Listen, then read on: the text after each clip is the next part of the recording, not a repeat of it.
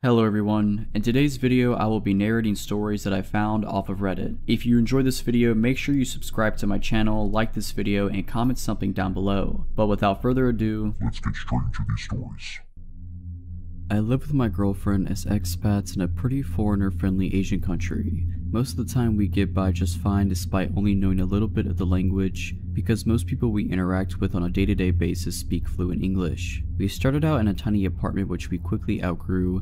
We found a gorgeous condo with nice amenities and decided to move in. This condo is owned and managed by a local owner rather than by an association or company. The building is a little bit older, which means that instead of key card access to our door, it came with a traditional key lock inside and bar latch, which is nice because it's more durable than a chain. Of note, our original building also had key card access to our floor, meaning that we could only ever access our own floor. Even the emergency exit stairwells did not allow entry to floors other than our own. This new place did not include this measure, and I routinely enjoyed a walk up the 15 flights of stairs to the room as a bit of a warm-up before going swimming. The quaint feeling of all of this changed about 2 months after we moved in. We were both starting new jobs and dragged our feet on some of the final touches of moving into a place. That is the last time we ever do that. My girlfriend nudged me awake at about 3 in the morning. I wake up extra groggy and unsure of my surroundings, but I snapped to full attention when she whispered with wide eyes, "Someone is trying to open the door." Now, the condo is 100 square meters, and the main door and the bedroom are at opposite ends. The bedroom itself has a rather sturdy door that was closed, and the aircon runs at night,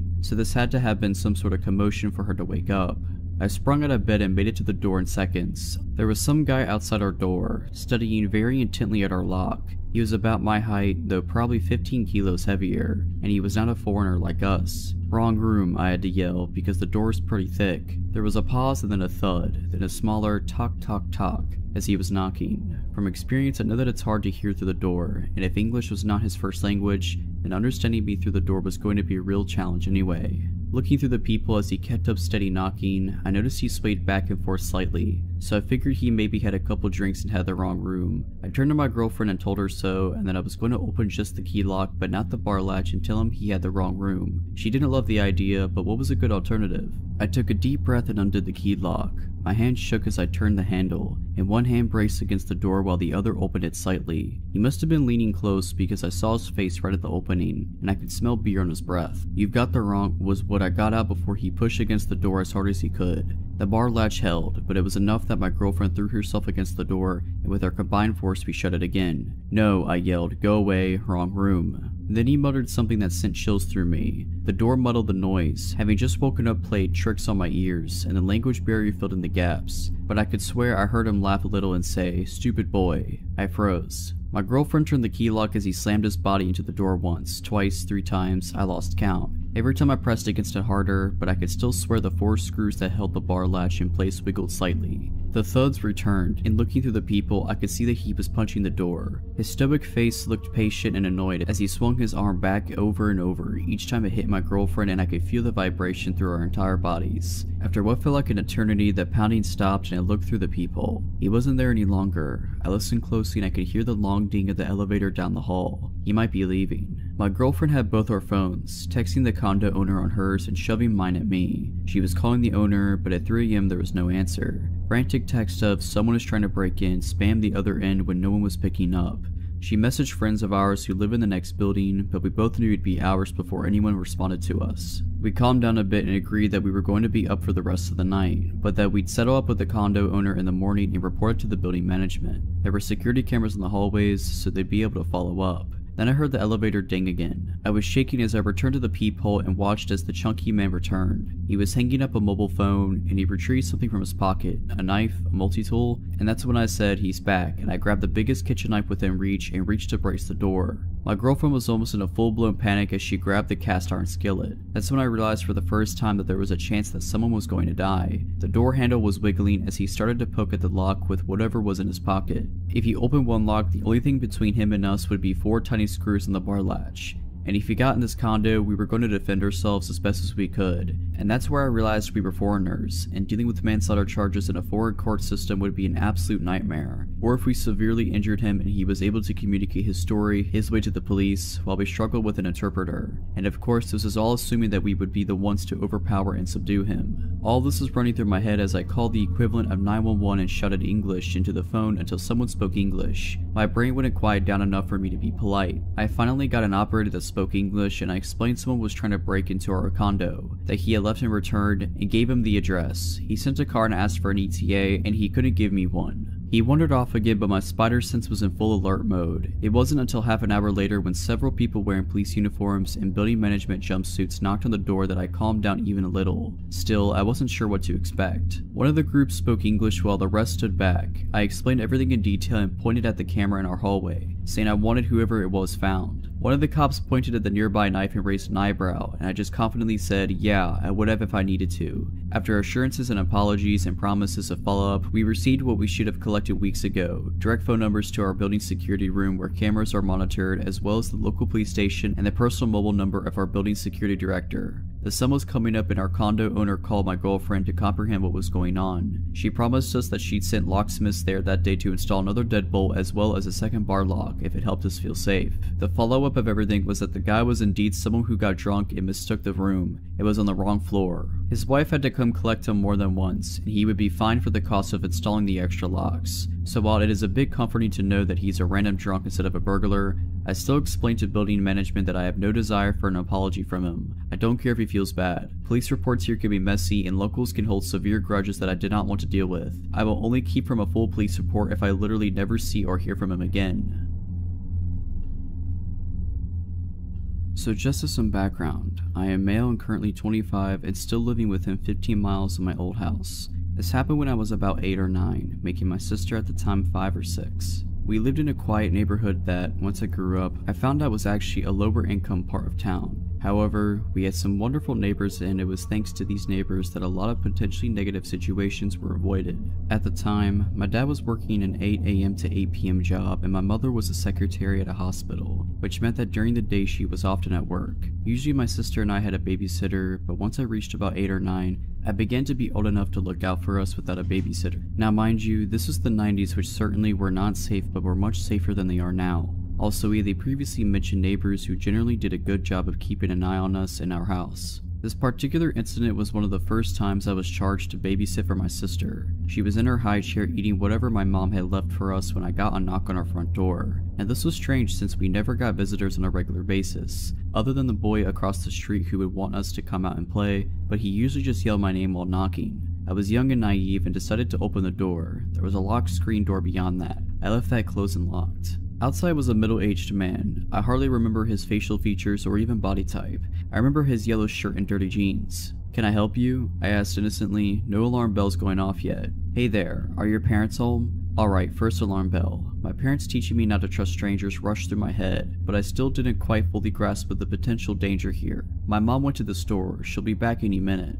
Weird half lie. I could have said she was here but in the shower or that she was laying down upstairs. I'm glad I didn't tell him that she wouldn't be back for quite a few hours, but looking back it's scary how naive I was. "Well, that's no problem. Hey, so look, my dog went missing and I think it went into your backyard. Do you mind if I can come in and we can go check it out?" Okay, so I might have been dumb, but I wasn't that dumb. There was no way I was letting this stranger into my house, especially with my sister there. She was my first thought. Sure, I didn't want to have any harm follow me, but she was my sister and it was my job to keep her safe. I should have closed the door right then and there, but once again I went with the less safe but still not totally stupid route. Well, the gate should be unlocked. If you want to go check the backyard, you can. And promptly closed the door. Now, of course I was very curious if there was a stray dog in my backyard. Dogs are great. Even with the weird guy being around, I was pretty interested to see how his search in the backyard went. So I decided to go check the back window and see if there was actually a dog, and if so, if the man would catch it. Now at this point, I am sure you have figured out that there was no dog, and when I looked out the back window, I could see almost the entire yard, including the gate. The man wasn't there. This was mere seconds after I had closed the door on him. I waited for a few minutes, but he never showed up. After about 5 minutes, there was another knock on my door. This time I was much more wary and I didn't like this guy showing up.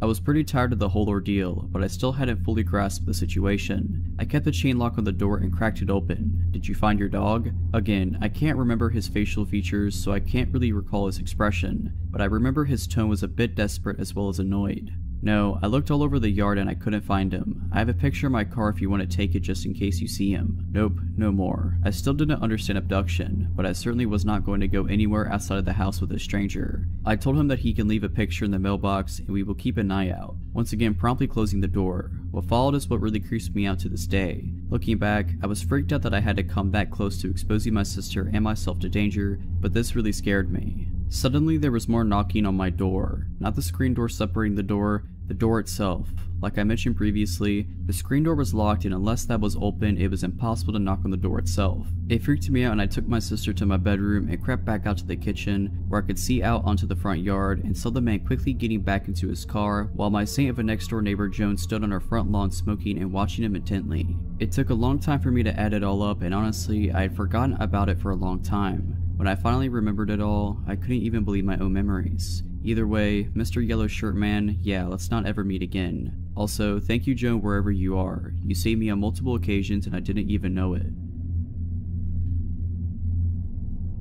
When I was in 4th grade, my family was still living in Denver, Colorado in a small condo near my school. My brother, kindergartner at the time, and I only had to cross the street and walk between a couple of apartment buildings to get to the football field attached to our school. It was normally a pretty quick and safe trip to and from. My mother was taking night classes at NAU at the time, and her boyfriend, whom we lived with, would usually watch us in the evenings, although he wasn't off work until about 6:30 p.m. We grew up as latchkey kids, so this wasn't a big deal. One day, my brother and I were walking home together after school like we'd usually do and had just gotten to the street in front of our home when a white car pulled up in front of us. The man driving the car didn't seem like your typical weirdo, maybe in his late 20s and looking pretty clean cut. Looking back, the fact that he was driving such a fancy car, a Benz I believe, and wearing such a crisp outfit didn't really fit with our neighborhood. He asked my brother and I if our parents were home. I immediately got a serious sensation of stranger danger from this dude. I looked at our apartment across the street, then back at him, and in the most I'm not stupid tone I could find, I asked why. "It doesn't matter," he replied dismissively. "Are they home?" He seemed a little more insistent with his question and glanced around. Yep, despite fully knowing they were not home and that my mom's boyfriend wouldn't be able to be there for another 2+ hours, I figured it was better to lie and say yes. "What are they doing?" he asked, really looking us over. I then turned to my brother and ordered him, "Let's go," but he wouldn't follow me. I went to grab his hand and he quickly withdrew with a sharp no and looked back at the guy. The guy then looked at both of us and then back to my brother, and with a facial expression that made my hair stand on end, he said, "Come closer, I have something for you." My brother started walking to the door of the car and the guy was reaching with his hand out, nothing in it, like he was about to grab him. I grabbed my brother's coat immediately and started hauling him towards our apartment as fast as I could. He was screaming for me to let him go, but I was terrified so I just kept dragging him. The guy quickly put his car into gear and literally peeled out of there. My mother's friends started picking us up from school after that and a PSA was issued to the community. I still get a little creeped out when cars slow down near me while I'm outside walking. Potential child abductor, let's not meet again. It was the middle of summer and my parents had left for the weekend to go to our house in the Cape Cod. It's about a 2-hour drive away, so it's no big deal for them to leave me alone for a few days. My mom had some pulled pork and pasta for me to heat up to eat whenever I had some money if I wanted to order a pizza. Things were all good. The first night I was alone, I stayed up till 3 in the morning playing Xbox, so I woke up really late the next day. I checked my phone when I woke up and saw it was a little past 1. I had made plans to play some street hockey with my friends at 3, so I threw myself out of bed and stumbled into the shower. I take really long showers, so when my parents are gone I go mental. I was in there for about 45 minutes on my phone scrolling through Reddit and Twitter and whatnot, when I heard my front door open. The bathroom is directly up the stairs from the back door, and the thing is pretty loud when it opens and closes. I immediately froze, since obviously I was supposed to be alone. I waited for about 2 minutes, ears strained and trying to hear anything else. Nothing. I figured it was just the wind or maybe my parents were home early, so I turned off the shower, wrapped my towel around myself, and slowly walked down the stairs to check it out. Even though my house is old and each step on the stairs makes a super loud creak, I still took my time and tried to be as quiet as possible. I probably took 45 seconds walking down all 12 of the stairs. So when I get to the second to last stair, right before I could see around the corner to the kitchen, I take a little breath to compose myself.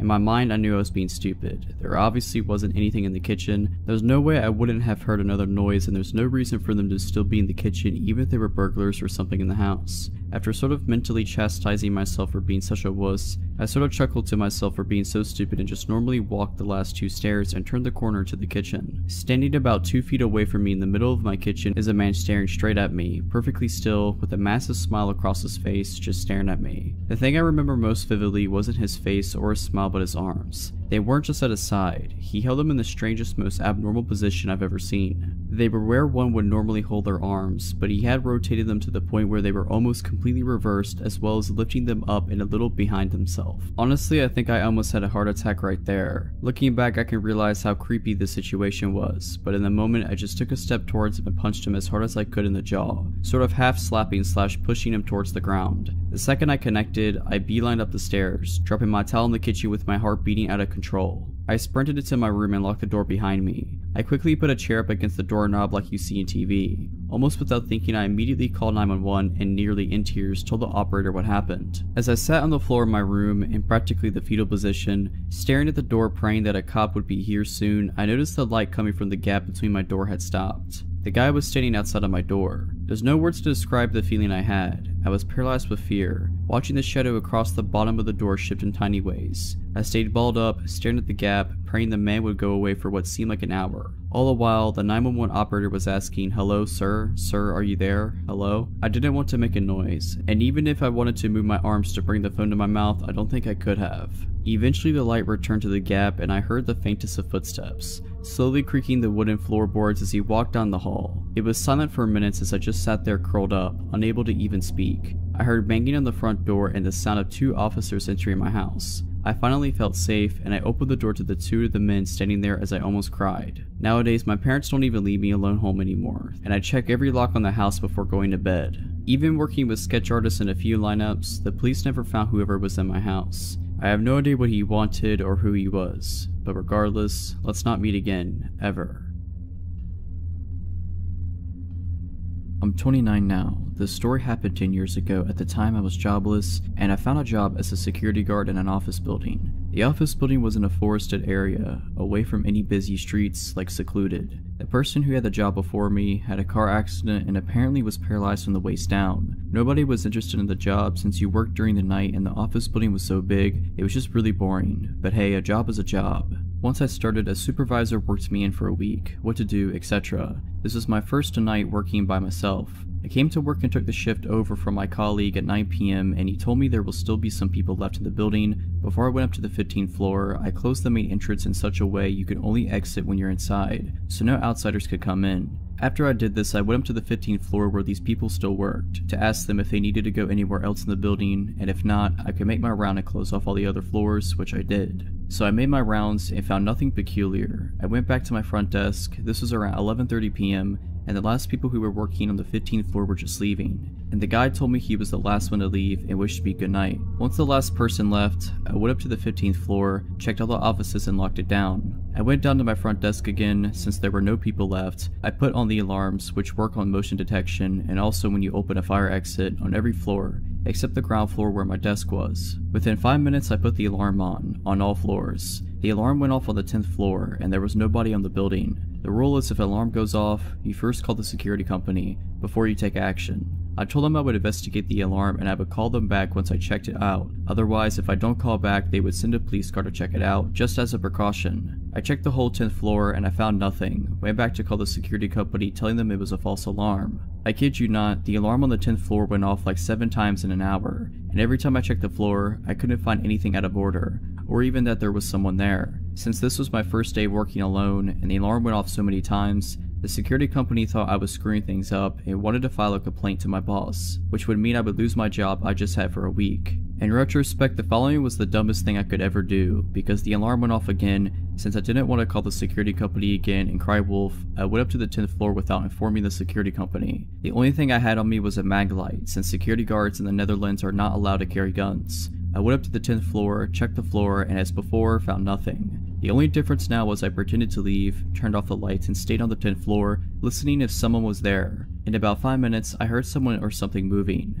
I was relieved and anxious at the same time. Relieved I wasn't wrong, and that there was something on the floor. Anxious because of what was on the floor. I turned on the lights, and tried to sound as manly as possible, saying something in the line of, "I know there is someone here, show yourself." As you can imagine, no response. So stupid I didn't go down to call for help, but stupid me went looking to whatever it was I heard on the 10th floor. I walked to the office I heard the sound from, turned on the lights, and found a little girl who couldn't be older than 13 with long brown hair, in white pajamas squatting and rocking front to back on a desk, looking straight at me. The scary thing was there was no emotion in her face or in her eyes. I collected my nerves and took the girl by the hand. I took her down to the front desk, offered her a Coke, but she didn't respond whatsoever. The only thing I could do was call my supervisor and told him about what I encountered. My supervisor's response was, "Stay there, I'll be right over." The time I hung up on the phone until my supervisor came, I just had this underbelly feeling with this girl, that there was something really wrong with her. Before my supervisor turned up, he called me and told me to call an asylum which was pretty close to the office building I worked at, just to check if someone was missing. Why would there be a 13-year-old girl in an office building with no houses nearby whatsoever? So that's what I did. I called the asylum, asking them if there was someone missing from the asylum, and I got the scariest response you can get. Yes, as a matter of fact, someone is missing. I gave them a description of the girl sitting next to me, and it was in fact the girl who was missing from the asylum. They told me she was really dangerous and that I should watch my back at all costs. They immediately sent people over to take the little girl with them. A week later, my supervisor told me the story of the girl I found, since he talked with the people from the asylum. It turns out the girl killed her mom and dad and little brother whilst they were asleep when she was 11. Even in the asylum, she wounded staff members, either by stabbing them with a pencil or in another case biting a piece of an ear off. To this day, we still have no clue how she ever came in the building. We checked all the cameras and there was no footage of her ever entering the building. I grew up in a very safe, very affluent neighborhood. It was unheard of for anyone to lock their cars or houses, and when someone new moved to the neighborhood, it was mere moments before they were welcomed with open arms and open doors. Despite being surrounded by what could be described as one large neighborhood family, my mom was very particular about house rules being followed, one of which was never going out alone. Walking to a friend's house, 3 of us had to go, so 2 could walk home together after dropping you off. It was rare, but occasionally just 2 of us would be able to sneak out from under her watchful eye and run to the corner store a few blocks down for some candy or soda. One sweltering day during the summer I turned 9. I found myself home alone and restless. I decided to take my sister's cool new 10-speed for a spin around the block a few times. Now, even though I was tall for my age, the bike was still a few inches too big for me. I decided that didn't matter, jumped on and started pedaling. My first lap around the neighborhood went off without a hitch. Birds were chirping, sun was shining, and the wind blowing through my curled hair felt wonderful. Second lap around the block, I passed an older, unfamiliar car parked on the side of the road, and the sun reflecting off the huge scrape down the side temporarily shocked my vision into bright blue stripes which I furiously tried to blink away. The third lap, I saw the car pull off the side of the road heading towards me, and a tiny pit of unease began to grow in my stomach as the driver slowed when he passed me. I chalked it up to being scared of being caught out being alone, and continued on my way. I picked up speed as I rounded the corner towards my house, and I decided to go for one more time around the block, but to make it quick so I'd beat my mom home and avoid the trouble I knew I'd be in if she caught me out alone. I hit the bottom of the hill next to our house with some speed and started to climb to the top, slowing more and more the closer I got. By the time I reached the top of the hill, I had to stop and catch my breath, teetering the too tall back at my hip. As I struggled to catch my breath, the hairs on the back of my neck stood up. My arms locked on the handlebars, and every inch of my body froze. I had been caught, I just knew it. I heard a car creeping up behind me, and it just had to be my mom, but it wasn't. When relief should have washed over me, the unknown dread only deepened, further stiffening my frozen still limbs.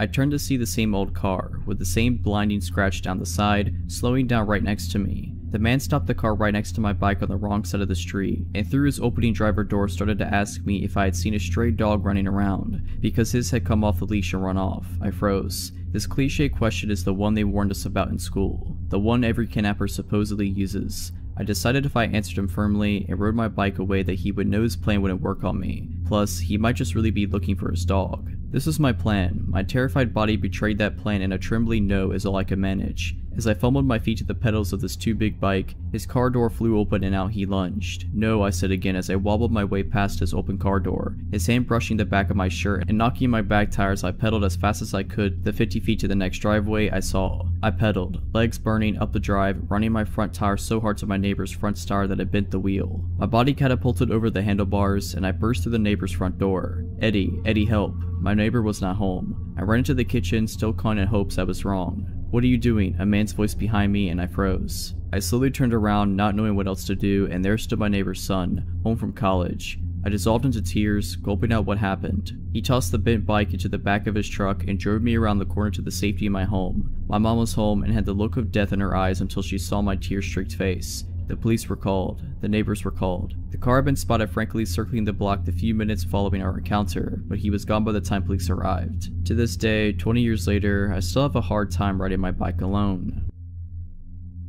This all happened when I was 19. I'm not the best looking dude, so I've never had much luck with women, and I ended up on Tinder. I wasn't having much luck there either until the 3rd month of using it when a blonde woman named Katie messaged me. She was pretty enough that I just dismissed her as a bot. It wasn't until 3 days later that she messaged me again, which was odd because bots almost never message more than once. I clicked on her chat and replied, then looked at her profile. What I saw was pretty generic, but it definitely wasn't a bot's profile. We had been talking for like a month when she proposed the idea that I come see her. I was pretty reluctant as she lived nearly 8 hours from me by car, but I had to admit I really did like her quite a bit, and I had been thinking about asking her if I could come see her for a while now. After a bit more badgering from her, I finally said that I would take the drive to go see her. At this point, I had no reason to doubt she said who she said she was. We had video chatted every other week and called most days, and I just assumed I got really lucky. Things did get a little weird on the way there though. She kept messaging me, asking me where I was, and making sure I was still coming. At some points, when I took more than 30 minutes to respond, she would send me a slew of annoyed texts. Admittedly, I had chalked this all up to her being nervous about me coming to see her.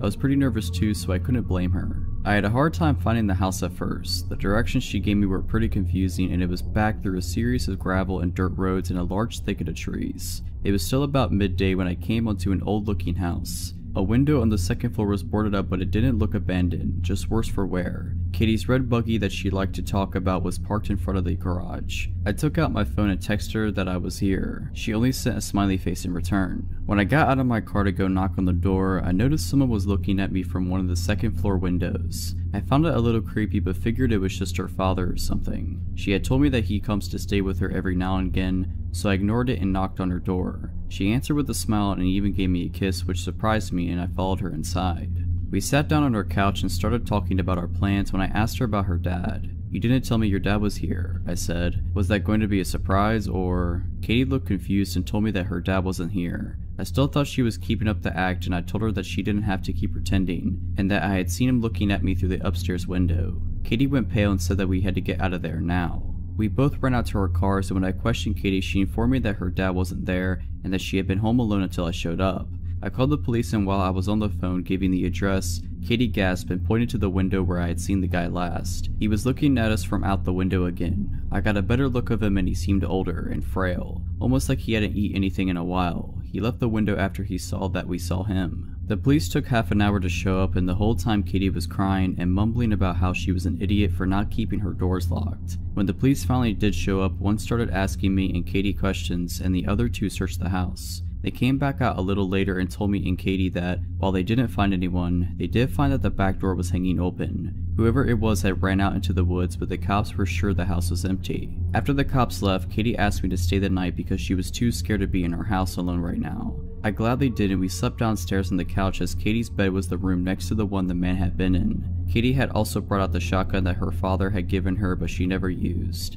I told her it was fine, the man's gone, but she insisted, saying she'd feel safer if we had it out. I'm glad she did. Later that night, I was still wide awake, watching TV. Katie had somehow managed to fall asleep. From the kitchen, I heard the sound of a doorknob being turned. At this point, I wasn't even scared, I was just pissed. I flipped on the light in the kitchen and pointed the gun at the kitchen door, and there he was. The guy that had been in the house before was standing on the other side of the glass door. He looked shocked, and I'm glad we had locked the door. The man unfroze and yet again ran into the woods. I woke up Katie and told her what happened and called the police yet again. When they arrived, they did a sweep of the woods and found no one yet again. They told Katie and me that it'd probably be a good idea to stay at somewhere else for the night. Me and Katie said our goodbyes. She was going to stay at our friend's house and I was going home. I left a little after Katie did, and I was on the phone with my brother telling him about what happened. My headlights were on. As I was talking, something caught my eye. That man was standing at the corner of the house just watching me. I gunned it out of there and didn't even bother calling the police again, but I did text Katie and she said she was going to call them again. I don't think Katie ever even went back into the house alone. I had to fly out to a small town I'd never been to in order to look for a place to live. I'm moving there in the fall to start grad school. My boyfriend flew with me. Before the trip, I researched all sorts of apartments on Craigslist and set up a bunch of appointments. Our first appointment was in the afternoon in this sort of remote residential area. The landlord sounded fine over email and asked me to call him an hour before the appointment to confirm that I was coming. I called, he didn't answer, so my boyfriend and I started walking to the house and just hoped that he would show up. Maybe 10 minutes before the appointment, he called me. "Are you coming?" he asked. He sounded like an older man and had this very strange, slow way of talking, but I just thought that he was just older. "Yes, we're in front of the house now." He got extremely upset. "We? Oh yes, my boyfriend's with me. You never told me you had a boyfriend. You never said that." It had never crossed my mind to tell him this information, since my boyfriend would not be coming to live with me. He was just helping me look for apartments on the trip. I told the man so, and after a very long pause he said, "I'm sorry, it's just sometimes people don't tell me when they're married, and it surprises me. I'll see you soon." Then he hung up. I told my boyfriend about what the man had said and he was immediately weirded out. He wanted to leave, but they were slim pickings in terms of real estate at this point, so I stupidly said that we had to stay, in case this place was the place. As we're discussing it, we see a man leave the house we're going to view. This man was young and extremely sketchy looking, greasy hair, furtive eyes. He took one look at us and ran out of the house to his car and pulled away from the curb with a screech. Okay, so now we're really weirded out, but this isn't enough for us to bail just yet, and as we look at each other wondering what to do, the landlord arrives. He's in his 50s, very tall and very strong looking. His eyes are completely blank and empty of warmth or emotion. He slowly walks up to us and says, "I'd shake your hands, but mine are dirty." "What from?" my boyfriend asked. "Work," is the flat reply. He asks us a lot of questions about me, completely ignoring my boyfriend. The entire time he stares into my eyes without blinking. What am I going to school for? What other places am I considering for living? Is my boyfriend moving to this town too? I try to give answers that are as vague as possible. Meanwhile, my boyfriend asks the landlord questions of the same kind, which he refuses to answer. Then he says, "Apropos of nothing, let me show you the basement." At this point, I should have noped out of there, but I didn't. I kept thinking this was an eccentric old man from a small town. We're city folk, and that we were just feeling paranoid. My boyfriend, on the other hand, wanted out of there, but he followed us as the man led us back to the house, away from the street to this sort of detached shed. He opened the door and we saw that there were stairs leading down into the utter darkness. He flipped the switch at the top of the stairs and the light didn't come on. Normally the response for this is, "Oh, the lights are out," or something like that, but he just said, and slowly walked down into the darkness. Then he stood there without moving in the dark and said, "Aren't you coming down?" "There's nothing to see if the light's out," says my boyfriend. The landlord just stands there for a long time, then slowly walks up the stairs and closes the basement door without saying anything. He took us into the house. Weird and increasingly creepy things ensued. The front door, the only exit to the house, locked automatically, and when my boyfriend tried to fiddle with it, the man got really upset and told him to leave it alone. He managed to get it open secretly though. The man kept trying to box us into small rooms and, according to my boyfriend, kept reaching his hands into his pockets, only to take them away when he caught us looking. On Craigslist and in person, the man claimed that there was a grad student already living in the house, but the evidence of that seemed arranged. There were neat piles of generic textbooks on the table, but not other things a 20-something might read. There was a bowl of fruit on the table, but no other food in the fridge or pantry, or utensils. There were maybe 3 t-shirts in the closet. This supposed grad student wasn't out of town, but the landlord couldn't say what school he went to or how long he'd been renting the house. Finally, the man had showed us every single room in the house but one. This one he refused to open, claiming it was just the attic and we didn't need to see anything up there. He gave us several reasons when we inquired. It was unfinished, there was furniture up there, it would smell bad. This last one I believed, because standing near the door, it smelled terrible. Finally, we made our excuses and bolted out of there. The man walked us out, pretended to go into his car to leave, and when he thought we had turned the corner, slowly sauntered back into the house. My boyfriend, fixated on the idea that there was something wrong with this guy, googled the man that night. We found out 3 things: that he was a pillar of the community, known by a lot of the townspeople, and that there was no evidence of him owning or managing a real estate company, as he claimed on Craigslist, and he had listed his home address as the very house we had been touring, the house where the grad student lived. Yeah,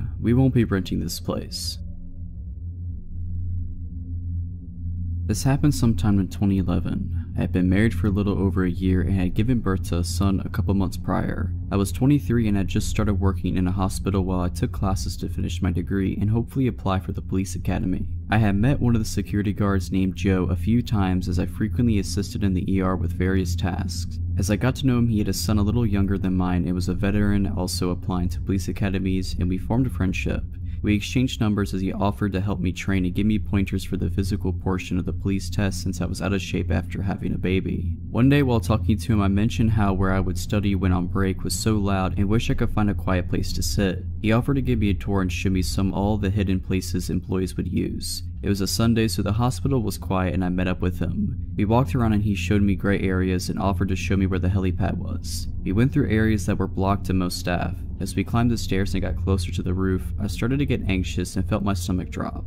I couldn't explain it and felt fear as we got closer. I'll admit, I'm afraid of heights and thought maybe that was it, but when we got on the roof, the fear got stronger, but it was directed towards Joe. Something was off, and I had this feeling that at any moment he might try something and push me over the edge of the building. I just had to get out of there. Fortunately, at that moment, the phone I carried rang and my coworker wanted to know where I was and if I'd be back soon to help her with something. I told him I had to get back and followed him back out, making sure he was never behind me. After that day, I avoided Joe at work and would only keep text messages short. I felt bad at first, thinking I was overreacting because he had never done anything to me to make me feel that way. As time went on though, the texts became more frequent and he would try to ask me what I was wearing. I told him it was inappropriate as we were both married. I started seeing him more frequently and felt he was everywhere, just lingering like he was waiting for me. Finally, one of my coworkers, Stan, asked me about it and I confided in him what was going on. I told him how I was scared to report him because he was part of security. I also mentioned how I would see him sometimes when I would leave at night around midnight and was scared that one night he'd be waiting by my car even though he didn't know what kind I drive.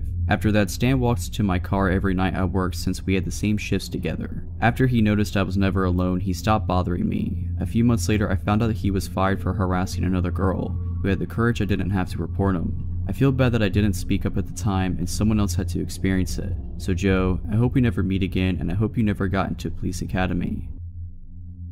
I grew up in a small town in the Midwest where you left your doors unlocked and came home when the street lights turned on at dusk. After moving away for college, I decided to move back to my quiet, sleepy hometown in one of the 2 apartment buildings. I'm living there for roughly 3 months when one night I go to sleep early on a Friday night. Now, I'm a reasonably hard sleeper, so when I wake in the middle of the night to noises, I'm immediately alarmed. I'm going to describe my apartment layout for a better understanding. As you walk in the front door, the kitchen is to the left and the living room is to the right. There's a hallway straight ahead with one bedroom at the end. A bathroom is to the left in the hall and my bedroom to the right. I get up from my bed, walk around the end of my bed, and peek my head out of the bedroom door. I look to the left to see my front door open to the outside hallway. There's a loud voice coming from my enlightened kitchen. From my vantage point, I'm unable to see into my kitchen. I froze. I come to my senses after realizing that I've stopped unconsciously breathing. I take a shallow breath to steady my mind and gather my bravery. There's no thought process about what to do at this point.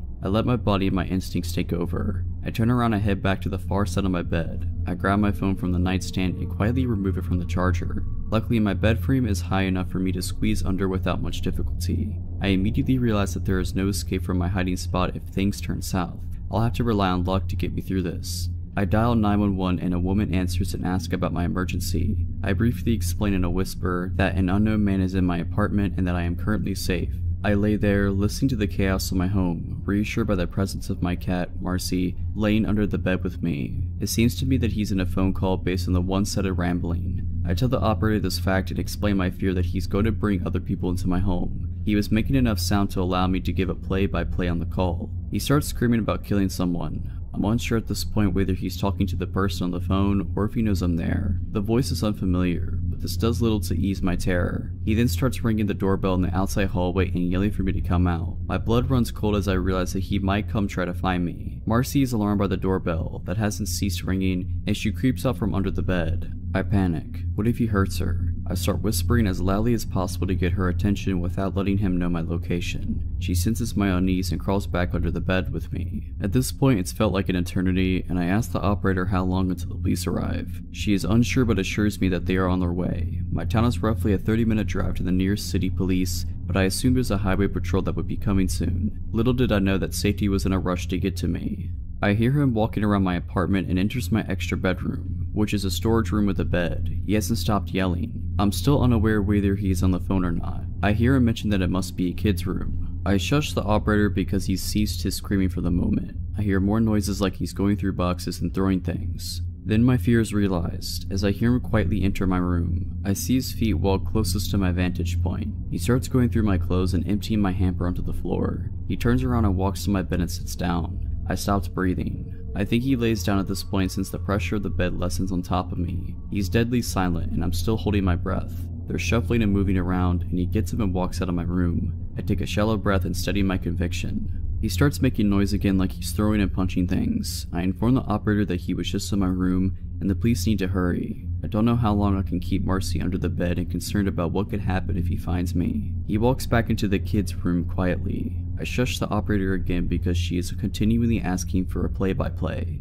I hear him breathing from the other room. After the quietest few minutes of my life, he yells, "Who's there?" I freeze again listening for movement, nothing. I'm starting to get lightheaded from my shallow breathing. The silence is deafening, and I fear he's trying to detect me. After a lifetime, I hear footsteps entering my apartment. I hear a man's voice say, "Hey bud, you're in the wrong house." I've never felt more relief in my life before this night or since. I hear my door close, and I crawl from under the bed and break down. The adrenaline and anxiety take over as soon as the feeling of safety washes over me. A female officer comes around to my side of the bed and puts her hands on my shoulders. I'm trying to keep it together and failing miserably. She let me put my clothes on, and I could hear 3 male voices coming from my apartment.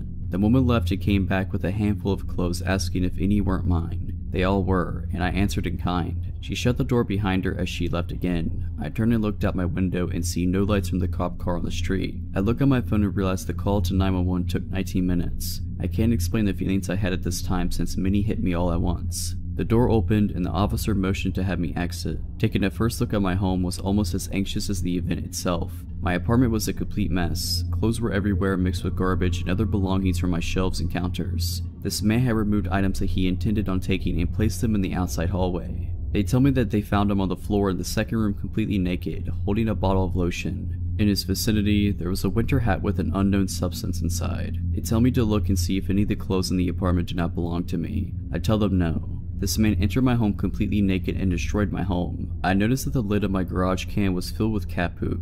It seems that it had been separated from the rest of the bag. The rest of the garbage was littered across the outside hallway. They asked me if I would like to stay here or go elsewhere. Thankfully, my parents lived down the street, and I had an officer drive me there. I explained to my parents what had just happened, and in the next few days, I had to explain the situation to what felt like half the town. The ridiculousness of the story catches people's attention and becomes a slight joke. Now I should feel better knowing that he is in custody, but the events after the break-in do little to comfort me. An officer shows up with a subpoena to appear in court to testify, but I receive a call for a postponement. I just want this to be behind me. After a month, I call the phone number on the paper I received and ask when they are rescheduling for since I hadn't heard anything. The woman informs me that they mailed another and I had not shown up. I asked where was it since I have not received a summons. She tells me that they sent it to my address, but the wrong town. It has been 2 years since this happened and I've since moved 3 times. I don't know if I'll ever be content and happy anywhere, but I'm hoping that is not the case. He was released 6 months after his conviction for some reason or another on parole. He immediately disappeared and fled from his parole officer. So naked man, I hope to never meet you again.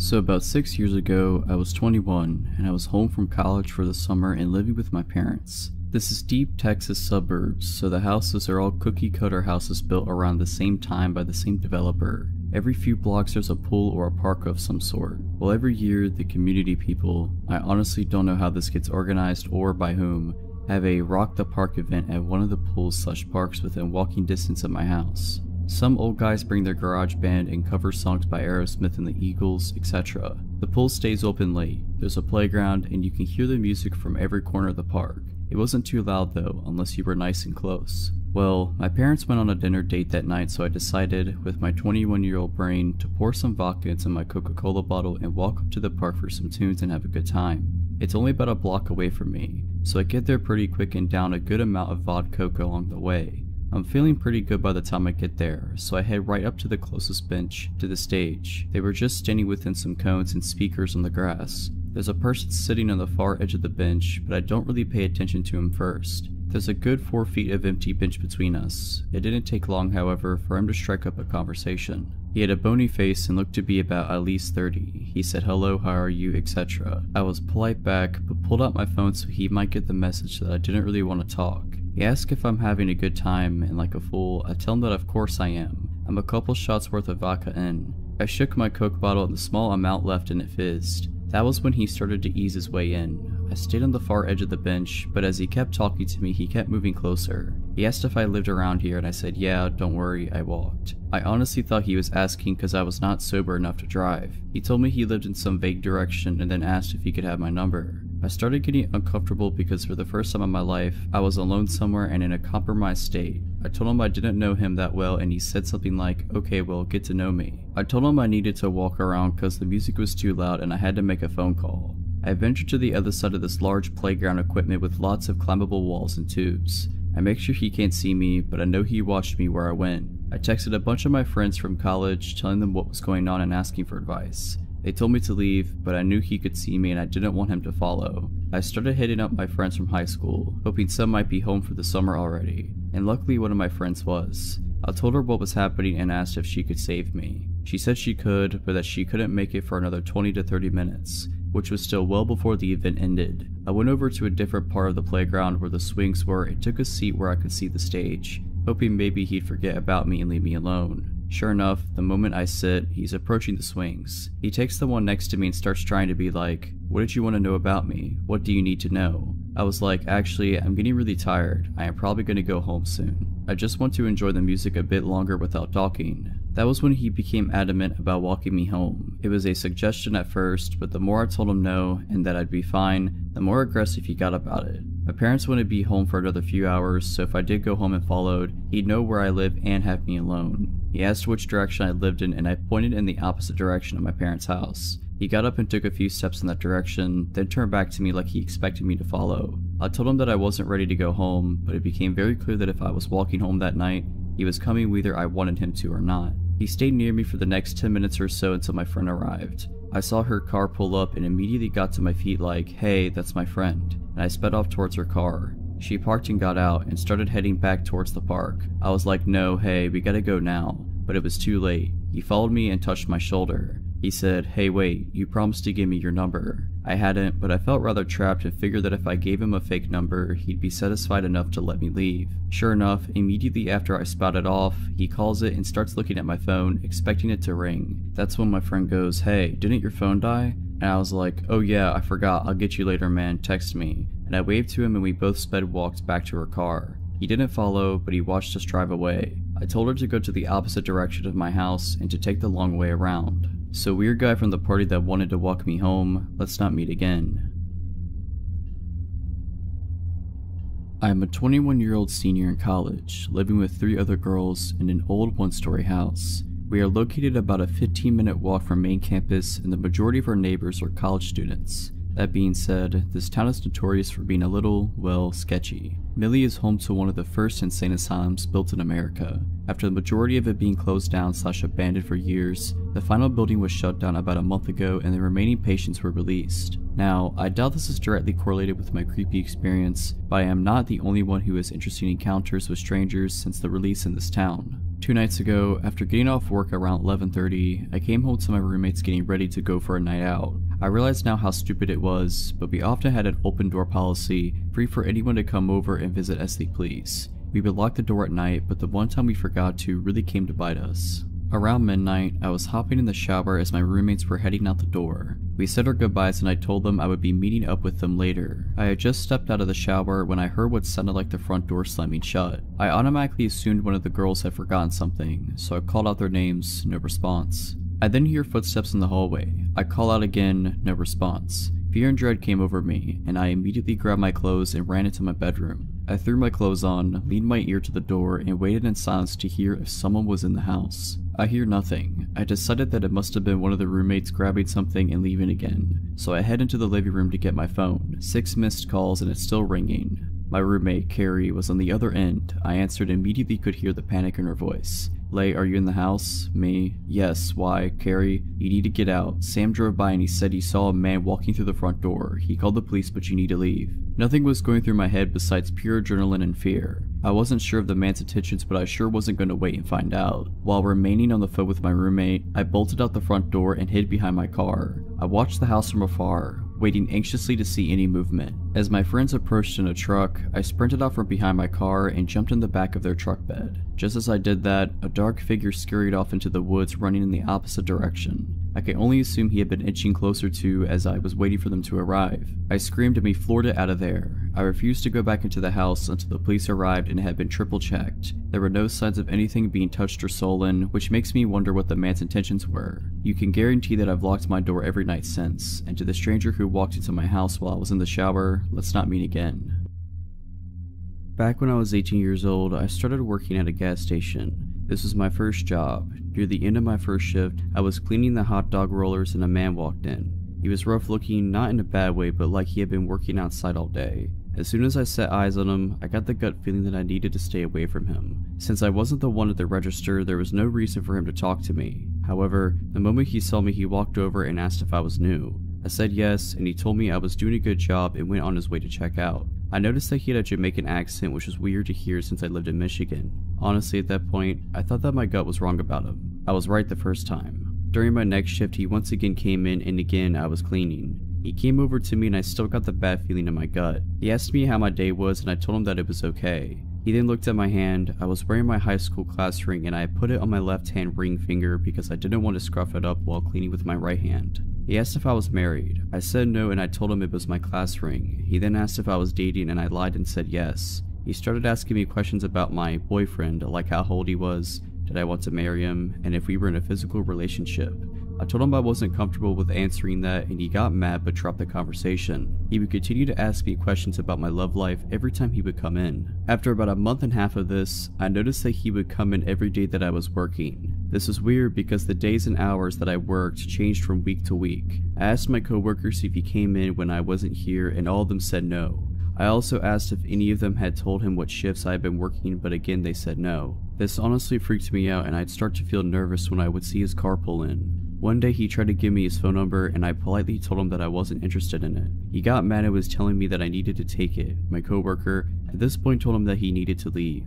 The next day he came in and asked me on a date, and when I declined, he told me that I was going to regret it. He asked me several more times and each time I said no. After a while of him asking, I told him that it was never going to happen and that I had absolutely no interest in him and never would. This only made things worse. He told me that I didn't have a choice and that he would be here when I got off work and that I was going to go with him. When he left, I called my father and told him what happened and asked if mom and he could come to pick me up at the end of my shift. He said yes. I didn't get off until midnight, and about 10 minutes before my dad walked in and told me to act like I was going to go to my car as normal, but he was going to be in there. A few minutes after, the guy pulled in and got out of his car and was just standing there. As my shift was over, I hurriedly walked over to my car. He started approaching me and I jumped into the passenger seat and slammed the door shut. When he got to my door, my dad rolled down the window and pointed his gun at him. The man ran off and I thought that it was the end of it since he didn't come back into my work the next few days. However, it wasn't. About a week later, I was at the store with my mom when I got the feeling that someone was following us, and sure enough, it was him. We got out of there as fast as we could, and from then on out, my mom and I were not allowed to leave without my dad.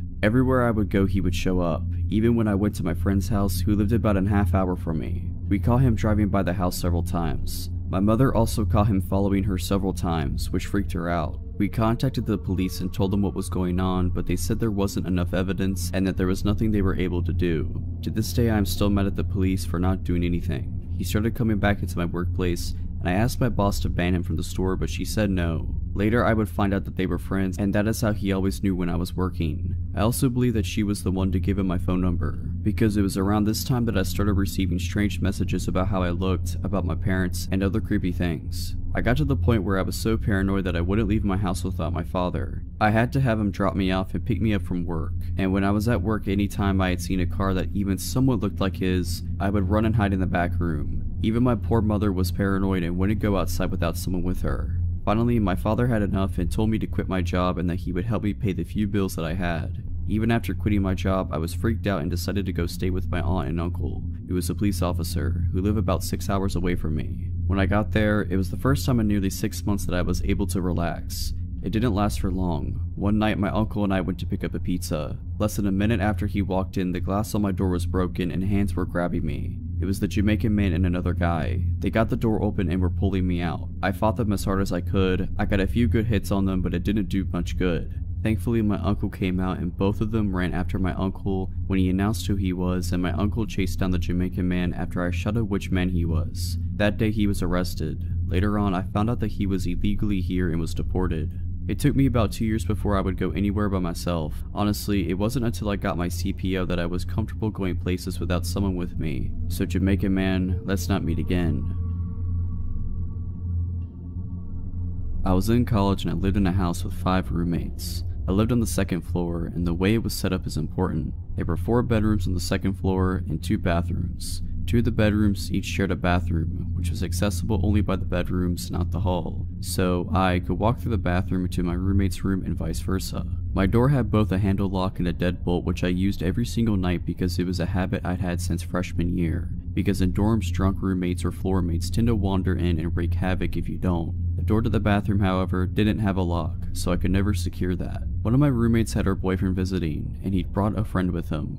I hadn't spoken to the friend or gotten to know him at all, and I didn't really have any opportunities to since I didn't hang out in any of the common areas of the house, and frequently didn't even sleep there because I was casually seeing someone at the time. My first interaction with him was about 2 days into his visit. I was coming home around 6 AM from the house of the guy I was seeing, and I walked into the living room. When I came in, the visitor was alone and shirtless in my kitchen, which is open to the living room. He didn't even say hello, he just angrily asked me, "Where were you?" which I was taken aback by, because he sounded like a jealous boyfriend, but I told him I had been at my boyfriend's house and he said, "You didn't tell me you had a boyfriend." Well, of course I hadn't told him, I've never spoken to him. I made a weird face at him and went upstairs and didn't see him again for the rest of the day. I slept in my own room that same night, deadbolt secure. I woke up at around 7 in the next morning to him entering my room from the bathroom. Before I could say anything, he saw that he woke me up and said, "Sorry, I was looking for the bathroom." I replied, "Well, you're standing in it, so," and he retreated and closed the door. I didn't think much of it at the time because I was groggy and I just fell back to sleep.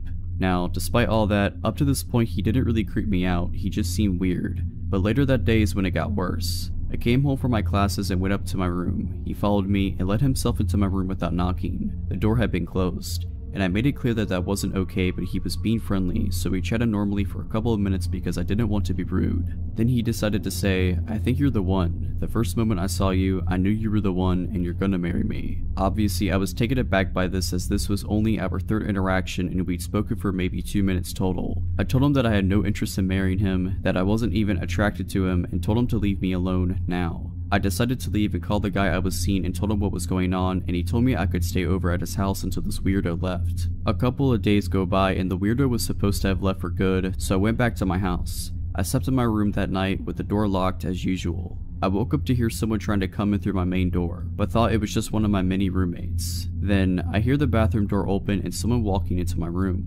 I rolled over and he was standing maybe a foot away from my bed and said, "Hey beautiful, where have you been?" I said, "Weren't you supposed to leave? Why are you in my room?" He said, "I wanted to wait for you to come home. I couldn't leave without saying goodbye." And then he tried to climb into my bed with me and kept touching me while saying, "Scoot over, I want to say goodbye properly." To which I started yelling, "Get out of my room. I didn't invite you in. Leave now." I smacked his hands away from me and he got upset but left without much of a fight. I immediately left my house and went to my boyfriend's. The guy did finally leave later that morning. The next day, despite me yelling profanities at him and telling him how creepy he was when I last seen him in my bedroom, the guy still decided to find me on Facebook and try to add me. Nope, blocked immediately. So, creepy guy, let's not meet again. This is back in November of 2018 and takes place in North Carolina. I was 14 at the time. My family and I had just moved across states. We had just gotten to the city where we planned on living after a long road trip. We were all hungry, so decided to go grab dinner before we went to pick up the keys to our new house. We went to this local pizza shop. Since we had our dogs with us, we hadn't moved into our house yet. We decided to eat in the car. I'm a pretty fast eater compared to the rest of my family, so I finished way before them. After I was done, I decided to bring my puppy out to do her business. We were standing just a little ways up from the car, playing in the leaves on the ground. I grew up in Florida, so I wasn't used to seeing piles of autumn leaves, so was just living my best life, not paying attention to my surroundings, when a man taps on my shoulder. My dog notices him and immediately tries to jump on him, as she does with anyone, so I pull her back while I'm backing away from him. He looks to me in his mid-40s to 50s. He smiles creepily at me like it was forced. He says in his scruffy southern voice, "You have my dog, my border collie." Immediately a red flag goes off in my mind, as my dog looks very obviously like a boxer, nothing like a border collie. I just say nervously, "I think you're mistaken, sir, this is my dog."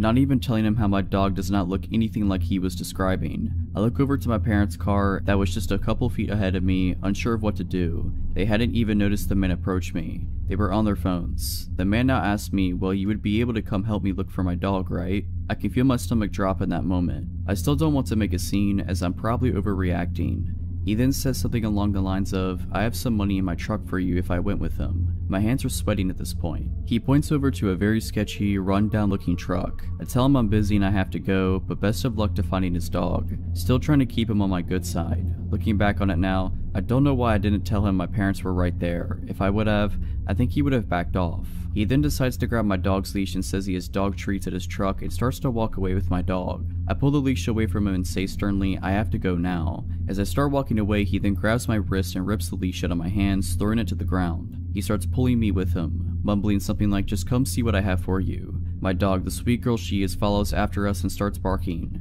while he starts to drag me with him. I am pretty small, 5'4", and have no upper body strength, so I just start screaming to let go of me. My parents are alarmed, hearing me scream and our dog chasing after me barking, see this man pulling their daughter against their will. They immediately start sprinting after me. I start screaming, Mom, Dad. I think he got alarmed when he heard me yell out Mom, as she starts running towards us. The sudden realization that my parents were right there in their car the whole time. He makes a run for it and we didn't run after him. My parents were just glad they had me. This is definitely not a good way to start off our new life in North Carolina, not even have lived there a day yet. I do not wish this to ever happen to anyone, as it was terrifying. But my advice is for you, don't be afraid to use your words, even if they offend the person. If you're liking this video, all I ask is that you make sure to subscribe to my channel and like this video. Thank you.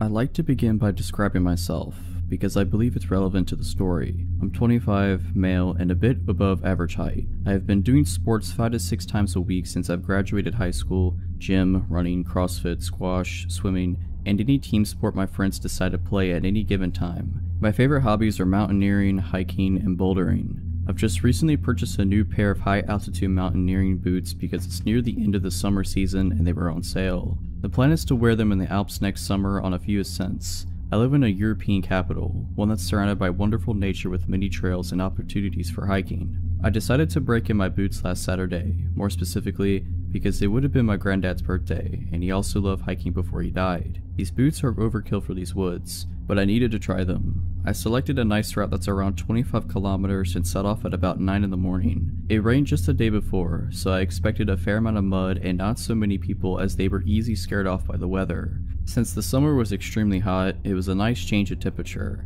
especially between trees and such, where it's a few degrees cooler than in the city. In the not so distant past, my dog would have definitely joined me on this hike, but she's turning 14 this year and she doesn't enjoy long distance walks anymore. My girlfriend had to do something for work on short notice, so I knew from the moment I woke up I would be doing the hike alone. The first half of the hike was perfect. The altitude difference along the trail is minimal, I barely broke a sweat, and I misjudged how many people would be out due to the storm the day before. I met at most 6 to 7 people during the first 2 to 3 hours, and most of them were cross-country runners. It's worth mentioning that I wasn't walking quickly. I stopped on many occasions to take pictures or study some animal tracks. There are deer and wild boars in these woods, nothing more menacing, not animals anyway, but I won't get ahead of myself.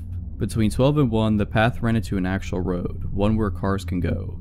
This road is asphalt, but deep in the forest and can only be used to reach certain landmarks that are also in the forest, so cars seldom go here. My trail required me to take this road for a few hundred meters. As I was walking along the road, I heard a car approach from behind me. It went past me, not too quickly or too slowly. It was an older, green SUV with a fresh registration. You could tell by the license plate. Probably an import. Anyway, I thought nothing of it at the time. Then I heard it come back.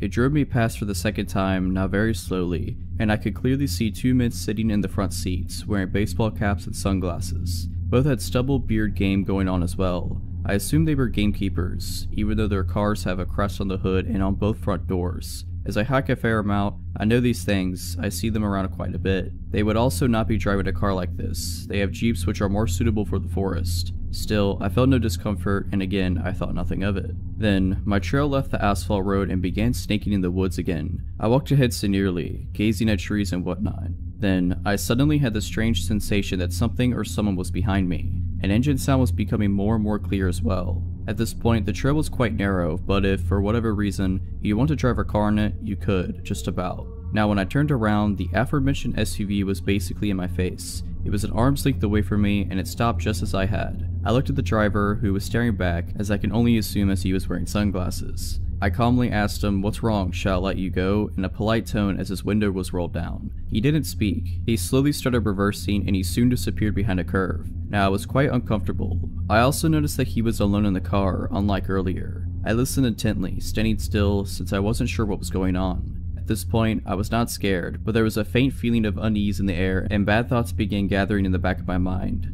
I heard the car and the engine stop just behind the curve. I heard a door open and shut, but nothing from that point on. I turned around and began walking towards my destination at a much faster pace than before. Now I was a bit scared. I didn't understand why he didn't answer and why he just reversed and left without a word. I wasn't sure what to make of it, and I had no desire to ask him again, or to see him again for that matter. I had just walked enough for these unpleasant thoughts to slowly be erased from my mind. As I had been drinking a lot of water as I usually do, I decided to use the bathroom. I saw a perfect spot, a very narrow path off my trail that led quite clearly to a little hunting tower. I walked over to the tower, put my bag down by the ladder that led up to it and began peeing. I was also interested in checking Google Maps to see where I was, but since there was no signal, I decided to check my map. I also had a sip of water. I had been camping there for a good few minutes before I headed back at the trail from where I deviated to pee. Right before I arrived back to the main trail, I thought to myself how extremely quiet it was. No wind, no noise of any kind, absolutely nothing. This made me realize, just a moment later, how alone I was. Except for the man who was standing maybe 50 meters away from me on the trail, in the direction where I was headed. I only saw this as soon as I stepped back on the trail, since the small one to the tower was well hidden by trees and you couldn't see the main trail, as it was running perpendicularly to the small one. I looked at him and I was instantly chilled to the very bone. He was dressed in tactical clothing, with a baseball hat on his head. The only reason he was standing still, I believe, was a moment of surprise that I had appeared from a place where he didn't expect me to appear from. At this point, I was fully and utterly alarmed. He was holding a rifle that had a scope on it. Had this happened without the incident with the SUV, I would have probably walked along the trail thinking he's a hunter. However, in light of the strange encounter with the SUV, from which the second man was missing, something in me snapped instantly. In hindsight, it's also illegal to hunt in these woods this time of year. I figured in the matter of 2 seconds that I was going to sprint through the woods until exhaustion, towards and past the tower, as it seemed natural to do at the time. If there was no malicious intent on this man's behalf, or the others, he'll just think I'm an idiot and forget about me in 2 minutes. If I'm right, it's the best call I will ever have made. He began running towards me. Adrenaline blossoming within me, I began sprinting away. I sprinted past the tower and deep into the bushes, not sparing my legs as I was wearing shorts and a thermal jumper. I crashed through branches, small trees, and slipped on several occasions. I really did sprint until I was exhausted. It must have been several kilometers. I even crossed some smaller trails but didn't even bother to look either way. My pulse was a billion the whole time. I began checking my phone for a signal, but nothing. I was already really angry at myself for not memorizing the license plate. After a while I began power walking, but still off trail straight ahead in a direction that I knew would sooner or later lead me out of the woods. When my phone got a signal, I told the story to several people frantically, but no one took me too seriously. They said I was overreacting and whatnot. You must have misunderstood the situation. Finally, I reached a trail that led directly to a cute little town that borders this rather large forest. It felt like an eternity, but I walked the last kilometer to the main square, took off my jumper and put it in my bag. At least I looked a little different from far away. I waited for a bus that took me back to the station near my car, rather anxiously. After the bus ride, during which I studied each car on the road, I walked back to my car, got in and drove home. My dog welcomed me like I was coming back from a 2-year deployment. Dogs are just amazing. She must have felt that something shook me up. The boots destroyed my feet, but they aren't meant to be sprinted in for long periods of time. I called the forest gamekeeper's office. I inquired about whether they have such cars in service as the one I come across. They do not. Their gamekeepers also don't typically work in pairs. Like 99.9% of the time, they are alone. I told them my story and they took me a lot more seriously than my friends, but they assured me that the police wouldn't. No one could have been legally hunting in the area during summer either. I've been reading local news but nothing extraordinary has been reported yet. I really hope nothing will be reported either. Gentlemen, in the empty forest at lunchtime, let's not meet again. This happened a couple years ago. In 2016, I had just turned 18 and was in my second semester of community college. I was lucky to get to take a few specialized classes that were requirements for my major. These classes require me to drive about 45 minutes every Monday, Wednesday, and Friday to the main campus of my community college system. This is relevant because I was going to a town that I didn't know much about and didn't know anyone who lived there. There was a man in my class named Eddie. He was a big guy in his late 40s. We spent a lot of time in the lab for these classes, and he was stationed right across from me. I was a bit more naive and unsuspecting at the time and wanted to be nice, so I talked with him and my other classmates quite a bit. It was a lot friendlier to him than I would be nowadays. He started being overly friendly to me and would stand too close and ask too many personal questions. He'd flirt with me in class, to the point it seemed to make other people uncomfortable to watch. He also started staring at me a lot, with an intense look that scared me. Of course, being young and not wanting to hurt his feelings, I decided to ignore it as best as I could. I told my boyfriend about it, but again, Eddie hasn't actually done anything to me, so there wasn't a lot I felt like I could do. A few weeks after that started, all of us were hanging out in a small break room type area, studying for an exam in our next class, which was about 30 minutes away. I was sitting at one table chatting with some middle-aged women in my class, and Eddie was at the next table over messing with his phone. I noticed that I was going to get something from the vending machine and stood up. As I did, he tried and failed to discreetly turn his phone toward me and snapped pictures of me as I walked in the machine, got my drink, and bent over to pick it up. I realized what was going on as I was walking back to my seat, with him still taking photos, and I shot him a look. He put his phone away and just sat there staring at me. I was trying to look pissed, but honestly I was just really freaked out. I excused myself from the table and called my boyfriend near tears, telling him what happened. He was angry and said that I needed to tell someone, but I said no, I didn't want to make a scene. He tried to comfort me as much as he could, but I had to go to class soon afterwards. Our last class finished at about 9 p.m. and since it was January, it was completely dark out when we all walked to our cars. I was actually texting one of my guy friends about what had happened when Eddie walked up to my car, stopped for a second, and looked at me through my windshield, then slowly kept walking, watching me through my driver's side window the whole time. He was parked nowhere near me and the wind chill was below zero, so he had to have made a point to walk by my car like that. I was terrified, and with my hands shaking, I started my car and drove home as fast as I could, calling my boyfriend on the way and crying. After that, I decided I needed to talk to my professor about what was going on. I was so nervous, but I asked her the next week if I could talk to her privately when class was over. We went to her office and I told her about Eddie and what he had done and how he acted weird toward me. She told me that she had noticed tensed up and went quiet when he got close to me, and had noticed paying a lot of attention to me, and told me she believed me about the pictures. She was honestly amazing with how she handled it. She promised me that she would move things around where I'd be away from him in the lab, and asked if I wanted her to talk to him about it. I said no, that I didn't want to make him angry, and she said that she'd respect that, but she was going to have the security guard stand at the door and watch me go to my car every night, and that she'd tell the program director what was going on, but Eddie wouldn't know that I had talked to her. By the time we had got done, it had been around 30 minutes since class had ended, and she offered to walk me outside. I'm glad that she did, because when we came out the elevator to the first floor, Eddie was sitting there in the foyer alone. Everyone else had gone home. My blood ran cold, but I tried to act as normal as I could. He seemed as surprised to see her professor there as she was to see him. She asked why he was still here, and he said he noticed my car was still parked out front and wanted to make sure I didn't have to walk out by myself. I'm pretty sure I was as pale as a ghost, but my professor gave him a look that I couldn't read and said not to worry. She's walking me to my car from now on, and the security guard will be there every night. He said that was good and quickly said goodnight and left. It still chills me to think about what could have happened if my professor didn't walk me down to my car that night. I have no idea what he was capable of doing.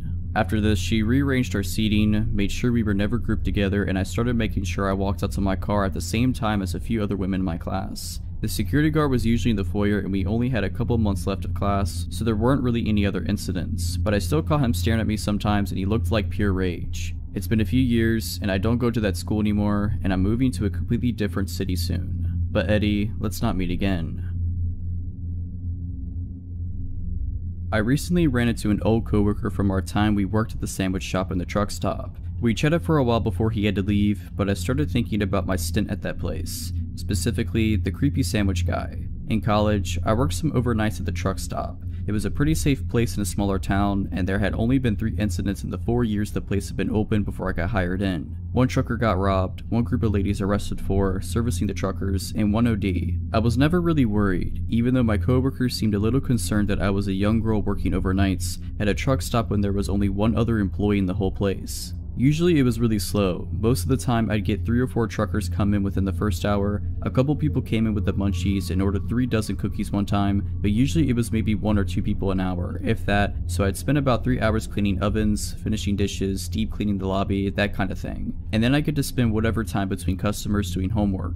The overnight boss on the other side, the gas station side, was cool as long as everything was cleaned and tipped regularly. A few weeks before I inevitably left this place, a guy came in about 20 minutes before my shift was over, so it's about 5 AM by this point. My coworker had arrived early so he could fill out some paperwork he had to get done, so he was sitting in the back office already. I started making this customer sandwich, making chit chat like usual. Nothing seemed out of the ordinary. He told me he was driving from New York to Wisconsin, asked me a little bit about how my night had been. Nothing crazy. I wrapped up his sub, rang it up, and threw in a small discount for him since he seemed nice and I was just happy I was getting ready to go home for a few hours of sleep before I headed to campus. When I went to take his change, things went wrong. He dropped the coins in my hand, but suddenly he had his grip tight around my wrist. The next thing I knew, I'm on the other side of the counter on the floor. He had yanked me across the counter and still had a tight grip around my wrist. Thank God my coworker was there. The manager on the other side had slipped into the bathroom, so to this guy's knowledge I was the only one there at the moment. But my coworker, while filling out his papers, was looking at the cameras and had seen everything. He was out of the back just seconds after I hit the ground, and before I really knew what was going on, he had chased the guy outside. He didn't pursue him far, afraid that someone else was nearby who would come after me. So he ran back inside, locked the door to our side of the store, and shouted to the manager to call the police. The cops came, they searched the area and watched the security videos, but nothing ever came from it. The guy disappeared and I never really heard anything about him. I put in my 2 weeks notice the following day after my nerves had calmed down. I was switched around so I worked during the day around my classes for my last few days,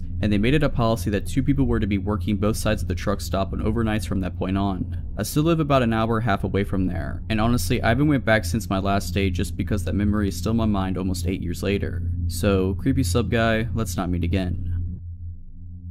This took place about 8 years ago. I had been single for a very long time. My kids kept telling me to get back into the swing of things, but I just kept making excuses. My nephew told me about this dating site. He said that there was no harm in talking to people, so I did it. I put everything out there so there were no surprises when or if they met me. I thought that if they still contacted me after reading all I had described myself and we matched, then maybe I would have coffee with them. I met with one gentleman who was way too regimental for my crazy life and kindly declined any more involvement with him. Another guy seemed too pushy and acted like I should be honored to be in his presence, but then there came, we will call him Richard. Now please keep in mind I had very low self-esteem at the time. That being said, Richard seemed great. We carried on conversations for hours. He lived an hour and a half away, so all we could really do was talk to each other. We talked about our kids, dreams, goals. My daughter even friended one of his sons on Facebook. I was a secretary for some self-help meetings in my town, and he was going to school to be a counselor. Perfect, right? We talked for at least 4 months, but after a while, I noticed that he kept having small problems come up. Arguments with his mom with whom he was living, no money for gas, his truck broke down, his oldest boy was mad at him, just little things, you know? Not anything that would set me off, but it was his poor me to heck with it attitude. I tried to let that go and really be a positive influence in his life. His mother and boys loved me and told me that they had never seen him so happy. Time went on and we were still talking every day. I had an opportunity to come see him, and of course, my daughter went with me so she could meet his son in person as well. I took him and his son out to eat at the only little coffee shop in that town. He knew I was on a fixed income, but I paid anyway because he was going to school and didn't have an income as of yet. We had a good time. We met at his son's house in a hilltop town. We were having such a good time that we didn't notice that the snow was coming down hard and the roads were icing up, so my daughter and I stayed the night in one of the rooms. It seemed like the closer we got to his family, the more distant they became to him. It was odd. The next day the roads were clear, so we said our goodbyes and went home, but before we left, I received one extra hug from his son's mother-in-law. She whispered in my ear, "Don't fall for him." I thought that maybe there was something she didn't like about me. That came out of the left field. The next few days we didn't talk. I thought that was odd. Did I do something wrong? Someone from the self-help meeting told me that there was a man looking for me. She said he looked disheveled and smelled like alcohol. This wasn't a surprise to me because I helped quite a few people get back on their feet, and maybe this one fell off the wagon and just needed to talk. As I was driving down my street, I saw a truck in my driveway I didn't recognize at first. It was him. He found out where I lived and was sitting in the front of my house. At first I was happy until I looked in his truck and saw him slumped over reeking of booze. At that point my fixed mode set in and I asked him in for some strong coffee. He told me that he had a blowout with his mother and she kicked him out and his boys won't talk to him. I got him some clean clothes and told him to take a shower. I figured we could sort it out the next day. In the meantime, I was taking him to a meeting. He sobered up and agreed to go, but the whole time at the meeting my friends were acting like I had lost my mind. Did they see something I was blind of? He went back to my house and he seemed okay, almost too okay like nothing at all happened. My son pulled me aside and told me he didn't like him much, but I thought that maybe he was just being overprotective. I should have paid more attention. We went to the store because I wasn't prepared for the extra mouth, and I bought 4 2-liters of soda, a gallon of milk, and 2 monsters for both of him and my son, some chips and other things for dinner. After we ate, we all watched some TV and headed off to bed. I let him sleep on the spare bed in my room, but in the middle of the night, he tried to get frisky. At that point, no. My grown kids were in the other room and something just didn't sit well with me. Like he wasn't the same man he was before. The next morning, my daughter came running out of the bathroom angry. She said in a loud voice, "Someone peed all over the toilet." He didn't say a word. Later, we were all eating breakfast and he started to let food drop out of his mouth onto the table and floor and was spitting food while he was talking. He took 3 2-liters and drank them back to back, letting some run down his chin. Then, yes, there is more, he took the remote and started to set future recordings for his favorite shows and deleting a few of my grandchildren's. He set recordings for weeks in advance. Wait, what are you doing, my friend? This is not cool. I told him, but he acted like I said nothing. Then he went to the refrigerator and told me that I had to go to the store and buy more soda and stuff because it was all gone. Like it was gone. He even drank my son's Monster and the whole gallon of milk. One day, mind you, only one. At this point, my daughter was also livid, so she contacted his son and he proceeded to tell her that Richard's mother kicked him out because he wouldn't get a job and was stealing money and eating her out of house and home. His other son won't talk to him because he keeps asking for money and won't pay it back. He himself was mad at him for lying to me by telling him that he was going to school when he wasn't and using me as his next big meal ticket. Well, that was it. I got all of his stuff together and took it to his truck and asked him to leave. It doesn't end there. He had loosened some bolts on his transmission, making it impossible to move. He begged and pleaded for me to let him stay. He was at that point snot was coming out of his nose. He said that he just wanted to be close to me and if that meant sleeping in his truck, he would do that and he couldn't live without me. Well, no, I called his oldest son and told him that if they didn't come with a tow truck and get their dad, his fate was not going to be nice. They arrived 2 hours later apologizing for their father's actions. We found out that through his son that for many years he had gone through quite a few unhealthy relationships and took advantage of a lot of women that fell for his lies. He still tries to friend me on Facebook to this day.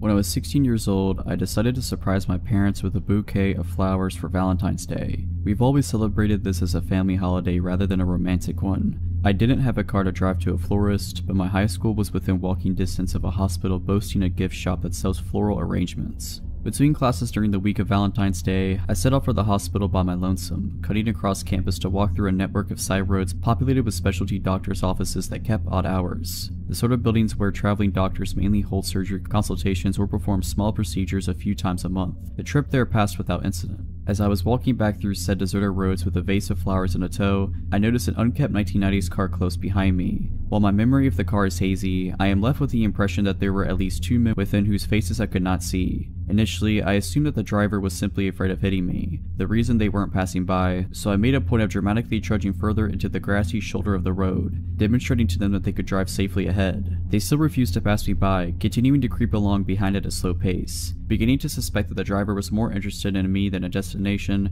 I began to walk faster. The car confirmed my suspicions by matching my speed. Despite the impracticality of my shoes and the threat of spilling water from my vase, I commenced to run as fast as I possibly could. They hit the gas and again matched my speed. I realized at this point that the car was following me, that there was no one in sight to notice, and I needed to get away. I bolted into the first parking lot that I saw. The car turned in after me. Despite there being only 2 or 3 cars in the spacious front parking lot and there being no other set of activity at the office, this car did not stop to park in the numerous spaces available there. The driver instead opted to pursue me in the partially under construction back portion of this lot, behind the office. It passed every available parking space to corner me against a pile of debris and rubble from the construction, coming to a diagonal stop less than 3 feet away. Before anyone could emerge from the vehicle, I somehow managed to scale the small prominence of rubble against my back. Base in hand, it jumped from its peak to land painfully on the other side, which fortunately was a plot of undeveloped land within sight of my high school campus. I took a quick peek back over my shoulder to see if they were still in pursuit, but the car had sped off after it reached the top of the rubble pile and was nowhere in sight. They had not parked in the lot at all. They had no business there. The driver was following me. I sprinted at top speed and didn't stop until I was soaked with sweat in the dead of winter and panting in the student lounge among my classmates, who didn't seem to care when I told them. In retrospect, I should have told an adult, alerted campus security, and called the non-emergency line at the local police station, but I was young, foolish, insecure, and afraid of getting in trouble for leaving campus when I didn't have a signed permission from permitting me to do so. I kept trying to convince myself that I had misread the situation or was overreacting. I don't know what I would have even told the police had I called them, as I was entirely ignorant of the subject of cars and I couldn't have identified the make of it if I had been asked, and I couldn't see the faces of the occupants. I was also worried that my parents would restrict my already extremely limited freedoms if they knew I had been in any danger. Whoever followed and tried to trap a 16-year-old girl with flowers at a doctor's office just before Valentine's Day of 2016, let's not meet again.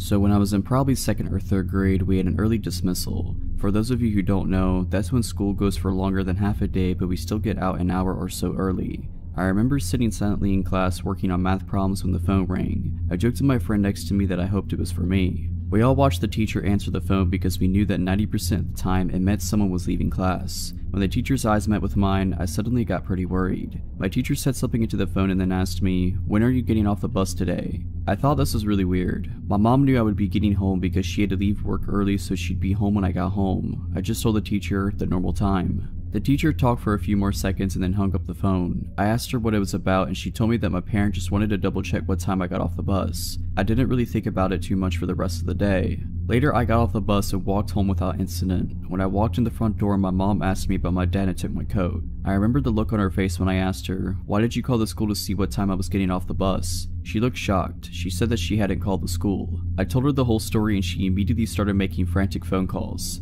I knew that something was wrong. I watched some TV while my mom talked. About 20 minutes later, my stepdad came home early from work. About 10 minutes after that, a state trooper pulled up. I was pretty scared because I thought that somehow I was in trouble. The state trooper asked me a few questions like, "Has anyone tried to talk to you while you've walked from the bus stop? Have you seen anyone parked at the bus stop who didn't have a kid get into their car? Has anyone tried giving you a ride?" The answer to all of his questions was no. I had never seen anyone suspicious as we lived in a pretty nice neighborhood and it was mostly old retired folk who live around us. My mom asked me to go upstairs to pack my bag as it was my dad's weekend for visitation. When my dad got there to pick me up, he was questioned pretty heavily by the state trooper. I had been eavesdropping from upstairs. My mom called me back down and I left with my dad for the weekend. My dad ended up teaching some basic self-defense, which I thought was pretty cool. I never heard anything about the situation and eventually I forgot about it. Fast forward to today. I was watching a horror movie when I then remembered the whole incident. I asked my mom about it and what she told me chilled me to the core. She told me that someone had called my school posing as my dad. This man knew my dad's full name, my full name, and my mom's full name. He kept saying that my mother wanted him to pick me up from the bus stop because she wasn't going to be able to leave work early. The school didn't even bother calling my mother. I believe that the only thing that saved me from being abducted was the fact that I had told the man that I'd be getting off the bus at the normal time, which was around 3:15. I had actually gotten off the bus at around 1:45. So creepy guy who wanted to abduct me, let's not meet.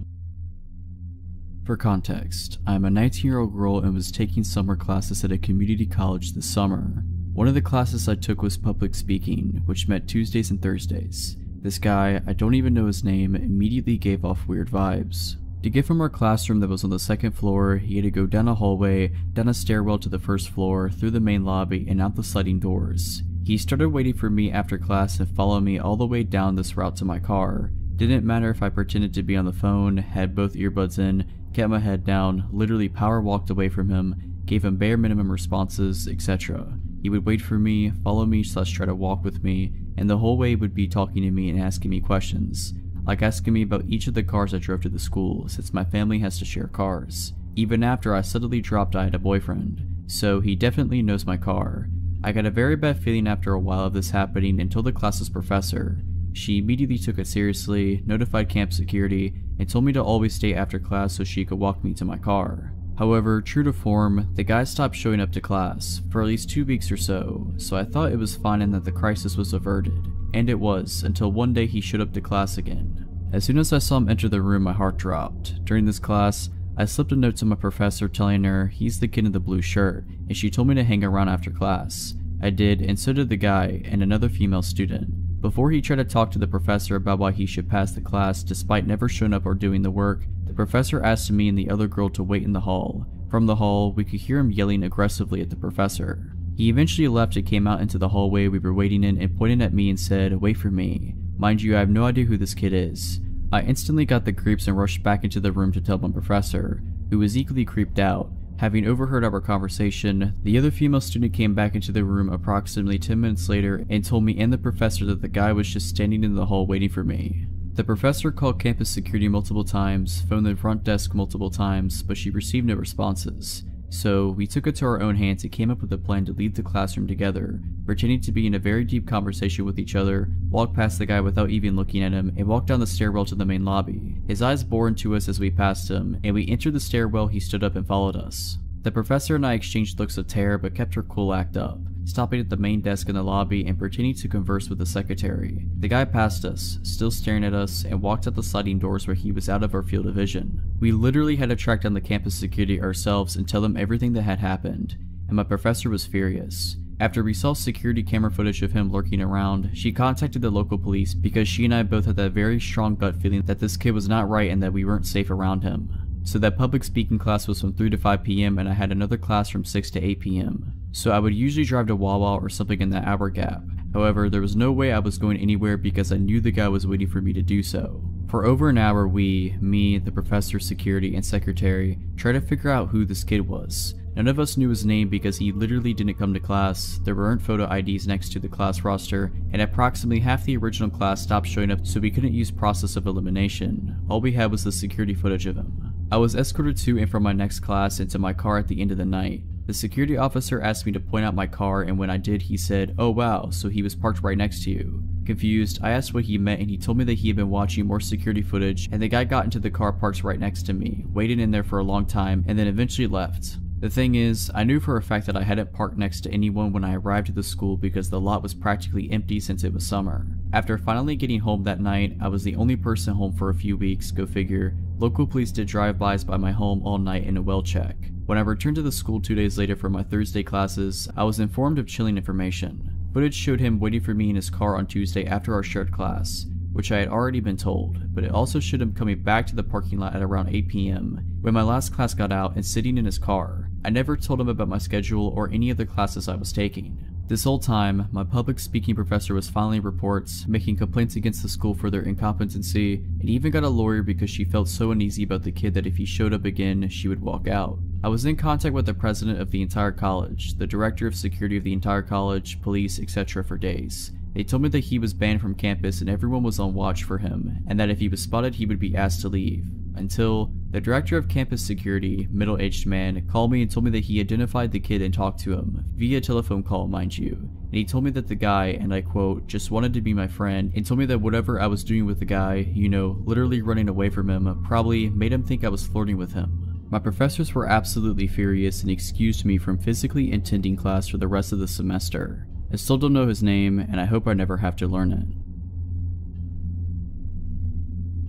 My New Year resolution 2012 was to get in shape again. After my first kid was born, I lost my athletic interest, but I had every intention of getting it back. So I started running 4 days a week with my friend Hannah, who is a great runner slash motivator. We would run after work, 5 to 10 kilometers, usually favoring the forest trail. It's the kind of trail that got lighting in the darker months of the year, so you could run there anytime really. Once you turn on the lights, you got 45 minutes to run the shorter trails, and longer to run the longer ones. Then the lights shut off automatically. We had been running for about 2 months when we started seeing the same man hanging around the parking lot every time we got there. Thin man, 25 to 30 years of age, always dressed in sports clothes but never actually running. He never looked you in the eye either. We speculated that he could be homeless camping nearby because he was constantly there. We got used to seeing him, sitting somewhere close by, silently and always on his own. We felt sorry for him. He never seemed to talk to anyone or interact at all, but there was something about him that made us hesitate to talk to him or ask if he was okay. Can't pinpoint what it was, but something wasn't completely right with him. One evening, Hannah didn't make it to our run and I decided to go on my own. I arrived at the parking lot, my car being the only car there. I did some stretching, turned on the lights, and set off on the 5-kilometer trail. I hadn't seen the thin, silent man when I started my run. Perhaps it was getting too cold to sit there now since it was autumn, dark, and getting closer to the freezing point. He must have been here though, somewhere in the shadows, because when I got to the top of the first steep hill, I could hear heavy breathing somewhere behind me. I look over my shoulder and I see him. He is running like a man obsessed. In regular shoes, not running shoes, with his arms moving in a really strange, stiff manner as he was made of metal. His hands like arrows, straight in an upward inward angle, sort of like a sprinter but more extreme, moving like a robot. He had never done anything to harm me, or anyone else as far as I knew, but the look in his eyes alone was enough to let me know that I needed to go. I started running faster, trying to create distance between us, and I could hear his heavy breathing getting even more strained. I ran like my life depended on it, adrenaline pumping through my body and giving me new strength. I tore off my necklace and threw it on the ground thinking, I must leave a trace if he takes me, something must be left behind. I tried screaming, hoping someone would be close enough to hear me, but I couldn't scream my lungs out and keep up the phase at the same time. He was still behind me, maybe 100 meters behind now, but I figured that if I trip and fall, or run out of energy, or fumble with the car keys once I reach the parking lot, then I'm screwed. So once I reached the sharp turn on the trail, I went off the trail and ran straight into the dark woods. I ran only a short distance and then I laid down flat on my stomach, my hands searching for a rock to defend myself with if he found me. I realized that I was wearing bright running clothes with reflexes and neon coloring. I had ever felt so visible in the dark before. I could hear him reach the turn and thankfully he kept on running. I started to move slowly and as silently as possible move further into the darkness. My heart sank again as soon as I heard rapid footsteps closing in from the trail. He realized that I must have got off the trail once he saw that there was no sign of me ahead. He stopped and I stopped. I could imagine him listening for any sound and I held my breath and prayed to make him go away. After a while I heard him say something in a language I didn't recognize and walk off. I didn't move. I feared that he would wait for me by the car and realized that I had to get off the trail and onto the main road and stop someone. I couldn't go back to the parking lot. I started to make my way further into the woods, knowing that I would eventually end up on the last part of the long trail and close to the main road. The lights on the trail suddenly shut off. That made me calmer at first. The dark was a comfort and protection, but then after only a few moments it switched on again. This could mean that another person had just started their run and soon I would have someone there to help me or that he was out looking for me. I decided against waiting to find out and continued my way towards the main road. It was dark and I fell multiple times, my clothes getting wet from the damp vegetation and I started to get cold. After what felt like a lifetime, I could see the 10-kilometer trail ahead and I knew I was close to the main road. Soon I could hear the traffic. Once I made it to the road, I must have looked like I had been in a terrible accident. Blood from several small cuts from the falling and my clothes dirty. My bright runner's shirt soon attracted the attention of a passing car. My waving and desperate shouting made it stop. The driver, a 40-ish man with his 2 kids in the backseat, spent the next 10 minutes or so trying to make sense of what I tried to say between the sobbing and the crying. He asked if I wanted to lift back to the parking lot and I told him no, please take me home instead. At home, my husband insisted on going to the parking lot to retrieve the car and calling the police. My husband went back for the car. The driver's seat window was smashed and my phone was gone. So was the photo of my daughter that had been hanging from the mirror. I don't know what he was trying to do or why he chased me the way he did, but the look in his eyes, there was no doubt he had bad intentions. So creepy forest trail man, let's never meet again. This is a story from when I was 18. I'm 25 now. My mom and I were regular attendees of our local church. We both attended different midweek groups. I met with some of the younger ones, and my mom went to one with some of the middle-aged people. Anyway, my mom's group was about half a mile from our house, and we didn't own a car, so she would often walk there on her own. For the 7:30 start, this was fine in summers because it wasn't getting dark until around 9ish. When her group ended at 10, she would call me and I would start walking/running to meet her to walk her home. We would usually meet not too far away from her group, but we would always stay on the phone until we met. On the night in question, all was usual. She called, I got my trainers on, and locked the house and began jogging to meet her. I usually ran because it was good training for my rugby. In order to meet my mom, I had to cross up our local park and go through a dark patch of trees behind some of the local houses. It was usually just before these trees that we met. Anyway, I'm running and my mom's walking. We are talking about her evening and who was there when she suddenly says, Joe, hurry up, I think someone's following me. My heart rate goes through the roof and I start to panic, so I start sprinting still with some way to go until I meet her. I tell her to stay calm and keep her updated on my position. My mom is tough but short. I hear my mom scream through the phone and also hear it in the distance ahead. Get away from me, what do you want? I don't have any money and you can have my phone if you want. This panicked me. I ran like I had never run before. The distance I had to cover usually took me a good 45 to 60 seconds to run, but I did it so much faster. By now I can see them in the distance. My mom's screams were piercing through me. I could see the guy has her by the hair and is dragging her about. She was fighting him all the way. I shouted get off of my mom and charged in. He was tall and lean but had hardly any weight to him. What happened next is something of a blur, and only through me and my mom talking about it have we come to some conclusion on what really happened. And the guy's injuries, of course. He saw me and immediately let go of her. She fell to the ground sobbing and tried to run. I caught him fairly easy and took him to the ground hard. My mom says I took him clean off the ground before smashing his head/shoulder into the ground. He grunted and we rolled, but I beat him up. It's at this point that I blank out, but apparently I hopped over the guy, headbutted him, and repeatedly beat his face. Someone from the houses behind had heard the screams and called the police. One guy from the street was a policeman and had come out to investigate. I remember him dragging me off the guy, and it was then that I saw the blood and scratch marks on my arms. He had clawed me, but I hadn't noticed it. The police arrived quickly and we had to be interviewed by them, which is all still a bit blurry. Apparently the off-duty cop had thought I was the attacker, as I suppose anyone would have seen me beat up the guy. The guy was on their records as a thief. He had mugged a girl in town not that long before. When police interviewed him, he claimed that he was just robbing her, but I'm not sure. He's in prison now, thankfully. You never think of bad stuff will happen to the ones you love until it happens. So, guy who attacked my mom, let's not ever meet again. In 2012, I worked at a tanning salon in a strip mall. It was across the street from a Walmart that was always crawling with strange people. The strip mall that my salon was located in was poorly lit at night. There was a sushi restaurant and an AutoZone, but other than that, the other stores were vacant. We were open until 10 p.m. while the other two businesses closed around 8 or 9. The salon was never overwhelmingly busy, so there was always only one person working at a time. My best friend also worked at the company, and the salon she worked at was a 15-minute drive from mine. This detail is important later. I'm a night owl, so I worked the 3 to 10 p.m. shift every weeknight. At some point in time, I started getting strange phone calls at 8 p.m. every night. It started off strange, but nothing to be alarmed about. The first time he called went something like this. Caller, hi, I am conducting a survey on women's shopping habits and I figured calling a tanning salon run by women would be a good place to start. We also send out a gift if you participate in our surveys. Okay, caller, do you typically wear jeans, yoga pants, leggings, skirts, shorts, or dresses? Feel free to list which of each you wear. Me, I wear all of those. Caller, great.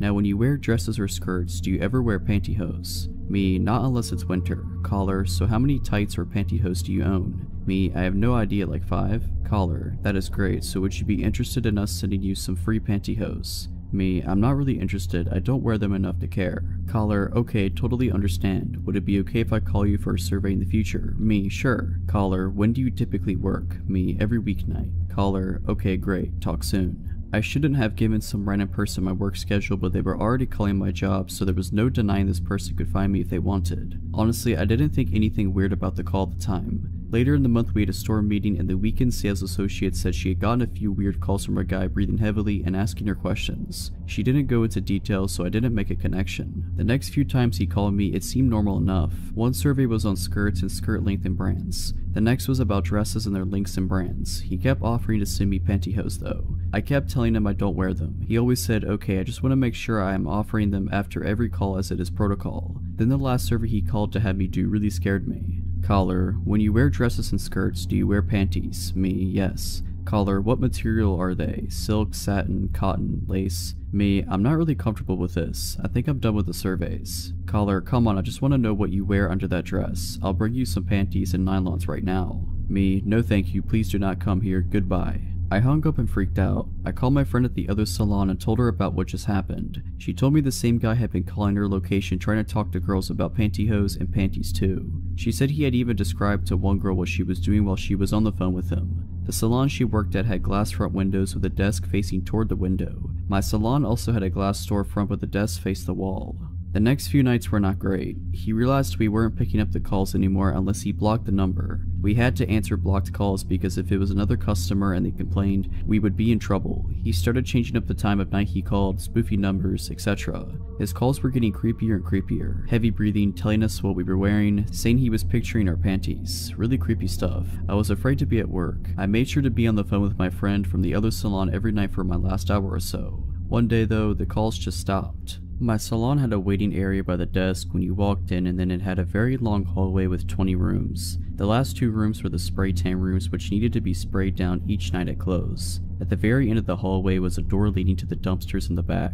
To the left of that door was the washer and dryer for used towels and such. This particular night, 20 minutes to close, a weird guy walked in. I had the most intense feeling that this was the creep. I acted normal and asked him his last name. I'd never been here before. Okay. I explained to him how much a single tan on a regular night cost, like $24. I explained our packages, etc., but I knew my words were falling on deaf ears. He just stared at me with his mouth wide open, breathing heavily. He asked for the most basic bed for 5 minutes. Okay, huge red flag. Why even come in? I put him in the bed and immediately got on the phone with my friend from the other salon. She was the manager at our salon, so she decided to close shop early and race over to me just in case I needed her. I had the back door propped open as it was hot in the salon and I wanted to get a cross breeze going while I cleaned the rooms. The dryer was also running, which could have impacted my hearing. I was in one of the rooms near the front sweeping when I realized it had been 15 minutes and I hadn't heard this guy walk toward the front door yet. I had hoped he would just leave while I was sweeping up in a room so I wouldn't have to deal with him. So I go down the hall to listen outside the room he was in. The room was empty. He clearly had not used the bed as there were no marks or anything and the glass remained clean. I called out to see if he was still in the salon. Sir, no response. I called my friend so fast, I had a horrible feeling of dread. "Where are you?" I yelled into the phone. "I'm pulling up, relax." "Did he leave yet?" she asked. I frantically explained to her what happened and told her loudly so he would hear if he was still in the store. "Bring your bat." My friend comes in about 3 minutes later with a steel bat. Together we started going in rooms one by one. When we got to the 6th room, we heard the back door slam shut hard. We ran to it and locked it. We still checked the other rooms, but we both knew what had happened. He had been hiding in one of the empty rooms and bolted when he realized what we were doing. I don't know what the guy's plans were for me that night, but I'm also thankful my friend was there to save me. So, tanning salon perv, let's not meet. About 7 years ago, when I was 17, my parents were out of town for a weekend and left me at home. This was a pretty common occurrence. My parents trusted me. I would usually spend these weekends away staying with friends or family, as my parents' house is a bit creepy to be alone in, even during the day. We live in a small rural town where everyone knows each other, and generally it's pretty quiet and pretty safe. Saturday I was supposed to stay with a friend, but her parents decided at the last minute not to let me stay. It wasn't a big deal that I had to leave. I was somewhat prepared to have to go home because her parents got weird about company sometimes. I left her house, which is about 15 minutes away from my parents' house, at around 9:30 or 9:45. While I was on the way home, I got a weird feeling that I can't really explain. I just knew that I didn't want to go stay at my parents alone. I called my brother and asked if I could stay with him. At the time, he was living with a woman who had a small child. He told me it would be quieter and easier for him to just come stay with me, since his dog would bark if I tried to come in the house. He said he would be at our parents' house in 20 minutes. After hanging up, I decided to stop at a gas station and grab a snack before going home so that my brother would be there when I got there. I pulled into the gas station. There were only a few cars in the lot, which is typical because this is a small town in the rural south where everything pretty much stops after 8 p.m. I parked and walked up to the door. There was a man standing outside the door smoking. He opened the door for me without saying anything. This is normal southern hospitality. I smiled and thanked him. Inside there was another man standing by the door. I noticed him staring at me as soon as I came in. He gave me that gross up and down look and said something to the effect of, "Hey, what are you doing alone?" Creepy. I just ignored him and walked towards the back of the store. He yelled after me and called me a name. I still ignored him. I figured he was drunk or high or just a jerk. Most people around here talk a big game but rarely back it up. I wasn't scared, just annoyed. I got my snacks and paid at the counter. When I walked back up to the door, both of the men were gone. I was happy to not have to deal with any more catcalling. I began walking across the lot towards my car, which was probably around 100 feet away from my door. As I was walking, I looked down on my phone to see if enough time had passed for my brother to be at my parents'. When I looked up, the guy who had hit on me was standing at the pump staring. I looked at him for a second and continued walking. "Hey, you know you're supposed to answer a man when he speaks to you," he said. I remember saying something snarky back to him and getting in my car. He looked pissed at my sarcasm. I locked my doors as soon as I was in the car, started it, and was thinking of nothing but getting home to eat my snacks and hang out with my brother. I put my car in gear and realized the man had disappeared. I looked around before pulling out of my parking spot, only to realize that both men were sitting in a car facing mine across the lot. They were both staring at me and talking, occasionally even pointing toward me. I just stared at them, defiant and pissed. I didn't want them to think they scared me at all. While we were sitting having our staring contest, the man who had opened the door for me smiled and gave me the finger across the throat gesture, as in, "You're dead." I rolled my eyes and pulled out the gas station, annoyed. To my dismay, they pulled out behind me. I hadn't been scared up until this point because, as I said, most people here are a lot of talk with no follow-through. Instead of going home, I took a few back roads that connect back in a sort of circle to see if they were really following me, which of course they were. When they realized I was testing them, they drove up really close to me and started laying on the horn. I couldn't see their headlights, they were so close. I called my brother and told him what was going on. He told me to come home and he would handle it. I started driving home. The two guys were still in my car blowing the horn. Even with my detours, I was only about 3 to 4 minutes from my parents' house. I slowed down to pull in the driveway and was immediately relieved. At the end of my driveway, my brother was standing hands crossed in front of his stomach, clearly holding a pistol. I drove around him into the yard. The two guys actually started to pull in behind me until they saw my brother, then they hightailed it out of there. I have no idea what they would have done if I had stopped somewhere alone or kept driving. I'm thankful my brother was there. This past New Year's Eve, I went away for the night with my two best friends and one of their moms. I was home for the holidays from college, and my friend Sarah invited me to go to Palm Springs to celebrate New Year's with her mom and our friend Rachel. I didn't have any other plans, so I decided to go with them. We went to a cool city about an hour from where we live that is big on shopping and resorts. We planned to have a pretty calm night, watch the ball drop at a block party thing downtown, have a few drinks at a bar. Since we're on the West Coast, the ball drop is at 9, so at around 8, we ventured from our hotel, walking to the block party about a mile away. On the way, we passed by a very lively bar. We decided to stop by and spend 15 minutes dancing, but didn't get any drinks. We continue on to the block party, get some dinner, a glass of champagne. The ball dropped and they had a DJ, so we spent about an hour there dancing. After we got tired of it, we decided to head back to the bar and hang out there until midnight. Once we get there, Sarah's mom pays for a drink for each of us, but leaves soon after that because she was tired. It's about 10:30 at this point, and Sarah, Rachel, and I are enjoying our drinks and having fun dancing. Rachel tried some of my drink since it was the one she hadn't had before. I went back to the bar to get a second drink, and that's the last thing I remember. The rest I've gathered from Sarah and Rachel. Almost immediately after getting my second drink, I asked Rachel to go to the bathroom with me because I wasn't feeling well, even though I was completely fine 10 minutes before. Once in the bathroom, I just collapsed on the floor, and I was almost unresponsive. Rachel, not worried, somehow drags my half-lifeless body out to where Sarah was waiting for us. Security, seeing my condition and assuming I was wasted, asked us to leave. Sarah and Rachel decided to take me back to the hotel about a half a mile away. By this point, I was unconscious and there were barely any sounds escaping from my mouth. They saw someone leave the bar at the same time as us, who was walking near us, but they were preoccupied with trying to keep my lifeless body off the ground. At one point, I threw up all over myself, the both of them, and the sidewalk, etc. The next part of the story we had to get from Sarah, and Rachel doesn't have any memory of this. Still struggling to carry me, the man they saw leave the bar approached them. He was hitting on Rachel, trying to get her to go grab a drink with him. She was very agitated and told him to leave. Her friend needed help right now. He didn't take no for an answer and continued to follow us down the street, asking if they wanted to get drinks with him, if he could help carry me and such. A middle-aged woman witnessing this came up and told the man off. Something along the lines of, "Stop harassing these young women or I'm going to call the police." He left after that. Next, by some miracle, an EMT and his wife enjoying the holiday ran into us on the street. He checked me out to make sure something wasn't majorly wrong and then carried me the rest of the way to my hotel and into the room, since my friends could barely hold me up.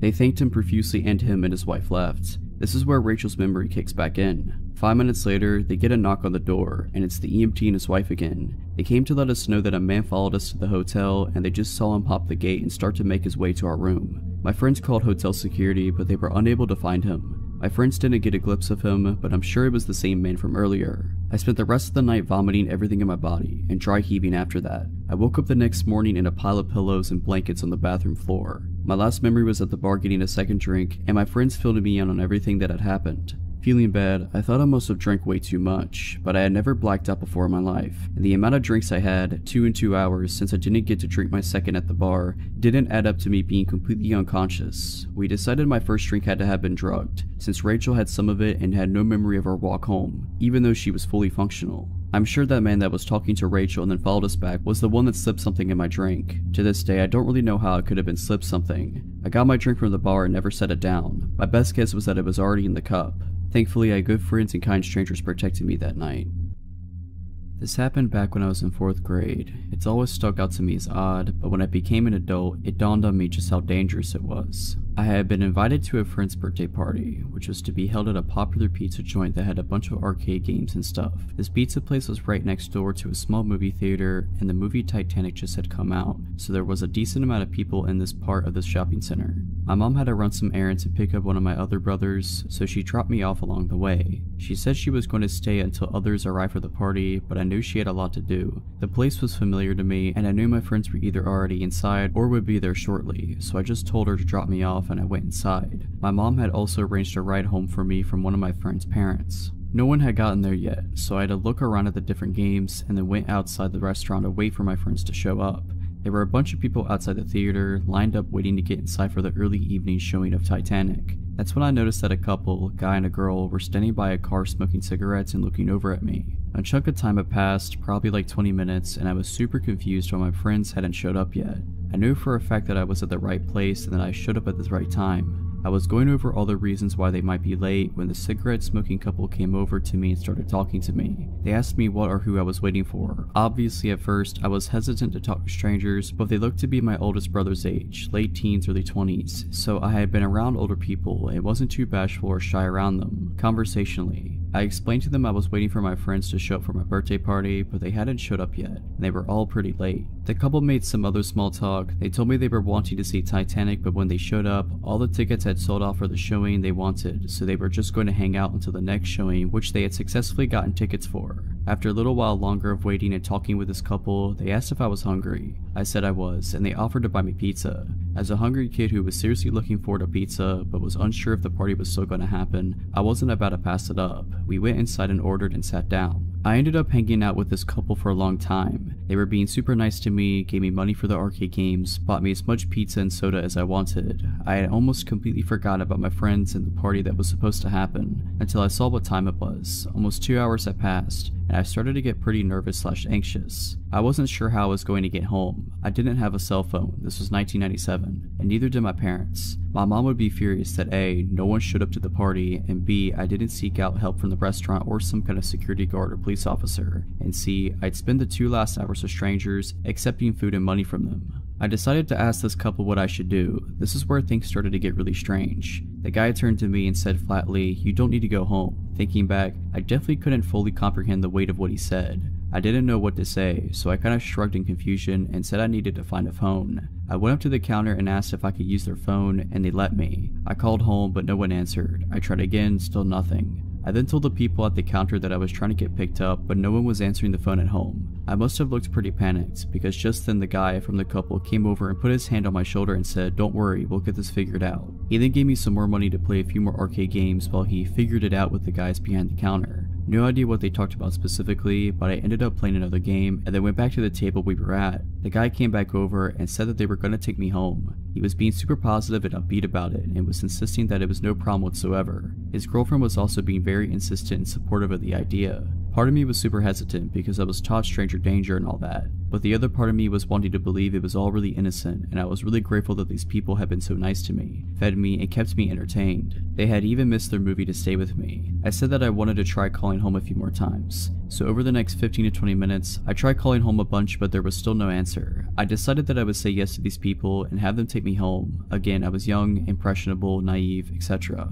The people behind the counter must have been seeing this from the more rational side and realized something seriously fishy was going on. One of them had gone on break and called the police to come over and address the situation. Policeman shows up and comes over to figure out what's going on. I don't remember everything about the conversation, but what it ended up coming down to was who was going to take me home. The couple was still really insistent. Thinking about this as an adult, I find it strange that the cop was even considering letting this whole thing to be an option. As an adult, there is no question in my mind that the cops should have shut the conversation down and taken me home, but for some odd reason, they let me decide. I felt like I was being pressured. I remember going back and forth in my mind. These people had been so nice to me and had hung out with me, and I didn't want to be rude, and I also felt really intimidated by the police officer. I remember this part as if it was yesterday. As I was thinking, the cop went over to talk to some of the guys behind the counter, and while he was away, the guy from the couple looked at me with a smile and asked, "Do you want to go with him or us?" I told him I would go with them. Again, in hindsight, I still can't believe the cop let this happen. As we were getting our things to go, the officer did say that he was going to follow us the whole way, which was a redemptive assurance. The officer asked for my address and my parents' names. I got in the couple's car and told them where I lived, and we were on our way. The girl was driving and the guy was in the front passenger seat.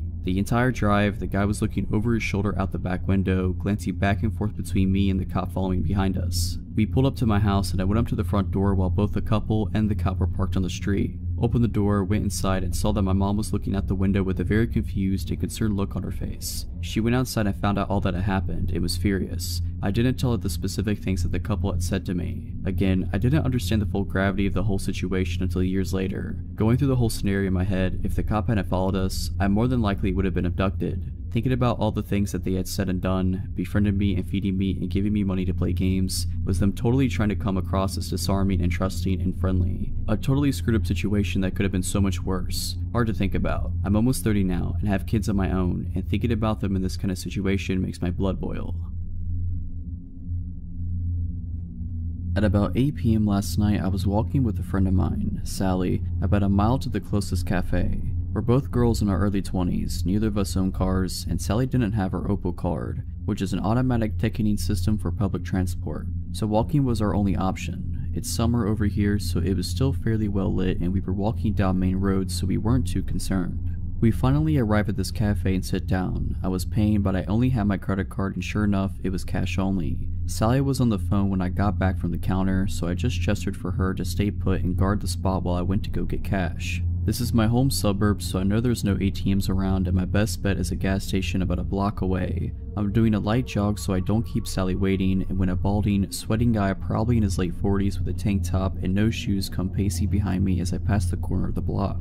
He walks behind me for about 100 meters. I didn't really think much of it. The gas station was the next building along. It seemed like he had just come out of a nice suburban house along the street and it wasn't the witching hour, so I just assumed he was going to the station like me. He didn't even cross my mind as I entered the tiny convenience store, nor did he follow me in. In my peripheral, I saw him walk past the door and out of sight. I looked around for an ATM they sometimes have inside. No such luck, so I go up to this man in his 30s at the desk and reluctantly ask if they're able to do cash out. He smiles and says, of course, and then asks, is he with you? I have no idea who he's talking about at first, and then he points to the man from earlier, pacing around outside the store. Keep in mind, he didn't look at all menacing. He wasn't going back and forth just outside the door. He was drifting in the space outside, from the pavement to the gas pumps to the storefront, seemingly aimlessly. I assumed he was on drugs. I tell the clerk no, not thinking much of it at all. He says, oh, he was staring at you before. I thought he might have been your dad. I laugh it off. I honestly wasn't concerned at all. He was still ambling around outside and I couldn't imagine him having a fixed gaze on anything. I thank the clerk for the cash, but before I turn away to leave, he says, just wait and see if he leaves first. We wait for a few minutes in silence and the guy begins to pace back and forth directly against the front wall of the store, looking straight ahead and never into the store. It still looked like the man was just on a drug-induced amble and seemed harmless. Not once did I catch his gaze, so I figured it would be safe to just slip out the door and walk back to the cafe in the fairly bright light of dusk, especially since Sally was texting me at this point asking, where are you? I thank the guy at the desk once again for his concern and assure him that I don't know the guy and I'm not involved in some weird scheme to rob the store and head for the door. The clerk asks if I want him to walk out with me. I say that I should be alright and begin walking away from the block. As I leave the store, the drifting man stops pacing and makes a beeline for me from the other end of the building. I seriously didn't think much of the guy at all until this point, but for the first time he was briskly walking in a straight line towards me. The hairs on the back of my neck stand up and I start power walking so that he doesn't think I'm actively trying to escape him. Still trying to convince myself that I'm just being paranoid and should be more casual. I don't look behind me to see how close he is. I've reached the pavement on the other side of the gas pumps when I heard the clerk run outside. He's yelling at me, go, run, run. I make a break for it, looking over my shoulder. He's grabbed the man by his shoulders from behind. The balding man isn't even glancing behind him or trying to escape. He's just watching me run away. I keep running until I've crossed the road and then turn around, standing still. The clerk is still holding onto the odd, staring man. The clerk and I are just looking at each other in bewilderment, not really knowing what to do. He makes a hand gesture to go and I gesture my hands thanks, you know, to clasp your hands together and shake them a bunch of times. I got back to Sally with the cash and bought food before walking back home a different way. Overall, odd guy at the gas station, let's not meet. Nice gas station attendant who went well out of his way to help my naive self. I'm definitely glad we met.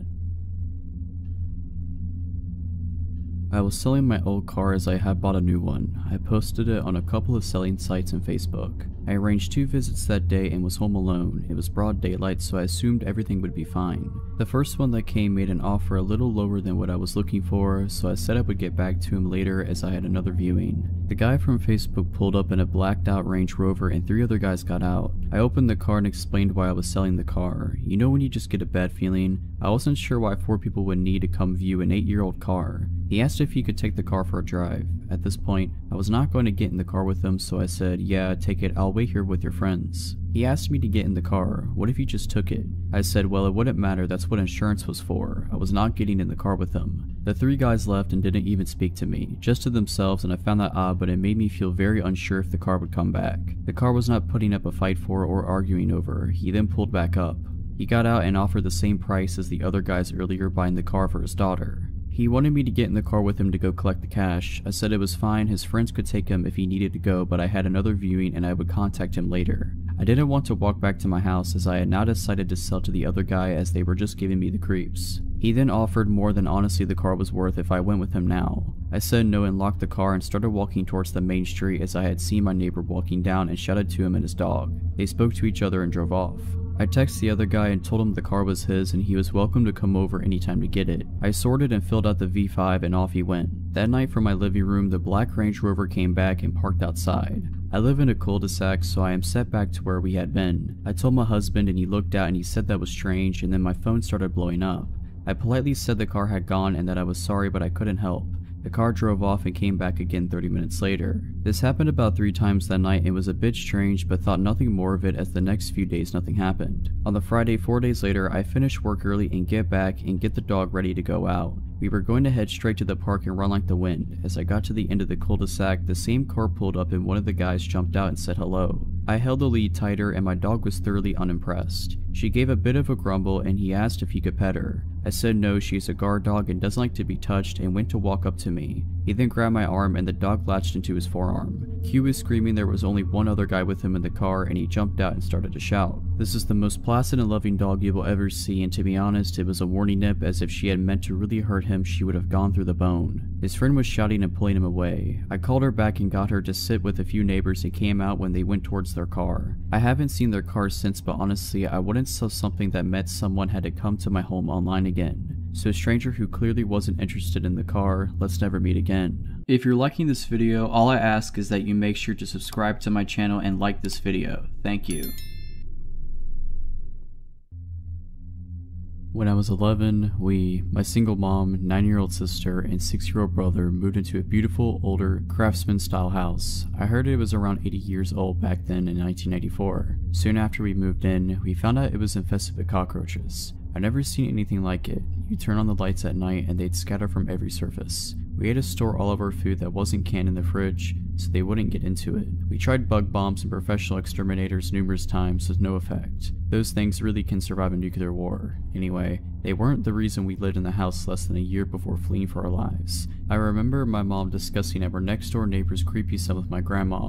He was in his 20s or 30s. She'd been doing dishes one day and looked up to see him standing directly on the other side of the kitchen window, staring in at her. Normally, she would have kept something scary like this from us kids, but about at that time, she told us to tell her if we ever saw him near the house, and we weren't allowed to play outside. So, one afternoon we were all doing some spring cleaning, but my brother said he found a cigarette butt in the upstairs toilet. Weird, since nobody in our family smokes. Being a dumb little 6-year-old, he flushed it before telling our mom. I still remember her trying to get the entire story out of him, being upset that the evidence was gone, and thinking he might have been mistaken or maybe he'd picked up a butt somewhere outside of curiosity. She soon dropped it and we mostly forgot about it. I think it was a few weeks later. My brother was spending the night at our grandparents and my sister and I were the only ones upstairs. Our mom's bedroom was downstairs. My sister heard a sound like a screen door slamming, but she insisted it came from in the house and she was freaked out. I told her it was just from outside and to go to sleep. A minute later, we heard a strangled cough coming from just outside our bedroom door, a man's cough, and sounded like he was trying to keep from making noise. I whispered that we needed to get downstairs. We sneaked out of the room and I had the irrational urge to turn on the light in the bathroom, which was just across the hall from our bedroom, and check to see if anyone was there. Then just as strong of a feeling to get away from the bathroom and get downstairs now. The scariest moment of my life was when we were creeping down the stairs in the pitch black. It was a spiral enclosed stairway with walls, the perfect place for someone to hide. The stairway light was burned out and the wood steps were creaky, so it was terrifying making our way down. We got downstairs and woke up our mom, panicked that there was a guy upstairs in our bathroom. She started to tell us to go back to bed, but could see we were seriously scared. She went over to the bottom of the stairway to go up and show us that there was nothing to be scared about. Then she just had strong of a feeling to close the stairway door and lock it now. She did, called the cops, they found nothing and didn't really take us seriously. The next day, she called a PD detective friend of hers from high school to come over and inspect the house. Remembering the cigarette butt in the toilet, she had him look at the upstairs bathroom window. It was a high, narrow rectangular window, not very big but just wide enough for a person. Who knows how many times the intruder climbed our roof to get in and was upstairs while we were sleeping across the hall. The window swung up on hinges. When my mom's friend let the window drop, it sounded like a screen door slamming. He said the locks on all the windows were so old they were practically useless, and we needed to get out of the house immediately. We moved into my grandparents' house that day. When my mom went with her brothers a few days later to pack up some things, a back door had been smashed open, but nothing in the house was disturbed. A few years later, we heard the neighbor's son was arrested for attempted murder. I still wonder what might have happened if I turned on that bathroom light, if my mom didn't lock the stairway door, or if we didn't leave the house when we did. Backstory: my wife and I don't live together. She had become abusive over the last few months, mostly towards our daughter. Our daughter is almost 18 months old and is my whole world. I am unemployed at the moment, but my mother had been helping me out a lot. Today at around 4 p.m, I took my daughter to the store. I usually do this around the time she wakes up from her nap. My daughter is a very active child and can't seem to sit still for more than 10 minutes without getting cranky. I usually let her walk with me, holding her hand and patiently walking at her pace. I usually get just a juice for her, but had to get some extra groceries that I was short on. Flour, sugar, and some noodles. I also remembered we were low on milk and grabbed a gallon on our way back. With all that I was carrying, I wasn't able to hold her hand. I made sure to walk behind her, but that only makes her walk slowly. As we made our way to the registers, I was continuously urging her to keep walking, which she would do, but only for a second before her attention would be drawn to another rickety box with whatever was on sale, or she would see something colorful on a lower shelf. I was getting a bit frustrated, but I wasn't showing it in my voice. I kept urging her to keep walking, and she kept getting sidetracked. With everything I was carrying, I started to wish I had grabbed a basket. At the front, their customer service desk holds register 1, which was thankfully open. I want to take the time to mention that my daughter is very fond of saying hi and waving at everyone. I set everything up to get rung up, but the service attendant was busy with the return of the customer service area, so I had to wait. The entrance to the store is to my right. The only exit door is behind the service desk, which leads into the small foyer before leading to the other doors. As people enter, they have to pass the customer service desk. I was being fatherly to my daughter, trying to entertain her with patty cake and the itsy bitsy spider. While we waited for the cashier to check us out, my daughter would frequently wave at people passing and say hi in her squeaky toddler voice. Some people would smile and wave back, while others would stop to adore her. At this point, I'm used to people doing that. The lady was ready to check us out, and I told my daughter to hold my hand, since I wouldn't be looking her way. I had to pull my wallet out to retrieve my debit card to pay for the groceries and let her hand go for a moment. I kept looking her way to make sure she wasn't wandering off. The lady went to hand me my receipt when she all of a sudden yelled at someone behind me. "What are you doing with this daughter?" She bellowed as I turned to look at a man who had picked her up and started running towards the entrance doors. I was shocked. The doors didn't open since they were a one-way set of doors, and the cashier quickly picked up the phone yelling that she was calling the police. I was stunned to the point of immobilization, but quickly realized what was going on. I have a pocket knife that I usually carry on me so I can break the seal on my daughter's juice. I quickly ran after the man as someone started to make their way through the entrance doors. He didn't get a chance to run through though because I slammed my fist across his temple. I decided to not use the knife in case I might get in trouble. The man stumbled and I grabbed my daughter from his arms. He then proceeded to run out the door empty-handed. The police arrived about 5 minutes later and asked me what I had seen. I explained that I hadn't seen the man's face since he had long hair and a beard. He was also wearing a hoodie, which wasn't that much of a surprise. They took the statement of several witnesses, including the cashiers, and had already had other officers searching the area. Someone had said the guy had ran behind the building, but the officers didn't find anyone. The police took us home and then asked more questions like, "Have you seen him before? Do you know anyone who looks like this man?" And they proceeded to ask about the home life. CPS had been over earlier in the day to discuss my wife's mental health plan, and the police had been here earlier as well. The officers asked if we needed any groceries or anything. I told them no. The officers left, leaving me their cards in case I saw the guy around the area. About 20 minutes later, I got a knock at the door. To my surprise, the officers had returned with the largest box of Pampers diapers I had ever seen, a large box of wipes, about 6 large Winco bags of groceries, and a couple bag of toys. They had left us with a Christmas card saying I was a strong father to have had so much go on recently, and that my daughter was lucky to have such a great father. There was a $100 bill in the card too, wrapped in a note that said to get a drink or two if I needed it. I don't drink, so I'll probably get some extra Christmas presents for my mom and daughter. So, to the guy that tried to kidnap my daughter, I hope the police find you.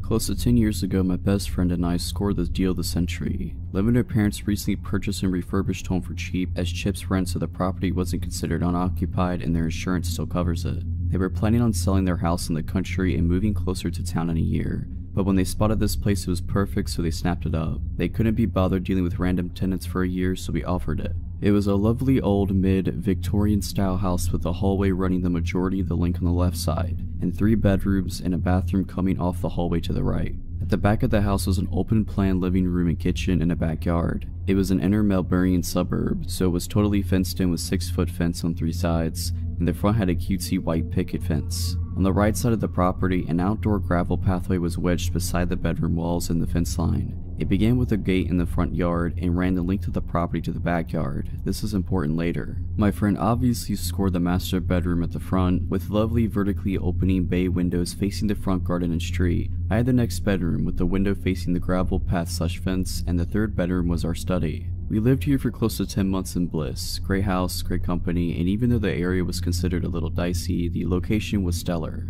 One hot summer night, we said our goodnights, and I went to bed and fell asleep immediately. My housemate stayed up in bed to read for a bit, with just her bedside light on. She was doing that just for over an hour before she heard a weird scratch in the front window of her bedroom. Initially, she put it down to an overhanging tree branch, till she realized there was no overhanging tree branch. She sat frozen in fear, blankly staring at her book for what felt like an eternity, till she heard the noise again and again. Scratch, scratch. Slowly looking up, she saw a dude wearing a hoodie trying to open her window, looking her dead in the eyes. She screamed, jumped out of bed, and ran straight into my room. I woke up super dazed as she was pulling my hand and whispered, yelling that someone was trying to break in. She had a tendency to be a little overdramatic sometimes, but I swear I've never seen someone look so genuinely terrified. I went to grab my phone to call the cops, but we just went completely still when we heard the distinct crunch, crunch, crunch of someone walking down the side path of the house. We both rolled off my bed onto the floor and went completely still. The crunch, crunch, crunch continued, getting closer to my bedroom window. I don't know what it is about distinct sounds at night when it's otherwise quiet, but it sounded deafening. And then I realized why it was so loud. My window was wide open.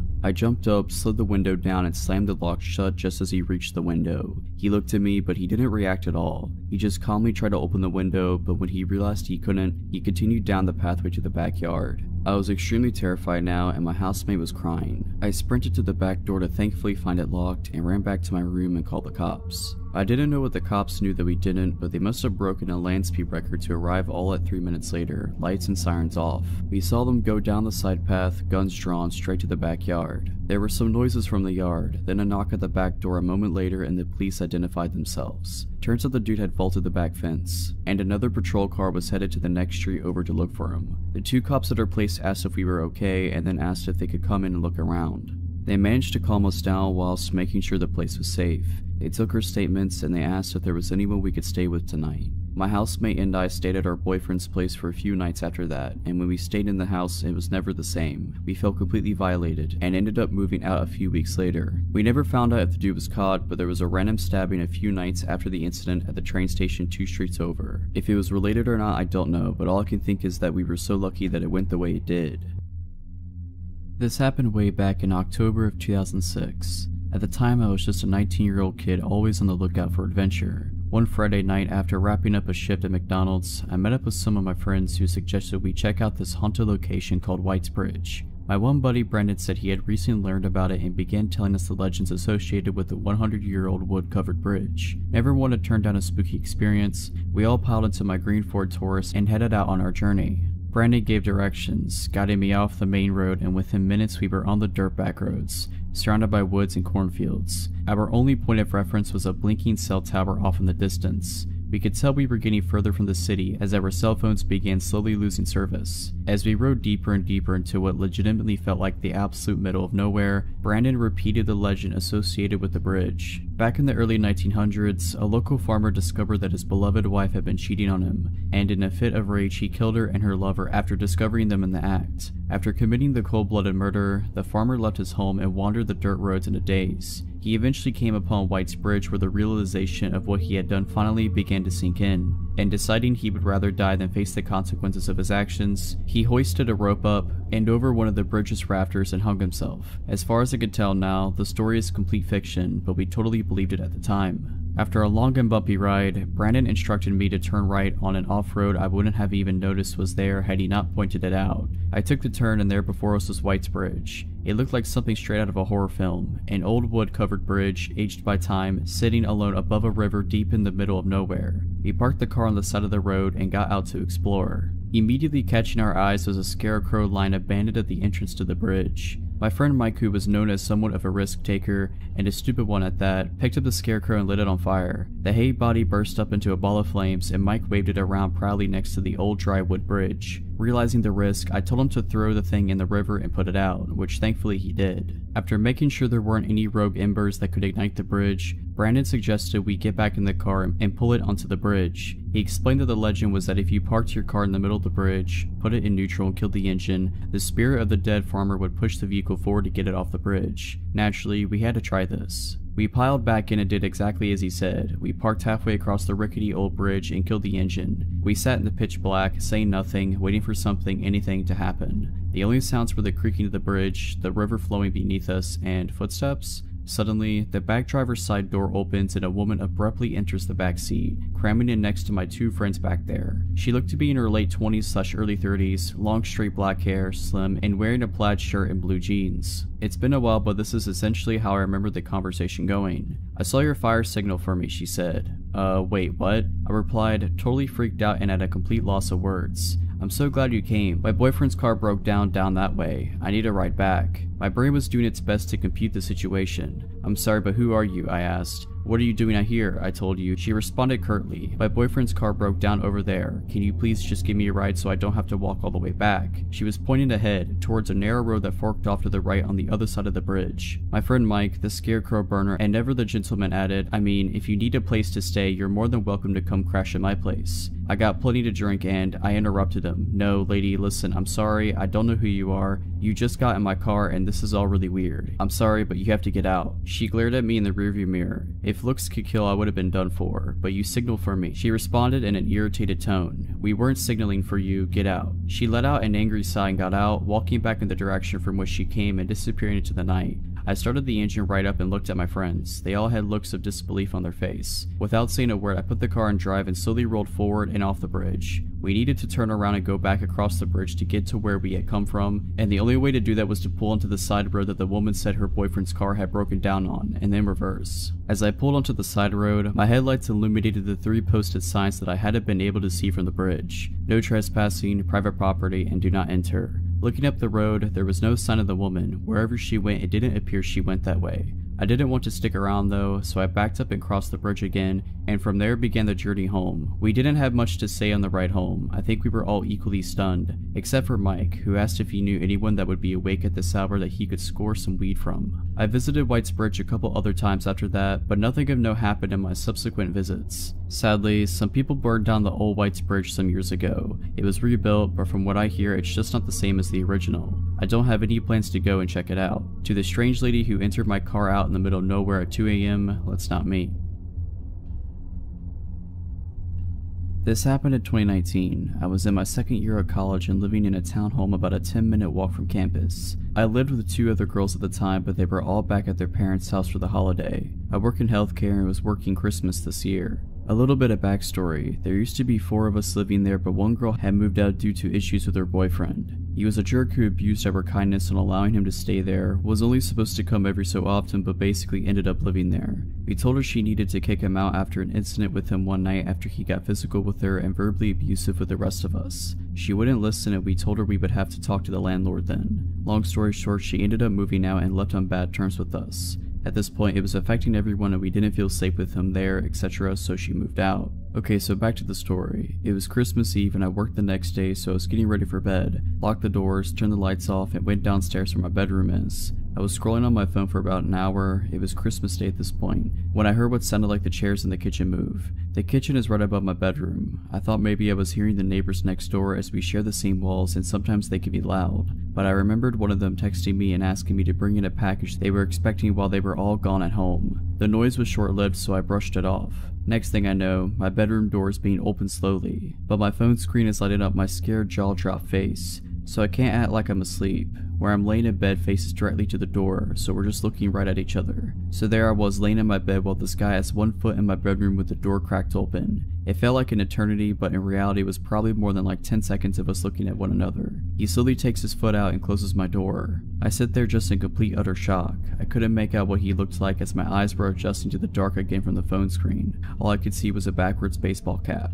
I knew I had to call the police, but my anxious self knew if I called, it would alert my parents' phones that I called. Me being dumb, I was like, well, I don't want to make them worry. Also, I was scared he might still be somewhere in the house, and I didn't know what he would do if he heard me call. So I text the guy I was seeing at the time and tell him, some random guy just broke into my house and came into my room. He snapped me out of it and told me to call the police, and so I did. The dispatcher asked me if I felt comfortable to go unlock the front door for them so they didn't have to break it down, and I told her no way, I don't care if the door is broken, I'm not going up there alone. A couple minutes later, I see flashlights shining through my window. I hear the police knocking at the door and announcing themselves. They got in and asked me where I was. I came out of my room and they came and got me. They told me to wait on the back porch while 2 of them searched the house and 1 stayed with me. They didn't find anyone and I said nothing looked like it had been taken. They even tried to get fingerprints but were unsuccessful. They then started asking me questions and informed me that the back door was unlocked and had no signs it had been broken. I told them I had locked it. Luckily the guy I was talking to stayed with me that night, but I still couldn't sleep. I kept having to go check every inch of the house over and over. I placed chairs under the door handles on the front door, back door, and my bedroom.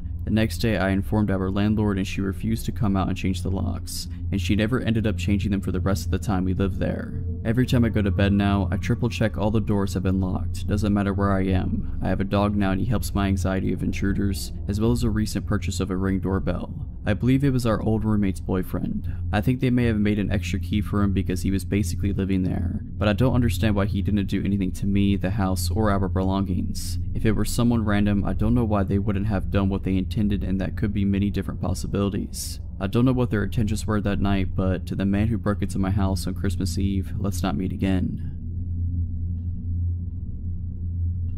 Over the summer, me, my fiance, and my stepdaughter, then 2 years old, went on a vacation to Presque Isle in Pennsylvania. We stayed there throughout the afternoon and decided to get dinner in a nearby town, Erie, Pennsylvania. We go there and see a water fountain that kids play in. We think our kid would like that, so we get food and take her there. Now, it was kind of a pretty sketchy area, but there were also kids and it was still a little light out, like 6:37 p.m.-ish. Me and my fiance sit down and watch our kid play for a bit. At some points, our kid wants me to run in the water with her, so I do. I kinda keep going back and forth between playing with her and keeping my fiance company. After playing with my kid for a while, I come back to my fiance. She looked kinda pale and said, "Go get our kid. We need to leave right now." I didn't know what was going on, but I got my kid. As I was turning to go back and get her, I noticed a group of about 3 really weird guys staring intently at us. When I looked over, one of them stood up a little bit and was giving me a stare. I grab our kid and start following my fiance who is booking it. As we were walking away, she tells me that somebody is following us now. I look over and see the creepy looking, shirtless dude getting into his old, beige sedan behind us. My fiance explains to me that the same man kept approaching her whenever I would get up to run around with her kid. At first he introduced himself and tried talking to her. She thought he was being benign but just trying to hit on her. When I came back, he apparently bolted. I sat with her for a couple of minutes and then went back to play with our kid. Apparently, as soon as I went, he returned. He asked her if she was married to me. She said that we were going to be hoping that it was the end of that. He goes away before I came back to sit with her again. The third and final time I go to play with our kid, he apparently came back. He told her that she thought she was a beautiful lady and asked if that was her daughter, pointing to our kid. My fiance said yes, and the guy said that our kid was also a beautiful lady and that his night was going to be made, whatever that means.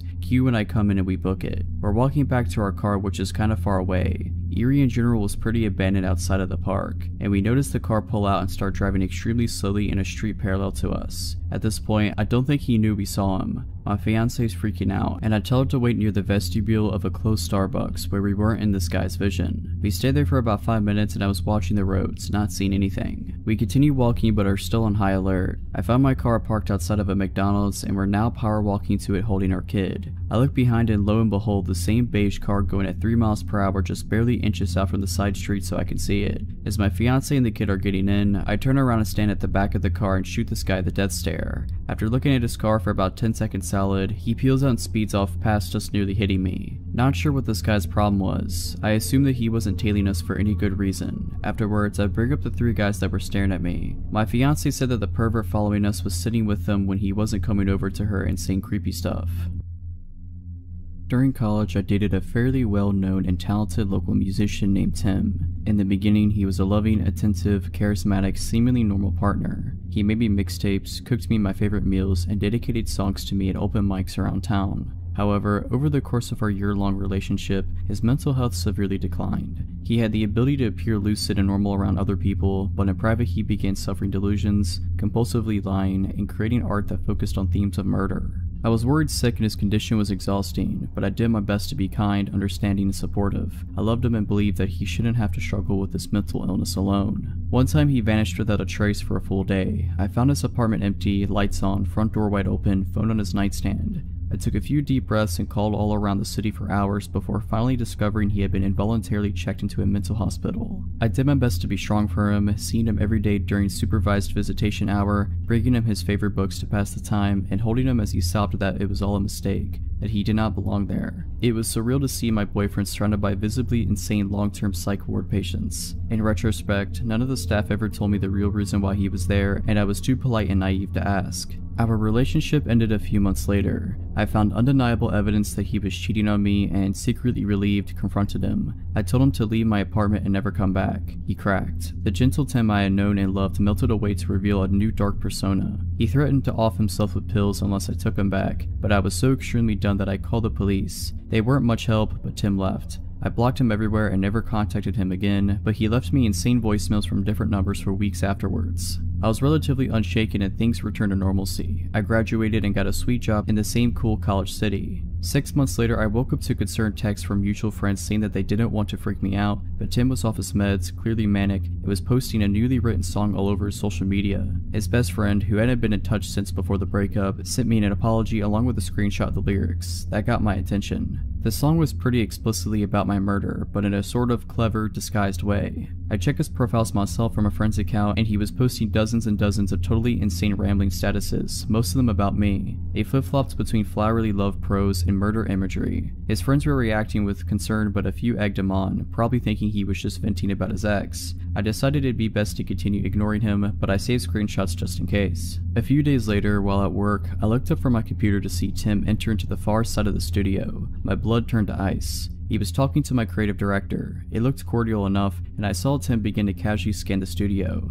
I dug down and bolted it to my favorite project manager's office, slammed the door, and unleashed upon her what it must have been a nearly unintelligible explanation of what was happening. I was shaking so hard I could barely speak, but Nancy was amazing, and she understood almost immediately. She snuck me out of the building and drove me in her car to the police station, where I showed officers the screenshots and filed a report. My coworkers later told me that Tim was there to inquire about the open designer position. He is not a designer. He had brought with him a portfolio and an elaborately fabricated work history that sounded legit. At the end of his interview, he casually asked if I still worked there. He said we used to collaborate. Oh, and he had written a song for me, and it had been picked up by the local radio this morning. He asked my coworkers to let me know with warmest regards. That phrase still makes my skin crawl. He then left, found my abandoned car in the parking lot, and paced behind it until the police arrived. Unfortunately, he wasn't enough of a public menace for police to bring him in that day, but the incident helped me to secure a restraining order against him. My company was amazing too. I was deeply embarrassed about my literally insane ex coming to the studio, but the CEO filed trespassing charges against him and created an action plan to keep me safe if it happened again. Not long afterwards, I moved to a different city, and that was that.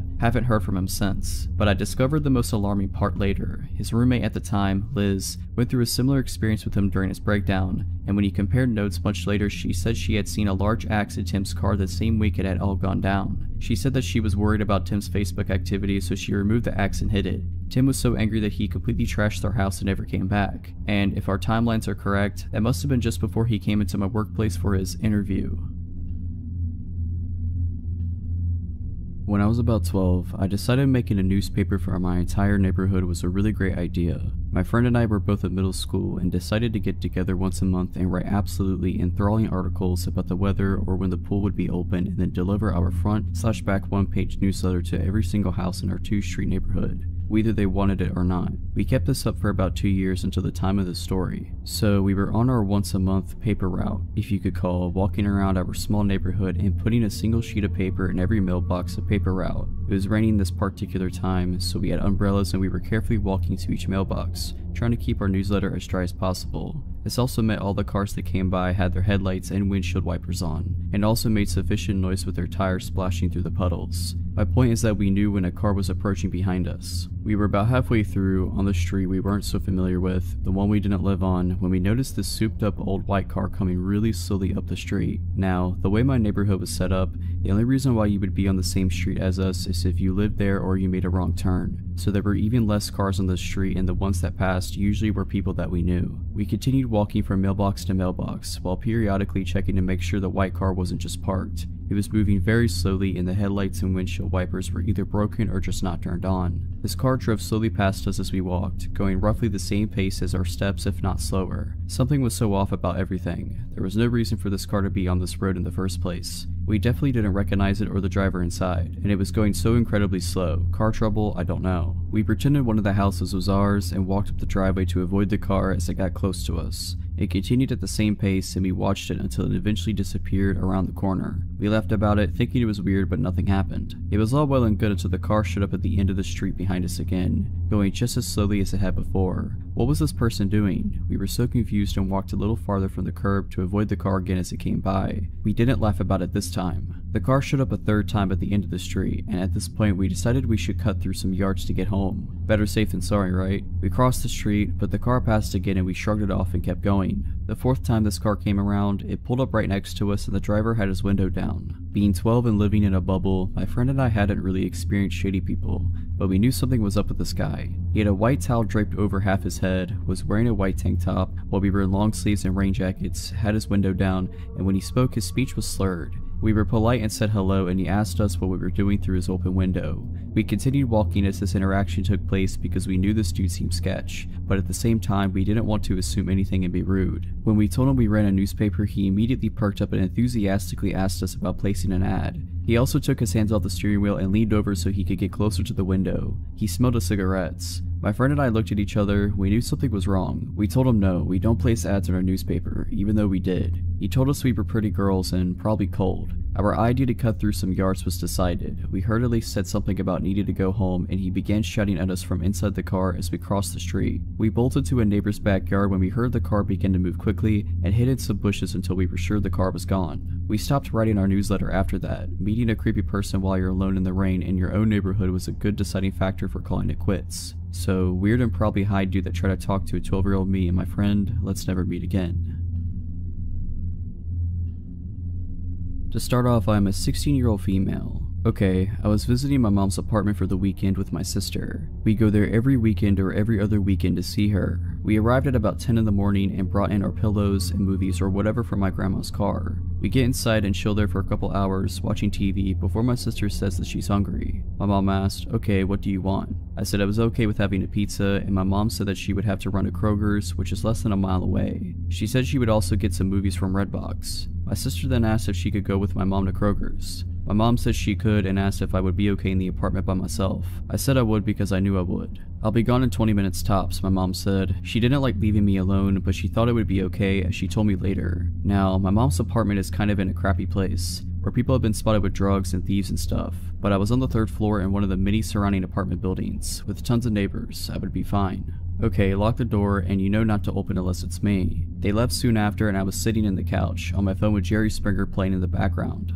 It was about 10 minutes after they left when I heard the doorknob jiggle. I looked up, not feeling scared right away, but also feeling a little wary. I should mention that I carry a pocket knife everywhere with me, and the blade is about 3 to 4 inches long. It was sitting on the coffee table in front of me when I got up to go to the door. I'm only 5'3" and I knew not to open the door, so I grabbed a chair and stood on it to look through the peephole. That's when I got scared. On the other side was some guy, just standing there trying to open the door. Of course, being how I am, I try to laugh myself out of being afraid because I had no reason to think he was going to do something to me. Maybe he just had the wrong room. I'd never seen him before and I don't know everyone in the building personally, but I had seen them all at least once, and he wasn't one of them. Hey man, I think you got the wrong room. He froze, his eyes glued to the door handle, and then at the peephole. He probably could tell exactly where I was when I spoke. I swear we made eye contact and the whites of his eyes were so yellow I thought he had jaundice. Then he all of a sudden started ramming his shoulder into the door, like full on shoulder ramming like in football. I jump off the chair and grab my phone and knife and run into a room with a window and lock the door.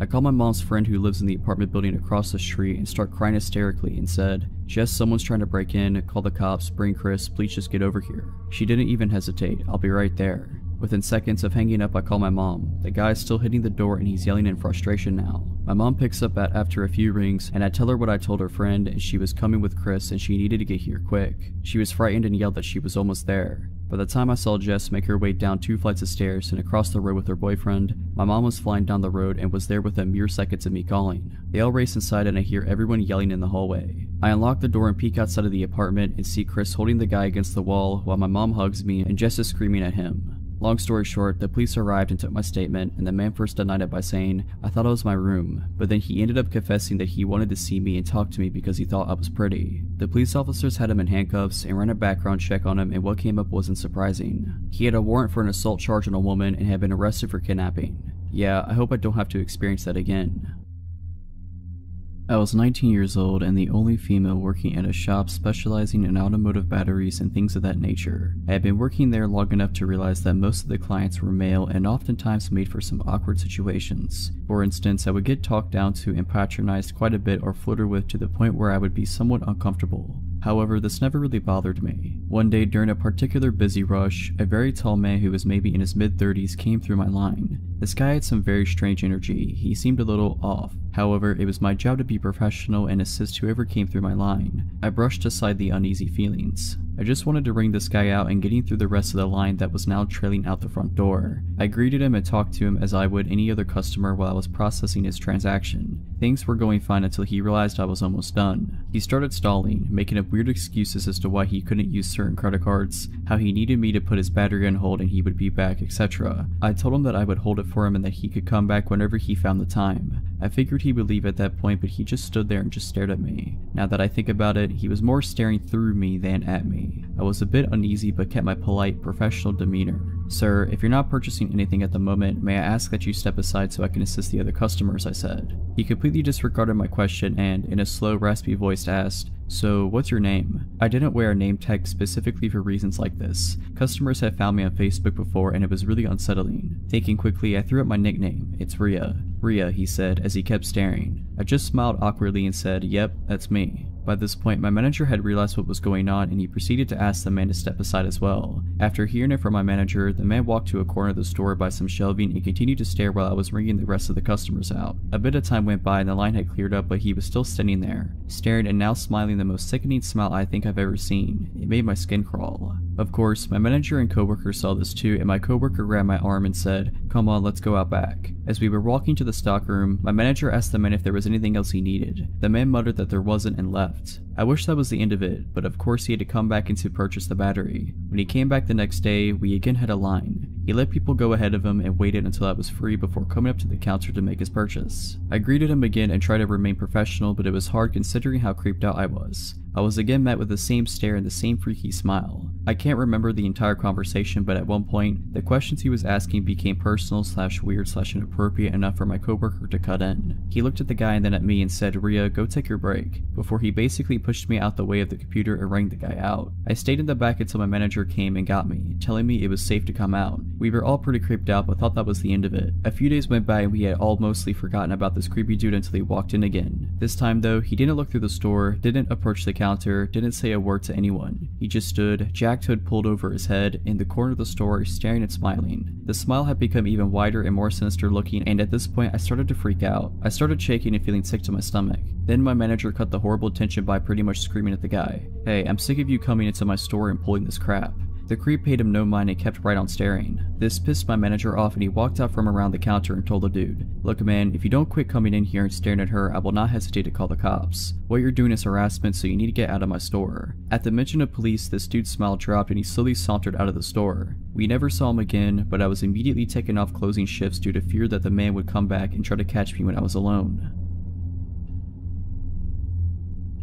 About 3 years ago, I was in a long-distance relationship with a younger man, meaning he was only 17 at the time while I turned 19 in the relationship. His name is Peter. Peter was not a nice person to say the least. He thought that the first impressions he made on people were the only one he needed, and as such he stopped being nice, polite, or reasonable to people after the first meeting. I was young and saw past this, thinking I could somehow change him. However, this abuse towards people around me and myself eventually became too much and I broke off the relationship with him. The breakup went smoothly, all things considered, except he wanted me to say the words so he could play the victim. This had been a core element of our fighting because he hinted that he would wanted to break up, but instead of just saying it, he kept me on the hook and became even more abusive. I'm getting sidetracked, but the point was that I thought of the matter as resolved and entered a loving relationship with my current boyfriend shortly after this. Then came the day where Peter wanted to get his belongings back. I texted him a list of everything he had left in my apartment and he okayed it that it was everything. We also made an appointment for him to stop by my apartment around 3 p.m. the following Thursday. I have no intentions of letting him get back into my house nor being alone with him, since he suddenly seems to have many mood swings after seeing me in another relationship.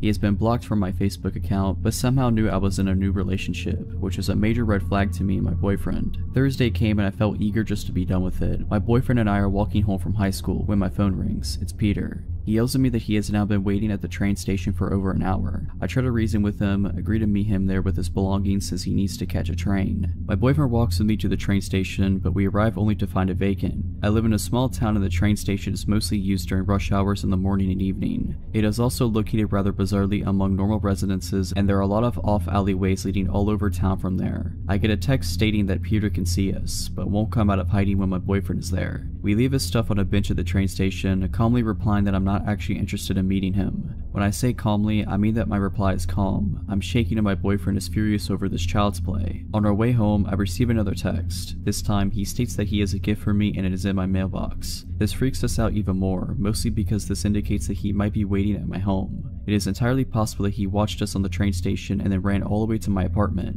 However, there is no trace of him and nothing except a bill in my mailbox. By now, we figure that he is acting out of spite and proceeds to ignore the bombardment of text, calls, and so forth that follows that day. After a while, life returns to normal. Then I get another call, this time from my ex-elder brother who is worried about his sibling. Apparently he has disappeared, taking one of his brother's gas pistols. I am speechless, but since I haven't seen anything, I shake it off as another childish act. The same day my boyfriend sees police officers walking around the basement staircase on the exterior of the house we lived in, while doing some grocery shopping. He did this every day around 4 p.m. The next day we are contacted by my boyfriend's mother. In the newspaper, there is a description of an unnamed young man from the same town as Peter, who has been arrested for attempted robbery of the pizza place I lived above. He was armed with a knife, a gas pistol, and lighter fluid, while stating that he was not attempting a robbery but was there to visit his ex, presumably me. Contacting the police, I discovered that he also had a mask, fake papers, and a wig in a duffel bag, which he had thrown down in the staircase when, around 4 p.m., he had jumped a fence and tried to enter the pizza place. This means that my boyfriend went out our front door, while my ex was hiding right beside the front door armed. I have never been that freaked out before. The sad truth is that my ex never got charged with anything because he is a minor, has a father with a military background and money. Luckily after this, me nor my boyfriend ever saw him again.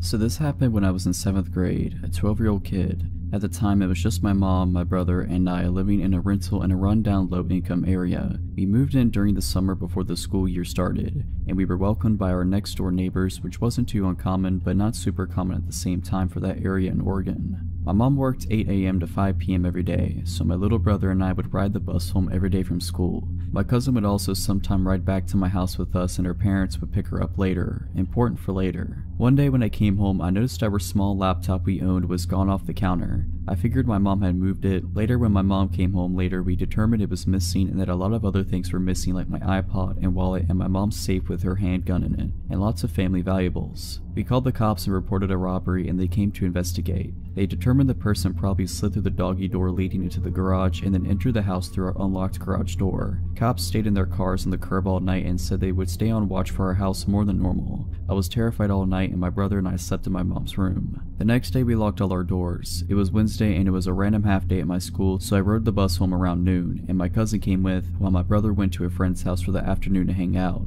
I used the key under the mat my mom leaves for me, and my cousin and I hung out for about an hour or two until her mom came and picked her up. After she left, I hear the doorknob of the closet right next to the front door slowly open, and out comes this skinny, what looked like a 35-year-old man that I recognized as our next door neighbor. He seemed to be constantly shaking, intense eyes, had a really unhealthy look to him because of the extremely sunken face. Terrified, I'm in the living room just standing looking at him while he looks at me, with a surprised look on his face. I think he thought everyone left when my cousin did, until his face changed to an amused smirk when I believed he realized that I was alone in his house. He begins to walk towards me while I stand there shocked, not sure what to do. He grabs me really hard on the shoulders. He seemed crazy and excitable with his intense eyes. I instinctively jump and buckle my knees to allow my full weight to be the force that rips me from his grip and fall down. He then bends down for me when I heel kick him as hard as I can. He then yells and falls to his knees. I use that time to run past him to my front door. I open it and run to a kid I rode the bus with's house about 6 houses down. He and his mom were there and she called the cops and my mom while I waited. The cops got to the house and he wasn't there but had managed to steal a few more small valuables. I gave my testimony that it was our next door neighbor and he was later caught the same day selling some of our stuff at the pawn shop in town. He ended up being a crystal meth addict, stealing our stuff to sell and pay for his addiction. He was super weak from all the drug abuse, which is probably why I was able to get away from him. He also was apparently somewhat high when he spontaneously decided to attack me being that I was alone. He had apparently watched us for a few months, learning our schedules from when we left and got home. He took the time to take the key from under the front door mat while we were gone, get a copy, and then put the original back under the mat for my brother and I to use when we got home. The cops were surprised he was smart enough to do that, as he seemed to be mostly dim-witted with everything else due to the drug abuse. Either way, I testified against his physical attack, and he got a few decades of jail time being that he was already on parole for drugs. I was terrified and slept in my mom's room for the next year. About 25 years ago, when I was in middle school, 7th grade, I had a real bad problem with bullies. I couldn't handle the ridiculing I took while riding the school bus, so I started walking 3 miles to and from school every day. The path I walked was pretty safe, mostly on a sidewalk and always on a busy road, with the last 2.5 miles being a straight shot directly to the school. Back then, there wasn't a stigma attached to kids being outside on their own, so this wasn't deemed unsafe or noticed by anyone, or so I thought. I lived alone with my father, parents being divorced, and my mother saw me at weekends. He didn't see any harm in the walking, and my mother wasn't aware of the bullying or the walking. I did not want her to know, so I continued unimpeded for over half the school year. Now, I wasn't really an active kid, and I sure didn't like having to walk 6 miles every school day, so I assumed this was the motivation for the error I was about to make. One day on the way home, a car pulled up on the shoulder and stopped, about 100 feet ahead of me. That car looks familiar. Hey, it's my father. He's gonna drive me the rest of the way. I started to jog up to the car, seeing him in the driver's seat waiting patiently. His hair looks darker than normal today. Wasn't the inside of his car tan and not red? The thoughts left as soon as they entered, and I caught up to the car and opened the passenger side door and started to get in. As I was tossing my backpack on the floor in front of me and swinging my legs into the car, I started saying, "Thanks, Dad," but the sentence never completed. Before I knew it, I had shut the car door and we began to move. This isn't my father. This man was much older, by at least 20 years, hair obviously dyed black, and hands propped at 10 and 2 on the steering wheel. The shirt he was wearing looked just like one my father would have worn. A short-sleeved collared button-down, brick red with black horizontal lines, not pressed, but not too wrinkled either. He was smiling at me, which probably would have felt warm if it was coming from my grandfather, but instead it felt menacing. I heard a click and looked over at the door, which had just been locked. I stared at the door for a moment longer, then turned and faced front and completely froze, terrified. "Hello, I saw you walking. I figured I'd come give you a lift." I did not move or answer. His voice matched his smile, deceivingly friendly. We were roughly a mile away from home, and half a mile from the next turn needed to head in that direction. All I could concentrate on is how I was going to get out of the situation. "Are you on your way home?" This snapped me a little out of my zone. "Yes, I want to go home," I answered. "Stay calm, talk normally, don't act scared." "Where is your house?" "I can take you there." Feeling just slightly relieved, I told him to take the next right turn. I felt myself begin to breathe, and I realized how tense I had been. My body relaxed slightly, and I finally moved and wrapped my hands around my backpack straps. We started to come up on the intersection, and I pointed ahead, reiterating that this was my turn. "Okay, but if you want, we could take a ride instead." It sounded like a question, but it didn't feel like one. The dotted line for the turn lane had begun, but he did not get over. Instantly, I tensed back up, and my grip and my gaze on the backpack straps tightened. Through strained muscles, I choked out that, no, I really need to get back home. He swung the car into the turn lane and began to make the turn. Wide-eyed, I glanced up and verified that yes, indeed, we were making the turn. "Are you sure? I'll make sure you get home before anyone realizes you're gone." Grip tightening further, I abruptly stated that no, I need to get home now. My father's expecting me home now. He's waiting. I just hoped it sounded more convincing than it sounded to me. We completed the turn. Sigh. "Okay, maybe next time, we can meet at the same place tomorrow?" "Yeah, tomorrow's good. I just need to get home today, now." My eyes were firmly trained on the road ahead of us, hoping that if I just focused on the direction to home, I would get there. The turn into my neighborhood was approaching, and I informed him, again pointing towards the direction home. The next few moments were silent. As we came upon the turn, I reminded him, and to my slight surprise and incredible relief, he made the turn. For the first time, I had more hope than doubt. My old neighborhood consisted of mainly apartments, but in the back were a block of townhouses, which is where I lived. If you were unaware of the layout of the complex, the townhouses might go unnoticed. Right before we got to the area where I lived, I told him here, stop here. He pulled over to the side of the road in front of an apartment building. He unlocked the door and I hurried out of the car, backpack still in hand. I began to close the car door behind me. See you here tomorrow, same time? I paused for just a second and risked another look at the man. Still smiling, still terrifying. Yes, tomorrow, see you later. I finished closing the door and hurried off.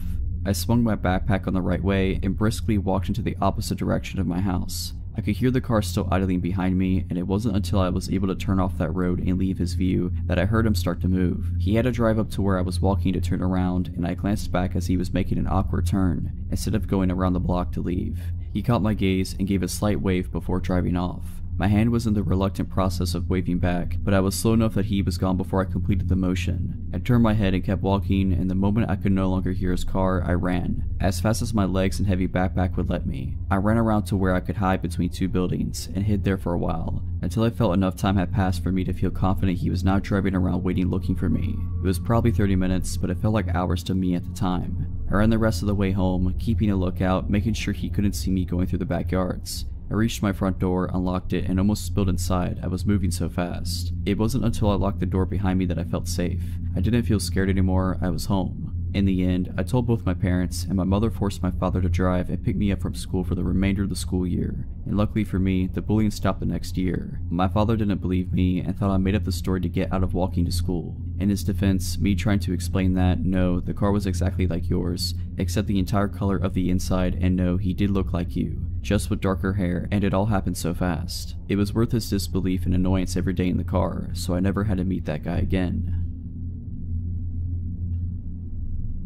So this happened when I was 16, visiting my grandma, who lives in a small town in Poland. Just for context, it was summer and my family wasn't with me at the time. As you can imagine, living without my parents for a short time, my grandma's really chill was a dream. I could stay out late as much as I wanted to without my parents being able to prove it. Now at 16, you feel you're invincible. You don't really think about how many screwed up people there are in this world. Because of this mindset, I wasn't worried about walking alone at night. The day on which the story takes place was very hot. I remember shopping and hanging out with my friends until about 8 p.m. when it started to rain. Instead of walking home quickly, I decided to visit my aunt's house, hang out with my cousin for a bit, and walk home when the rain stopped. Well, I lost track of time and ended up leaving her house at about 10:30 p.m. At this point, the rain had mostly stopped, and this being my favorite type of weather, I declined my aunt's offer to drive me back, telling her I was getting a cab. I'm still surprised she believed this, but maybe she just didn't care. So I went on my way, called my grandma to tell her I'd be home in 30 minutes, but not telling her that I was walking alone. If there was one thing that scared me, it were the huge train tracks which you had to cross in order to get to my grandma's house the fastest, so I decided to take the longer way around through some sort of nature preserve. I'm not sure how to call it.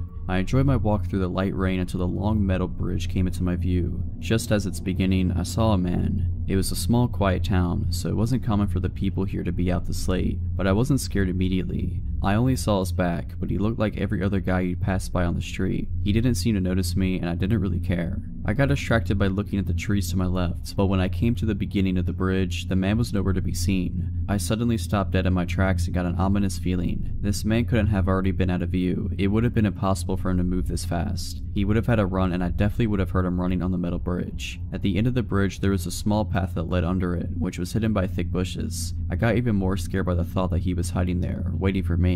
I slowly started to walk backwards, not taking my eyes off the bushes. I hid behind a tree and decided to wait a few minutes to see if he was hiding there. After about 10 minutes, my biggest fear came true. Suddenly, the man emerged from the bushes, looking in my direction. He was holding something big and shiny. I could make out in the dark that it was a knife. My mind started racing with 1,000 questions. How did he see me? Why didn't I see the knife before? Where was he hiding it? He suddenly started to run in my direction, so fast. He ran straight past me, hiding behind this tree, and I was so relieved. When he was out of sight, I ran faster than I ever ran, not stopping to look behind me, being frightened the whole way back, thinking that he'd somehow find me and do whatever sick thing he had in mind. Luckily, I arrived home safely, my grandma waiting for me already mad. Looking back, this was one of the most stupidest things I could have done because of what happened a month after this incident. 2 teenage girls about my age were stabbed dozens of times by this bridge. One body was found about 30 meters from it, and the other one was thrown into the nearby river. To this day, nobody knows who did it, but I'm pretty sure that it was the same man whom I've encountered.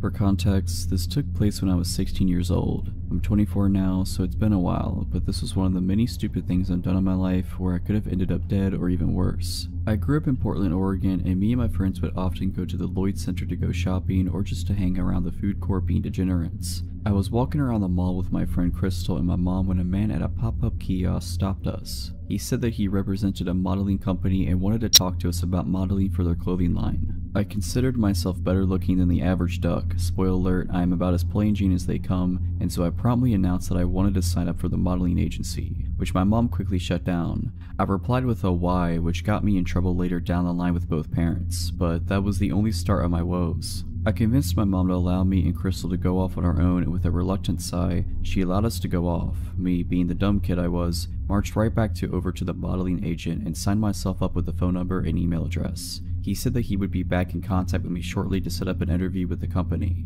That night, I went home and saw that I had a friend request from someone that shared no mutual friends with me. Hesitantly, I added the person and a message popped up.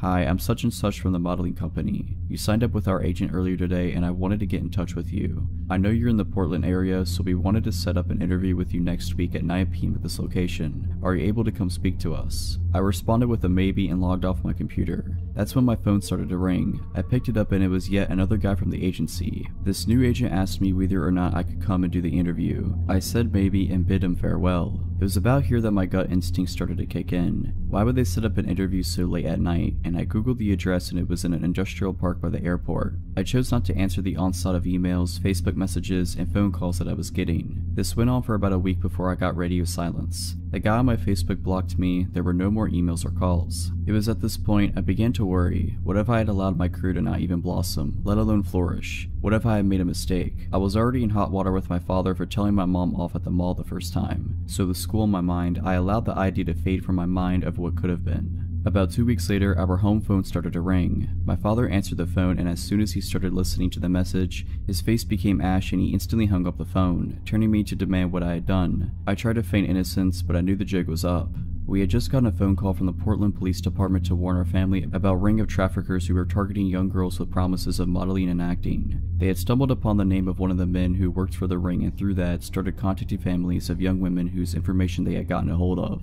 The worst part of it all, they had my family's address and home phone number as well. I was grounded for the rest of the year, which was to be expected, but it was better than being carted off to some trafficking ring, so I couldn't complain. When I was finally allowed back to the mall with my friends, we walked by the kiosk where the modeling agent once peddled his false hopes and dreams. All that was left was an empty booth. This happened about 4 years ago. I had just graduated from high school and was a month and a half into summer break. Needing money for college, I began working full-time for the school district I had just graduated from. Due to a music festival I wanted to attend as well as monetary concerns, I did not go with my family to North Carolina, which was fine by me. What 18-year-old doesn't want a house to themselves for a week? Furthermore, my parents' house is out in the country, so I had little to no fear about my neighbors complaining about parties or being bothered in any way whatsoever. But I was wrong. I often take the back roads home from my friend's house, but on that night I decided I wanted some McDonald's, so I took the main drag and came home on a different route. This way takes you past a mechanic shop not a mile away from our cul-de-sac. It was between midnight and 1 a.m. and as I passed the mechanic shop I noticed the car's lights turning on, or should I say light, for this car had only one headlight working. I remember thinking that it was strange that this car all of a sudden turned its lights on as I was passing, and began to become even more concerned when it pulled out behind me. But I tend to be paranoid by nature, nothing serious, but I always question if the person behind me is following me and whether they mean me harm, so I brushed this off as an unfortunate coincidence. But as I neared my street and the car was still tailing me, I started to become freaked out. I looked at my gas tank and my heart sunk as I saw I was on E. Either I pull in my street and go home, or I risk driving around some and seeing if this dude follows. Yet that option held the risk of my car running out of gas and leaving me stranded on the road, and I figured I'd rather take my chances on my own soil than on the side of some dark and lonely country back road. So I turned onto my street only to have my heart sink when the one headlamped car makes the turn right behind me. At this point I know I'm screwed. With nothing left to do, I began pulling up my driveway. It's a hill about 100 yards long. To my utter horror, they begin to follow me up. Looking back, I should have called the cops, but there was no love lost between law enforcement and myself, and at the time, I was too caught up to even consider calling them. If my family would have been home, this would have never happened. I could have called my dad and he could have grabbed his gun, but he, along with the rest of my family, were gone, 12 hours away at the beach. So when they began to drive up my driveway after me, I stopped to put my car in reverse. They responded by reversing as well, yet they stopped at the bottom, effectively blocking my driveway. At this point, I pulled forward again only to have the same jig and dance happen. They followed, I reversed, they reversed, and sat at the end, blocking my escape. I quickly pulled up and turned my car around to come at them head on. By this time they were halfway up my driveway, the furthest they had come up.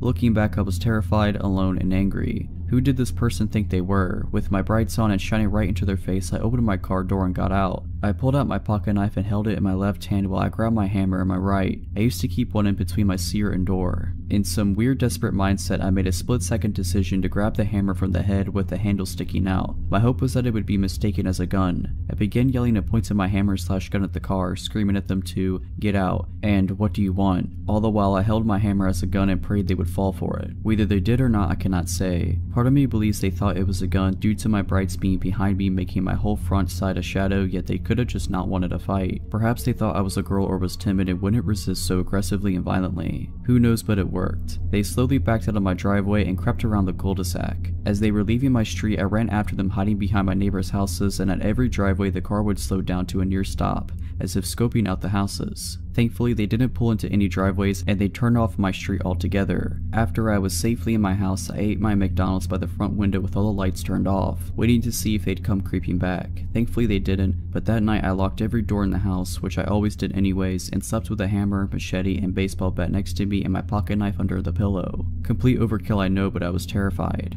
Now I know where my dad keeps his gun, so if it ever happens again, I'll be better prepared.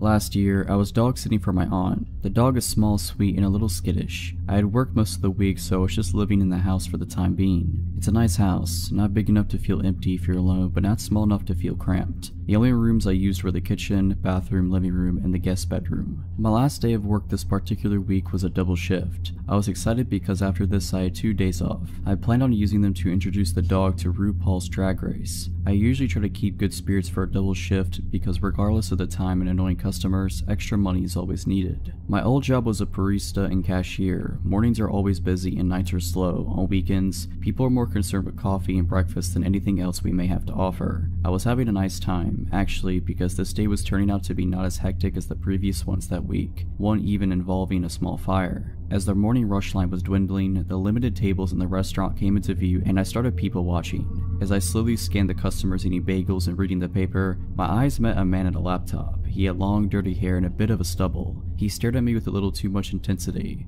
I wondered if he found my people watching rude, so I decided to clean and restock instead. It didn't take long for a line to reform, so I returned to my register. Once again, after the line died down, I could see the few tables in the front. The man was still there and he was still staring at me. Every now and then he would look at his computer and then back to me. It almost felt like he was looking right through me, or like he could see every part of me. It felt so uncomfortable that I went and cleaned in the back of the restaurant, out of his sight. After the next rush, I took my break and sat far away from the man. He was out of sight and I was out of his. When I came back from the break, the man was gone. My manager asked if I had interacted with him at all. I told her about him making eye contact with me, but that nothing else really happened. She told me that the man had been watching 18+ content on his laptop and she had asked him to leave. So that was weird enough. The man had been watching that and stared at me. I really wish that this is where the story stopped. Hours passed and the rest of the day was entirely normal, despite me and a few female coworkers feeling a slight edge. We were in the process of closing, which is actually a process I really enjoy. We're well in and I'm almost done with my assigned jobs when my manager comes up to me again. She informs me that the man had found his way back in the restaurant at some point and she found him hiding in a back corner. She chased him out by threatening to call the police. She knew that earlier in the day, he seemed to be paying attention to me. She said I could finish up whatever I wanted or needed to, but afterwards she strongly advised me to get home as soon as possible. She also offered to walk me to my car. I took both offers and quickly got my things together and clocked out. My aunt's house was not far from work. It was a 5-minute drive at most, which was helpful because then I didn't feel the crippling anxiety for much longer. I got in the house and after triple checking that I had locked every door, got into my pajamas. But unsurprisingly, I was not ready to sleep yet. Now was the time to introduce the dog to RuPaul's Drag Race. I went into the living room. The living room consists of a couch, 2 chairs, a TV, a window, and the front door. Unfortunately, the porch light was broken and the window had no curtains. That had me a little stressed, but I was willing to take that over the only other TV in the house, which was the one that exists in the scary basement. Facing the basement TV included having my back to a sliding glass door facing the very dark woods. No thanks. I was setting up the TV when the dog started growling. I really didn't think much of it. As I said, the dog is skittish so he growls and barks all the time. I wasn't looking at him. I was muttering shush shush and figuring out how to work the TV. The dog didn't stop and started to get louder, so I finally put down the remote and I turned to face the dog. I froze. The dog was barking at the window and there was an outline of a man at the window, the exact same build as the one at the restaurant. I screamed and luckily that was enough for the man to run away from the window. I stood there frozen for a while. The dog had calmed down but I hardly felt safe. So I went into the kitchen, grabbed a big knife and called my mom. She did not advise calling the police, my mom never does, and instead came and spent the night with me. I told my aunt. I spent the rest of my time dog sitting clutching the knife anytime I slept or took a shower. My aunt also gave me permission to have one friend stay with me every night. Nothing else ever happened. I never even saw the guy come into work again. A part of me wishes I knew who he was or where he went, or what he even wanted with me. I'm glad he was a coward and that all it took to scare him off was my scream and an extra small dog. The year was 1995 and I was 16 years old. I lived in a 3-bedroom, 2-bath house in a middle-class suburban community with my mother, 2 younger brothers, and our 140-pound Doberman, Turbo. From the front door of our house, Relevant, you could see directly into our living room, which had an open concept floor plan with the kitchen and dining room. Our couch was on the wall directly in front of the front door. It was the summer between my sophomore and junior years in high school. My brothers and I spent a decent amount of time outdoors. I suppose anyone paying attention knew who lived in our house, and I suppose they knew that the only adult was gone when the only car was gone. However, prior to the man showing up at the house, I never noticed anything off, and I never noticed anything afterwards, so maybe we were just a random target. It was a Saturday and Mom and the boys had run to the grocery store. In Nevada in the 90s, almost no one had air conditioning, so to cool off, you would open up all the windows and doors and use fans. On this particular day, I had the back sliding door and front door wide open to get a cross breeze. Neither screen door was locked. I was napping on the couch in full view of the front door in shorts and a tank top, with unlocked doors. In my defense, there was 140 pounds of protective dog muscle on the floor next to me, and probably only for that reason am I alive. Around the approximate time I expected my family home from the store, Turbo began barking. Assuming he was barking their arrival, I told him to shush and try to go back to sleep.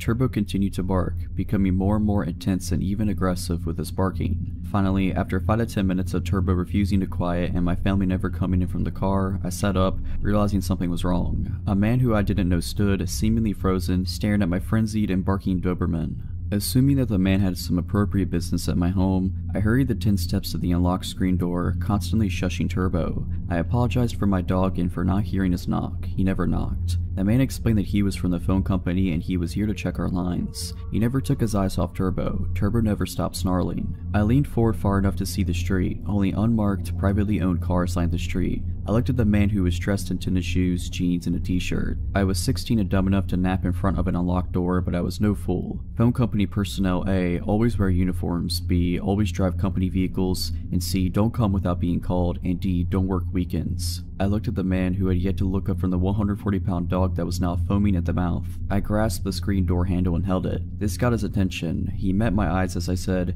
"You have 30 seconds to show me identification or I'll open this door." I don't even think he made an incoherent excuse as he ran away. I fell to my knees and hugged Turbo. I then gave him all the meat in the fridge. I believe with absolute certainty that I would have been attacked if we hadn't had him. I like to think that if I hadn't had a huge, overly protective dog, I would have been in the habit of locking doors. But what would a screen door latch do against an intruder? And that creep stood there and watched me for 5 to 10 minutes. Perhaps he was paralyzed in fear, but maybe he was working his angles and only Turbo's insistent display of his willingness to kill anyone who threatened to be changed his mind. That's my theory. Turbo is long past, but his legacy lives on, and 2 loving, loyal, and lethal when necessary dogs sleep in my room every night. If you're liking this video, all I ask is that you make sure to subscribe to my channel and like this video. Thank you.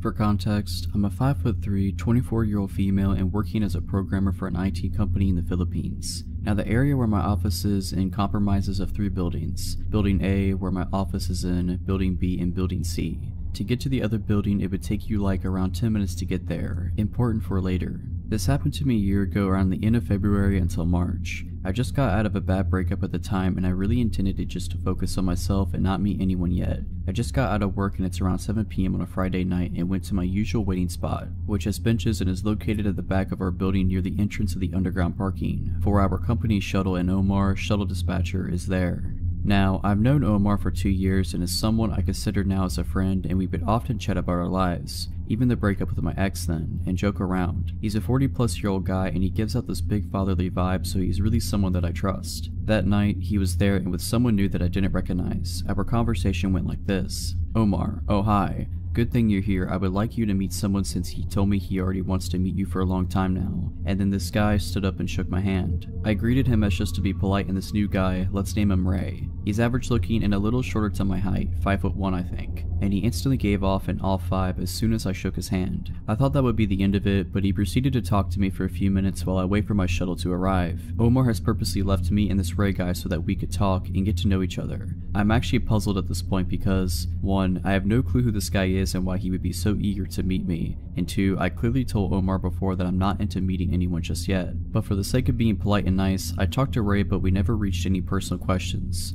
exchanging numbers, social media accounts, or even telling him my full name. I just told him my nickname, and I left it just as that when I finally got on the shuttle. Fast forward to a week and Friday again, I got off at work in the same time and surprise surprise, Ray is there again with Omar and a security guard. They were chatting, but as soon as I came, Ray instantly greeted me, and at this point, I'm a little creeped out as I expected our encounter would only be a one-time thing. I just said hi and brushed him off and sat on the benches to wait for my shuttle again, and of course, as this guy doesn't seem to know the definition of personal space, sat beside me and talked to me again, but this time he's asking for my cell phone number. I told him off and clearly said that I'm not giving out my number to strangers and just giving him one-word answers just to give an impression that I wasn't interested at all. He would ask, "Why wouldn't you give your number? I just want to be friends." And I could see it in his face that he was getting frustrated every time I told him I wasn't giving it to him. This happened while Omar and the security guard was looking at us from afar, but this went on until I got on the shuttle again. As soon as I got home, I mindlessly scrolled through my timeline and saw a notification that I have a new friend request, and guess what? It's Ray, and he even messaged me with a "please accept my friend request."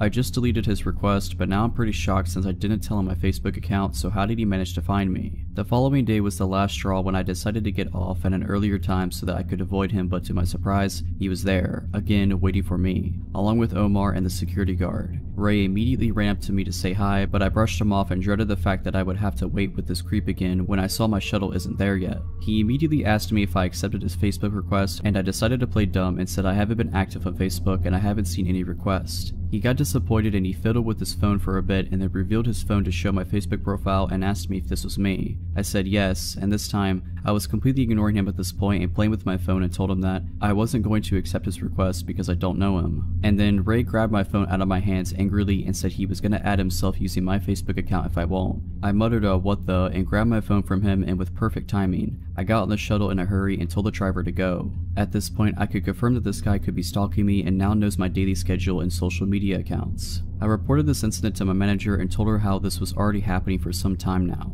She was surprised that I didn't report it earlier, but I blamed it on my lack of assertiveness and fear that I might be overreacting to his advances. We reported the incident to office security and told them what happened, and they couldn't do anything at first as, 1, I need actual evidence about my allegations to him, and 2, I only knew Ray by his first name and they would need more information than that. I didn't bother to ask where he's from or if he's even working in our office/building, which is dumb of me and I should have asked in the first place. My manager then decided that I should be at least accompanied by some of my office mates to confirm the situation, and the guys volunteered to accompany me every time I got off work. They accompanied me for a couple of days, and no matter what time I got out, Ray was there to harass me. I felt bad for my office mates as they had to deal with his BS as well. First instance, when he saw I was with my office mates, I could see the visible anger in his eyes, and he would try to butt in our conversation even if we were ignoring him. At one point when I'm talking with my office mates, he let out an exasperated sigh and said, "Can I talk to you for a second please? What do you want? I just want to talk to you. If you don't, I'll leave." Okay, and then I went back to talking to my office mates. He butted in once more and asked that I should introduce him to my office mates when I didn't. He proceeded to introduce himself instead, which irked the heck out of my office mates and I, as his behavior doesn't seem normal at all. After that incident, my office mates and I told my manager what happened and how dangerous this guy might be. She decided that we should escalate it to HR and have them deal with it immediately. Gladly, HR responded and took the situation seriously and began to do an investigation on who Ray might be. Same day, they sent an email that after searching through records, turns out Ray wasn't an employee at our office and they might need to talk to building security to find out more about this guy. HR also requested our office security to escort me and observe the situation. I honestly felt relieved as now I'll feel safe for the time being while they search for who Ray might be. He still showed up even if I got out late or earlier than usual, but never went near me when he saw I was accompanied by security, but he would just keep his distance and stare at me, smile creepily, and linger outside my shuttle until it left. HR contacted me for a meeting with him and my manager about some news on Ray, and I was shocked by the information that they found out. Ray was not an employee of our building/office, but in fact, a temp in the security office in Building C. I then thought, okay, this creep is really putting an effort for someone who is clearly not interested, and if he's a temp, meaning there's a chance I won't be able to see him after this. But then what HR said chilled me to the bone. He was a temp assigned to work on the security cameras, meaning he had access to all the building cameras. It has been his way to spy on me and the reason why he was able to be there at the exact same time I got out. HR has already spoken to his supervisor and gave a warning to Ray, and of course,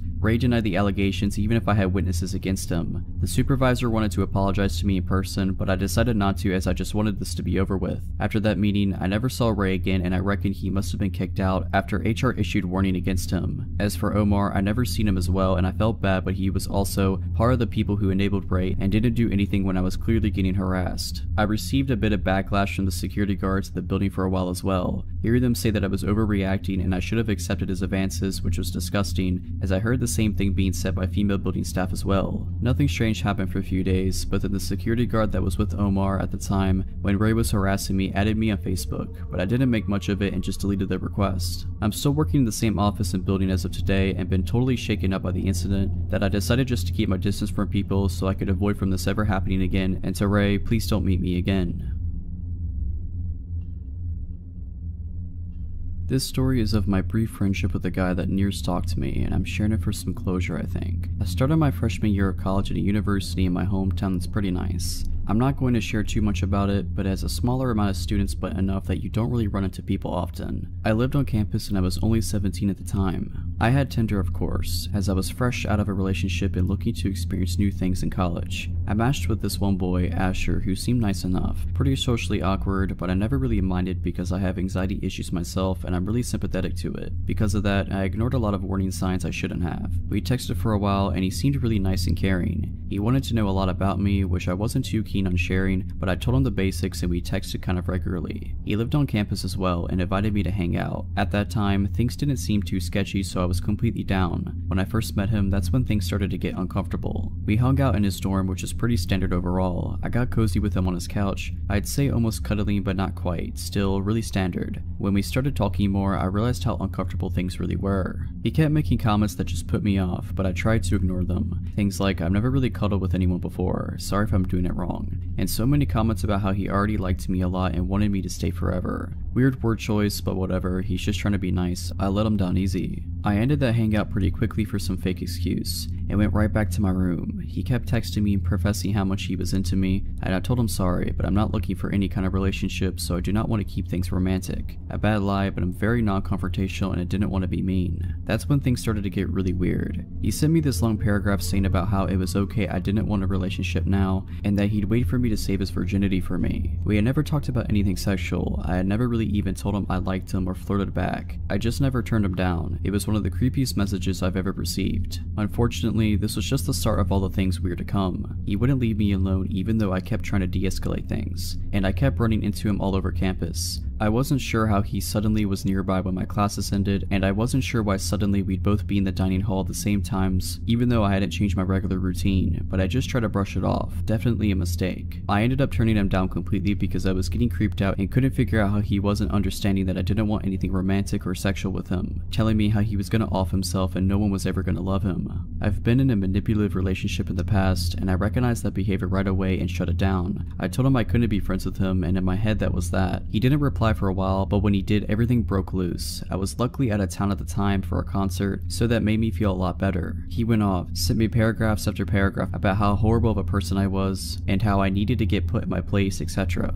I could handle that, I just ignored it. Then once the regret set in, he made it his mission to win my love however possible. He apologized profusely, told me how he couldn't be all alone and I was his only friend, and how much he loved me. Whatever, terrible, but I didn't care about that. Then, I guess to prove his dedication, he did the creepiest thing yet. First, he told me he was outside my room. We did not live in the same dorm building, and you can't get into the buildings unless you live there. I don't know who let him in. I wasn't there, and my roommate was out, so that was okay. I texted back at that point and told him to leave and how wrong and creepy that was, and he pulled out his last resort. He just sent me screenshots of my contact in his phone. On Apple devices, you can fill in tons of information and have a note section. Everything was entirely full. He knew my home address, my room number on campus, my parents and brother's names, my pets' names, my schedule. It was terrifying because I'm a fairly private person. My Instagram is my only social media and I do not share that much on it. I don't think I'll ever find out how he discovered all that about me. I blocked him on everything right away and reported him to school. The school did nothing at all. I still see him on campus, but it seems like he doesn't care about me anymore gladly.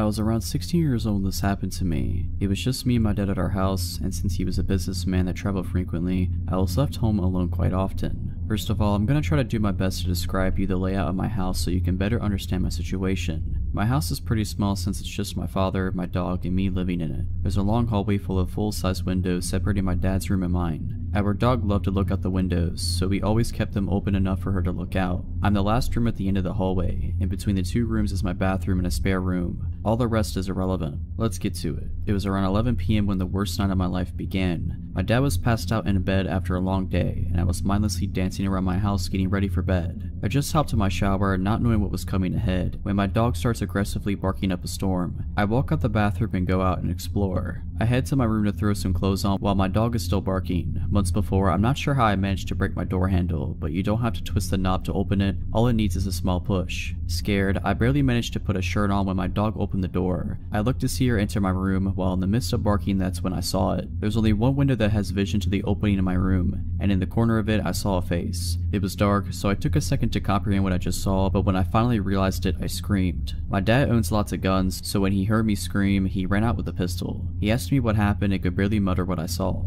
He ran outside to see if the man with the terrifying face was still near. We stood out there for maybe a minute scanning the area. A man was casually strolling towards us from the opposite direction from about 100 yards away. I knew it was him. I got that feeling in my stomach that you can't mistake. It was like he was trying to cover up that he was there by coming from a different direction. But he didn't fool me. You better stay away from my daughter. You see what I have here, you know what this does. Holding up his gun, I could have sworn my dad was going to shoot. The man brushed these threats off easily. My dad and I went back inside. He went back to bed like nothing had happened, but I could not sleep a wink. I kept thinking he was going to come back and hurt me because of the threats to him. We called the cops the next morning and they came and scoped out our house. He looked around the house trying to calm me down, but I was still pretty shaken up. He went to the front yard and that's when he saw it. In front of the windows in the long hallway there were small bushes, nothing much. The cop from outside went to the window that had view of my room and there it was. If he tried to tell me the news without making me more upset, he failed. There were incidents in the dirt right in front of the window. That meant he knew where he needed to look for you, and it seems as if he had come here more than once because of the broken pieces of bush and the divots in the ground. Turns out he was the nephew of my old neighbor and he had been staying there for months. Never arrested, never got in trouble, probably barely got a slap on the wrist. But at least he's gone now. How long had he been watching me? I'll never know. All I know is I keep my door shut and I never keep the blinds open.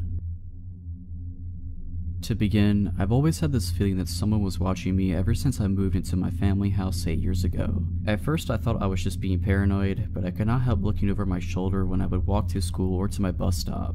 When I would walk to school, I was always scared in the mornings when it would be dark during the winter or fall because where I live is just vast country lands. I live in Canada, and although not much crime habits in my neighborhood, I never could rid myself of this eerie feeling. Even when I would come home from school, being home alone did not help.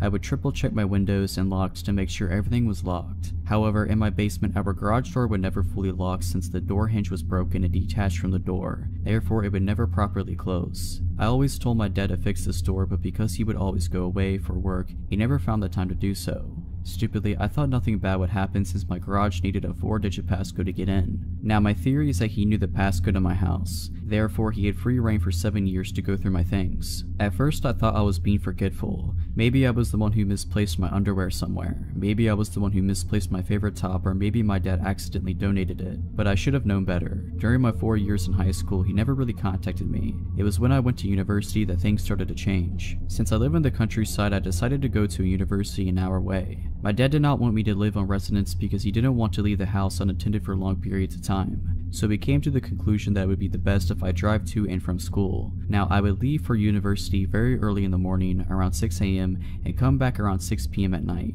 I stopped being aware of my surroundings at this time because I would be tired from my 12-hour days, and now that I wasn't walking alone, everything would be fine. When I would come home from university, I would find certain things moved in my house. I am a neat freak and I like things a particular way in my house. When little things like my makeup or candles would be moved, I thought it was odd and would frequently bring it up to my dad, but he would just say that it must have been me who was doing it, but it wasn't me. During my second and third year in university, I started getting weird notes in my mailbox. The writing on these notes looked almost childlike and it would always be written in blue ink. I have those country-style mailboxes at the end of my driveway where the little red flag goes up whenever we get mail. From my way back from university, I would always check the mail and sometimes I would find these letters. The letters would never be long. In fact, they would only be 1 to 3 sentences that would contain odd questions like, "Where are you? I wonder what you do while you're away from home. How do you find university? It must be tiring driving that long. Did you make new friends? Do you still hang out with your best friend? You dress differently now. Why is that? I miss the scarves you used to wear. You don't close your curtains as much anymore. Why don't you look for me?" These letters would always come once a month at the beginning of the month. I would show my dad, and at first he would say, "Oh, maybe your cousins are just pranking you, or it's probably your friends." But every time I would ask my friends or cousins, they would give me this confused response saying that they never sent me any letters. Now that I am in my 4th year at university, the letters do not come as frequently, but 2 weeks ago something happened that makes me think that things are escalating. I came back home from university at 7:45 p.m. and it was fairly dark outside. I saw that my mailbox flag was up, so I checked the mail and it was just bills. At this point, I haven't gotten a note for a little over 3 months now, so I am thinking maybe the notes will not come anymore.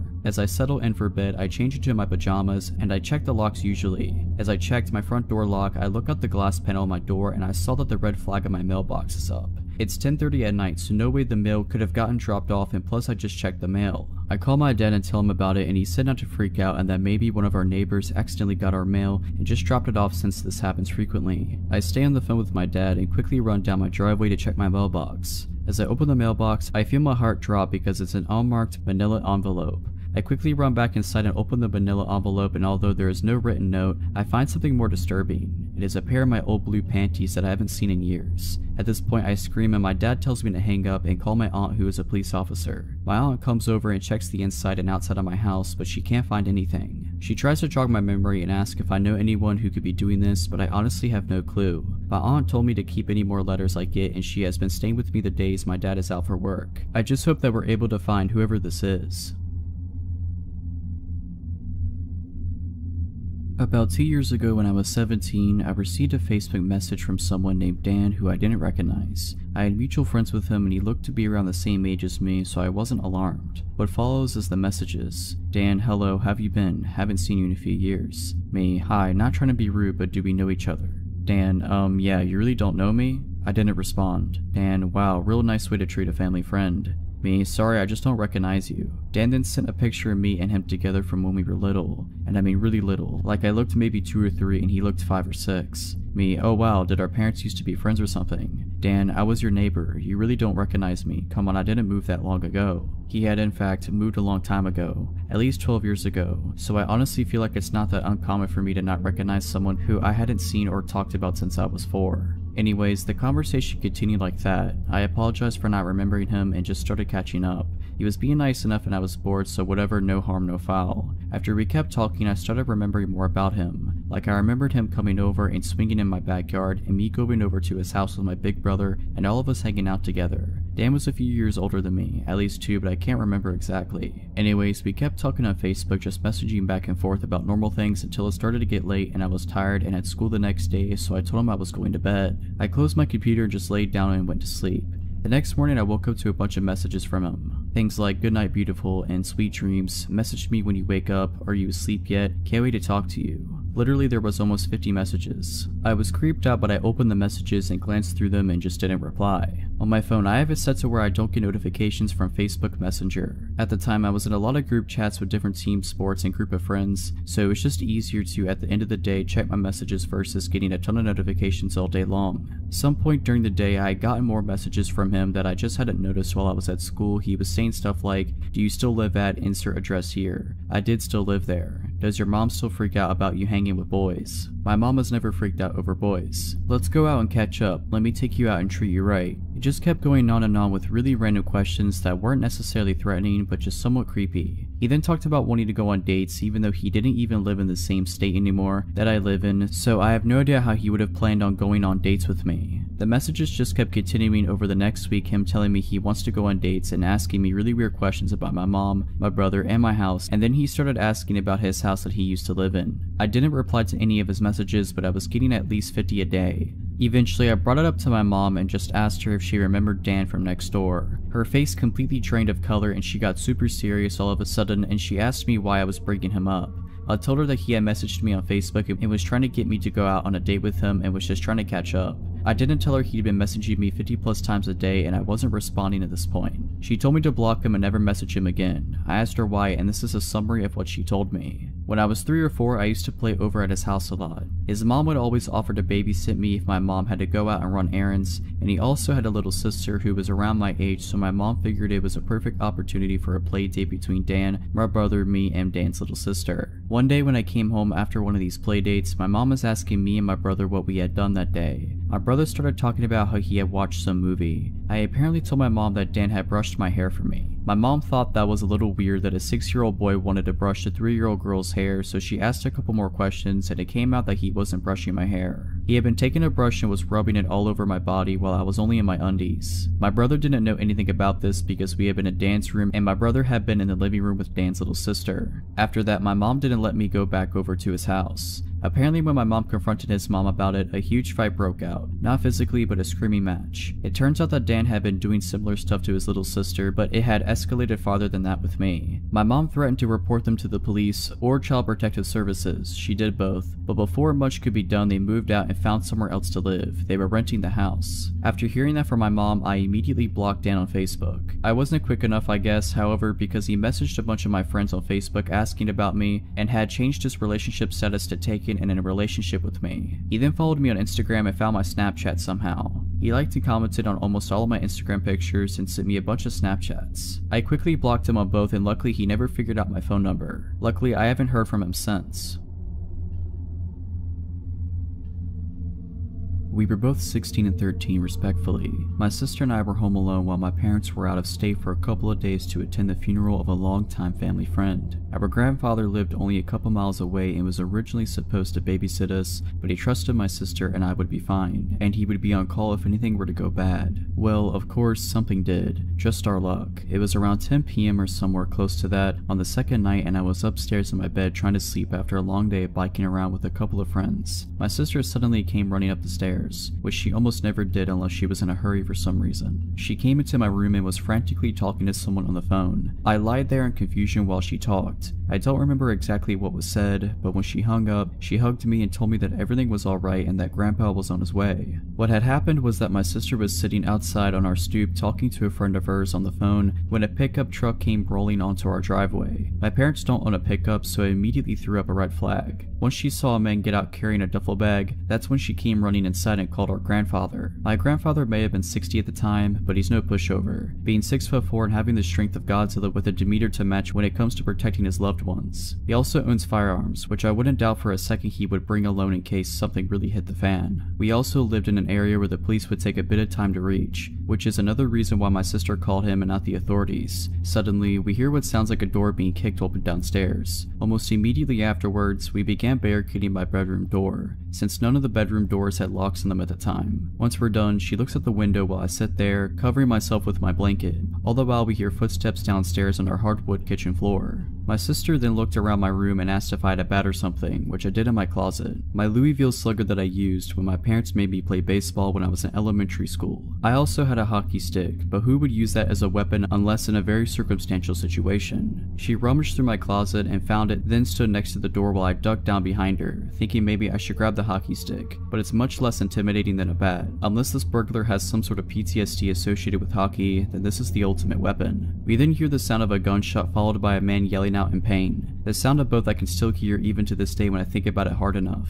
My sister and I are standing by the door, almost sobbing, when about a minute later, we then hear my grandfather yell out our names, asking if we were alright, to which we both yelled out simultaneously that we were. My sister and I pulled the dresser and various other objects out the way of my door and we both went out into the hallway. We heard my grandfather on the phone with 911 as we stood at the top of the stairs. When the police and ambulance arrived, the man who had broken in was taken out on a stretcher, to which I later learned was shot in the abdomen. My grandfather had come in through the same back door and found the man in our kitchen looking through drawers. When he came at my grandfather with one of our kitchen knives, that's when he was shot. The man almost died from blood loss, but ended up surviving, and I hope he's learned his lesson, both through being incarcerated and by being shot in the abdomen and almost losing his life. But, of course, you never know with certain people, especially the nefarious ones. This all started my sophomore year of high school.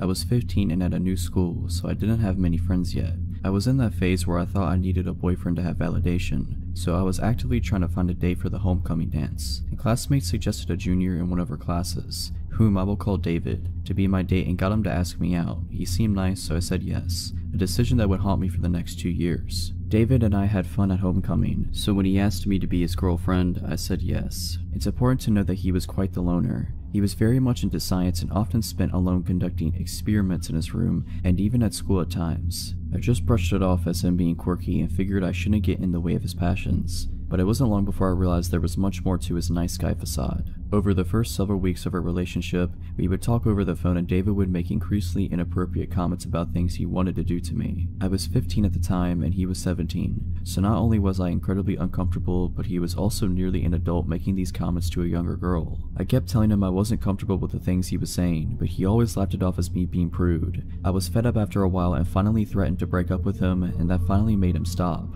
I should have recognized the red flags and bailed at that moment, but again, I was dumb and felt I wasn't worth anything unless I had a boyfriend. Although the inappropriate comments stopped for the time being, he would still become increasingly possessive and downright obsessed over what I was doing at all hours of the day. He would intrude on conversations I had with my friends and want to know things that frankly weren't any of his business. One day when I was getting into the shower, he called and my dad told him I would call him when I was done. Instead of simply waiting like any rational person would do, he called a total of 4 times over the next 10 to 15 minutes to see if I was out of the shower yet. I began to feel suffocated, but every time I asked him to back off, he would cry about how depressed he was and that he only wanted to talk to someone to feel like he was wanted. I always fell for it like the dummy I was, but now I recognize the clear manipulation that it was. One day I finally had enough. I broke up with him in person at school and he bawled like a child. I didn't let it get to me this time, however, and firmly told him that I didn't want to be his girlfriend anymore. Although he couldn't get his way, he still somehow convinced me to stay friends. I know I was an idiot, but things didn't end there. Over the next several months, David kept trying to get me to go out with him again, even going as far as to cry in front of other people to garner sympathy. Fortunately for me, David had earned a bad reputation throughout his school year, so no one really believed him. He would even try to trick me into a date by subtly suggesting we go see a movie as friends, which I always got around by inviting my friends to come along too.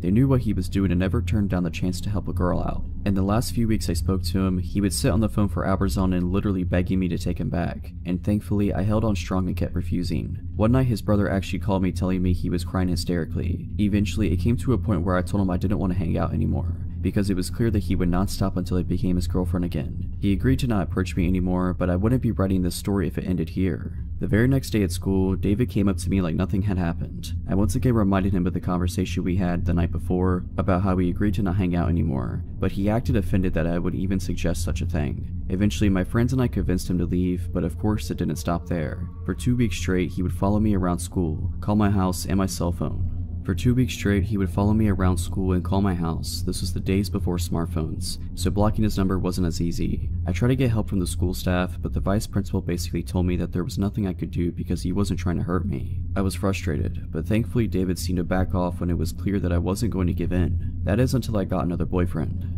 The following school year, my junior year, I started dating a senior named Justin. Not long after we went public with our relationship, I noticed David following me again. Now Justin was a football player and he was a pretty big guy with unresolved anger issues, so he didn't take kindly to this guy. He would hang out with me and my friends and David would hover over nearby, walking by every now and then and making it blatantly obvious that he was spying on me. One day, Justin walked straight up to David and confronted him. He didn't lay his hands on him or threaten him in any way, but he did ask, "What are you doing?" in a really angry tone. David simply muttered some kind of excuse and scurried away. We thought that was the end of it, but later in the day I was called to the principal's office. Turns out David claimed that Justin threatened him and blocked the doorway so he couldn't move. Justin denied it, of course, and told the principal I could back up his claim, which I did. Thankfully, nothing came of it, but this was only the first of a long line of incidents. Over the school year, David and his brother, who was a year younger than me, would try to get Justin in trouble every which way they could, even started rumors and threatening his life. A classmate of mine overheard them talking about ambushing Justin and hurting him, but even though I brought this to the staff, nothing was done about it. All the while, David kept following me when Justin wasn't around. There was even an incident in the school gym one day when a bunch of classes had to stay there for the period. He and I both were there and he made sure to sit on the bleachers nearby, even following me when I moved. I was on the verge of tears, but then I saw 2 guys I knew sitting on a few rows down from me. They were cool with me, so I got their attention and, after explaining what was going on, asked them if I could sit with them to feel safer. They accepted and we ended up having a good time talking about music.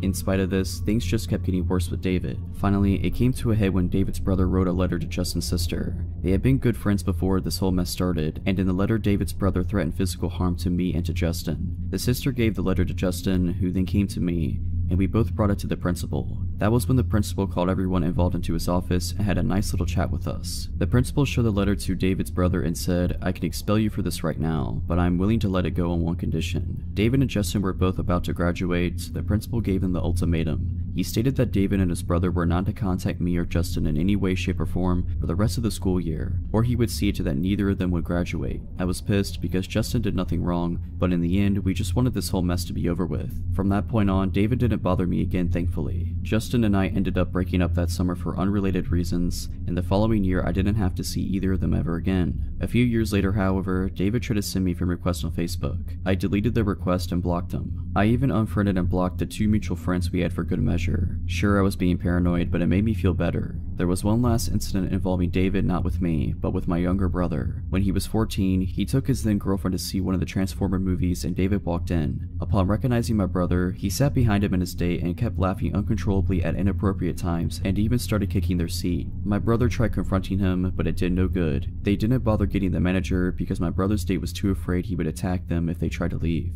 Thankfully, that was the last incident I or anyone close to me ever had with him. I'm doing much better now. I'm 30 years old and, ironically, I ended up marrying one of the guys who sat with me in the gym that day. My advice to any teenagers reading this is that you should always pay attention to red flags and get rid of toxic people in your life. It's always better to end up alone than stuck with someone who makes you feel bad and treats you like your feelings don't matter. This happened a few years ago when I was bartending in college. I was coming home down a stretch of divided highway at around 3 AM when I noticed a car heading towards me in the wrong lane. I doubted myself at first and thought that the car was on the other side of the highway. Sure enough, the white Ford sedan passed me at a really high speed at around 90 miles per hour. It's worth noting for later that I also drive a white Ford sedan. I was used to drunk/idiot drivers in the middle of the night, so I pulled to the side of the road and let him pass me. I had a moment of clarity and thought to call the police, thinking this person could hurt themselves or somebody else. The dispatcher answered, and after telling them which road and exit/mile marker I was at, told me they would send a car. The state police station was only a few exits away, so I figured they would send somebody and I would just drive home. As I headed back onto the highway, I noticed some lights a few miles behind me. I live in a more rural part of southeastern Pennsylvania, and traffic at 3 AM tends to be truckers and cops. The car gained on me as I was getting up to speed, so I stayed in the right lane and waited to be passed. Instead, they flipped on their high beams, making it uncomfortable to drive, and rode my tailgate. At this point, I thought I was going to be pulled over by the police. I drove a white Ford sedan and had just called out a different white Ford sedan, so I grabbed my registration from my glove box. Suddenly, the car behind me audibly slammed on the brakes and stopped in the middle of the highway. They must have shut off their car because the lights went out and I saw what looked like the same Ford sedan from earlier. Still, I thought this may have been a police car. They had a roof rack, and it could have looked like I had reached for a gun in my glove box or something. I panicked and called 911 for the second time and asked the dispatcher if they had sent a cruiser to investigate. The dispatcher was a little curt with me and assured me that they sent somebody out. Dispatcher, we have sent a trooper out to find the car, sir. Me, I only ask because somebody is following me and acting weird. It could be a cop, and I think I freaked them out by getting my registration. Dispatcher, are you pulled over? Me, no, they didn't turn on the lights. Dispatcher, let me try to get the trooper we sent out. As she was talking, the car again sped towards me and stopped inches from my bumper. Again, their high beams were on, and again, they slammed their brakes. I told the dispatcher, I'm pretty sure this is not the police behind me. The car sped to my bumper again and turned their high beams on, this time laying on the horn. Hearing this, the dispatcher asked me what was happening. Dispatcher, what's happening? Did you honk? Me, that's the car behind me. I don't think it's a cop. Dispatcher, I'll try to get the trooper again, but I don't think that's him behind you. For some reason, this is what shook me. Before that, I was thinking I would get pulled over and maybe get a ticket. Up until then, I was going to the speed limit and trying to avoid getting pulled over. I told the dispatcher, I don't care if I get pulled over, I'm speeding, and if they put their lights on, then I'll pull over. I started to accelerate and the person behind me just kept up with me. The speed limit was 55 and they kept on my bumper the entire time, but this time they were swerving. I tried to signal for an exit then bail on it, but they followed. At the next exit, I took the off-ramp and continued onto the on-ramp, and the car behind me followed the whole time. I thought about trying to go to a Wawa gas station, but the dispatcher and I thought that it would be unsafe. She was calm and talking to another person trying to send police to me. The other person, maybe a supervisor, asked if I could drive to the state police station. Realizing that I was one exit away, I told her I was coming there and she said that she would have troopers meet me outside. As I pulled off to the exit, the car followed me. I blew a few red lights trying to get to the police station, and the car tried to pull into the other lane to pass me or pull up alongside me. Once the police station was in view, I put on my turn signal and the car slammed on its brakes again, turned off their lights, and turned into a parking lot. The story ends kind of anticlimactically as I pulled into the police station and met the troopers. Two of them went to find the car and I stayed with the third trooper. I think the dispatcher and her supervisor and the state trooper escorted me home after taking a statement from me. I was never called to follow up or testify, so I can only assume the person didn't get caught. I don't drink as a general rule, but once a month or so I'll go out with friends and binge. My friends and I had a great night at a bar in the city and they left. I was chatting up a cute guy, so I decided to stay. I went back to his place. After post-coitus, I'm ready to head home, so I call an Uber to pick me up. I don't know where I am, I know the city I'm in, but not my exact location. I ordered the Uber, but it's taking forever, so I cancel it and try again. Pretty soon a car pulls up. I drunkenly mumble something like, "Is this the Uber?" and I hop in. Mistake. Ubers apparently are supposed to have some kind of marking on their vehicle. The guy pulls away and starts driving. We're chatting, I'm fumbling for a cigarette, and the next thing I notice is that we're headed for the highway, but in the opposite direction of where I thought we needed to drive, and we're going at a solid 90 miles per hour. Then I get a call from an Uber driver. He's there and I'm not, because I'm in the car with someone else. I start texting my friend, frantically counting off mile markers for her. Then I realize that's going to do jack, because she's probably drunk too, so I call 911, but I realize this guy is crazy. He's refusing to let me out of the car, so I've got to do it on the sly. It's been about 40 minutes now. I'm terrified. I don't know where I am. I don't know who this is. We're driving at over 100 miles per hour, weaving in and out of traffic. This guy is trying to get me to hang up my phone call, and also smoking pot, so I don't want to do anything that might provoke a violent reaction from him. I start chatting to the 911 dispatcher as if it's my friend, praying that they'll catch on. "Hey girl, it's me. Yeah, I'm with someone right now. We're driving past highway exit." "No sweetie, it's not my Uber. I thought it was, but it's not. It's a shame you can't come and meet me and bring friends." Thankfully, the operator catches on. He gets me to stay on the phone while he sends cops, and we develop a code. If I see cops, I'm supposed to casually put my hand out the window, which looks semi-normal because I'm smoking a cigarette. We pull into some random little housing complex, and he busts out some powder and forms 2 lines. I now have confirmation that he does drugs, which means he's probably emotionally volatile. I relay this to the operator in code, "Oh girl, I wish you were here right now. This guy just busted out the coke. You'd love it. He's taken a really big bump, man after my own heart," etc.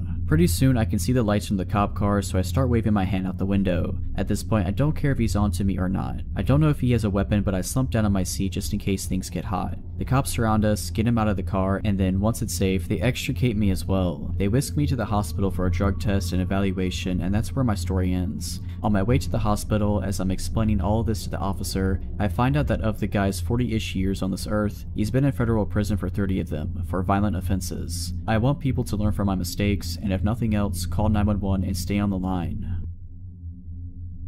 For background, I'm a 24-year-old woman living in Australia and work at an establishment that caters for an adult audience. One night, as my shift is coming to a close, one of the patrons asked me to buy a drink, which I accept because employer policy. I talk him up to a couple of expensive drinks for the two of us, have a quick conversation, and make my excuses about my shift being over, but he should come back to see me soon. He starts to gaze at me and it feels uncomfortable. He stands up and with his creepy grin asks to walk me to my car. I know never to put myself in that position and politely decline, and I tell him I might see him next time. I walk out past our biggest bouncer and the guy doesn't follow me. Great, nothing extraordinary, just standard par for the course of my profession. But sadly, this isn't where our story ends. For this creep, it's only just the beginning. I'm off for a week after that night, but when I come back into work, I'm told a patron has been coming in every night for the last week asking for me. Says he wants to buy me another drink. Naively, I think, oh great, a bigger pay this week, and get set for my shift. Then I rolls on who should roll in but our man of the hour, and he asks for me. So I saunter over and he buys me a drink. The whole thing I'm sitting there with him, he just has this creepy grin on his face. Not like a normal creepy grin, that's just normal. No, this is the kind of grin where he knows something you don't and is very pleased with himself about that fact. So we're talking and I'm getting him ordering himself drinks and trying to upsell him where I can. About half an hour goes by and I make my excuses to leave so I can try to spread the tips around. But this guy isn't having it. He won't let me leave, and the more I insist, the angrier he gets. He's practically hissy at me by the time I give a look to one of the bouncers, who promptly comes over and diffuses the situation, giving me an opportunity to walk away. Great, crisis averted. Wrong. Bouncer doesn't throw him out, just gives me a buffer so this guy starts following me around the place, even attempting to walk into an employee-only area, which is where another bouncer finally notices and kicks him out. I finish my shift and walk over to my car. There he is, I kid you not, sitting on the bonnet of my car. How he knew it was my car I will never know. He wants me to give him a ride and tells me how pretty I look.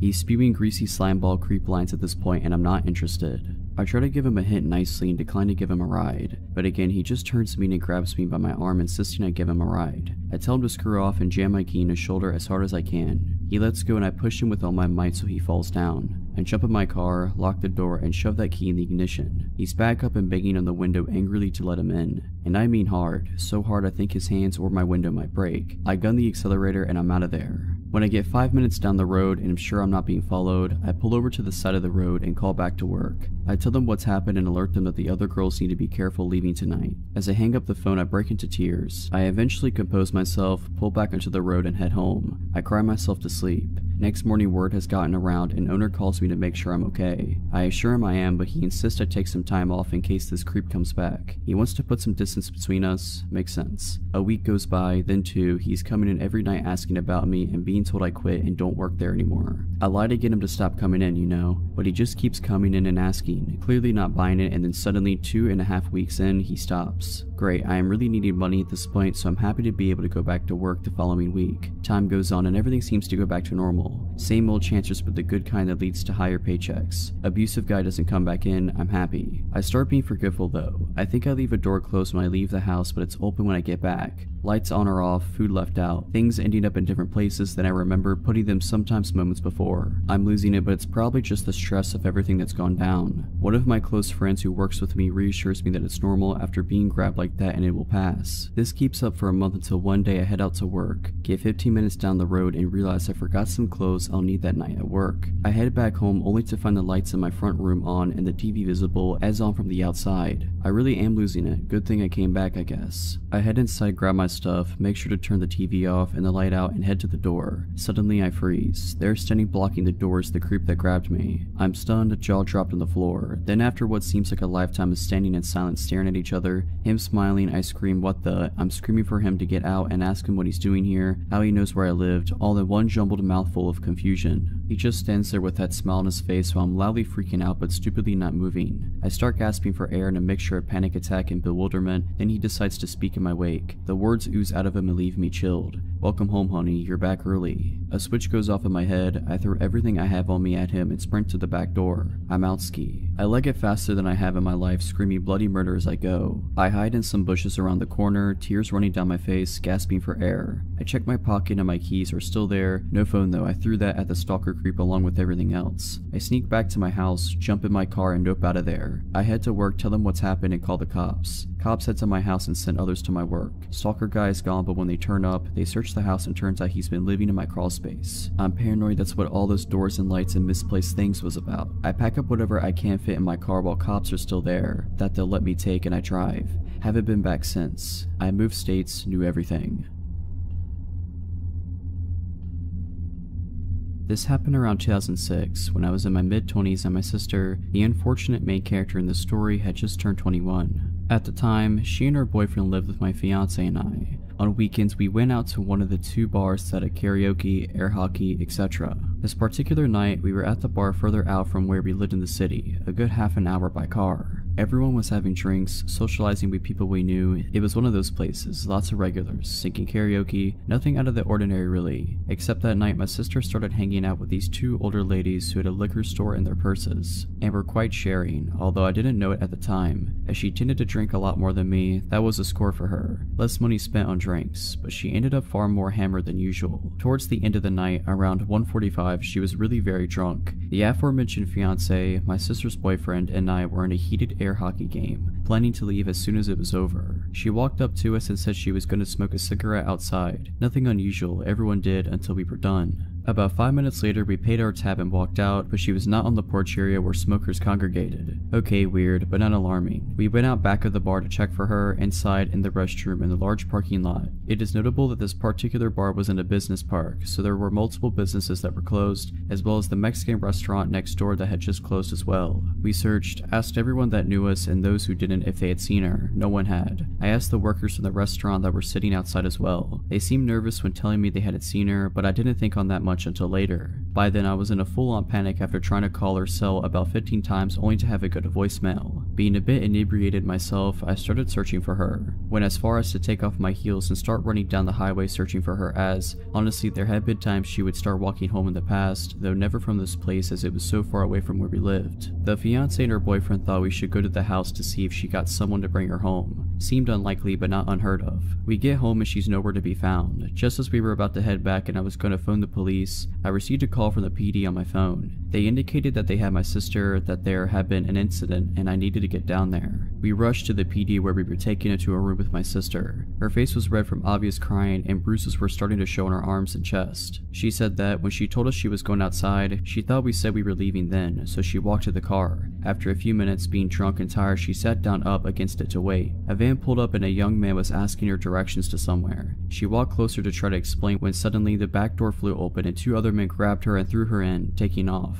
They were rough with her, hitting her a few times while holding her down, saying they only wanted money. They snatched her purse from her, breaking the straps and searched it, quite haphazardly as they didn't find the $30 she had in it. After driving around a bit speaking in Spanish, she couldn't understand they pulled out a gun, making sure she saw it and put a bandana around her eyes, telling her that they'd let her go. She was driven to some woods by a neighborhood she did not know. The door was opened and they pushed her out, telling her to run, that if she took the blindfold off or turned around, they'd shoot. She ran and ran. Eventually she did take the blindfold off and came to the first door she saw, beating on it and screaming for help. The police were called, she was picked up, and now we are back to my being there, hearing what I feared had happened. Report filed, police did a search and did locate the bandana she ripped off, but as she was so intoxicated and terrified, she was not able to give a clear description of the van other than white older model or the 3 occupants other than young Hispanic men. The investigation turned up nothing as no cameras caught any of this. We even had detectives in our home who said, look, we need the truth. If you got drunk and just went home with someone and didn't want your boyfriend to find out, we will file charges against you. Aside from the bruises, broken person, or trauma, there was nothing concrete to go on. That was unpleasant. I am still fairly convinced someone at the restaurant knew something given their suspicious behaviors when I asked about her, but the police were never able to find that link. All said and done, the guys were never found. Eventually we just moved on, in different states. It's now just a story in our lives. It still makes me sick thinking of what could have happened, but thankfully it didn't. A little backstory, I was about 16 at the time, and I rode the public bus to and from school. This particular day, I had done some special effects makeup before the end of my classes, so I had fake blood running down my face, and I couldn't be bothered to take it off before leaving school. Now I knew as I was boarding my bus, people would stare or ask questions, so I wasn't surprised when this man, who looked to be in his mid-30s, started asking about the makeup. The conversation was normal at first, just the usual, oh wow, did you do that yourself, kind of stuff. I answered the questions as normally as I would, and expected the conversation to be done and over with. But I was wrong. This man, he mentioned his name was Joe, started steering the conversation into strange territory, asking me if I had a boyfriend, to which I lied and said I did. He then proceeded to ask if my boyfriend liked the makeup and if I was on my way to see him now. I again lied and said he likes the makeup and yes, I was going to see him, trying to get Joe to believe someone was expecting me. The conversation died down for a bit until he said this, you know, you remind me a lot of my sister, he said with a grin. I just smiled in response, not really knowing what to say. After not hearing anything from me, Joe continued, my sister was kind of a jerk. She was always lying about me to our parents. I had fantasies about breaking her jaw. Now at this point I was terrified. My bus stop was still another 20 minutes away, and I just wanted to be out of that situation. Seeing that what he said made me uncomfortable, he switched the subject, telling me about where he worked and what he does there. I just nodded along to what he was saying, remaining silent the entire time. Closer to my bus stop, he says to me, why don't you come to my house? I have a freezer full of pizza and ice cream. Maybe we can hang out for a while. To which I politely declined, saying my boyfriend was expecting me. Finally, I get to my bus stop and quickly get off the bus, speed walking all the way home, all the while calling a friend to inform them of what happened. Things were fine for a bit after that. I switched my bus route so I wouldn't run into him again. But one afternoon, I had to go to a store that was on my old route. I was nervous about getting on that bus again, but was happy when I didn't see Joe. I did my shopping, and as I was leaving the store, I saw Joe standing out by the door staring at me. The second I was out the doors, he walked over to me, a grin on his face, and wrapped his arms around me. I pulled away from him, telling him I was very busy and had to go. He then asked, well, what are you doing? I have time, I can tag along. I was very persistent, saying I really couldn't, I had to go, and I walked away, heading into a neighboring store that I knew would be busy. Sure enough, Joe followed. I ignored him as I made my way down a heavily populated makeup aisle, keeping my attention on some cheap lipsticks in the hopes he'd get the hint and leave me alone. I was wrong. Joe reached over my shoulder, grabbing a red lipstick as he leaned in close and whispered, this color would look gorgeous on you. I can't wait to see you wearing it. He then placed the lipstick in my basket and walked away, leaving the store. I remained in the store for about 20 minutes after he left, afraid to leave and make the walk home. After I mustered up the courage, I put the lipstick back, put away the basket, and called a friend to stay on the line with me until I made it home. Now I don't know if he followed me home or not, but I can say that after that day, the motion detector porch lights started coming on at night, and I started hearing knocks at my bedroom window. Thankfully, I moved shortly after and haven't seen Joe since.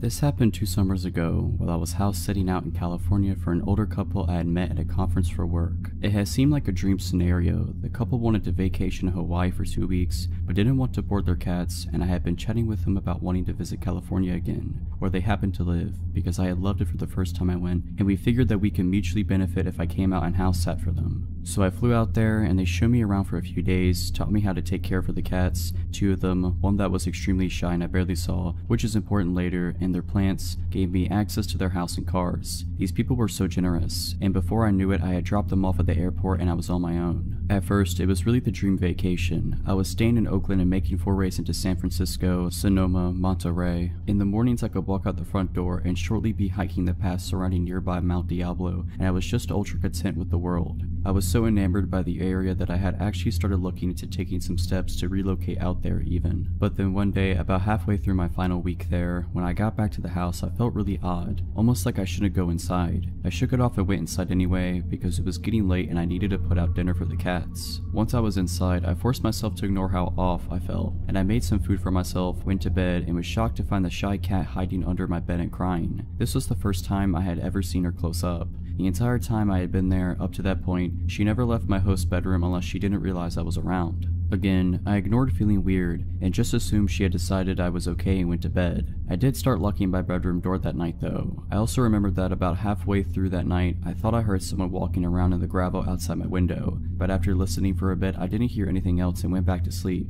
The day after, in the morning, I still felt a little odd, but kept up with my plans for the day. I drove out to a little musical festival in Sonoma and went clothes shopping and had an overall great day. When I got back to the house though, I found the front door locked in a way that I hadn't left it. Basically, my host never locked the deadbolt, only the lower second lock, and that's the only lock my key worked on, so I never messed with the deadbolt, but it was definitely locked. So I had to call my host and find the hide key, which, to their credit safety-wise, was buried like a whole foot underneath a bush outside and had definitely not been unearthed for a long time. So I used that, went inside, and kept the key with me just in case it happened again. And it did, but with a different door. This time I had stepped out into the garage to get a drink, and when I turned around to go back into the house, the door was shut and locked. I could use my normal key on that door, but I was still getting pretty bewildered. My own cats are whack, so I think in my mind I was trying to come up with a way that the cats could be locking me out the house, but I was coming up empty. I decided I must have been misunderstanding how the locks worked and just wrote it off and started checking and triple checking locks when I went out of the house or into the garage. That night when I went to bed, the really awful feeling of unease was still there, and so was the shy cat, who was clearly unhappy to see me, but also wouldn't leave my room. But again, I just locked my bedroom door and went to sleep. The next morning I felt awful, nausea, body ache. I had no desire to leave the house, so I decided to stay in and Netflix for a day. This vacation stay was like a full 2 weeks, so I didn't feel like I was in any hurry to get all the touristy things in anyways. But as the days went on, I started to feel that feeling of wrongness again, and it morphed into feeling incredibly watched. Around mid-afternoon, it got to the point that I was so uneasy that, even feeling awful, I decided to get out of the house for a bit to shake it off. I was getting a bit low on food, so I went to the grocery store and bought a couple food items that I didn't think would hurt my stomach, and then I left. When I got to my car, I started crying and my entire body was telling me not to drive back to the house. I couldn't not though, because I didn't want to neglect the cats, so I drove back, parked in the driveway, and convinced myself after about half an hour to just go open the front door. Once I did that, I thought I would get over it and would be able to go in and at least feed the cats, and then maybe I'd go get a hotel room after, but my body physically would not let me inside. It was like I was stuck in the entryway. I then made a deal with myself.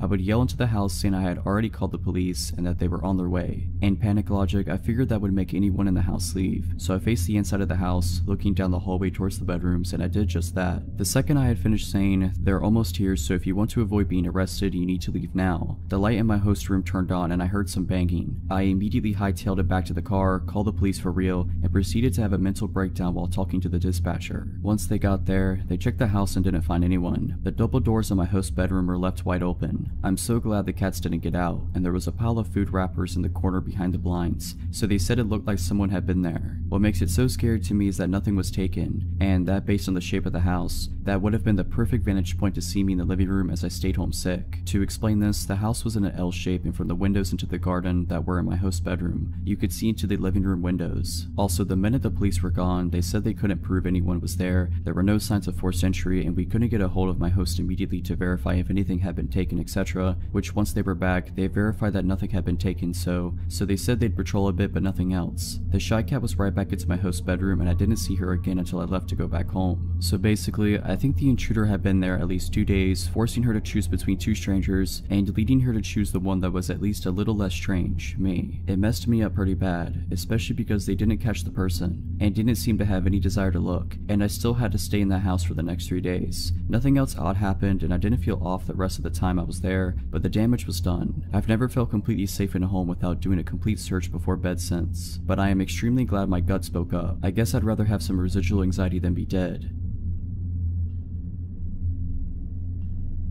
So about 5 years ago, I, male 26 years old, set out to travel the world. Being straight out of college had left me dead, ever more desperate for any job I was overqualified for, and generally depressed. I felt isolated and alone in my small town in Washington and found the only way to get out, travel. My high school buddy suggested I look into COMPILATIon and volunteering as a way to travel cheap, and so I did. The way it works is quite simple. You work for around 25 hours a week on some farm for food and housing. The draw is that since the community of cheap travelers is quite big, it is a great way to meet new people, get outside of your comfort zone and just let yourself live and figure life out. Fast forward 8 months and I'm a seasoned cow patty shoveler. I started out in Washington, Oregon, and went south to California. There, I was able to save some money I was paid under the table for some extra work and was now faced with a decision, where to go in the world. The excitement of being able to purchase a ticket to almost anywhere in the world got the best of me, and on the advice of my volunteering partner, I chose it at random. I went to a randomizer website and clicked the country button, Georgia. The country of Georgia. To say I didn't know anything about it was an understatement, but the fear of the unknown made it exciting and exotic somehow, and so I did it. I purchased a ticket and started browsing for a farm that could host me. There were a few options, and most were remote and hadn't even had an internet connection. I messaged every single one because few ever respond, and got a response from one farm on top of a mountain. The pictures showed a traditional Georgian stone house with a large garden out in the back, a family with several cheerful children, grandparents having dinner, animals. It seemed warm and inviting. The description was written in good English, and the requirements for work seemed reasonable. I was excited. After I flew into Tbilisi, the capital, I followed the instructions that they have sent to locate the farm, which wasn't an easy task. Few in Georgia speak English, the roads are screwed since few have been maintained since the fall of the Soviet Union, and the country is generally poor. It took me around 20 hours of Soviet buses and taxis, weird serpentine roads and paths to get to the desired blue pin on my map.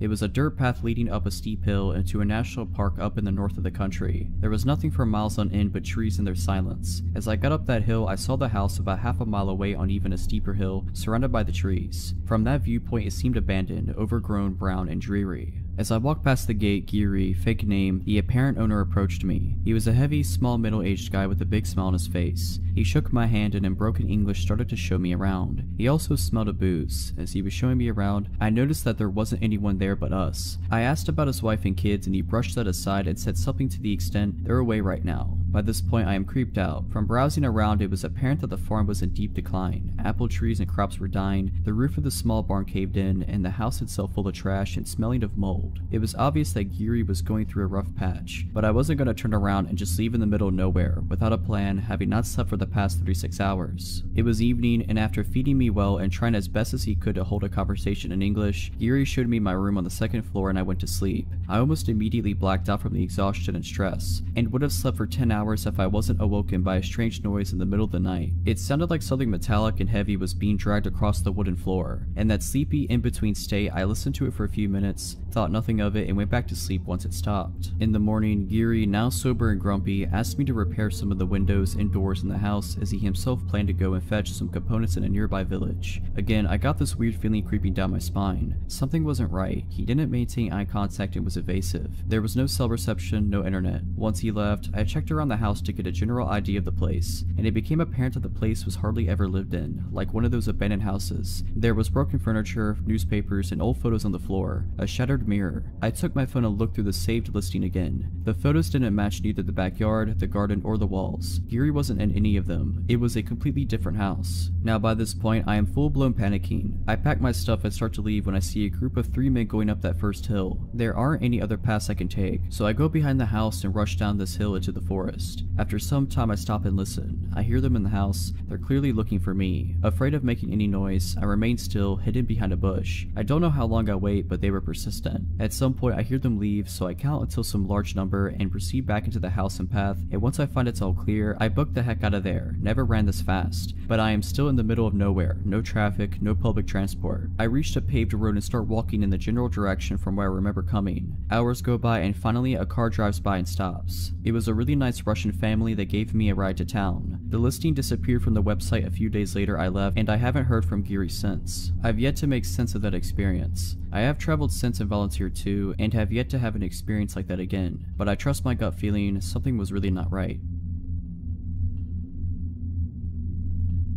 More than a few years ago, I was working as a burlesque entertainer in a gentleman's club. It was idly sitting at the end of the bar one night when a couple came in. Not unusual. I had no contact with them and thought nothing of their being there until later. A few days after that night, the doorman handed me a piece of paper that had 2 names and phone numbers written on it, Laura and Richard. I was supposed to call one of them, so I called Laura, who told me they had been the couple who'd been at the bar the other night, and they noticed me and thought I'd be perfect for a part in a movie Richard was producing. Would I be up for a meeting? Of course I would, who wouldn't? I was told Richard would pick me up the next night at 7 and to wear something wild. 7 o'clock came the next evening and I was ready in a white lace dress with ostrich feather trim when Richard showed up outside my building, so I went down, introduced myself, and got in the car. We agreed to go to a local bar I knew well from the meeting, but first we had to go back to his place so he could pick up some contracts he'd forgotten, so off we went. He went in the house and came back out with a few manila envelopes and an open bottle of beer, a brand that I didn't drink. Plus, it's against the law to drink alcohol in a vehicle here, so I stuck the beer into the window well of his Jeep and we went to the bar. At the bar, he showed me what were supposedly scripts from this movie he was producing. In some contracts, it looked pretty legit. Richard was very nice and I was interested. I'd made some plans to go out later with my soon-to-be boyfriend, so I excused myself to go call him on the bar's payphone, and took my Corona that I'd ordered at the bar with me to the bank of phones. As a dancer, I'd been taught by the other older girls to never let your drink out of sight. My boyfriend wanted to get going to another club, so I went back to the table where Richard was and told him I had to go. He didn't like that and tried a few different things to get me to go to the movie set with him, saying I could meet Mickey Rourke and check out the set, but all I really wanted to do was meet my boyfriend, so I declined, took Richard's card, and left. I never heard from Richard again, but a couple of months later, the police came around to the bar I was working at. They had 2 big books of mugshots and a stack of Polaroids with them, and they wanted to talk to all of us about a predator couple who had been setting up meetings with dancers by saying they were in the film industry, then drugging them. They showed me the 2 mugshot books and asked if I saw anyone I recognized in the pictures, and I immediately identified Richard and Laura. They then showed me the Polaroids, which were trophy pictures of the couple in the act of attacking the poor drug girls, and asked if I knew any of the victims and where they might find them, in order to talk to the girls. I only knew a couple of women in the photographs, but there were a lot that this had happened to.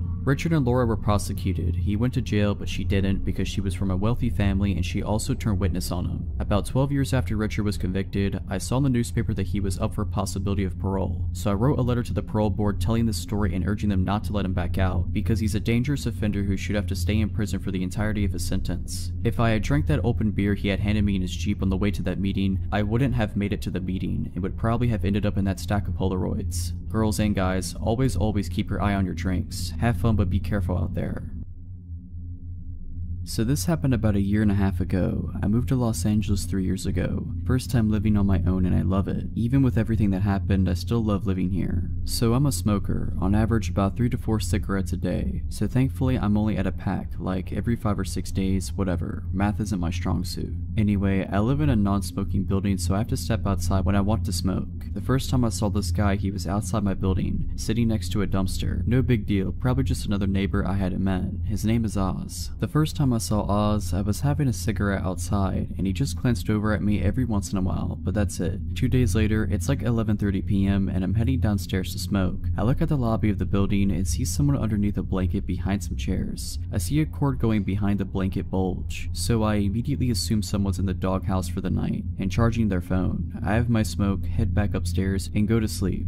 A week later, it's the middle of the day. I've gotten some work done and decided to take a smoke break. I go and sit outside like I always do. Oz is sitting outside as well. This time he's got some paperwork with him. A lot of paperwork. At this point, I feel like I should provide a description of Oz. He's about 6 feet tall, early to mid 30s. He has medium length hair that has been styled into dreadlocks. A full but short beard, if that makes sense. He was wearing worn down pants and jackets. Based on his face, he seemed like he cleaned himself up regularly, but his clothes made him look homeless, and sadly he was. So Oz is going over the paperwork in his hands when he looks over at me and says hi. So I responded kind. He then asked me how I'm doing today. I'm doing pretty okay, I respond. How are you? I'm good, man, I'm good. Good. It's a nice day, right? Yeah, it is. So when are you moving? Now that question came out of nowhere. Was he hoping to find a new place to live? Was he trying to move into this building? Was that what his paperwork was all about? I mean, if he's moving into a new apartment, great. I hope life works out well for him. But why was he asking me when I'm moving out? I know the building at the time had a vacancy or two, so if he was going to move in, why ask a question like that? Why make it sound like he's waiting for someone to move out so he can have a spot? My brain asked all those questions in less than a second of Oz asking me that. After a couple seconds of being stunned by Oz's question, I just said, I'm not moving anytime soon, man. My cigarette was over by then, so it was time for me to go to my apartment. Another week later, I go see a friend stand up set, and when I get back to my apartment at like 10 p.m, I see 2 police SUVs outside my building with lights on. I go inside because if there are 2 police vehicles already there, I can't do anything, so might as well stay out of the way. The cops are talking to one of my downstairs neighbors, and I can't catch anything they're talking about. 2 days later, notices have been put up next to the mailboxes that say, this man is not allowed in this building, and it has a photo of Oz. Turns out the blanket bulge I saw was actually Oz, when he somehow managed to get inside the building and sleep in the lobby with an electric blanket.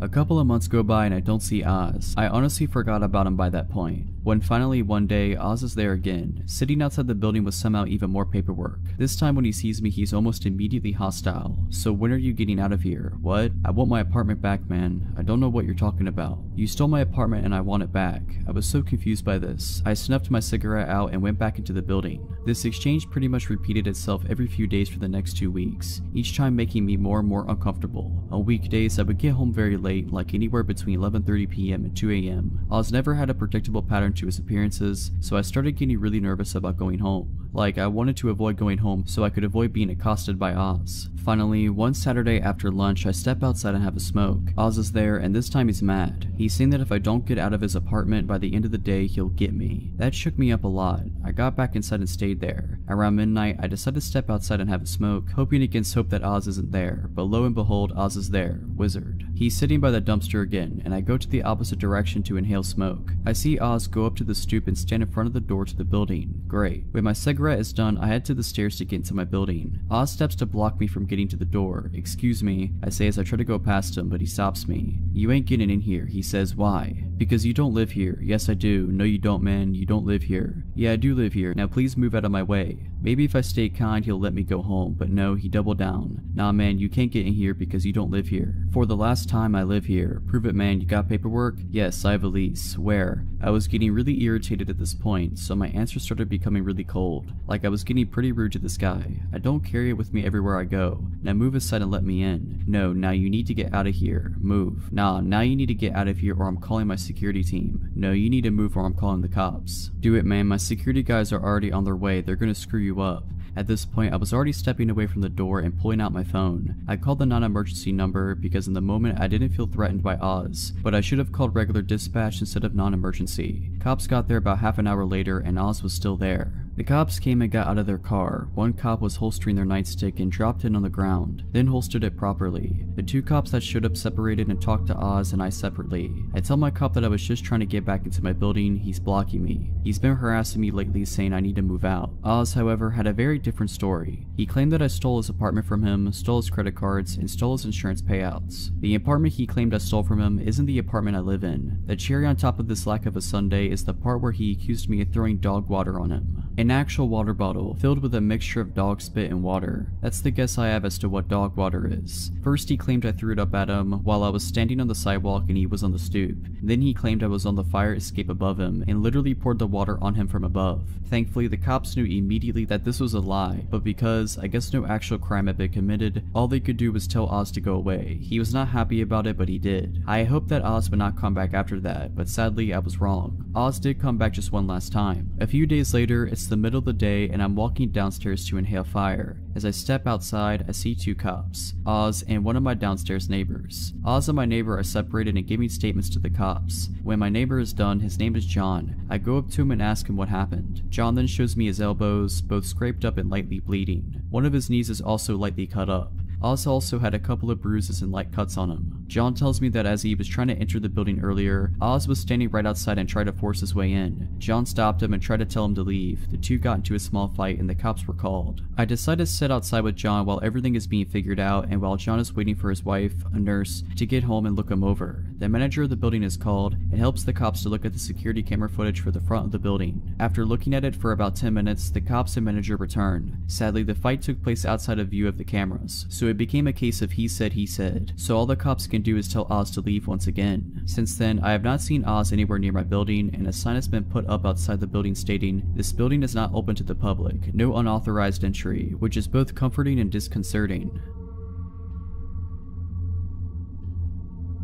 This event took place quite a few years ago, so unfortunately I don't remember everything that happened, but I remember nearly all of it. Anyways, this happened when I was around 4 to 5 years old and on Easter Sunday. My family always gathers at my grandmother's house to celebrate holidays, birthdays, etc. So as we do every holiday, my mother and I started our hour-long trip to her house. My mother prefers to live away from all the city commotion, which explains the long drive. We were probably around 20 minutes away from our destination when my mom noticed that we were a little low on gas, so we pulled into this old, almost rustic looking gas station with just a handful of customers inside. It was red and white with a few festive decorations outside and lots of Easter stickers on the 2 large glass windows that were on either side of the door. My mom, having taught me not to talk to strangers nor open the doors for anyone but her, trusted me enough to leave me in the car alone as she went inside briefly to pay for gas. She told me she would be right back before going into the gas station. It felt nice that day, so the windows in the car were down so we could feel the breeze while driving instead of the AC. While I was waiting on my mom, I remember adjusting the colorful paper clippings in my Easter basket next to me, then looking out of the backseat window. When I looked over, I saw a tall, older man, maybe around 30 or 40 years old, approaching my window.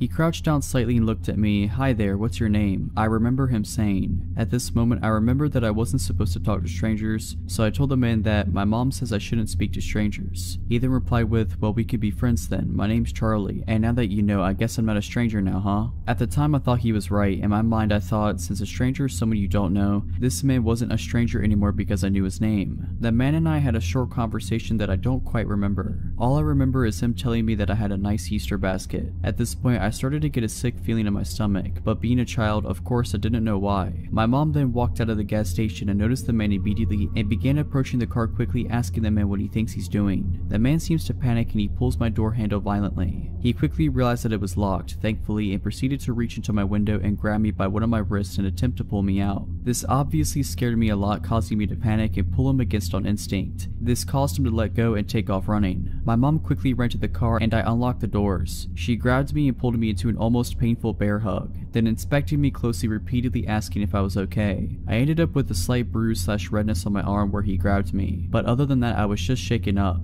The reality of what had just happened set in at this moment, and I remember just crying and holding onto my mom right after I said I was okay. I don't remember anything after this point, but I recently asked my mom about it and she said that she called the police immediately after. To this day, my mom still says that this was the most frightening moment of her life and claims that if she had gotten there any later and came back to an empty car, she wouldn't have been able to live with herself. I am a female and now 23. This happened around the time that I was 15 years old. Around this time it was my sophomore year in high school, so little backstory to help understand the story I'm about to tell. I was involved in my high school color guard. We are a part of band except we don't play instruments. We would spin colorful flags. We also use rifles and sabers in our performances. Around this time it was the fall and we were practicing our show, doing a lot of reruns to try and perfect it before our usual competitions. Normally practice would start at 4 and end almost at 9. Side note, I didn't live close to my high school like most people that went there. The drive would take at least 15 minutes max. Walking from my house to school would take an hour and taking the bus would take 45 minutes. My brother at this time worked late hours and my parents didn't get off of work until midnight, so my next best choice was the bus. The neighborhood wasn't the worst, but it also wasn't safe to be walking home at night. So on this night, I was saying goodbye to my friends and not wanting to bug them for a ride, I walked to my bus stop. I had my cell phone and started scrolling through Facebook. I would occasionally glance up and look at my surroundings. I noticed a car slowing down in front of my bus stop, but it immediately signaled to make a turn to my left. I didn't think much about it since there are houses behind that bus stop. It wasn't weird until I noticed this car doing that again and then again and again. I found this odd. It wasn't until he had basically passed by me for the 7th time that he finally parked on the curb by my bus stop. That's when I got a good look at him and then I took in his appearance. This happened a couple of years ago, so my memory isn't great, but I do remember he was Hispanic and reminded me a bit of an uncle of a friend of mine. He spoke his first words to me that sent me panicking. To translate what he said to me in Spanish, it was basically him saying, "Hey, come over here. Do you need a ride? Hop in, I'll take you." He kept saying that for a good 5 minutes and then suddenly drove off. I then let out a breath I didn't know I was holding in. I was trying to calm myself down and tell myself it was over, but I knew it wasn't and I was right. His car showed back up, and the thing about my bus stop is that there is a house behind it, except before the house there is a good amount of space with just dirt. Cars can actually go in this space and I've seen it before. He parked behind my bus stop. At this moment I was already thinking about how to get out of the situation. I was frozen in place, not fight or flight but freezing. The worst thing to ever do. At this time this big guy was close by and was walking his pit bull on a leash. In my frozen state I knew this was my only chance. I fought to get the words out. It was my only chance to save myself and I'm so glad I spoke out. "Excuse me, could you please stay with me? That man in the car right there won't leave me alone. I'm very scared. Please stand by my side." My words choked up and I was shaking at this point. The guy was kind-hearted and agreed. He stared down the man who at this point had his window up and began reversing. He drove off and the guy stayed with me till my bus came. At this time it was 9:59. I know that some of you might ask, why didn't you go back to your high school? Well, at this point no one was really there. Mostly everyone had been picked up. I had a cell phone but no one was going to be able to pick me up. This was my only transportation and that time I didn't know about Lyft or Uber. I'm not even sure if it was a thing back then. Overall, I'm just happy to have been saved by that kind-hearted guy. Because of him, I am here and able to share this story of mine. I'm still shaken up at the memory of it because of the scare it gave me. After that incident, I asked for a ride for the remaining of that season. Sometimes, even when you don't want to bug people with rides, it doesn't hurt to ask. It's better to be that annoying person than finding yourself in my situation. Stay safe when taking the bus at night. I work evenings as a dispatcher in a medium-sized Midwestern city. I was driving home at 2 a.m. when I stopped for gas. In retrospect, it was stupid to have stopped at all. The gas station was poorly lit and completely empty of any other customers, but I knew the shady areas of town and this was not usually one of them. As I was pumping gas, I noticed a middle-aged woman sitting on the curb across the parking lot. It was a cold night and had just started raining. The woman was not wearing weather-appropriate clothing, so she was drenched. When the woman saw that I was watching her, she called out to me from across the parking lot. My second of many stupid decisions that night was choosing to engage with her. I was worried for her, so I approached her to see what sort of help I could offer. "Hi beautiful, I'm just trying to get home, but no one will help me," she said. "I'm trying to get to City A, but the cab ride is $60 and I only have $40. Can you help me?" I don't usually give money to panhandlers, but this woman seemed genuine. The weather was terrible and my job centers around helping people, so I agreed. I told her I didn't have any cash, but if she would come with me inside, I'd take some money out of the ATM and give her a few dollars. But the ATM wasn't working. I apologized and told her there was nothing else I could do for her. She followed me back outside, idly chatting with me as I opened my driver's door to get in, and then she got in my car. I was too shocked to really say anything. I sat staring at her as she buckled herself into the passenger seat. As soon as she got into my car, her demeanor changed entirely. She no longer seemed forlorn, as much as she did extremely excited and restless. "Just take me to my aunt's house," she said. "She can give me money." Of course, alarm bells are going off in my head. Although my first instinct is to tell her to get out of my car, my gut tells me that would be dangerous. She'd already proven to be unpredictable, she seemed to be high, and I didn't know if she had any weapons on her. Forcing her out of my vehicle, I thought, had the potential to elicit a violent reaction. "Where are you asking me to take you?" I finally said. "Just start driving, I'll tell you where to turn." "No, if you want me to consider driving you somewhere, I need you to tell me where we're going," I say, with no real intention of driving her anywhere. "Don't worry, honey, I'm not gonna rob you or nothing, just drive." "No," I repeated. "Where's your aunt's address?" "Okay, it's on Street A. What's the house number?" As I was asking her questions, she got really agitated. We still had not left the gas station parking lot. I considered getting out of the car and going into the gas station to help, but A, she had seemed to know and be friendly with one of the attendants that was inside when I tried to get money, and B, I wasn't about to leave her alone in my car. Finally, she snapped at me and said, "Why are you asking me so many questions? I thought we were friends. You don't trust me?" "I work at a police department," I said. "It's my job to ask these sort of questions." She flipped out. She started yelling at me about being a snitch, about trying to get her into trouble, just in general losing losing her mind. At this point, I'm more scared than ever. I just wanted her gone, but my instinct still told me asking her to get out of my car wouldn't work, so I decided to take a risk. I'm not a police officer, I just work at a police department. Why don't I take you to Walmart and see if they have an ATM that works? My idea was to get her out of my car as peacefully as possible, then lose her in the store. She liked my idea and immediately calmed down. I knew that driving off with this woman in my car was incredibly risky, but it seemed like the best option at the time. As we're driving, she keeps talking to me. Her thoughts were erratic, bouncing all over the place. It sometimes seemed difficult for her to follow through one thought, but this is roughly how our conversation went. I'm glad we're friends now. I have about 5 or 6 people trying to get to me. I'm going to come to your work tomorrow so we can go arrest them together. Okay, we can talk about that tomorrow. Tonight you said you're trying to get home? Yes, honey, I'm trying to get to City B. City B? I thought you said you needed to go to City A. Yeah, City A, that's what I meant. That's why the cab ride is $40. It's far away. The cab ride is $40? Yeah, you said you have $40. I do. I have $40, but the cab ride is $60. Silence. Are you sure you can't take me to my aunt's house? She lives close by on Street B. I thought you said she lived on Street A. No, I meant Street B, but it doesn't matter because she won't give me my money anyway. You sure you just can't take me to City A? It was obvious that this woman was utterly full of it, because the details of her story were constantly changing. When we pulled into the Walmart parking lot, she finally got out of my car, only after I got out first, and followed me into the store. I told her before we went to find an ATM I needed to use the restroom. My plan was to call the police from inside a stall, but she followed me into the bathroom, and that's when things got really weird. She grabbed the crook of my arm and whispered into my ear, "If you don't got any money to give me, that's okay, but let me ask you something. Do you want to do it in the stall?" I told her no as forcefully as I could manage, bolted into a stall, and locked the door as fast as I could possibly manage. As soon as I had a barrier between us, I said, "You know, I have some friends at the police department that can probably help you better than I can. I'm just gonna call them and we can figure this out together." Again, at the mention of the cops, she started screaming at me. I just kept reiterating that the police would help her. She snapped at me that she was just going to leave and stormed out of the bathroom. But it wasn't over. I waited to make sure she was really gone. Sure enough, not 60 seconds after she left, she came back into the bathroom and started banging on the stall door. And she said something that scared me more than anything else. "Hey, come back to your car with me. I left my beer in your car." I blatantly tell her that no, I saw her get into my car and she had absolutely nothing with her other than the clothes on her back. After that, she left the bathroom again and didn't come back. I waited a good 5 minutes before exiting the bathroom. I immediately found a manager who called the police for me. Thankfully, I was in a different police jurisdiction from the one I work in because I was mortified at how entirely stupid I had been the whole night and would have died of embarrassment if any of my coworkers had responded. The officer that responded took my statement and advised me to be more careful in the future. He said that sometimes panhandlers turn violent, and that just recently there had been a report of a woman who matched my description assaulting a good Samaritan that had stopped to try to help her. I definitely learned a lesson on stranger danger, and I'm lucky to have come out not harmed. I'm glad my stupidity didn't kill me.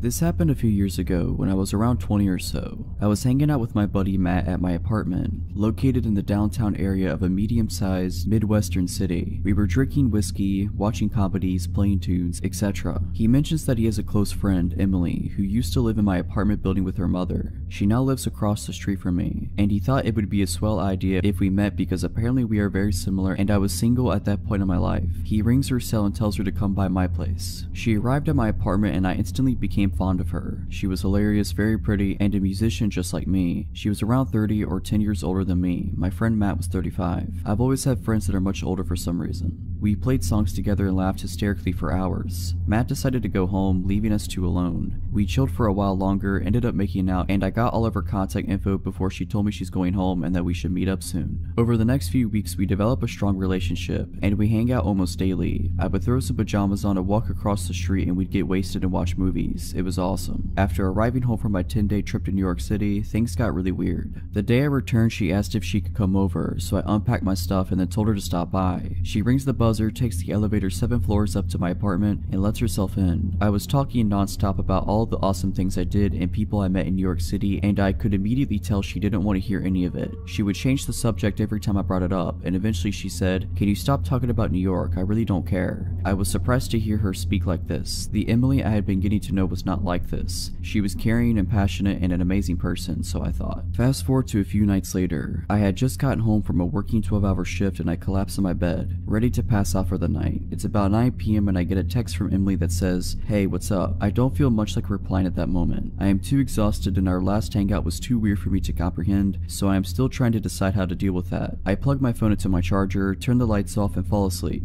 Bang bang bang. I wake up to somebody pounding on my door and screaming at the top of their lungs. Open the door, let me in now. My entire apartment reeks like cigarette smoke. I grab my phone from beside my bed, my heart beating a million miles per hour. 27 missed phone calls, a bunch of text messages, all from Emily. I scan through the text while she's still at the door screaming, trying to break my door down. The most recent text from her is a long one claiming I'm a bad person for not responding to her text earlier, and that she's coming over to beat me up. For not doing so, she still had a key to the building still from when she used to live there. I get out of bed and nearly having a panic attack and try to decide what my next move should be. Should I open the door and calm her? Should I call the police? Should I just ignore her? I decide to open the door. She begins wailing on me, swinging her arms trying to hit me. She was smoking a cigarette and there were 3 cigarette butts on the ground next to her. Smoking indoors was prohibited in my apartment building. She was very obviously on some sort of drug. She kept screaming at me, telling me how awful I am for not responding to her text message, slurring her speech and losing her balance. I was somehow able to calm her down and I took her to the roof of the apartment building, which had a pretty nice little enclosed picnic table area. We sat beside one another. She was quiet now finally. She kept asking me how I could be such a jerk and that I need to explain myself. The look in her eyes was pure evil as she spoke to me in a calm demeanor now. I said to her, Emily, I don't ever want to speak to you again after tonight. This whole scenario is absolutely insane. You need help. Let me walk you home. I take her home and return to my apartment to attempt sleeping, at which I do not succeed. A couple days later, I return home from work and there is an envelope taped to my door. I open it and it's a handwritten letter from Emily apologizing and saying that I'm a beautiful human who doesn't deserve an evil person like her in their life. There was a literal candy bar attached to the envelope, one that I had never heard of that she always told me I needed to try. I never spoke to her again. From what Matt tells me, which, by the way, he always knew she was a problematic person, she's a heavy user of crack now and is working as a food runner in a restaurant nearby.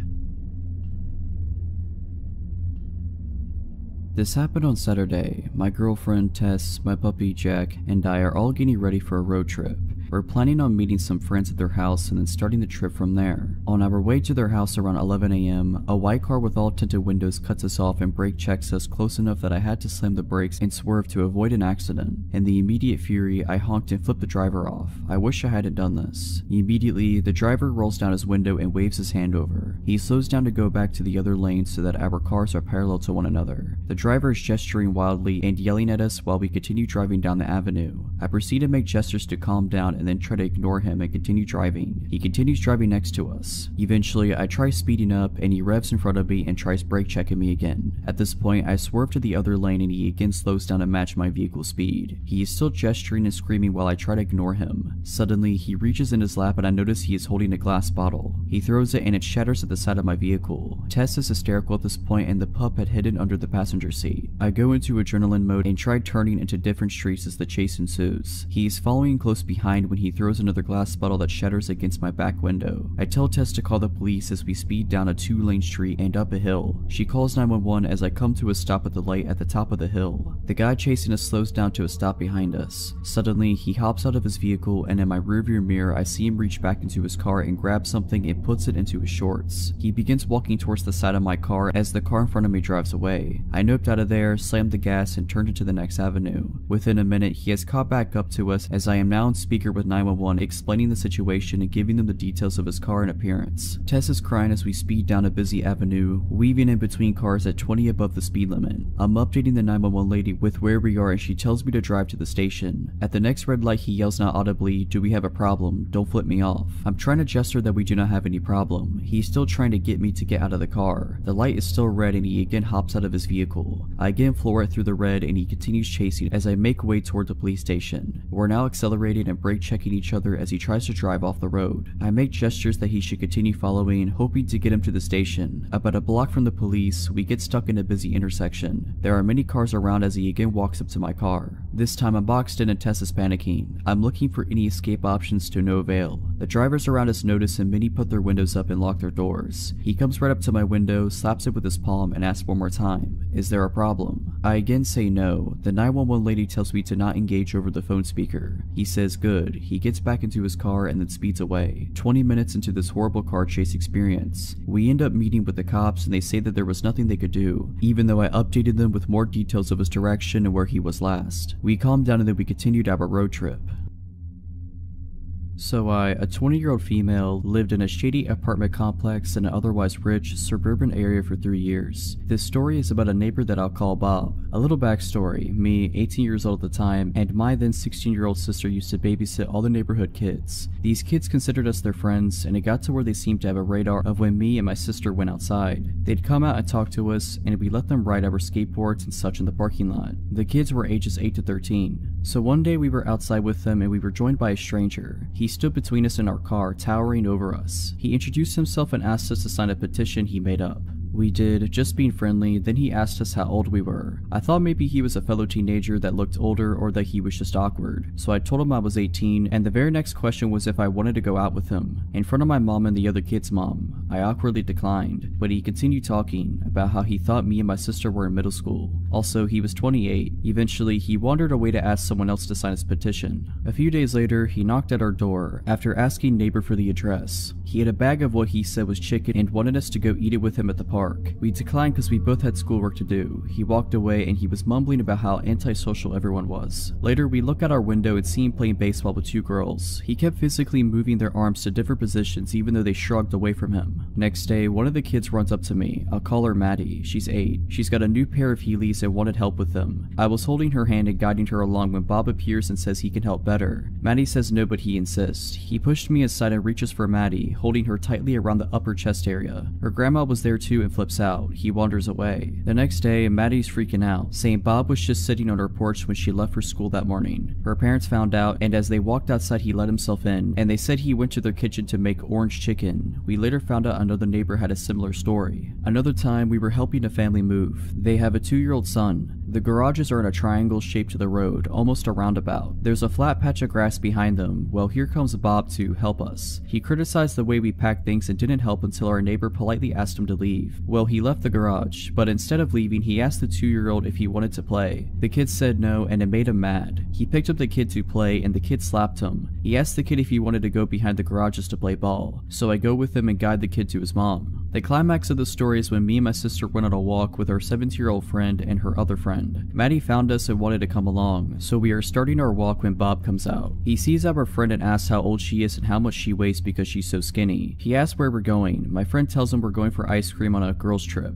We didn't ask her to say that. He's like, "Aw man," and stomps away. We continue our walk, but halfway through we have a weird feeling. I look behind us and Bob is running towards us. He yells at us for hiding from him while also telling Maddie how pretty she is. An older neighbor sees this and asks him what's going on. He tells them that we're being mean and he needs to go write a song about us. He leaves, but we see him sitting at the park. Well, he saw us and again comes running. We stop and he asks which one of us is over 18. Maddie's dad is here at this point and tells him we aren't interested in him. He explodes, telling the dad to screw himself and that he's so rude. Maddie is crying and the neighbor who saw us before came to check on us since he saw Bob running. Bob goes inside, muttering to himself. For weeks we don't see him. A single dad and his 5-year-old daughter move in and we are introducing ourselves to them. My mom kind of tips him off that there's someone in their building who is a little off, especially around Maddie. The dad says he's seen someone like that giving kids candy at the pool when the kids looked uncomfortable. Well, here comes Bob, as if on cue. He immediately tells the girl in front of her dad that she looks like a movie star and that she's so pretty. He asks to play with her, but the dad says no and they go inside. Turns out they're next door neighbors. We still didn't see him much, but other neighbors were telling us stories about him. There's a woman who's alone most of the day with her 2 kids under 5 who told us he watches her when she goes to and from her car. Also, Maddie's parent continued to see him watching her. Then one day we're again babysitting and here he comes. Only this time he's swinging nunchucks. Maddie screams and hides in our car. Bob strolls over with his nunchucks and starts talking to us all casual. Then his head cranes to look into the car and he says, "Where's Maddie?" We told him she wasn't here and he walked away. By then, most of the kids were afraid to go outside when they saw him. He had a habit of wandering around the complex. We could tell by his height and lanky gait. A few times we'd see Bob with his dad. Those times, neither of them glanced at us. Then one day he just stopped showing up. We'd see his dad and brother come in and out all the time, but never him. We only saw him again a year later, and it was only for one day near Christmas, and then he disappeared again. So I don't know what happened to him, but it was just one of our weird experiences with neighbors in the 3 years living there.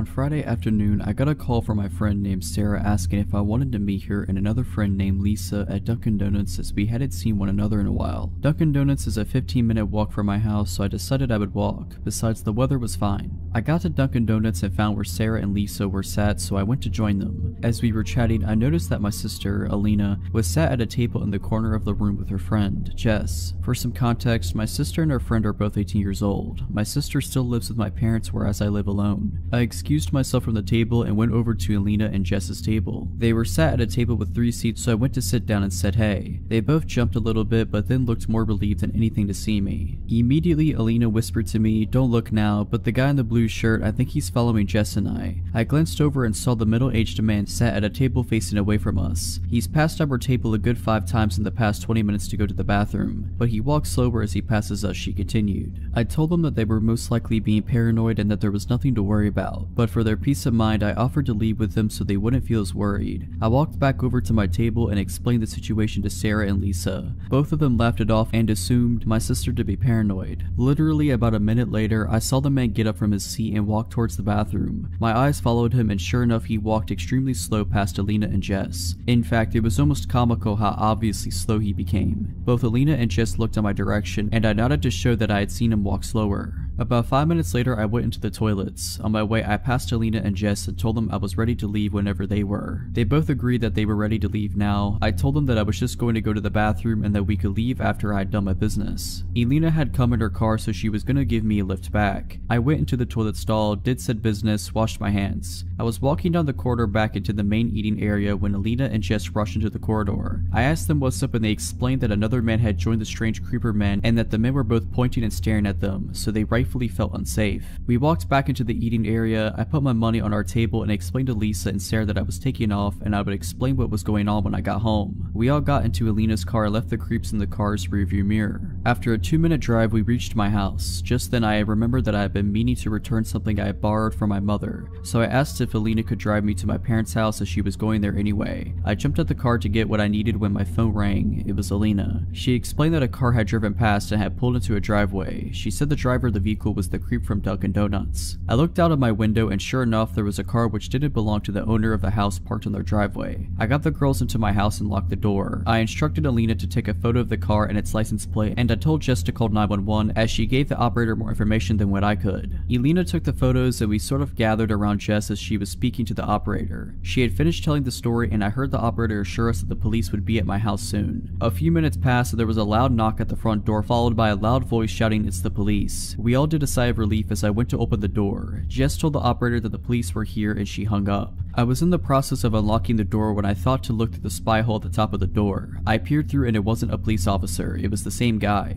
I froze in fear and I didn't know what to say. We didn't call the police. I managed to shout back to the man through the door. Alina and Jess were both confused as to why I said this. "We had a call, sir." The man shouted back, "You have the wrong address." I yelled back and informed the girls that it was the creep at the door and not a police officer. Both were rightfully shocked and extremely scared, as was I. I was about to tell Jess to call the police again until I heard the sirens. "Sir, you have to let me in." The man shouted again. This time I didn't answer. He was pounding on the door. His commands for me to let him in turned into begging and pleading. I heard the police car pull up and some commotion outside. An actual police officer knocked on the door and I let him in. Yes, I checked the spy hole first. The police officers took the man into custody while another police officer took Alina and Jess into the dining room for some brief questioning. I called my parents and Jess called hers. Both were here extremely quickly once we told them what had happened. The man was found with a kitchen knife on his person and some other weapons in his car. Who knows what could have happened if I hadn't looked through the spy hole first. Both my sister and her friend are fine, just shaken up after the whole incident.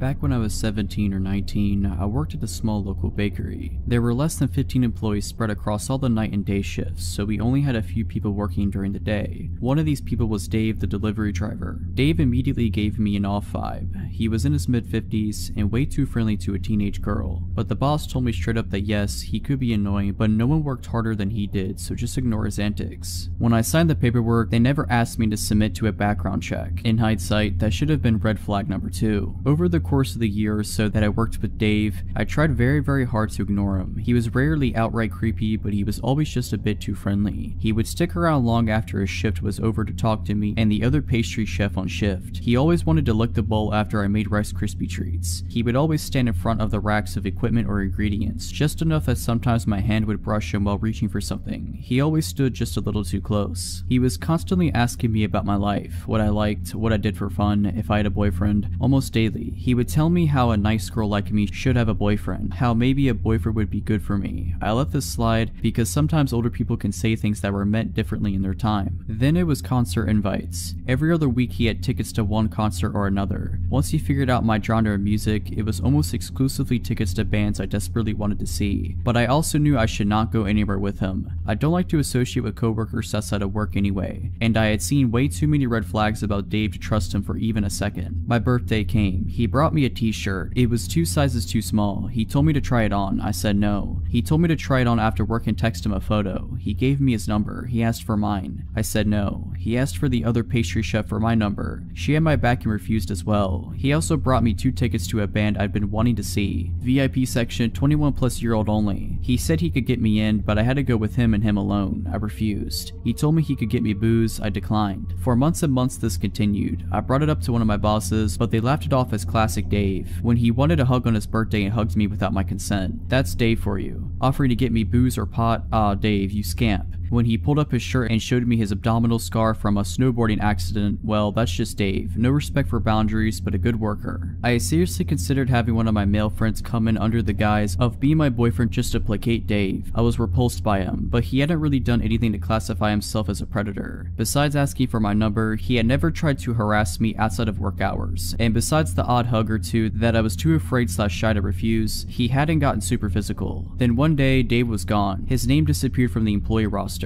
My boss asked to see me in the office. She informed me that Dave was no longer employed at their business. Dave had been fired. Dave was fired because Dave was a convicted offender. Davey here had 2 counts of assault and 1 count of kidnapping a minor from the mid-90s, about the time I was born actually. They had never background checked him, and when they contacted a friend at the police department, they found out that Dave had been lying on lots of paperwork, hiding the fact that he was a convicted felon and not notifying anyone when he moved. Once they brought this information to the police department's attention, they had a few more charges to add. They found out because apparently he had been stalking and harassing one of the clients he delivered to, showing up at her home when he should not have known where she lived. After his termination, Dave showed up to work one day. He had a weapon, but I never found out what he had. They told him to leave or the police would be called. He ended up leaving in handcuffs. I am so thankful I wasn't there that day. Another little tidbit, the police officer my bosses knew had been in the PD for a while and knew one of the officers who had arrested Dave in the 90s. That abdominal scar was from a run-in with the cops and he got injured trying to climb over a fence. That was a few years ago, but sometimes I still think about how badly things could have gotten had I gone to even one of those concerts with him.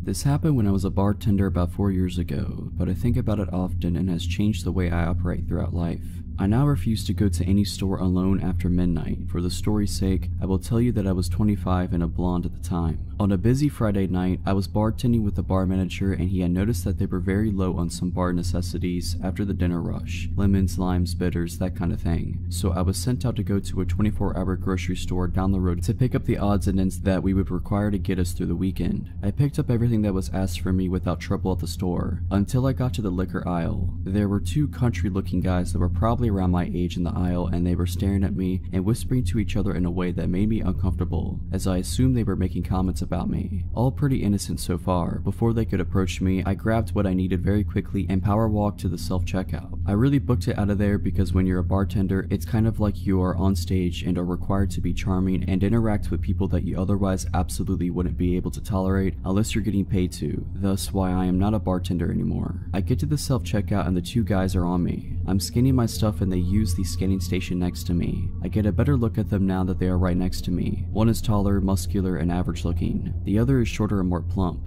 They both looked dirty and their eyes were completely bloodshot, not sure if they were high on something or had already been drinking for a while. They continued to stare at me and our eyes awkwardly met, so I did just a polite smile to them. The taller one starts trying to talk to me. Hey, looks like you're ready to party, huh? I replied with something like, yeah, something like that. It's not for me though. They walk closer to me and ignore their responsibility to scan their items. Oh, must be for your boyfriend, huh? I flash a polite smile again and roll my eyes slightly, like, this is your hint that I'm not interested. The taller one continues to try to talk to me. me. You could come hang out with us tonight. We could show you a real good time if you know what I mean. I reply with, no thanks, I'm good. I have plans already. Well, the tall one starts to get upset that his moves aren't working like he hoped and starts using a more threatening tone and moves very close to me, like 2 inches away, but I ignore him, staying focused on the scanner. I don't think he had showered in a few days by the smell of him. He gets a little louder and says, I see how it is. You probably only screw doctors and rich men like that. You think you're too good for us. We can show you that you aren't. We can teach you a lesson. Now, I'm not sure in what context he meant, but it definitely wasn't good. Still not looking at him, I turn away so my body is blocking his view of my purse, which I set on the scanner to grab my 4-inch pocket knife out and slide it up my jacket sleeve in case I need to protect myself,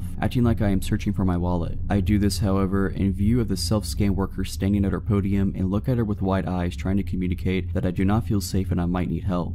I turn back to the machine and slide my credit card to pay, while the creepy and hostile guys are practically standing on top of me. The machine malfunctions and starts beeping. The lady worker comes over immediately, and the guys standing next to me change their expressions from, I am planning to torture you for a couple of days and toss your body in a creek, to, just your friendly good old country boys making polite conversation over here. They actually try to act like I knew them and we were friends so the worker wouldn't be alerted to their ill intentions. They tried joking with the worker saying I was stealing something, and that's why the machine went off. The worker was definitely not buying it. She was a 6+ foot tall woman with some muscle on her, by the way. I wouldn't mess with her on my best day. Anyways, she presses a few buttons on the screen, shooting the guys a very unimpressed look when they were trying to act charming, and cancels the order completely. She turns to me and says, I am sorry for the inconvenience, ma'am. This machine seems to not be working correctly. Why don't you gather your things and I will bring you up at an actual register. She puts her hand on my back and gives me a wide-eyed look like I gave her a minute earlier, letting me know that she sees I am in danger. I pick up my things to follow her to a register that is near the security office. The guys linger around the self-scan, still glaring at me, and eventually complete their purchase, but stand at the exit assuming they are waiting for me. I felt like I would be walking to my death if I made my exit in that moment. The worker keeps a close eye on the guys and scans my items. As she's scanning, she tells me that there wasn't really anything wrong with the machine I was using. It just misread my credit card. She said, I had a bad feeling about those guys from the moment they walked in, and I then saw them getting aggressive towards you. I already rang security to be ready to walk out to the parking lot and make sure you left safely when you were ready to leave. Then I saw you take that knife out and put it up your sleeve, getting ready to protect yourself. As much as I'd like to see you show them they picked the wrong chick to mess with, I'm glad I was able to pull you aside and make sure you are safe.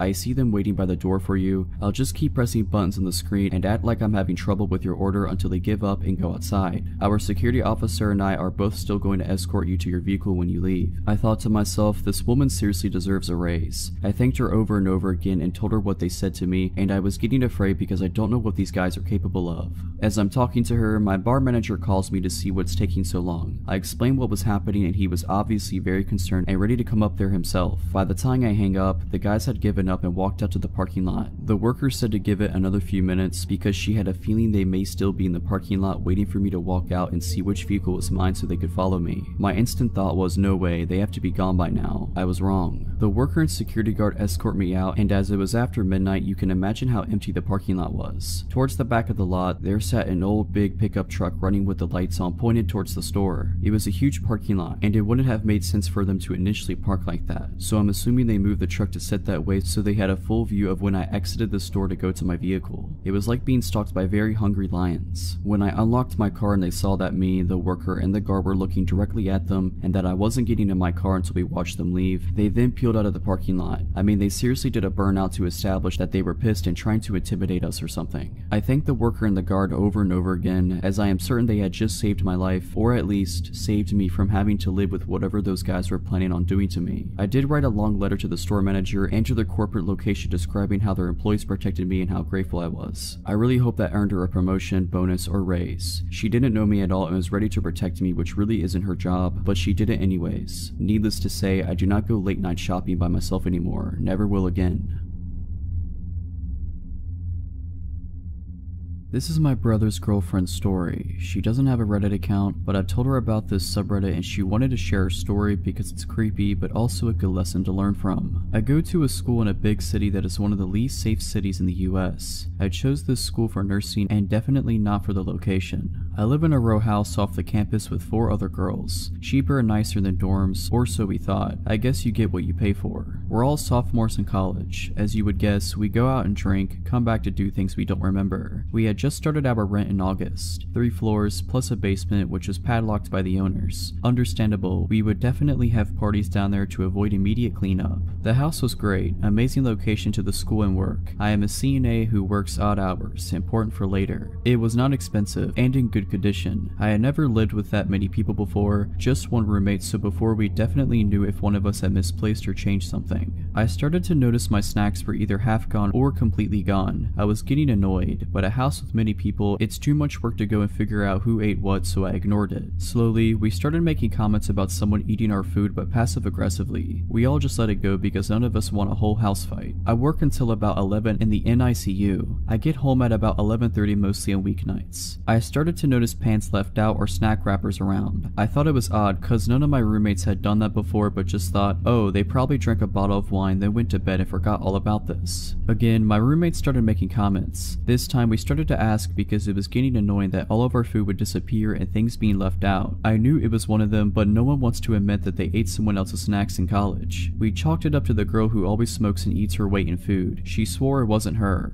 This went on for about 2 months. It got more obvious that someone was clearly taking everyone's food. It definitely had to be the girl that always smokes. I see her eat her whole snack pantry in a night. Come to find out it was not her. One night at work, I was about to get off, but a situation happened and I ended up leaving about 12:30. I took the bus home. I got home and was about to collapse. I wanted to go to bed ASAP. I walked in the front door and the stairs are directly in front of you. You can also see down the side into the kitchen. I walked in and saw someone in the kitchen but was way too tired to say hi. I thought it could end in like a 30-minute conversation about nothing, so I went straight upstairs. When I got to the second floor, I noticed all of my roommates' doors were closed, which always means they're either all in their room for the night or asleep. I got a weird feeling, just something that made it click. I texted our house group chat asking if anyone was in the kitchen. I felt stupid for even asking. 2 responded no, and they said the other 2 had been asleep. I knew it wasn't any of my roommates down there at that moment. I dialed 911 but didn't press call. I crept into my roommate's room across the hall. Thankfully, she didn't have her door locked. I whispered telling her I think someone is in the house. She gave me the widest eyes ever and almost looked like she was going to cry. She didn't suspect anything like I had, but for reference, there was a shooting in the house 2 doors down only weeks earlier by an intruder. She mouthed to make the call. The whole time we were dead silent. We didn't hear anything at all. I was starting to think I was seeing things after such a long day at work and was regretting that I dialed, thinking I'm going to look like an idiot when they show up and I was just exhausted and dreaming. We explained what's going on and they said that they will send someone ASAP. That actually does mean right away since it is a big and dangerous city. The police showed up and I didn't even want to go downstairs, but the operator confirmed it was them, so I did. The police come in and look around. I'm thinking, I look so dumb right now. They ask if there are any other floors. We tell them technically the basement, but it's padlocked, so not really. They check the basement just in case, and well, they were right. A man had been living in the padlocked basement. The lock was pulled off the hinges and just kind of propped against the wall. We never looked at that though. We rarely went out back. The guy had taken a comforter out of the hall closet and had a mattress from somewhere in his clothes. He was the one moving and eating all of our stuff. He would come out in the middle of the night and do it. He started getting more comfortable. I'm not sure if he was drugged out and forgot to clean his tracks or if he didn't really care. Me and my roommates have pretty consistent schedules during the week, probably letting him think that any time after about 12 was good to come out. We never slept with our individual doors locked, and that's what freaks me out the most. He had access to any one of us at any moment and we had no idea.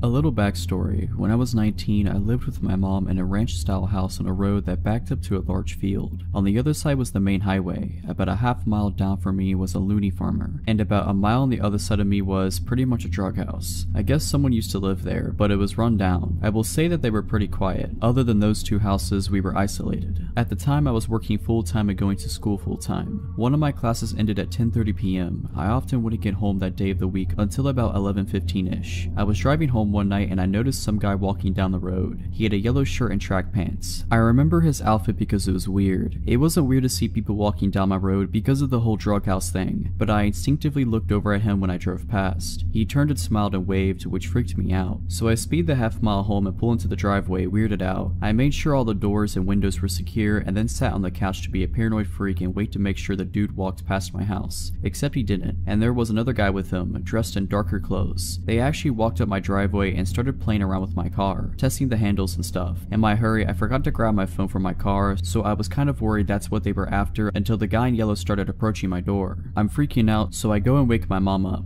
She's bleary and I'm trying to explain the situation when we both hear the doorknob turn very slowly. Good thing it was deadbolted. She got out of bed, walked to the door, and then yellow shirt knocked. I perched up on the couch so I could get a good look at him and his friend, still in the driveway. The porch light was on because of the sensor. Yeah, my mom said, "You dropped your wallet." I told my mom that I had my wallet, it was in my purse. So she calmly told him that she had her wallet and it was too late to be knocking on people's doors. I remember perfectly what he said next, even though this was about 6 years ago. "Okay, I'm not a bad guy, just so you know." We were all pretty still, no one moved, not even the guy at the door, not even when the porch light went off. Then he tried the handle again. My mom told me to call the cops so she could get the gun, and I told her I didn't have my phone. So she walked to the kitchen to grab hers from the charger. She handed me the phone and walked to the bathroom. I stared out of the window into the backyard. Then she went to her room to grab her Ruger. I was talking to the cops and explaining the situation, all while watching the two guys, explaining that they were two suspicious guys at our door when my mom came back out and said, "One in our backyard too," which explained why she had looked out the bathroom window. She glimpsed him from the kitchen and went to get a more discreet look. My mom walked back over to the door with her gun and loudly said, "If he tries the handle again, I'm just going to open the door and shoot him." I don't know why she said that instead of waiting for the cops to arrive, but the guys took off down the road. I told her and she rushed to the bathroom, where the guy apparently in the backyard saw his friends running down the road and sprinted off too. They were going in the direction of the drug house. The cops searched our house and our yard and went to the drug house, where they found 5 dudes hanging around. One was the yellow shirt guy and I'm assuming his friends were with him. They did get arrested and nothing weird like that ever happened again, but I was on edge for a while. I still make sure the doors are locked at all times every day, even though I live in a much nicer area now. If you're liking this video, all I ask is that you make sure to subscribe to my channel and like this video. Thank you.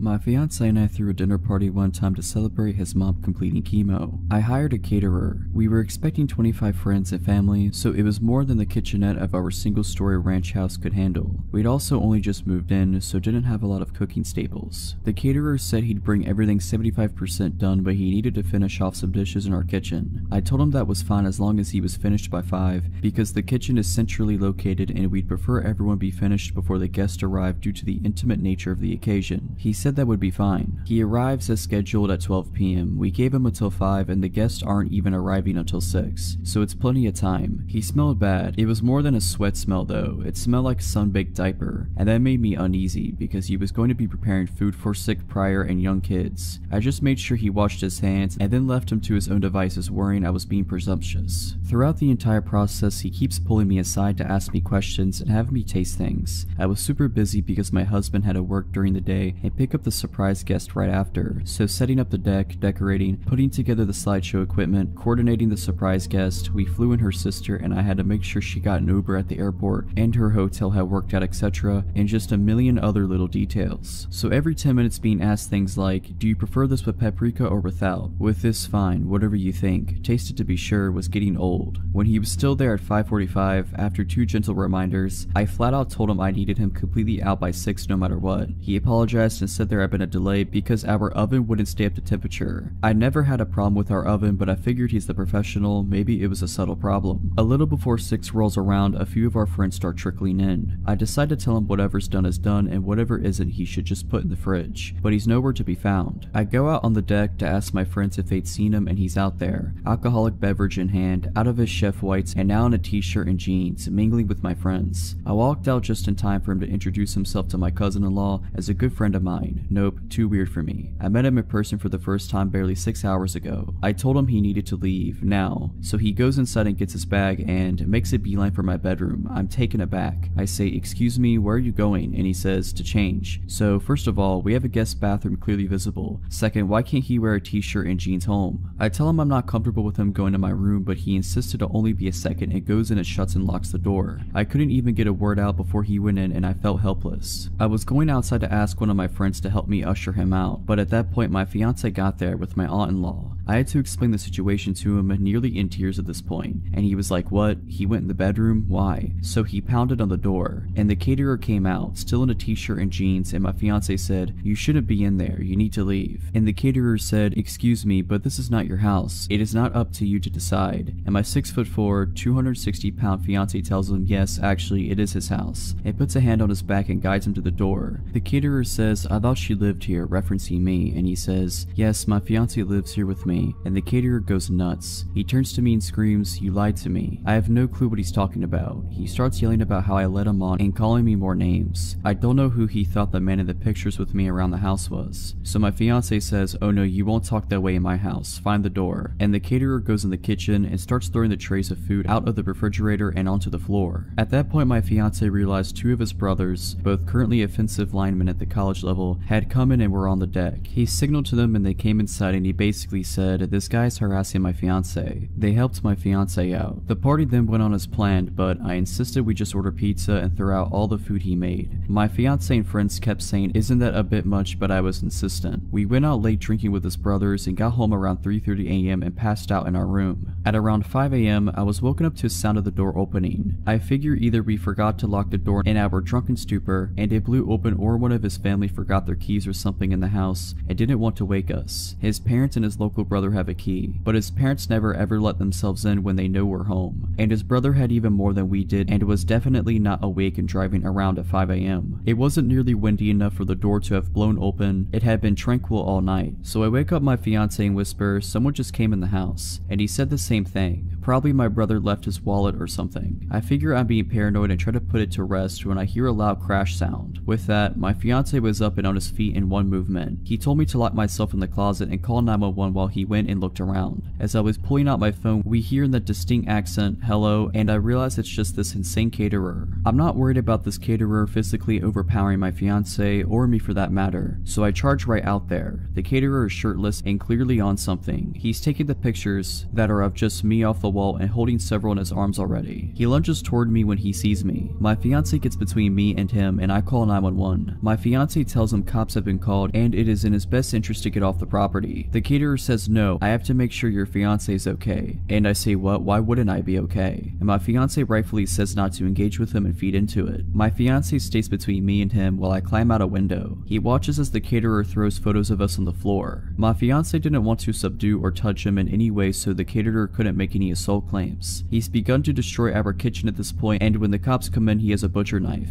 My fiance considered going for the gun safe when he first got the knife, since we live in a stand your ground state, but he decided the situation was hectic enough without introducing a firearm. The caterer doesn't obey the police's orders to drop his weapon, and he says he isn't leaving without me, so they tase him. It's lucky for him he only got tased and he didn't antagonize my husband into squashing him. As he's let out in cuffs, he's shouting how he and I are in love. He continues on this tirade the entire time police are reading him his rights. The police ask us to do an inventory of the house and see if anything's missing or damaged besides what we witnessed him do. We go around and there's nothing, but then I remember he was in our room yesterday and he went through the room. All of my underwear from the dirty laundry hamper were gone. We were so freaked out in the aftermath that we replaced all of our kitchenware, toothbrushes, sent our sheets to be professionally cleaned, and had a cleaning crew do a deep clean on the whole house. So glad we decided not to serve the food to our guest and my fiance's medically fragile mother. He sent me a letter from prison that thankfully my husband intercepted, because I was still recovering from the whole thing. We gave it to the police, who helped us get issued a no contact order. He was sentenced to 3 years in prison.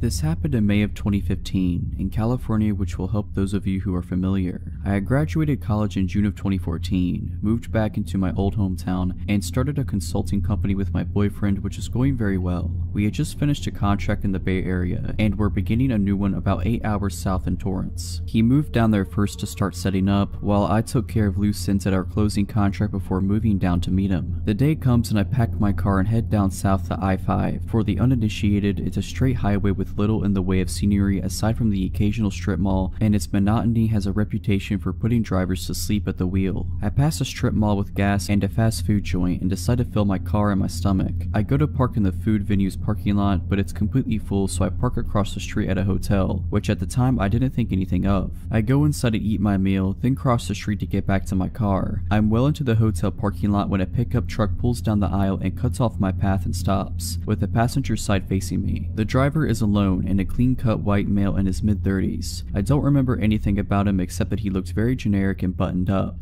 The way he pulled in front of me to block my path didn't initially set off alarm bells, as he has done it pretty organically. He rolls down the window and the dialogue follows. "Excuse me, miss, but could you please tell me where the grocery store in town is? I'm sorry, I'm not from here, so I couldn't say." "Oh, where are you from?" Good question, I don't know, not here though." I didn't say that to be rude. I had just moved through so many cities at that point and was on my way to a new one. I wasn't sure how to answer. He laughs and makes a joke, then asks me where I'm headed. I mentioned that I'm moving. I will say he was very charismatic, and at this point I just think he's trying to flirt with me. And if I hadn't been so exhausted or in a relationship, on another date it might have worked. He makes another comment about how unpleasant moving can be, and then gives a warm chuckle and extends his hand to shake mine and goes, "Well, I'm glad I got to meet you. I'm Scott." If you recall, the truck is in front of me with the passenger side facing me. I actually take a step forward to grab his hand, and then got the delayed response of every alarm bell that should have gone off earlier. I'm in a hotel parking lot. He asks me a question that establishes I don't know where I am, another question that establishes I'm alone, and another question that establishes I'm not expected at my destination for many more hours. The thing that connected all these synapses, when he extended his hand, he didn't make even the faintest effort to make it accessible to me. He didn't lean over the seat or move toward me in any way. His hand was hovering comfortably over the center console, waiting for me to grasp it, which in order to do I would have to lean well into the car. Again, I had already taken a step toward him and begun to raise my hand to take his when the sirens went off. I rocked backwards back to where I was standing, and I just remember looking in his eyes what felt like forever, feeling everything click into place while also half convinced my imagination was just running wild. His hand still waiting, I lowered mine and felt my eyes slightly narrow with suspicion, and slowly said, "I'm going to walk away from your car now, Scott." Boom. Truck burns rubber with thick gray smoke as the guy guns it out of the hotel lot at 100 miles per hour. He must have floored it. Regrettably smart on his end, because I didn't have the license number or anything to offer the police. In the immediate minutes following the event, I felt relieved but hadn't really processed the full weight of what happened. Unfortunately for me, I had many more hours to think back and analyze the whole interaction to shreds. The car was somewhat lifted. There could have easily been another person or even 2 to 3 other people hiding inside. I still get creeped out about thinking how close I came to taking his hand, and how fortunate I was that I didn't allow my reaction to be driven by manners, as criminals often take advantage of.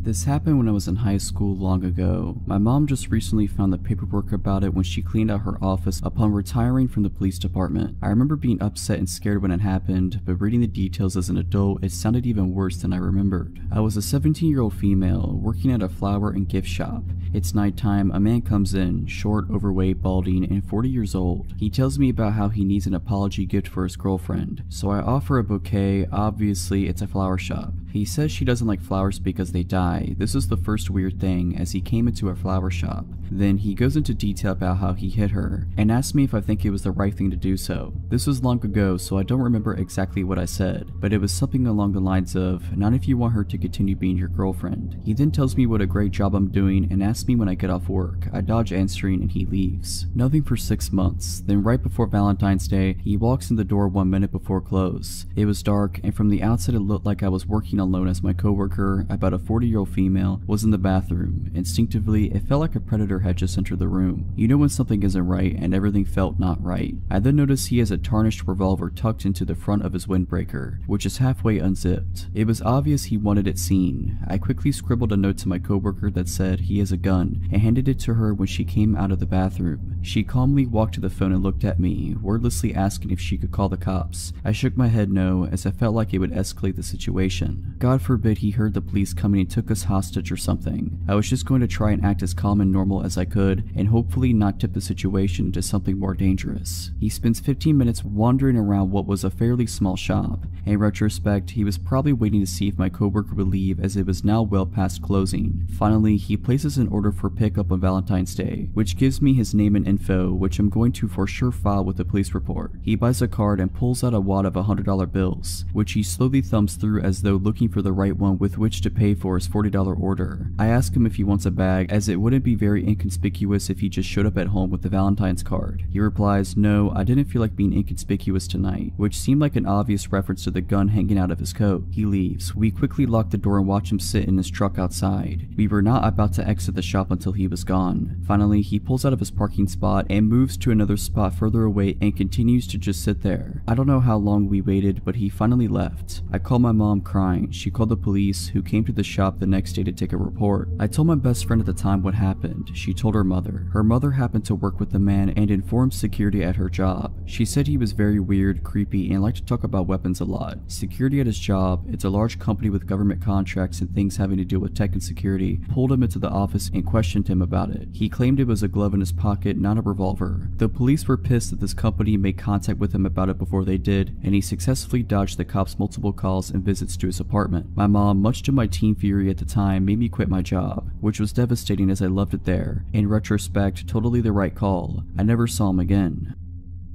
Some backstory before I begin. These events started when I was in 2nd or 3rd grade, 2002 to 2003-ish, and ended during the fall of 2015. I'm a 21-year-old female living in Canada. The RCMP are involved in the story, which stands for Royal Canadian Mounted Police. When I was in elementary school, I was friends with a girl named Jessica. We had a group of 5 or 6 girls that we always played with. Jessica's parents were divorced, and I often went over to her dad's house after school because they had a trampoline and a slide. Her dad was a totally normal dude. His name was Richard, and he held a job as a pilot, which is definitely a job that requires mental stability. Jessica came over to my house as well, and her dad would always come pick her up after the play date, so he was familiar with where I lived. And I think 2nd or 3rd grade, Jessica moved away to live with her mom. I didn't fully understand what was going on as a child, and I still don't know what happened, but something had gone wrong with her father. We didn't hear much from Jessica, but around her birthday the following year, Richard invited our group of girls over for a surprise birthday party. We arrived at the party and we were waiting for Jessica so we could surprise her, but Jessica never showed up. We were just hanging out with her dad for a while. As a child, this didn't seem as weird as it does to me now. When our parents picked us up, we obviously told them what happened, and we didn't hang out with Jessica or Richard again. After that, some of the girls started receiving presents from Richard at their homes. I never received them, but my mother told me about it years later. The presents usually consisted of cheap jewelry and notes. I have no idea what the notes said, but I'm not sure if I want to. After this, Richard goes away. My mom later told me he was in a mental institution. Years go by, I completely forget about the whole situation. Then, in the winter of 2013, I was out of town for a cheer competition. I was scrolling through Facebook one night when all of a sudden a new group chat popped up with 5 girls from my elementary school. I had not kept in touch with any of them, so this was weird. The chat was about how they had received messages from Richard on Facebook. I checked the other folder of my Facebook messages, and sure enough, I had some too. I had a variety of messages that did not make a lot of sense, including some strange poems. Many of the messages were descriptions of dreams he had about me, though some of them were nonsense. Others were understandable enough to come across as violently threatening. I don't feel comfortable sharing some of the more explicit messages, but here are a couple of the shorter and less scary messages. Hi little girl from not long ago, pristine of pristineness, I want you, I want you, I want you. We're gonna have planets to go to someday provided you don't melt them first. I'm so proud of you, stay happy, and I haven't found a way to keep you all off my mind. I clicked on Richard's Facebook profile, and his whole profile was dedicated to his 5 girls. He didn't have any friends added, so clearly nobody had seen it. Unfortunately, we didn't have very good security settings on Facebook. He had saved dozens of photos of us, and then reposted them with nonsensical and inappropriate captions. The captions ranged from essays about his love for us, to a one-sentence caption that simply said, "She is so ugly." Here are some of the shorter photo captions. Emily, hopefully and not too soon I'm gonna find out your address, and I'm gonna show up as a man that knocks on your front doorstep and bite your bottom lip off before you can say a word. Kiara, because of my initial euphoria, turns into sucking depression when I realize that there is nothing I can do about anything beside you because you're inside me and I can't get you out of my mind. I love you so much. Melissa, can I paint your picture? I want to lift you around to see how heavy you are and we'll go for a drive on Hollywood Drive with the windows rolled down so we can get a crystal clear view. We were all freshly 18 at the time and didn't know what to do, so our moms contacted the RCMP. They told us not to block Richard on Facebook, but not to reply as the messages could be used as evidence. He continued to send us messages every single day, and we shared the screenshots with each other in the group chat and sent them off to the RCMP. He had several different Facebook accounts that were all variations of his name, along with one randomly named Esteban. One of the girls got in touch with Jessica to find out if she still had contact with her father. She only saw him on supervised visits every once in a while. She was very embarrassed and apologized a lot. She was a super sweet girl, and obviously none of us were upset at her in any way. Eventually, Richard was charged with 5 counts of criminal harassment. He pled guilty and went to jail for around 5 months. When he got out, there was still a no contact order in place, meaning that he could not contact any of us girls or come within a certain radius of our homes. He was not allowed to use the internet either. I'm not sure how all of this works, but this is what the constable handling the case told me. However, not surprisingly, he started contacting us on Facebook again. He went back to jail for breaching his probation. It was the summer of 2015 and he got out again. I started receiving more messages. I immediately wrote on the group chat to see if the other girls had gotten anything. They hadn't. It was just me. I immediately contacted the police. It seems they had forgotten to include my name on the no contact order. He knew not to contact the other girls, but thought it was still safe for him to contact me. This time things got worse. I had just started working at a new job, and being the idiot that I am, I had my workplace public on my Facebook profile. One day I came into work and there was a package waiting for me. I was obviously confused because I would never order something to be delivered to my work.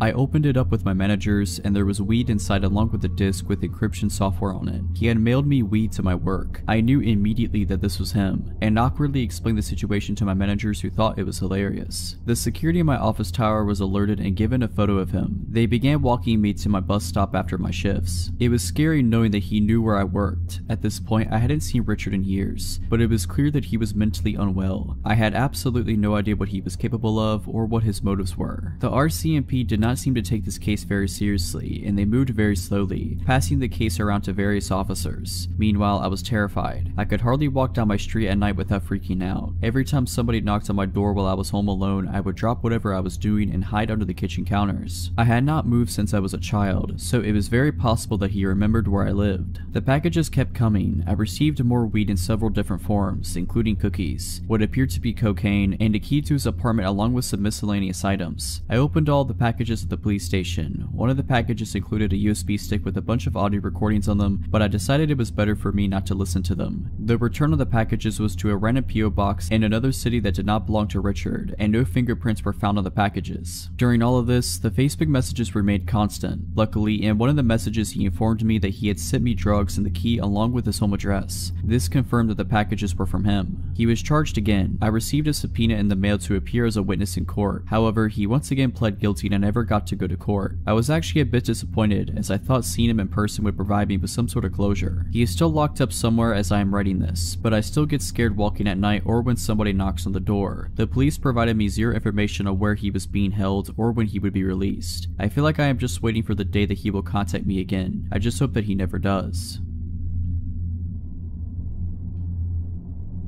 I had just moved out of a share house in the suburbs and into my own one-bedroom apartment in the city. I'm a male and at the time was around 25 years old. My apartment, while old and small, was located about 500 meters from one of the most popular night spots in the inner city. As I was in my mid-20s and out on my own, this was the perfect place for me. This was because my friends and I were quite social and would frequent bars and nightclubs in the city, and the taxi fares were starting to add up. Also, this new apartment was close to my work, so it made sense. I got settled in right away and invited my friends over for pre-drinks before hitting the clubs. Due to the limited space in the apartment, this meant that some friends were inside and some were drinking on the walkway just out front. We had the music up and I just started drinking, but between songs, I could hear the couple next door arguing. Now, the apartment was old and bad, which meant thin walls too, so I pressed an ear to the wall in order to listen in. I hadn't met any of my new neighbors at this time as I didn't take long to move in and I didn't really see anyone during.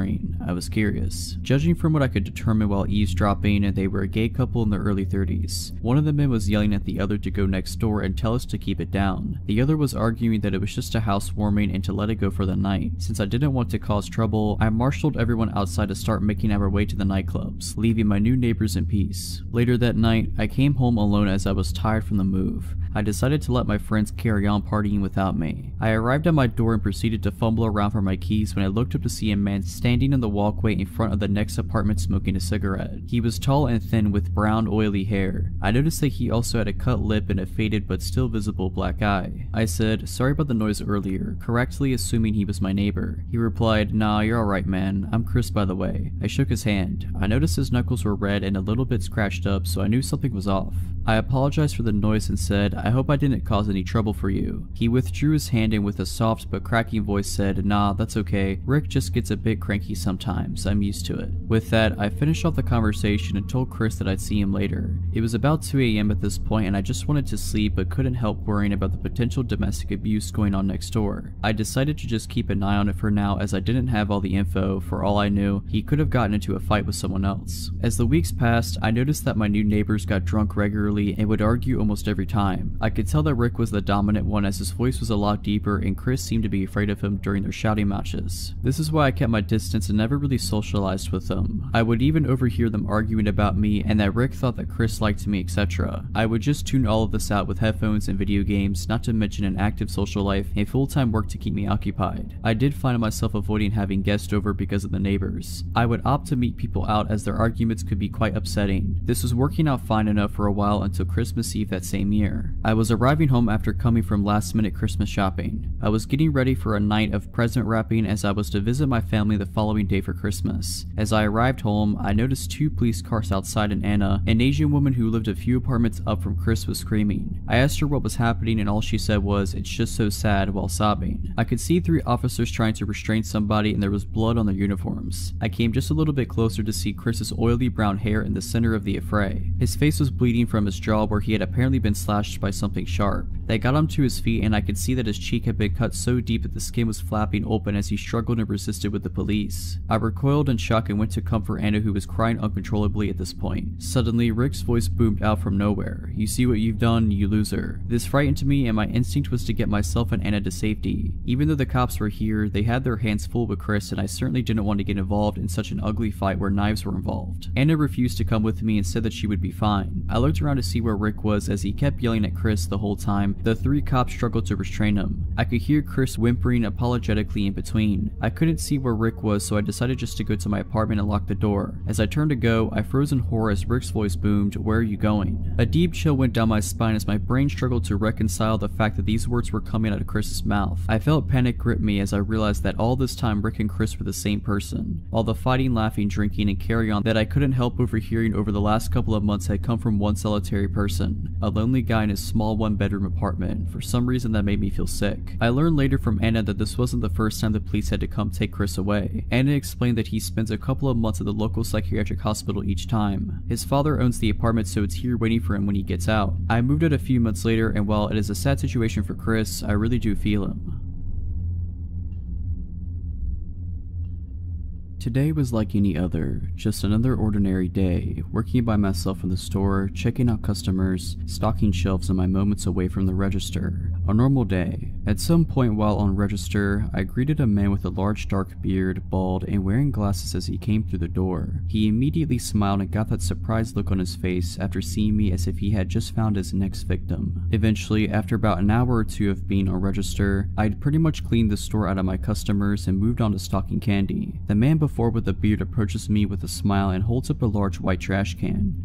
Excuse me. Yes, I reply, glancing up from the box I'm stocking. Are there any more of these in the bag? This one doesn't have a lid, he says, gesturing to the large trash can in hand. Oh yeah, I can check for you. I smile and turn away and head toward the stockroom. I notice he's following me and think nothing of it, but glance down the aisles for any other customers as I walk, immediately taking note of the store's emptiness. Well, I guess it's just us in the store, I think to myself. Moving through the stockroom door, I'm quickly relieved this guy stops at the entrance. I'll be right back, I say as I make a turn around some full rolltainers, which due to just receiving a truck, our stockroom is full of them. They stand very tall and are like giant movable walls, but very heavy mind you. Being short myself, I don't have to move them much to make a path through and see what's on them. So after only a minute, I've made myself a little path, having 3 heavy ones on my right and left and in front of me. I decide to give up my search for trash cans. Sign, I go to turn around and inform him of my defeat, only to find he's in my tiny path of walls. A very tight squeeze for a man of his stature, standing directly behind me. Find them? No, I don't think I have any. I try to laugh and avoid acknowledging the creepy situation. I'm in a very small area with walls at my back and sides towering over myself, and this very robust man standing in the way of my only exit. In a room very far from any customers with no cameras and no other employees in the store. I'm helpless and increasingly growing scared at how this man isn't moving to let me out. I go to voice that I need to return to work after a solid minute goes by, but I am not able to get out a single word before he says in this creepy, almost shy voice, "You're just the cutest little thing, did you know that?" Within an instant, I'm scared and feel ill attention from this guy. Surprising myself though, I choke out without thinking. I just heard my bell. What? He looks confused but doesn't budge. I just heard my bell. There are people up front who need to be checked out and are looking for me. I stand nervously knowing full well neither of us heard the familiar ching from the service bell I keep on register. But what about my trash can, he asked, stepping forward but taking a glance back toward the trash can. And again, with lightning thinking, I blurt out, I'll mark it down half price, no big deal, laughing and trying to act like nothing is out of the ordinary. I slip by him, seeing my opening at his turning around. I try my hardest to walk away, pretending to be calm as I exit the stockroom, then sprint to the front of the store the moment I was out of sight. He wound up leaving without purchasing the trash can. So, creepy guy who I expect to pull something like that again, I hope you and I don't meet again.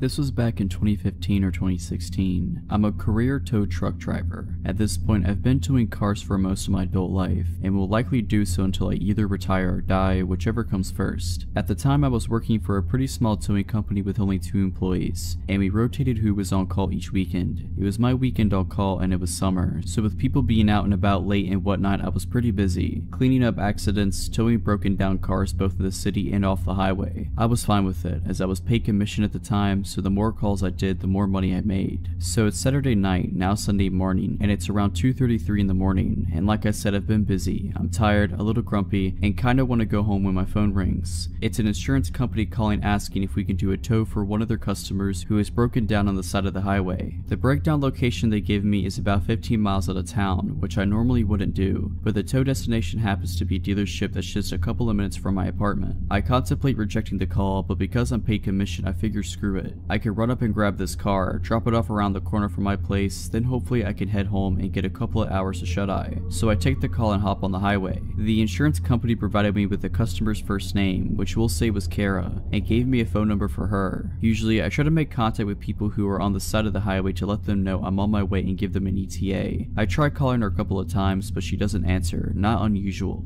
After a short while, I see hazard lights up the way on the shoulder, so I turn on my strobes and start slowing down. As I approach, I notice that not only is there the late model car that I'm looking for, but there's another car on scene as well that doesn't have its hazards on, but it's parked in front of the car I'm meant to tow. This is annoying but not uncommon, as I need to be able to get in front of the disabled car in order to load it, and sometimes people don't realize that. But because the other car is there, I instead pull up behind both cars. You do this so that as the tow driver, you're the one that has to make the weird maneuver of pulling off the shoulder and back onto the shoulder, and that the other car just has to drive straight forward on the shoulder. Otherwise, if I pulled up in front, then the other car would have to go around me, and it's unprofessional and unsafe to make them do that. Standing in the trunk of the late model car, which is now directly in front of me, are a man and a woman. The woman is probably in her early 20s and dressed to the nines for a night out. She's about 5'1" or 5'2". She's wearing tight leather-ish or something pants, a halter top, long black hair. The man is probably around 5'10" and skinny, maybe 150 to 160 pounds, wearing a dark hoodie and dirty jeans. They're standing very close and facing each other. She has her arms crossed and he's leaning down talking to her. I step out of my truck and approach them both, introduce myself.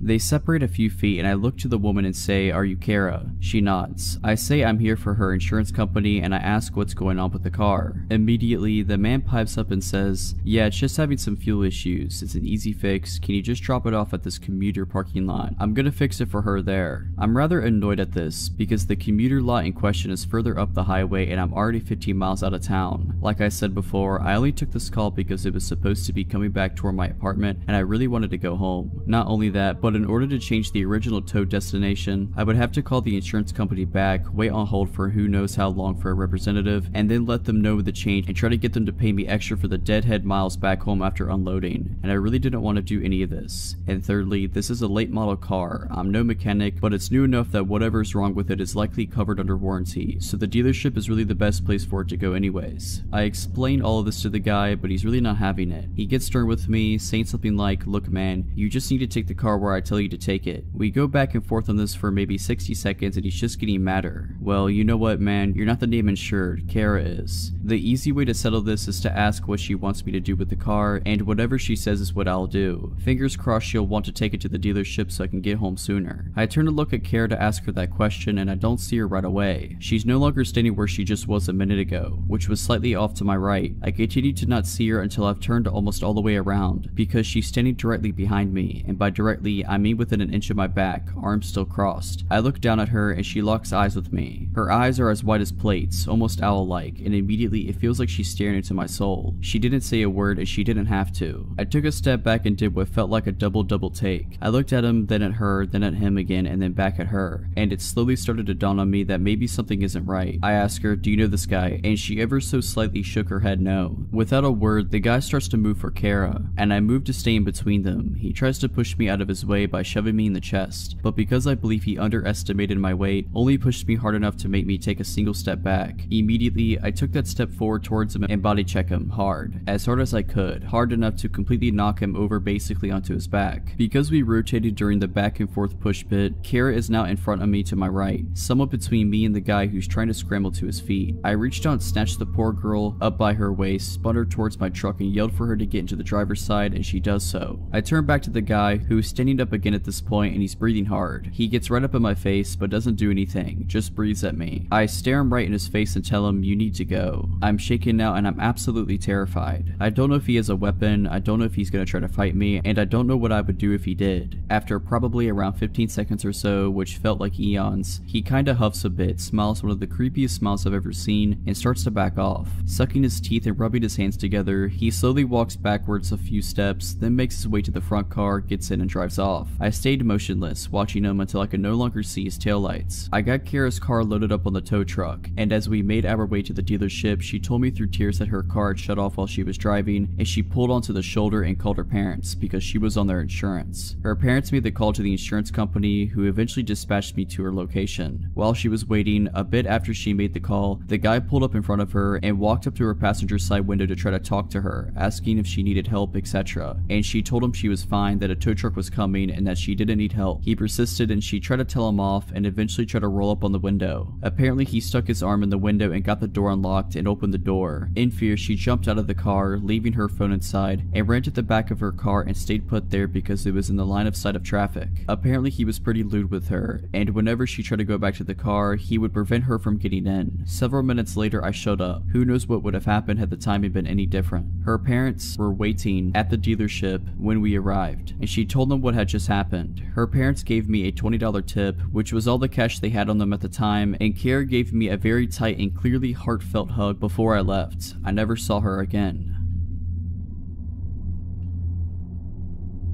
To set the tone, I always hated the town I lived in. I moved there alone when I was 18 for college and quickly regretted it. It was a decent sized town but full of not decent people. Nearly every gas station was robbed frequently, there were shootings in broad daylight, robberies, you name it. Well, for the first 3 years I lived with roommates on a side of town that wasn't awful, but it was sketchy. So when I was making decent enough money, I moved out on my own. The house was tiny, maybe 500 square feet if that, super old and poorly built. It was just me living there, so I didn't mind how small it was, but what originally sold me was that it was in the middle of nowhere. It was surrounded by a bunch of fields and some wooded areas with only a few houses nearby. Considering I hated being in the town due to the continuous paranoia of getting mugged or shot, I loved the idea of living out there, so at the beginning of July I moved in. Everything seemed super swell minus not being able to get good internet. A month goes by and everything is still swell to me, and I decided to get a dog to keep me company. He also loved the place and spent long amounts of time lounging about the yard and trying to convince the nearest neighbor to walk over and pet him. Important later. Roughly 2 months into living there, I started to notice things at a place. Something to note is that an old roommate of mine was using my spare room as a storage place until he got moved himself, so he had a key but was never there. He kind of just popped in every other week to grab something and usually let me know beforehand. But I'd come home to my kitchen chair being pulled away from my table or a bowl in the sink, things like that. There were such small things I wrote off as my roommate swinging by or just stuff I was forgetting. But then my dog developed this crazy bad separation anxiety. Up until now he didn't even care when I left. He just lay on the couch and chew his toys. He never barked, never did anything weird. However, all of a sudden he began acting really awful every time I tried to leave. He'd literally cram his body through the door as I was closing it, screaming and barking, and wouldn't stop until I came back in the house. He didn't want me to leave him there alone, at all. I couldn't afford a kennel for him yet, so I decided one day that I'd put a movie in while I was out, thinking maybe the sound of people talking might keep him calmed down. I only had to finish one task up at work and knew I'd be home early, so I put in a copy of Hamlet. I know, boring, but I chose it because the copy I have is 5 hours long. I knew it would be playing when I came back. Flash forward 3 hours, long before Hamlet should have been over, but when I walked in the door, not only was the movie not playing, but the TV and the Xbox were completely off. I immediately called my roommate and asked if he had been over, and he wasn't even in town. I explained the TV situation to him and he shrugged it off as the TV powering off when it idles for a while. Even though this is true, there are several reasons I know this isn't the case. 1, it wasn't idling. A 5-hour movie was supposed to be playing. 2, even if it had shut off, my Xbox wouldn't have. I have left it on by accident for weeks. I was gone out of town or whatever, and it was still on when I came home. Always. But it was completely powered down this time. The weird thing is none of my stuff was missing and the door was locked when I entered. I eventually convinced myself that it was something weird with the Xbox or whatever and shrugged it off. That is until my dog started acting even weirder. Remember earlier I mentioned he used to play with a neighbor? Well, all of a sudden, if she even walked by the house while he was out, he'd start yelping and running at me away from her. This was incredibly weird to me and made me incredibly cautious of her. I put some cheap alarms on my doors, the kind that go off when the door is opened, and slept with my pistol handy. The second night the alarms were on my doors, I was woken up by the one on the back door going off. I flew out of my bed with my pistol, trying to convince myself that I was about to shoot some intruder, but once I got to the door it was shut and there was nobody there. The alarm had been knocked all the way across the room. The door would have had to open for it to be chucked like that. It couldn't have fallen off and landed there. Something else weird, the door was locked, but not the way I had locked it. I always locked the knob and the deadbolt, but upon checking my lock after this, only the doorknob was locked. The police wouldn't do much as I had no witnesses, no lead, and they didn't have much to go on. Needless to say, I changed the locks. I didn't have any noticeable problems inside after that, but later found out that the close neighbor that my dog hated had previously lived in the house I was renting, and the locks had never been changed. I have no way to prove my theory, but it's pretty obvious she had a key and was coming and going as she pleased. Why though, I can't figure out. Nothing of mine ever went missing. The most unsettling part for me though, is that she had tried to come in at night until the alarm scared her off. How many times has she been in my house at night while I was asleep, and why? Not sure. Luckily though, I don't live there anymore and never plan to move back there. A while ago, I was staying in an upscale hotel in the safe area of a large Midwestern city. I am a 16-year-old female and I was in a room all by myself with my parents a few doors down. In theory, this isn't unsafe by any means, but I had bad luck on this particular trip. Our first night there passed without incident. Me in my room, my parents in theirs. I watched a pay-per-view movie and ate way too much from the snack bar. I didn't have any reason to feel unsafe. The next morning, we did the usual tourist stuff that one does when visiting a new city. As we ate at breakfast in the hotel restaurant, I noticed a man who looked to be in his 60s staring at me for an abnormally long amount of time. I ignored it and chalked it up to him thinking I looked like his granddaughter or something. The next night, my parents allowed me to meet up with a friend for dinner who lived in the area. He met me in the hotel lobby and we had a nice dinner and then went back to the hotel for drinks. Yes, I am underage, I had a drink, my bad. Coincidentally, the same man who had been eyeing me earlier was at the bar. This time, I knew I didn't remind him of his granddaughter. Even with my buff guy friend next to me, his eyes traced my body. I felt unsettled and mentioned it to my friend, Ethan, who glanced over and also seemed really weirded out by how obvious this guy was leering. We left the bar quickly and by now it was around 12:30 a.m. Ethan walked me to the elevators of the hotel and once I pushed the button, I left. I wish I would have asked him to stay, because no sooner had he walked away that my creeper came, rounding the corner, and stood there waiting with me for the elevator. I felt so uncomfortable knowing that he would be seeing what floor I was going to, but it hadn't occurred to me to get off on a different floor at the time, and even if it did, he planned on following me, so it would have been just as bad a move. When we were in the elevator together, I tried to keep my eyes averted from his, but they literally bore into my body. He kept trying to step closer and I kept backing up, too scared to even speak. What freaked me out more was that he hadn't pressed a separate elevator button, so he planned on getting off when I did. When I got to my floor, I almost ran to my room, and the guy just stood at the end of the hallway, waiting to see where I was going. I stayed in my room for 15 minutes until I was sure he was gone before I told my parents what had happened. They were freaked out and told the hotel staff, but there was no sign of the guy and it was really late, so I just locked my door and tried to get to sleep. I had almost drifted off when I heard a knock at my door. I obviously wouldn't just go and open the door at nearly 2 a.m. Instead, I turned on a light and froze. At this point, my intuition had kicked in and I knew it was the guy. I was near tears, but the knocking kept continuing, harder and harder, so I finally shouted and asked who it was. The voice that replied to me was the most chilling thing I had ever heard. High-pitched but growly growly, almost giggly, and so disturbing I could barely describe it. "It's hotel staff, please let me in." I was terrified. A look through the peephole confirmed that it was the same creepy old guy. I locked myself in the bathroom and called my dad's phone. He has a habit of always keeping his ringer on, so he answered me almost immediately, and I tried to tell him what was wrong through my tears. The guy before I managed is at my door, and what happened next gives me nightmares. My dad naturally went into superhero mode and opened his door to find the old man in just a robe, whacking it. It's pretty obvious to piece together what he was planning. My dad slugged the dude in the face and made sure he didn't move an inch while my mom called hotel security. We pressed charges and the guy's in prison now.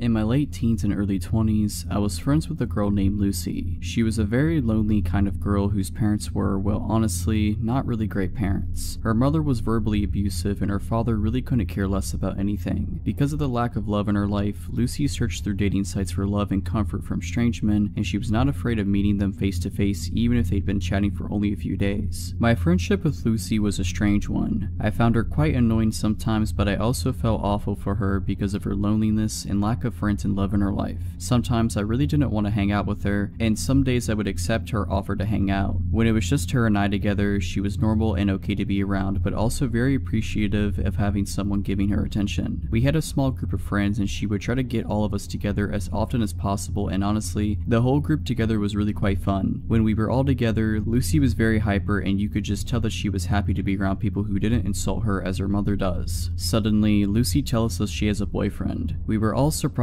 because we knew she met a lot of guys online, but we had never heard her say she was dating someone. A few days later, she sets up a day for our friend group to meet Trevor. None of us were looking forward to it because we thought he was going to be like all the others, a temporary boy toy. When we met him, we all felt awkward. He barely spoke a word, he wouldn't look directly at any of us at all. Lucy would try to be funny, but he would just give her dirty looks. Needless to say, we thought he was a weird one and could tell he didn't care much for her. As the days went on, Lucy kept telling me how much Trevor did not like me. She kept saying he thinks I am using Lucy for her money. Not sure how he thought that since I paid for everything for Lucy. To keep this piece of the story short, I think he was trying to find reasons to convince her to get rid of me. I got a terrible vibe from Trevor. He dressed like he didn't care about life, he never smiled, he didn't shake our hands when first meeting us, he stank of weed and really had an overall uncomfortable feeling about him. After months of Trevor trying to convince Lucy that I'm a terrible friend and she should not hang out with me anymore, she started to do as he said. She would start to hide me from him. If she and I were together and he would call her on her phone, she would lie and say I wasn't there. If she was with a group of friends, he would have her swear I wasn't there. When he was going to be joining the group on an outing or just hanging out at her place, she would tell me I couldn't come. Lucy will do whatever a boyfriend says just to keep pleasing him so she doesn't lose them. Now here's where it gets scary. Lucy calls me one day and says she wants me to come hang out at her place. I agreed. She came to pick me up and we went to her house and watched TV for a bit. We then decided since the day is nice outside, we would take her two dogs for a walk to a nearby pocket park and would later return to the house to have lunch together. While at this park, she receives a phone call. Now let me say that Lucy is not a private person whatsoever and has never ever walked away to answer a phone call until this day. She walked far enough away that she knew I would not be able to hear anything she said. This was suspicious to me, but not enough to question it. The call ends and she begins walking towards me with a look on her face as if she is trying not to smile. She tells me, "So I need to bring you home now." I was slightly confused as we had only been together for about an hour, when we usually spend the entire day together, and she would never want me to go home. She would even frequently beg me to sleep over to avoid being alone. So anyway, I said okay and we walked to drop off her dogs at home and we got into her car and off we went. About 10 minutes into the car ride, I realized she isn't going in the direction of my house, so I questioned it. "Where are we going?" She smirked but didn't respond. I asked again, laughing uncomfortably. "Seriously, where are we going?" She continued to smirk but didn't want to answer me. I started to realize she was heading in the direction of where her boyfriend lived. I asked one last time with anger in my voice, "Where are you taking me?" Her only response was bone-chilling to me. "Trevor wants to talk to you." I wasn't having any of this. I insisted and demanded she let me out of the car, but with her evil smirk and same response, she said it again. "It's okay, he just wants to talk to you." I was furious at this point because this creepy guy who looks like he wants to kill someone, who also despised me, wanted to talk to me. Why can't he talk to me on the phone? Why do I need to go to his sketchy apartment? She absolutely refused to let me out of the car. She had the doors locked, as if I wasn't able to unlock my passenger door. I waited until she reached a red light. I grabbed her wallet from the back seat and took out her bus pass and bolted out of the car. I had no idea where I was or where the nearest bus stop was, but I was not about to let her crazy boyfriend do whatever he wanted to me. She yelled for me to get back into the car, but of course I ignored her. She sped off furiously. I immediately blocked her number on my phone. I removed her as my friend on social media and immediately warned the group of friends not to talk to her because she has gone nuts. I have not spoken to her since that very day, and she also lost the other 5 friends of the group as well.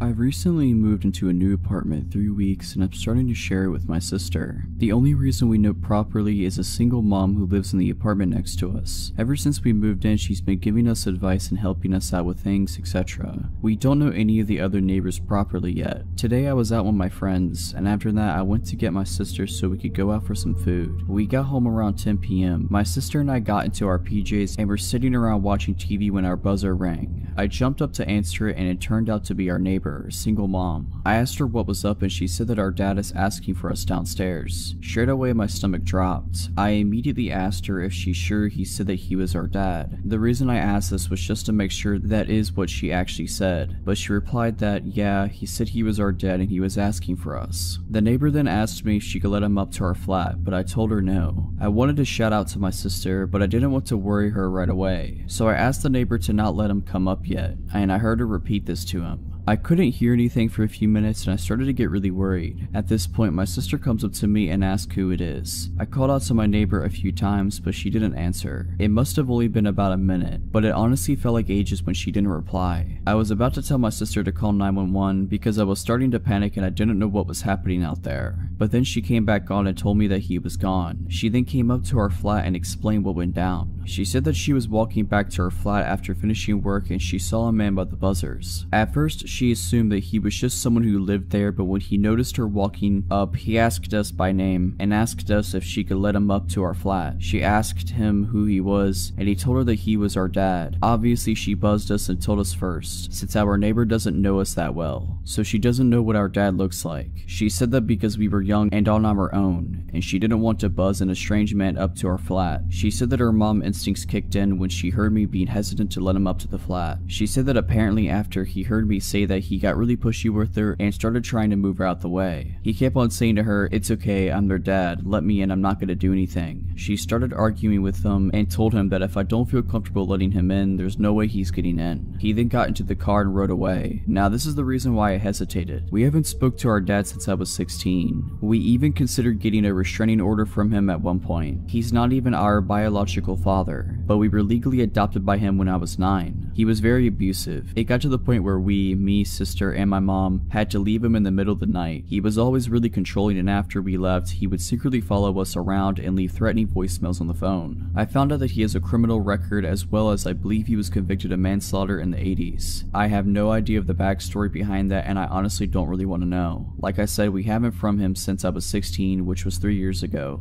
and as soon as she said the word dad, I almost had a panic attack. I asked her to describe him, and she said that because it was dark out, she couldn't really see him. We ended up staying with her because me and my sister are really shaken up. This happened a long time ago when I was around 15 or so. I'm 25 now. Back then I was really into singing and dancing with my friends, and I was introduced to K-pop as a result. This was way before K-pop became noticeably mainstream, so whenever events relating to it came up, we got very excited. There was a global audition for one of the big companies in my town, and my 3 friends and I decided to go. I was the only non-Asian girl in our friend group. I'm only mentioning it because this pertains to the story later. The K-pop fandom back then was pretty much the same as now. People of various ethnicities were into the idol music genre. We all knew the likelihood of getting into the industry was super low, and for me even more so, as I wasn't of Asian descent, but I knew that going in. That wasn't the point of us going though. We just loved being in proximity of something important to the genre we enjoyed. Just kids having fun. By the way, I looked pretty young for my age then, and wearing pigtails this day didn't help with that either. So we get dropped off and meet up at the audition place, a community center of some sort. We kind of dilly-dally around a bit until we have to line line up for our respective auditions, i.e. singing, dancing, etc. I was going to go sing, so I was mentally preparing myself in the crowded space outside of the audition rooms. That's when out of the corner of my eye I see a tall, older, maybe 40 years old, white man beginning to approach me. I remember thinking,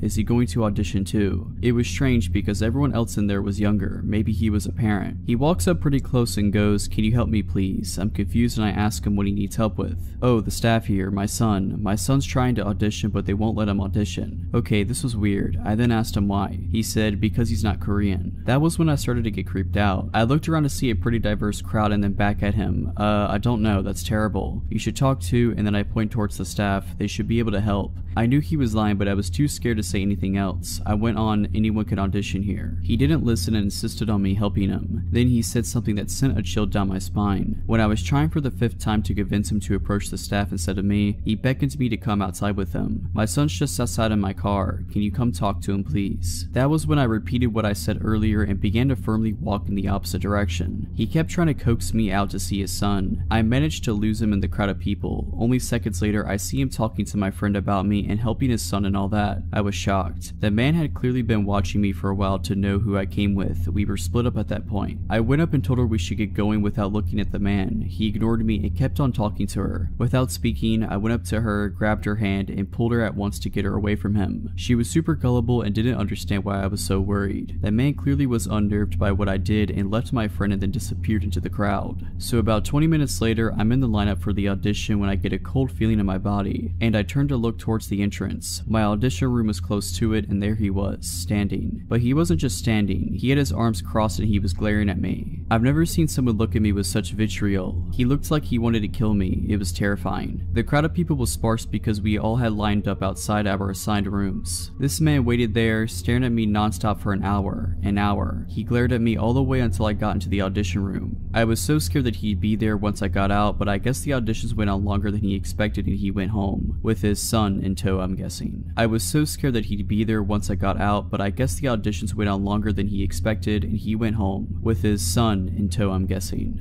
If you're liking this video, all I ask is that you make sure to subscribe to my channel and like this video. Thank you.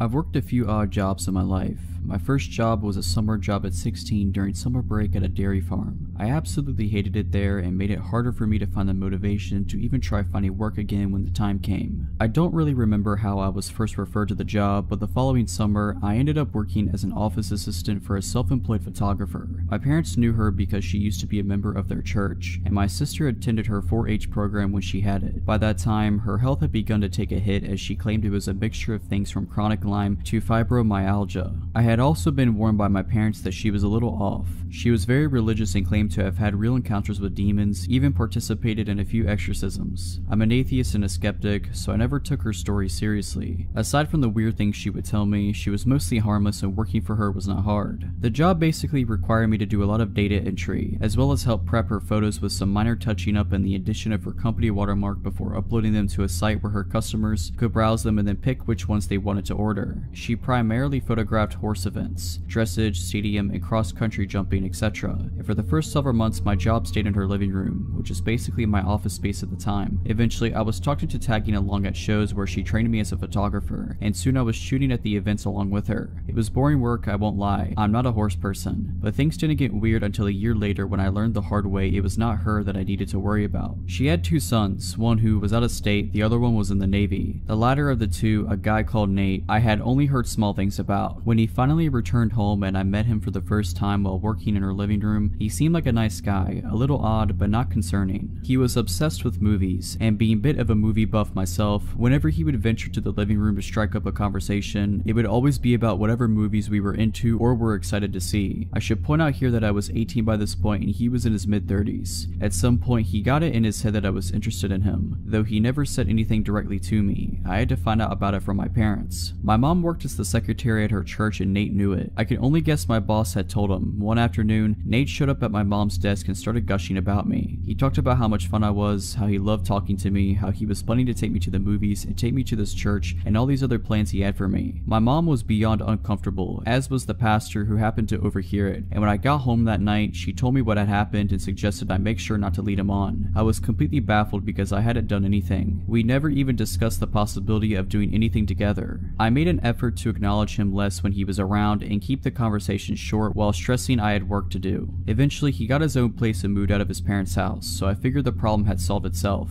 A couple years later, I had moved out, my boss's company had closed, and I was working someplace new. I was friends with both my boss and Nate on Facebook, and around that time I was finally coming out as an atheist, something I couldn't do when I was still living at home. One night, my old boss messaged me asking about a ring I had on my finger. It was a black ring with a white solid star in the middle of a black circle. Already knowing where she was going with this, I told her it was just a ring. She started accusing me of wearing a pentagram because she didn't know what a pinnacle was, and that I was promoting Satan. I tried several times to explain to her that not only was it not that symbol, but that also paganism has nothing to do with Satan anyways, but she refused to listen, so I just ignored her. It was typical behavior of her and not worth the argument. The next morning, I had a message from Nate telling me I needed to come to his church with him. I told him no, and the messages I received back gradually grew angrier and angrier. He went from asking to demanding I go with him. He told me I was lost and that I would not find the answers I needed by living the life I was. Eventually, he outright said he thought the fact that I was wearing a pentagram was disgusting and that I was opening myself up for possession. Knowing there would be even less of a point in arguing with him than there was with his mother, I went ahead and blocked both him and her, deciding I was done with the both of them. Then, he started showing up at my workplace. He would always search through the store until he found me, and then once he did, he would corner me and not stop talking to me no matter how many times I tried to dodge him or tell him I needed to get back to work.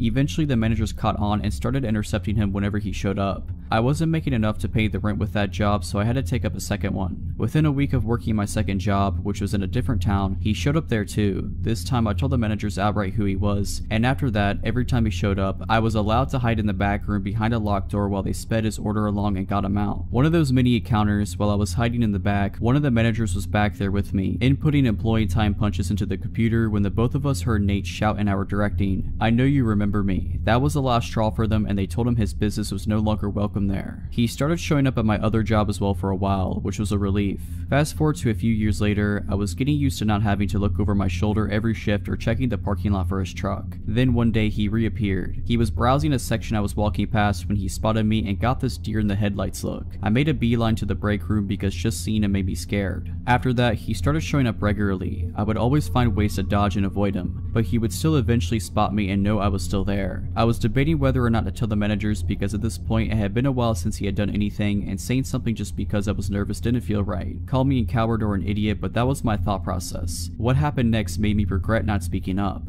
It was bound to happen eventually, but one night he managed to catch me while I was at the customer service desk. He approached me and said hi, and I immediately started to look for someone to signal over so I could make a break for it. But before I could say a word, he said something that made me feel sick. "How's your little girl doing? She's 3 now, right?" I looked at him horrified. I had him completely blocked from all of my social media, I had his number blocked, I was living at a new address, and I had not seen or spoken to his mother since she confronted me about my ring. I had not told either of them I was a parent now or that I was married, and I was not friends with anyone who knew them, but he knew. "How's your husband doing too?" he asked when I didn't answer. "He's good, he's a good man," I said, trying to reinforce the idea that I was not available to him and that I had no desire to have anything to do with him. "Where does he work?" At this point, I felt like I was going to pass out. Thankfully, another employee approached just to gather some reshelves, and I got out of there. As I was leaving, he called out behind me, "I'll see you again, we'll talk. We'll go out and do something together, we will." I reported him to the managers, telling them everything about the encounter, including all the information he had on me and my family that he should not have had. They were able to pull up his face on CCTV. I haven't seen him since the incident with my managers. I think he may have gotten scared off. Turned out one of my coworkers used to work with him too at a different job, and she also made a complaint about him to the managers. I don't know what they did with that information afterwards, but I know he hasn't shown up since. It sounds like they plan to call the cops if he sets foot in the store again. With 2 employee complaints of stalker-like behavior, they refuse to ignore that.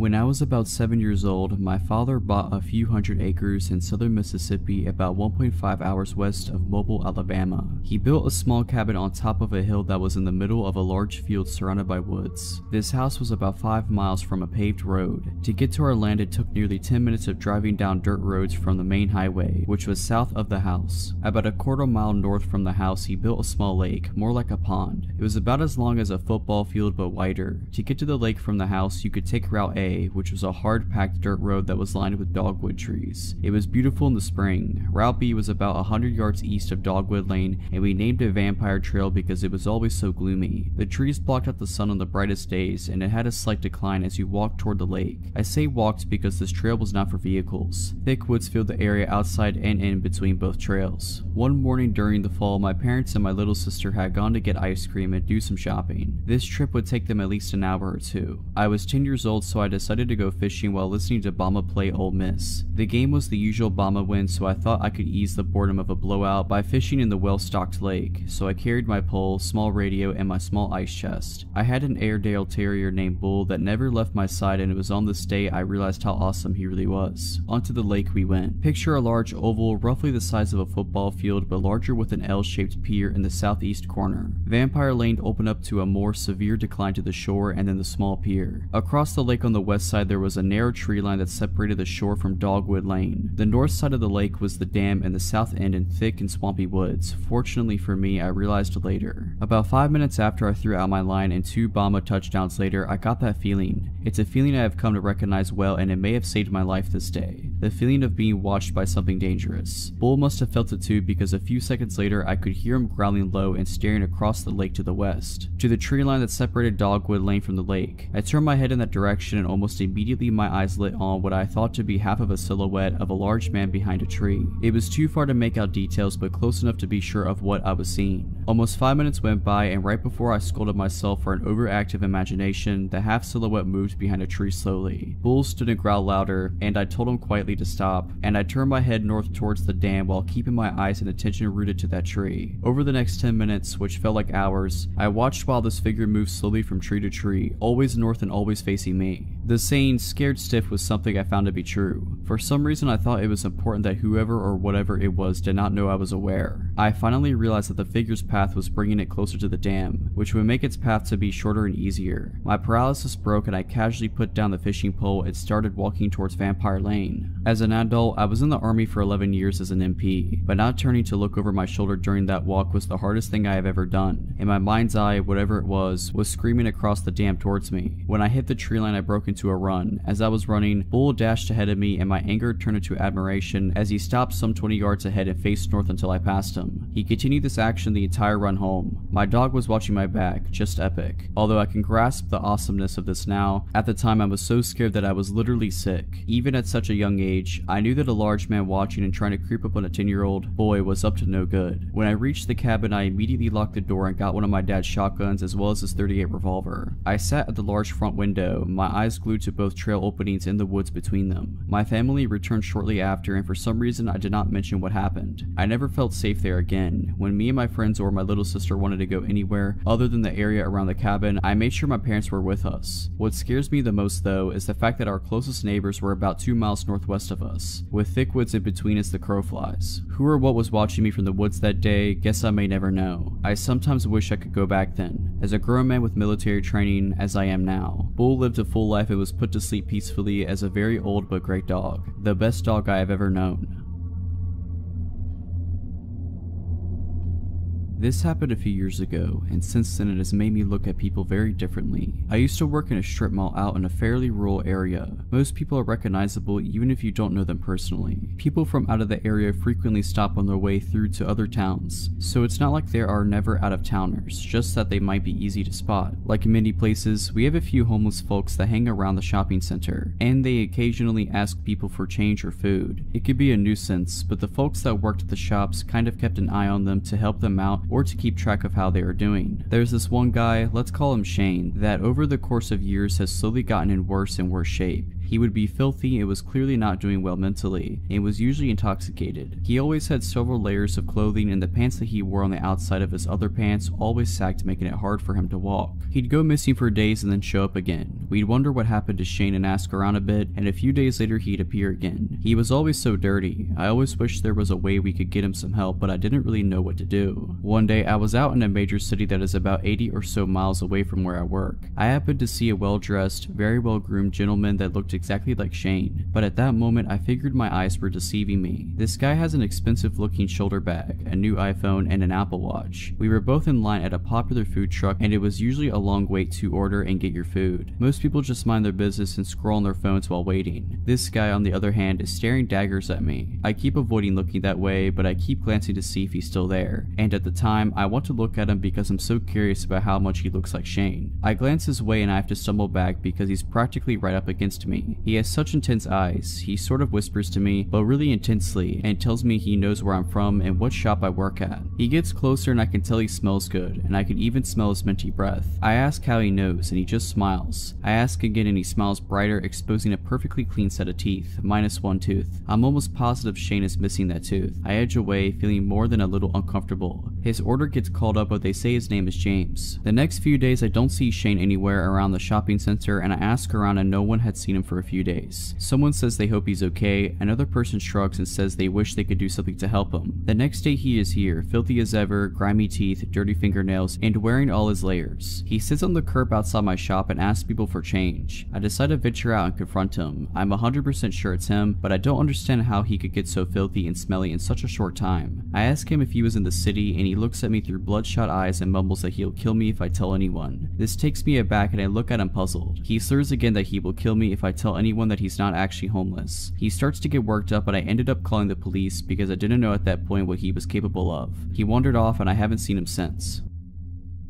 This story takes place late around 1:30 a.m. when I get the call. A very drunk friend of mine, Claire, is begging me to come pick her up and give her a ride home soon. The bar is closing soon and she's too drunk to drive home. The bar she is at isn't too far from my house, about a 10 to 15 minute drive, but the issue is that she lives like 35 to 45 minutes on the other side of town. Claire has been extremely nice to me in the past, and I did owe her a solid, so at about 10 to 2, I grab my keys and my concealed carry and leave the house. I get to the bar at around 5 past 2, and she's sitting outside on a bench by the doorman. I pull into the parking lot, which is pretty empty since the bar is closed, and I assume the cars remaining were the workers who had yet to leave. I get out of the car and start walking to Claire, who is kinda slumped over. I was hoping she wasn't passed out drunk, and when I got to her, the doorman asked me if I was her ride. I told her yes, showed my ID for proof, and what he said next was of some concern. He kinda pulls me in and says, "Hey, I was supposed to leave when we closed, but I have a strong feeling your friend was roofied. She's been on the porch drinking all night and some guy kept hovering around her. I assumed it was a boyfriend or whatever, but she never turned to talk to the guy. She was either drinking or chatting with other girls around her. Well, anyways, she chugged her last drink, came up to me and told me you would be coming to pick her up, and she asked me if she could sit by me, and she told me she felt very dizzy and sick. I told her sure, hoping she just drank too much, and she passed out right after she sat down. After that, I couldn't see the guy anymore, but I didn't want to take any chances. So visibly concerned, I thank the guy profusely, and he even helps me carry Claire to my car. Midway to carrying her, she's kind of coming to, like someone just waking up after a surgery. That really groggy, not knowing where they are, talking of nonsense kind of talking. I don't remember exactly what she was talking about, but I'm sure if I wasn't on high alert about her possibly being drugged, it was some funny stuff. So we get her buckled in, I thank the guy again, and he just says he hopes she gets home safe. So now, hoping my friend is only stupid drunk and not drugged, I start driving to her house. The whole time I'm trying to keep an eye on her and an eye on the road. She's now snoring asleep, which puts me at ease a bit, but about halfway to her house, my fuel light comes on. Cursing the fuel economy of a sports car, I pull into the next gas station. It's one of those small gas stations that doesn't have 24-hour store, so I'm on extra high alert while I start to pump gas. The gas station is about a block from the freeway, and right at the corner of the intersection. The street itself is pretty dark, with lonely lampposts shining very pitiful lights at large intervals. I get that really dead feeling like this place is just abandoned. To give an idea of positioning, because this is important, important. The gas station is at the corner of the intersection. The storefront would be facing south, and we were right in front of it where the pumps were. The east would be where there are air pumps for tires and parking spaces, and the north would be a diesel fuel pump right behind the store, accessible from the street behind the gas station. I drive a Corvette, so the filler is on the rear end of the car, and I'm leaning against the rear looking around. To my left, I hear this weird metallic scraping sound, so I turn and see this guy about 15 to 20 feet from me come around the corner dragging a long metal pipe on the ground. I immediately sense that I'm in a possibly dangerous situation now. The guy looks almost possessed, but he's not looking at me, rather like he's trying to look into my car. I'm on the defensive, but hope I can get him to leave, so I call out, "Hey, everything alright?" Without looking at me, he answers back, "You took my girlfriend from me. I'm here to take her back." Now he turns to look at me and he's got blood in his eyes. Before he begins to take a step though, I start yelling, hoping it'll get him to back off. "Back off, please turn around." He takes a step towards me, clearly unimpressed, so almost automatically, I pull my handgun from my inside the waistband holster and draw a bead on him. "Back off, you don't have to die," I start yelling louder. Anyway, in a panic, the guy throws the pipe at me. It whizzes by and I dive behind my car for cover. I have no idea if he has a gun himself or what, but I was going to put some kind of cover between me and him, and by the time I kneel up and aim over the rear of my car, he's booked it. I hear a car door slam and tires screech, and he launches off the curb on the east side of the lot and is tearing down the road, swaying all over the place. In my own panicked hurry, I pull the pump out of the car, screw the cap on, and tear out of there myself. Claire, however, is still passed out in the car, and now I'm afraid because I'm convinced she'd been drugged and we were followed by that guy. Me being more concerned about her earlier and keeping on the road, I must have not noticed being followed. The whole way back to her house, I'm wary of any car that's behind me. I'm also driving very aggressively, and when I get to Claire's neighborhood, I circle a separate block that's not hers 4 times to make sure no one followed me. When I was satisfied thinking I wasn't being followed anymore, I pull up to her house and try to shake her awake. She's doing that groggy waking up stuff from before, but now she's able to get up.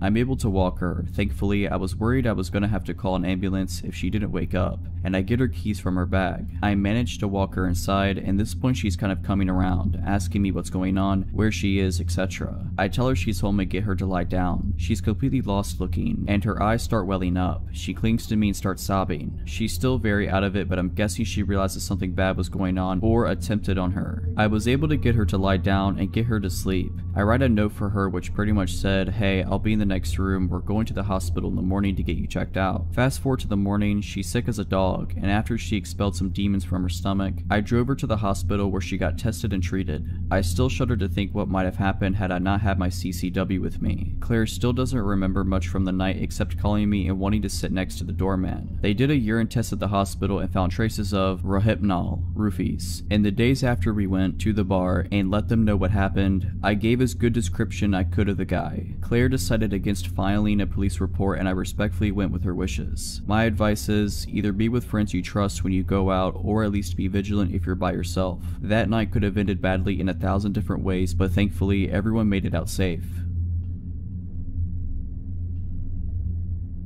I don't really know where to begin, but I suppose it started before I was born. My birth set in motion a series of actions that led to the threat on my life beyond my control. So pre my existence, my mother, Jane, dated an older guy named James when she was in her mid-teens. He adored her but wasn't of the same religion as her, so she ended up marrying a gentleman from her congregation instead, leaving James' brother put out. A year after being married, Jane gave birth to me and decided that she was unhappy with my father, Dave, and contacted James with the intent to go back to him. So Jane packed a bag one night, took me, and left. As soon as she arrived at James, she was bombarded with messages from Dave telling her that he would take full custody of me if she didn't return. So with a heavy heart, she chose me over James, and therein lies my problem. She went back to my father, and after another year of failed attempts, they divorced and my mother moved south to be with family, completely forgetting about James. My childhood was fairly normal for the next 13 years. A few house moves, a new stepdad, and a few siblings. Mother's second marriage falls through and she's single again. The year is 2010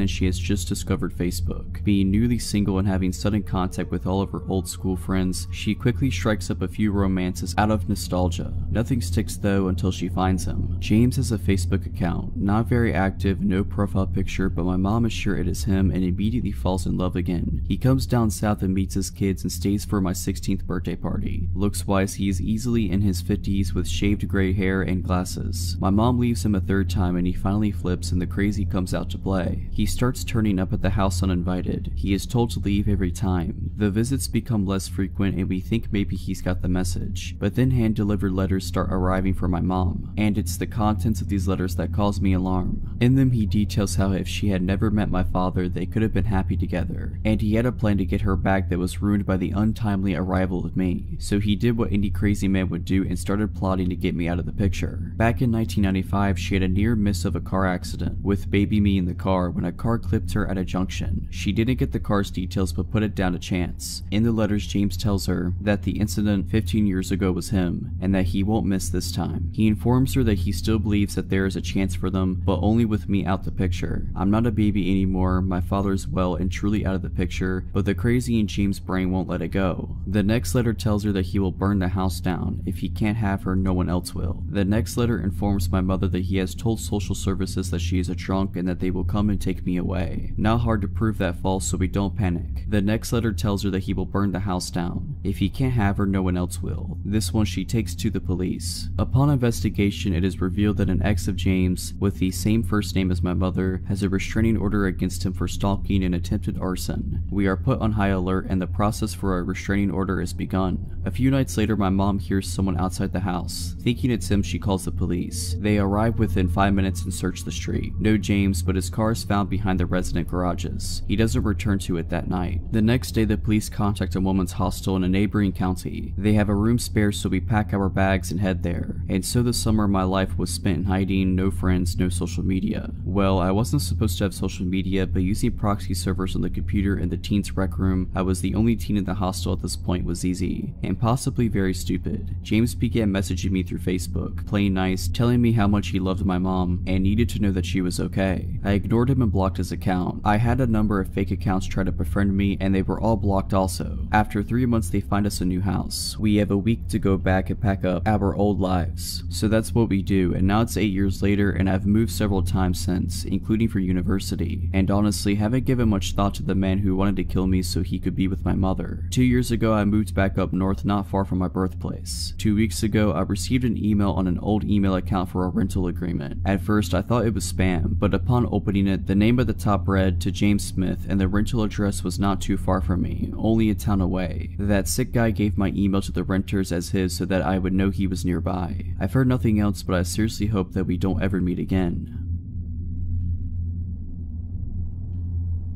This just happened to me a few nights ago and I am still shaken up, so bear with me. I am a female bartender at a small cafe that doubles as a venue. During the day we serve coffee and lunch, and at night we have a full bar with bands, comedy shows, etc. On this night, there was an open mic comedy show. Not a lot of comedians showed up, so we ended up closing up shop early and I was ready to go home. I had a patron come in and order a single beer during the comedy show. He was acting nervous. I get customers that are shy or don't want to talk to people, so I didn't think much about it. He sat down, sipped his beer, and watched the show. Since we closed early, everyone was pretty much gone and I wanted to lock up and clean so I could get home. After I escorted the last couple out of the bar and got ready to lock the door, I see the man from earlier walk down the back hallway and into the men's restroom. Not even a minute later, he burst through the door yelling, "Hurry, come back here, I need help." I stood at the opposite end of the hallway and asked him what was wrong. "The toilet is overflowing, there's water all over the floor, help me clean this up." I could tell that something was wrong and I replied, "It's okay man, it happens, I'll mop it up, I'm just trying to close it up right now." He continued to argue with me, trying to get me to come into the bathroom with him as I stood about 20 feet away down the hallway. Finally, he walks towards me very aggressively and tries to grab my arm. "You need to come back here now," he says. I immediately put my hands out in front of me so he cannot come any closer and I tell him he has to leave. He walks outside and I lock the door behind him. I check the bathroom and it is completely spotless, no water on the floor at all. I flush the toilet and the urinal and they are both working fine. I start to get nervous and I take my large pocket knife and clip it to my waistband of my pants just in case. As I'm cleaning our espresso machine and putting toppers in the liquor bottles, I hear a tapping noise. I look up at the front of the store, which is one big window that has a few curtains covering it. The same man is tapping on the window, waving at me and laughing like a maniac. I watch him walk over to the door and pull on it. It doesn't open since I had locked it after he left. He starts screaming and pounding on the glass, saying, "Open the door, I'm gonna kill you." Fight overcame flight at this point, and I walked around the counter and about 6 feet from the door. I pulled out my knife and locked eyes with him and yelled, "I'm calling the cops, get out of here." He smiled and walked out of the view of the window. At this point, all of my adrenaline had crashed. I locked myself in the office and called 911 crying, explaining that I'm alone and a man tried to lure me into the bathroom and was outside trying to get into my bar. I waited an hour and a half, no police showed up.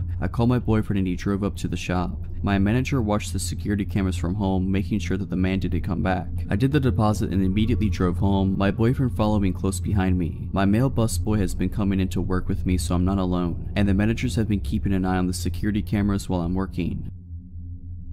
This story happened more than 10 years ago when I was still a student. A bit of backstory. As with most students, I was always broke and had a few ventures apart from my part-time job to bring me extra money. One of them was house and pet sitting. I have always had a love for animals, so when this couple contacted me to ask to house sit for them for the last few days before they returned for their overseas trip, as the last sitter had bailed on them and their 6-month-old golden retriever puppy would be alone, I jumped at the opportunity. The fact that they promised to pay me the full 2-week fee for staying there less than a week made it just more appealing. Little did I know how bad it would turn out. I got the details, got the keys from the agent, and headed over to the house as it was already after 5 p.m. and almost dark, as it was early spring. I got to the house, which was a really nice place, but it bordered a not so good area that was and still is prone to crime, house break-ins, robberies, etc. The first 4 nights went without a hitch, watching movies, jacuzzi, and just generally enjoying myself. The owners would have returned on the 5th day, fairly late at night. I went over to check on the dog. I got a call from them at about 10 p.m. saying their flight got delayed, so they're going to stay in a hotel and do the 3.5-hour drive back the following morning, and asked if I could sleep there again that night, which was fine. I was already there and had my overnight bag still in my car. I called my dad to let him know of the plans, as I was still staying with my parents, and he specifically asked what the address was. I normally did not give them details like that because I was old enough to look after myself.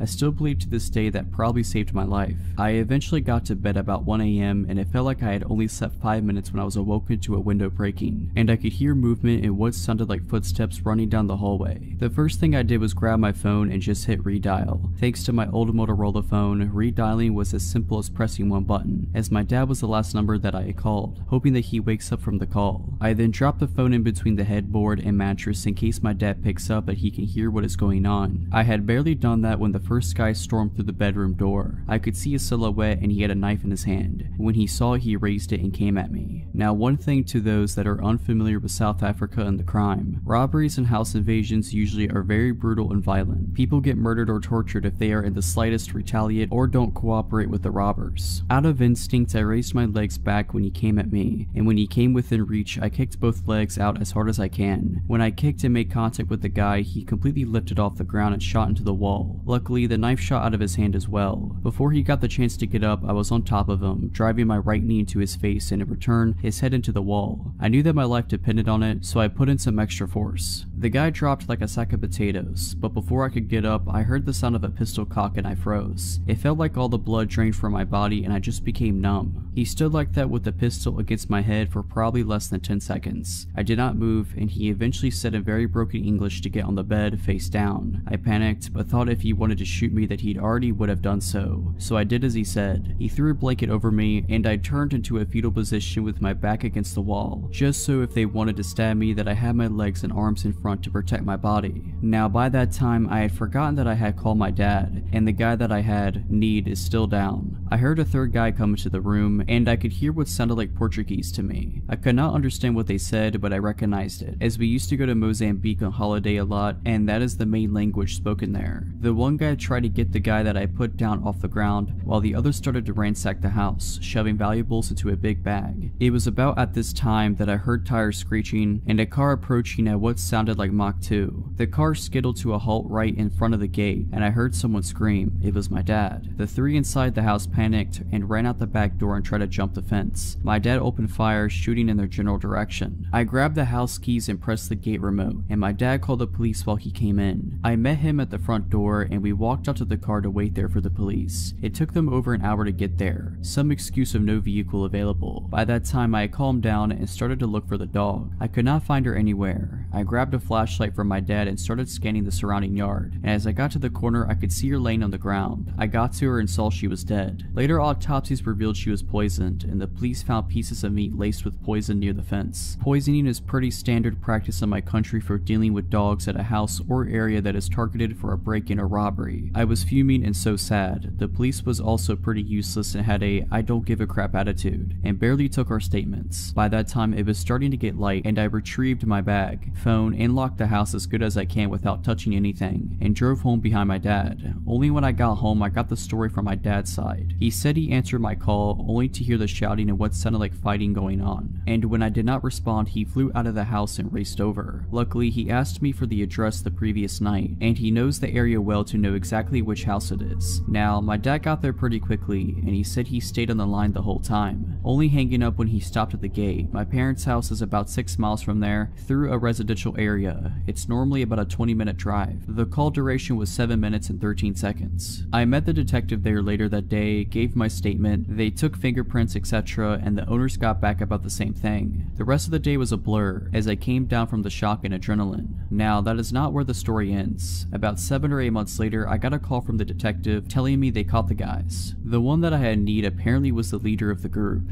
He had 4 counts of murder, I think 8 to 9 for attempted murder, multiple assaults, aggravated assault, over 100 house break-ins and robbery. I was shocked. The detective told me that if I had not taken him out first and fast that night, I would have definitely not gotten away so lightly. Now, this is also not where the story ends. 3 days later, I get another call from the detective saying that I should be careful, as he had escaped from custody and they have not caught him yet. I was not worried too much, as the robbery wasn't at my house and I had changed cars, so he would probably not find me. Also, I got my firearm license and carried my pistol on me 24/7. I did not hear anything after that until about 2 years later, when I saw the detective in the grocery shop. We started talking about the case, and she told me that he was killed during a home invasion. He broke into the wrong house, and the owner was waiting for him, pistol in hand. Shot him once in the stomach and one in the neck. This whole ordeal has made me more vigilant, heightened my situational awareness, and made me a little paranoid to double and triple check all doors, locks, etc. But I'm just glad that they were brought to justice.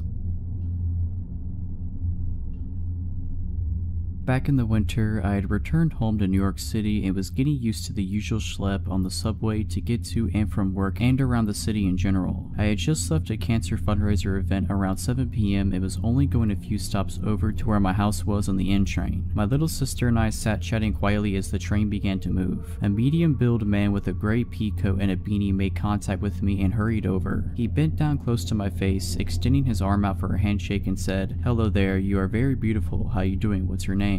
I sort of just recoiled back, giving him a confused, "what are you doing in my personal space" kind of look, shaking my head in a clear disinterest to make his acquaintance. All of a sudden, it was like a switch flipped and his previously sweet tone turned to an ugly rage. "You think you're better than everybody? Get out of your clown." He screamed at the top of his lungs, and I noticed everyone turning and staring in our direction. "Screw you anyway." He made a waving off gesture while I kind of just sat there staring at him wide-eyed, wondering what he was going to do next. His entire stance was very aggressive. He then stopped screaming and to my surprise made a direct pass to try the exact same thing on my sister who was right next to me. "Wow, you are beautiful too, can I shake your hand?" And he reached directly next to me to touch her. I extended my arm and said firmly, "Hey, leave my sister alone and back up out of our space." This guy smacks my hand out of the way. Now he's fully pushed my buttons. I stand up and realize I'm about eye level with him, so he must have been around 5'9", maybe 5'11" at most. "Don't touch my sister," I said, and I was officially heated. This part is a blur as I don't remember what he said when he pushed me and we began to scuffle, but I landed a very sweet uppercut on his jaw. This enraged him and he had me on my back within seconds, kicking me and screaming, "I will kill you." After what felt like an eternity, 2 good people of the subway had run up behind me and grabbed him off of me. I heard one guy say, "Leave her alone, dude," and when I looked up I saw several horrified passengers staring at us as we engaged in a full-on brawl. Adrenaline was pumping through my veins, so everything was bright and my vision was pinpoint and I felt numb. The conductor said something over the speakers about holding the train at the platform, and I stood there shaking as the guys threw him onto the platform and made a barrier between the platform and door as he attempted to get back into the car, clawing at the air and sputtering curses at me, staring me dead in the eye.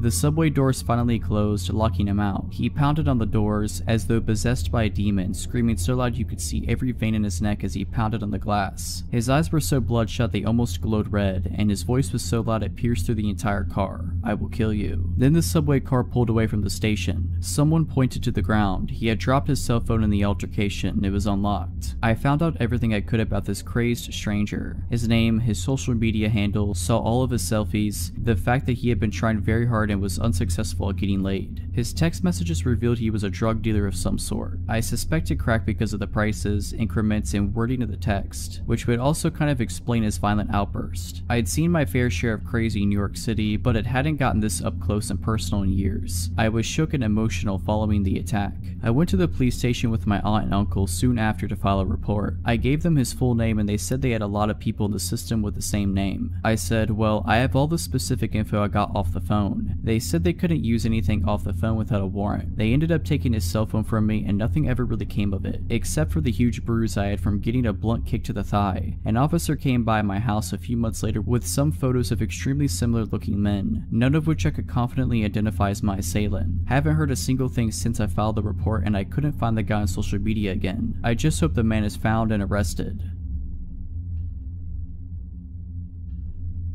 So, a little backstory. I was a dancer for 6 years. I have worked in many cities and clubs. At the time of the story, I wasn't a rookie. I was well versed in the industry. At the time this took place, I was like 20 or 21. It was also in Texas at one of the upscale clubs. I never imagined something like this would happen in this place, but apparently I was wrong. I started my shift at about 6 p.m. I like to get there early, meet with some of my regulars before the crowds come in. It was like 8:39 and this really good looking guy came in with some friends. They were all older, like 40 to 45. I grabbed some of my hustle friends and we went and sat with them. It wasn't hard to convince these guys into a VIP room with a bottle service. But this is where it kinda gets weird. The guy I was talking to wanted a separate room for just us. I thought maybe because his friends seemed rowdy and wanting to party hard, he wanted to have a more relaxed area. I wasn't complaining because this meant I wouldn't have to share my cut of the room, so stupid me saw dollar signs and went with it. We get some mixed drinks and shots. Now a lot of the guys that come into strip clubs really want to let loose and brought drugs as well. These guys had just about everything besides crack, meth, and heroin. I was definitely a party girl at the time too, so yes, I partook in some of these. So at this time, we were all hanging out in one room together. I took a little hit of coke off the back of my hand and continued drinking. After we were all hyped up and ready to party, my guy pulled me into the other room. This guy was like 6'4", obviously worked out a lot and was attractive. I, on the other hand, without my heels was 5'6" and was like 120. I sat down in his lap and I started talking to him and laying down my moves to get him to empty his wallet basically. We were having a really good conversation and my bouncers were really good about checking up on the girls in the rooms because they were pretty secluded on the second floor. After about 20 minutes of talking, something snapped and all of a sudden he literally put his hands around my neck, lifted me up and slammed me against the back of the couch. The couch backs were tall and padded, so it wouldn't have been heard on the other side plus with all the music. I was literally frozen in fear. After almost 3 years of dancing, I had never been in this situation. He started calling me names, spit in my face, and his grip on my neck would get tighter when he would feel me take a deep breath like I was going to scream. Luckily, there were also VIP rooms across the large overlook and a bouncer noticed me kicking and flailing. I faintly remember, like all the bouncers, running into the room. They had to pry me out of his hands. When I was finally back sitting on the couch, they had him on the floor outside the room and his buddies acted like they didn't even know him. My manager grabbed me and carried me like a baby to the dressing room, asked me if I needed any medical. I said no, I was just really shaken up. His buddies talked to my manager and basically gave me guilt money for that happening. Apparently he was going through a bad divorce and just snapped on me instead of his ex.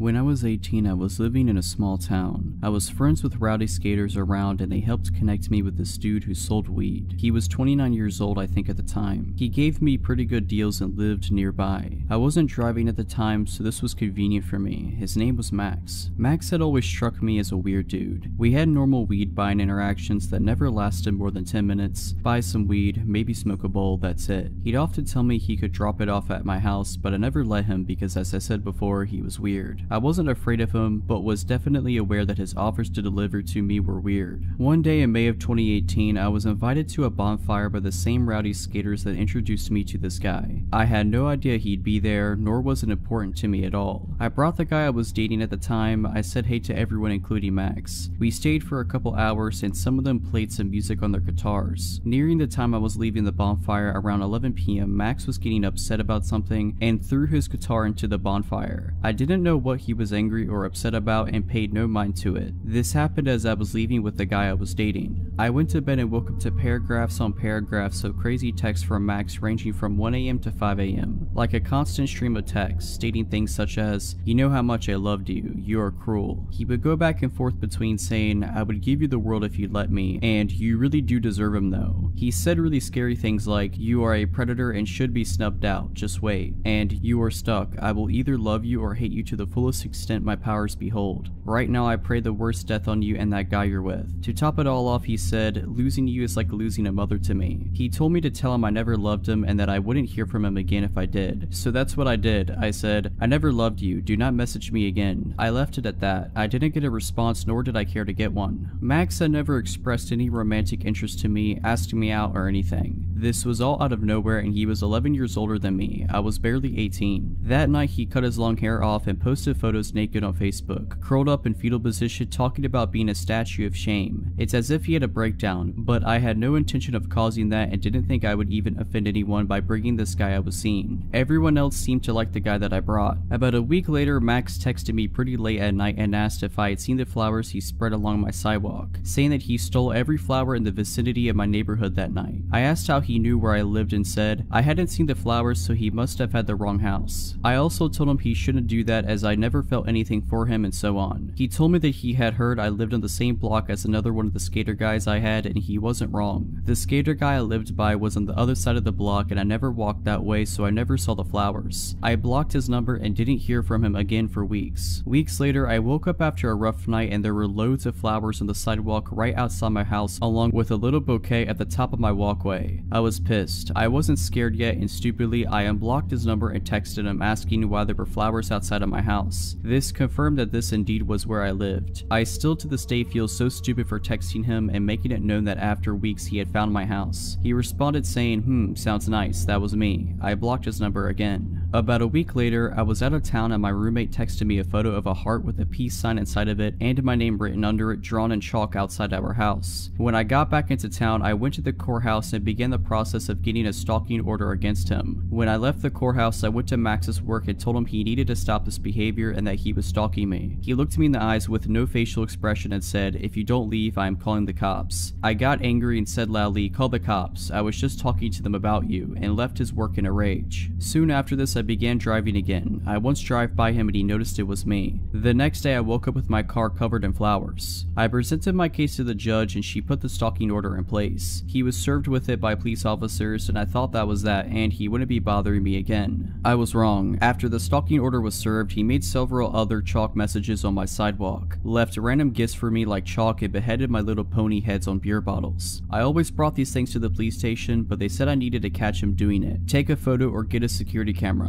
So I got a security camera and really hoped I would catch him. It turned out my security camera was stupid and I couldn't just watch the videos it took but had to skip through second by second by hand. It was an impossible task. I was terrified of leaving my house at night at this point. I never had my curtains open anymore and I was so frustrated that my livelihood was being taken away from me. Ultimately, I unblocked his number in hopes that he would text me directly violating the stalking order and after a few days, it worked. He sent me a weird text saying, forgive me, we are charming, this is harming, let us try again. By now it's September of 2018 and he finally goes to jail. He is facing up to a year in jail and has to stay there until our court date. I finally start calming down. I am able to go outside at night, even if just to get into my car. I let myself have my curtains open sometimes. I am starting to feel alive again. Right when I start feeling secure in my small town life again, someone posted bail and he was released after only 3 months in jail and I went back to living in fear. We still had court dates coming up and I was optimistic that he would serve more time for ruining my life for so long. His lawyer kept pushing the court date back to gather evidence and after about 6 months of pushing it back, the state decided he wouldn't do anything more and closed the case basically. I had moved out of town 3+ hours away at this point so he didn't actually have an option to continue this behavior. Living in this new place I feel safe. I can walk walk at night and I don't have to have my curtains closed all the time. It's been over a year since they decided to close the case. About a month ago, he began responding to my friends' Instagram stories. Friends that live here at this new town, telling them how fond he is of me, etc. I have always had him blocked, but my Instagram isn't private, so he must have found them that way. I have since changed my account to private, and he hasn't messaged any more friends of mine. I refuse to be fearful now, the way I was then. He will never find where I live or where I work now. However, my life is forever changed after this experience. I will always be more aware of people and their weird energy. He ruined my life for a year, and I truly wish he had gotten that time in jail. He deserves it.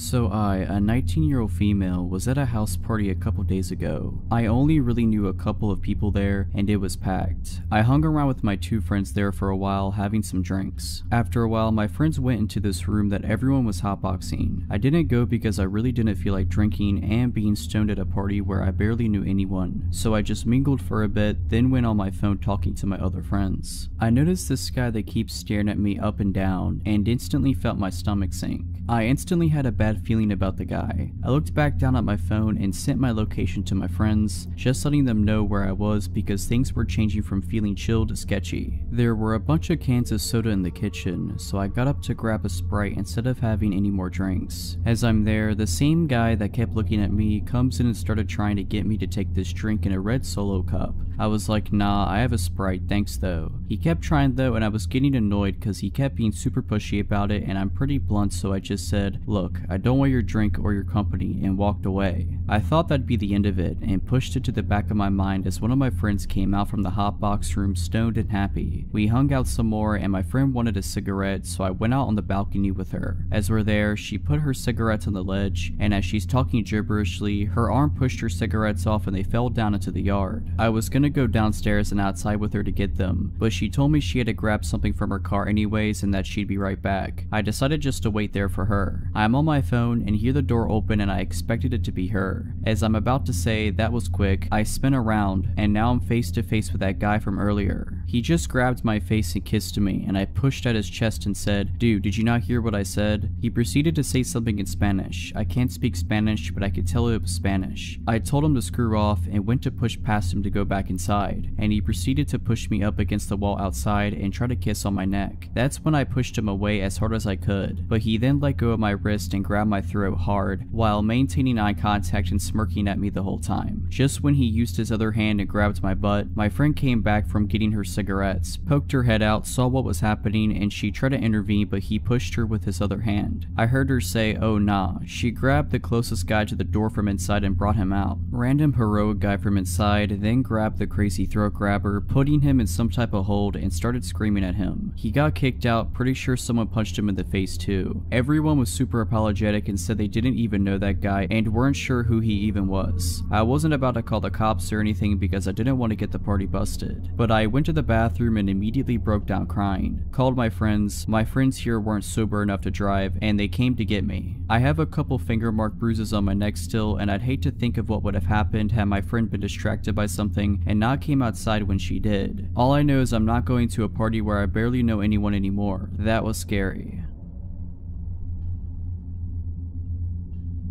This happened when I was 4 or 5 years old. I was at a rather large toy store with my dad and sister, who is 2 years older than me, so that I could pick out a birthday present for a friend of mine. My dad and I were looking at the Lego aisle they had available, while my sister was shuffling around, bored out of her mind. At some point she wandered away. I was looking at the box of a castle set, wishing that it was my birthday coming up, when my sister returned and tugged on my dad's arm. What is it, sweetheart? He asked without looking away from the box he was holding. I think he also wished it was his birthday coming up. There's a man. Oh, never mind, he's gone now. My dad looked at her, putting the box back on the shelf. What man? He asked. There was a man who asked if I wanted to come see his puppy, and I said that I'd have to ask you first, but I don't know where he went. My dad took the box out of his hands and put it back on the shelf, then took my hand in his and put his other hand around my sister's shoulders. Well, let's go find him, my dad exclaimed, and began leading us toward the checkouts. Now, like I said, this toy store was rather large, and we were walking pretty fast. When we got near the checkouts, my sister pointed at a man who was just about to leave the store and said, "That's him." I could see how she recognized him from behind, as he had very long hair. It went halfway down his back. I remember him having a black winter coat on, which was strange because it was a pretty warm day. We walked even faster until we were at the nearest checkout, and my dad said to us, "Stay here with this nice lady for a second," referring to the cashier. He then ran up behind the man, who was now almost out the door, and threw his hand on his shoulder so hard I could hear it. My dad spun him around to face him, then began yelling, "Where's this puppy you wanted to show my daughter?" People around started looking over at the commotion, and my dad continued, "You wanted to take my daughter to see your puppy. Where is it? I want to see the puppy too." The man was stammering and stuttering and trying to get away, but my dad had a firm grasp on the guy's shoulder. Turning his head to where we were standing, my dad yelled to my sister, "Is this the guy who asked you to come see his puppy?" My sister silently nodded her head and then looked at her shoes. I think she thought that she was in trouble. I didn't blame her. Our dad was yelling really loudly, "Is the puppy in your car? Where's your car? Is that it over there?" He pointed out the glass door into the parking lot. "Or is that your car? Is that where the puppy you wanted to show my 6-year-old daughter is?" I remember thinking that if he just let go of the guy, he could lead us to the puppy. Before I knew it, 3 men in yellow jackets had come. There was a word on their jackets which read security. My dad let go of the man and the security guards held him instead. My sister was crying by this point. My dad walked back to us, once again taking my hand in one of his own, and putting the other around my sister's shoulders. He asked the cashier if she had a phone he could use, and she took us to the office. He called our mom to come pick us up, then assured my sister that she was not in trouble. In fact, she was in the least amount of trouble anyone has ever been in the history of the world, simply by coming and asking for his permission to see the puppy. I asked him if we were still going to see it, and he just looked at me and said, "Sorry son, the puppy ran away." Our mom came in just a few minutes, and as we were leaving, there were police cars pulling up.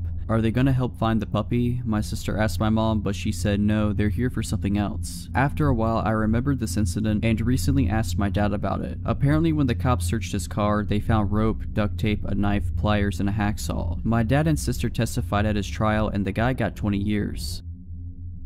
This story dates back to about a year and a half ago when my daughter was around 4 months old. I'm 26 years old. I had just moved with my then SO to a dangerous part of town, but the street we moved to wasn't too bad. Everyone knows their neighbors and everyone seems to get along. Well, since everyone in the neighborhood chats with each other, one of my neighbors warned my SO and I about a homeless woman that parks her van on the street and harasses everyone who walks by her car, and to try and avoid her as best as possible. Side note, parking in this town is street parking only, no reserved parking spots. This'll have significance later. I thought, that's one small downside of living here, along with the street parking. Not that big of a deal as long as I avoid her, right? Wrong. So the next day after our neighbor's warning, after returning home from a long day at work and picking up my infant daughter, homeless lady, really slender, wearing what appeared to be newish clothes, breath reeking of something foul, is walking up to the left side of the sidewalk, screaming up a storm at these teenage kids who look terrified. The teenagers aren't engaging her, just keep walking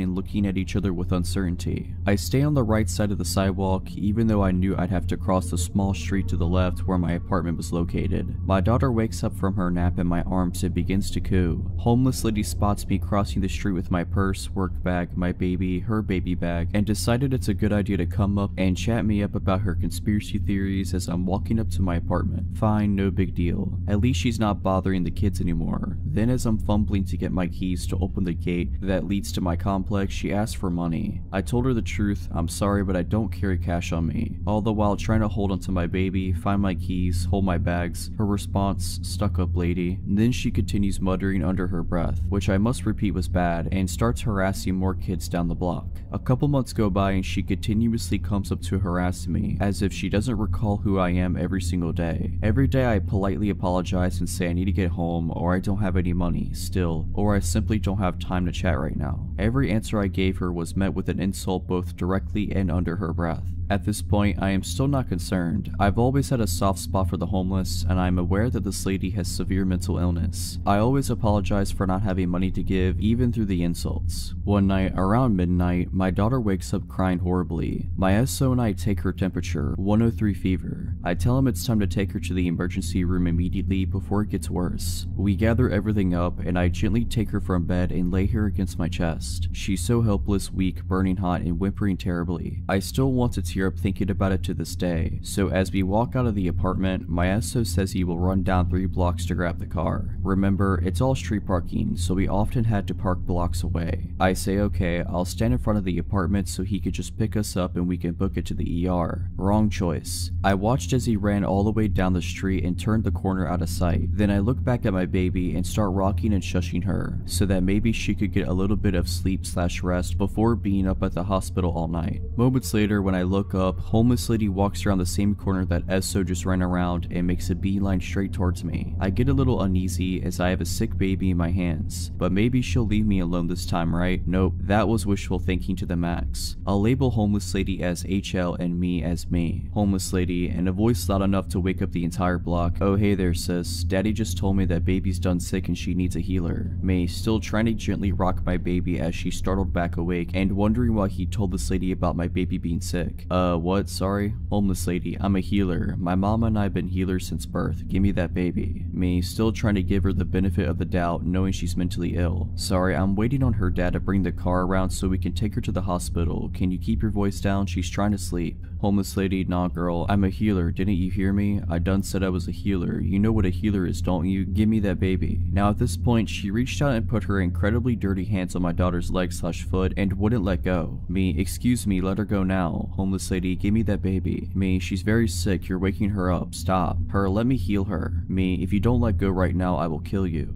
It was at this point that she and I locked eye contact, and her facial expression was what I can only describe as the most terrifying, evil look a person can give, with her eyes and smile widening with every passing second. She then broke out in a laugh so loud and terrifying that I can't believe I didn't piss myself. By this time, my daughter was crying hysterically. My internal dialogue went something like this. Where is SO? I'm gonna have to set my sick infant daughter on the ground and beat this lady up just to get her to not kidnap my kid. It also crossed my mind that if I did that, I'd probably be the one arrested. Like a Hail Mary, my SO comes around the corner in the car and I reiterate to the lady that my SO is now here and if she doesn't stop harassing me, I will kill her. This finally struck some chord inside her brain and she took off running down the street, cursing profanities very loudly. My daughter's cry has me in tears too after being yanked so hard by this lady. I still wonder what could have happened if she yanked hard enough to take my sick daughter. My SO ended up admitting that he felt bad for her, so he told her that our baby was sick and even struck up a conversation with her about it. All the while his daughter and I were waiting outside past midnight alone in a bad area for him. Needless to say, he's now my ex. He even later laughed about the entire thing and told me I was exaggerating and she was harmless. He also still struck up regular conversations with the woman after that anytime he'd see her, and it infuriated me. I don't think anyone who would have seen the look in this woman's face would label her as harmless. She looked very much like she was ready to harm.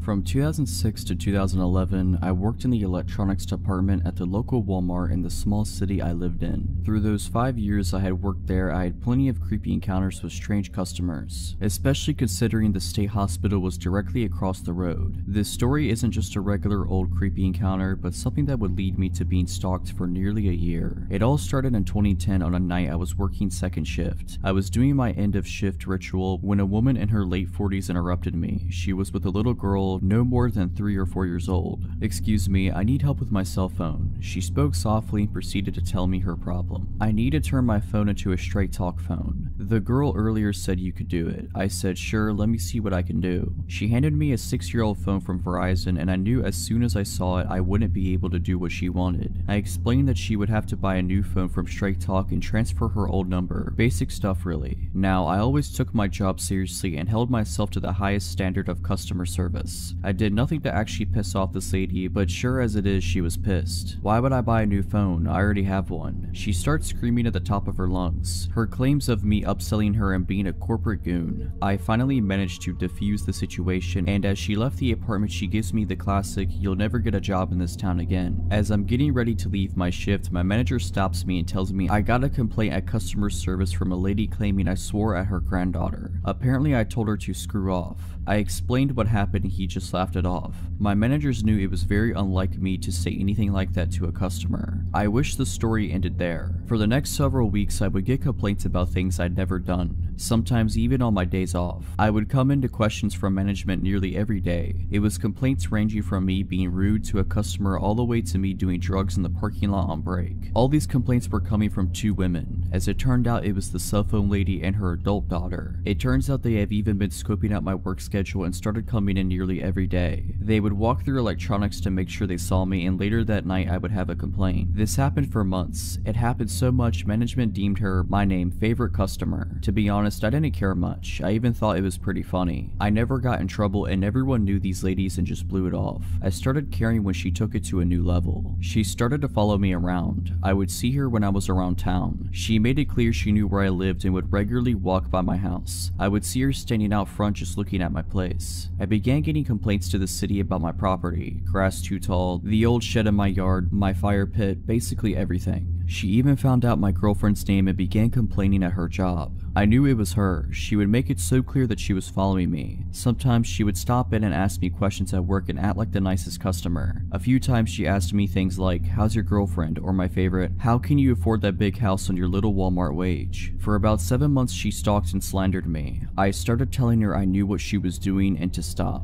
But she played it off. I couldn't report her. She never once threatened me. She was just making my life hard. By this time, everyone in my life knew about this woman. One night, I'm grabbing dinner with my friends from work and we're joking about it when someone says, what if you just counter-stalk her? At first, I thought it was a terrible idea, but this convinced me it would work and they would all help me. So we hatched a plan. It went as follows: find her job, find her name and address, make complaints in the same manner as her, find out all the rumors she told about me, make it clear that we know, show her that we have numbers. I found out her information easily enough. Turns out she didn't live anywhere near me. I was even friends with a few of her coworkers. They would keep me informed on crazy stuff she said about me and even told her to stop. We began doing exactly what she was doing to me. We did this for about 4 months. The more we dug into her life, the more I found out about how obsessed she was over getting me in trouble. She had claimed that I assaulted her. She urged others to report me and follow me. She told police I was a potential drug dealer. Eventually we won though. She started putting together that there were 6 of us digging into her life and asking questions about her. My last month at work I didn't get a single complaint. In fact, I never even saw her anymore. The day after I quit though, I heard she was in the store complaining about a new person after asking one of the managers why I quit. I'll honestly never understand why she was so bent on destroying me. I just told her to buy a $20 prepaid phone. I work about a mile from my house, in a pretty small town, 100,000 people-ish, spread out. I grew up in one of the largest cities in the States, so living here has been a bit of a culture shock. It's very easily accessible by walking, so I never drive. About half a year ago, I finished work around 1 AM. Nobody is really out past 8 PM here. A huge shock coming from a big city, so the park I walked through was utterly deserted. I live in one of the safest countries in the world, not America anymore, so it's easy to forget just how vulnerable I still am. I honestly didn't feel uncomfortable at any point in my walk until I rounded the corner past some basketball courts nearby my house. I was still about 2 minutes away from home, and this stretch of my walk was completely dark. The moon was massive that night. While I had welcomed its light at the beginning of my journey, in the absence of streetlights, it actually made things look pretty eerie. I had walked this path hundreds of times, but tonight something felt off. I'm not a fearful person in any sense of the word, but I was really on edge suddenly. Then I saw it, a van in the parking lot next to the courts, with its side door open. I picked up my pace and kept an eye on it. There are usually cars in that parking lot. I live in a tourist town, and backpackers often stay in their vehicles to save money. I'd never seen one with its door hanging open like that in the middle of the night though.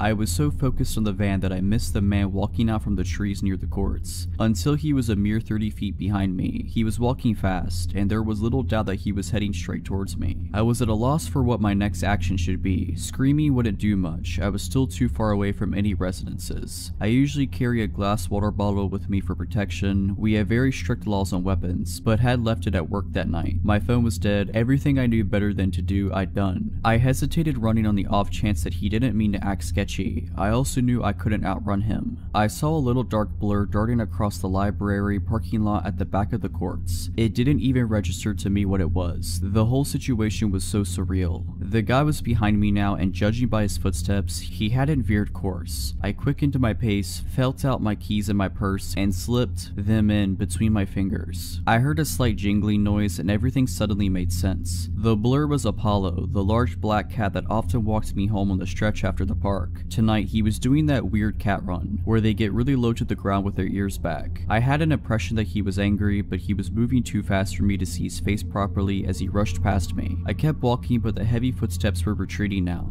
I didn't dare look back, and kept moving forward quickly. Apollo was suddenly by my side, still staying low to the ground and stopping every few feet to look behind him and hiss. Then he would do that weird cat run to catch up with me. He walked the whole way home with me, as he had done so many times, but I'd never seen him act like that. As we neared my gate, he visibly relaxed and flopped on his back. I coaxed him inside the gate before giving him some massive hugs and head bumps. I stopped walking home by myself at night and still saw my sweet little cat friend often. I never saw him behave that way again though. Apollo moved away 3 months ago. I still miss my little buddy and often think about how strange that night was. I wish I'd turn around to see him chase the guy off. I've heard so many stories about dogs protecting people, but rarely about cats. If you're liking this video, all I ask is that you make sure to subscribe to my channel and like this video. Thank you.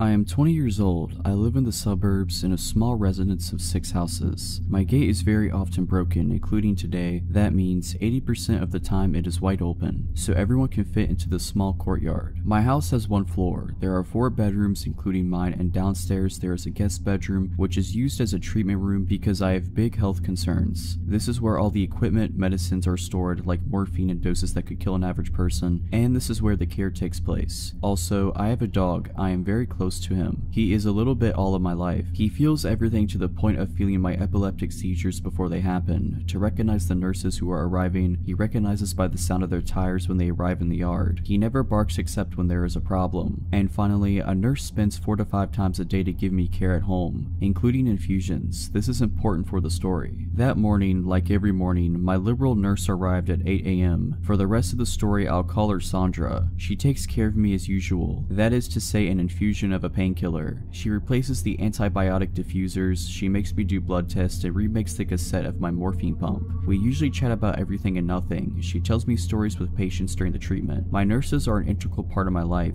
They have looked after me for 6 years now. She leaves after 40 minutes and says, "See you later. I'm sure I'll be a little late, don't worry." That day, I have a medical appointment in the morning, and I'm alone all day because my parents are working, except the nurse's passage every 4 hours. Once back from my meeting, I sit on the sofa with my dog while waiting for my nurse. After a while, I hear the tire noises. I get up because I think it's the nurse, but my dog started to growl behind the door. I look at the time, 11:50 a.m. I tell myself that it is a bit early, but sometimes instead of going after, my nurse exchanges me with the patient from before. I hear a knock. Surprised, I go to open it. Usually the nurses come in like that, and I see a young woman standing, whom I have never seen. She said to me, "Hello, are you? My name. I'm Camille, a 3rd-year nursing student. Your nurse will be a little late, so she told me to come and start preparing and she will arrive." I'm not wary at all. I'm used to students coming, but I'm just a little surprised that Sandra didn't warn me, because usually she warns me in the morning or sends me a message, and then she never leaves a student alone when it's the first time we see each other. I tell myself she must have forgotten to tell me. I bring her in and show her the way to the treatment room. I take out the things for treatment while she washes her hands. My dog is weird. He growls at her as soon as she approaches me and he turns around me. I was embarrassed, so I left him in the living room and closed the door to be quiet. I don't really care what she does, so I let her do it. I'm on my phone at the moment. She begins to put the IV on the infusion stand and takes a syringe. Normally, we rinse my central catheter with a syringe of serum already made. You just have to open the packaging, and there I see it's not a pre-made syringe, but a syringe that she has prepared. I look up and see that the ampules for my treatments are intact and have not been opened, yet I did hear the sound of the ampules breaking. I'm starting to think it's weird, and there she starts to approach me to inject the syringe when I get a message from my nurse. "I'll be there in 5 minutes. Can you start pulling out the material?" My blood has only run for 1 spin. I got up and said, "I'm just going to the toilet, I'll be right back."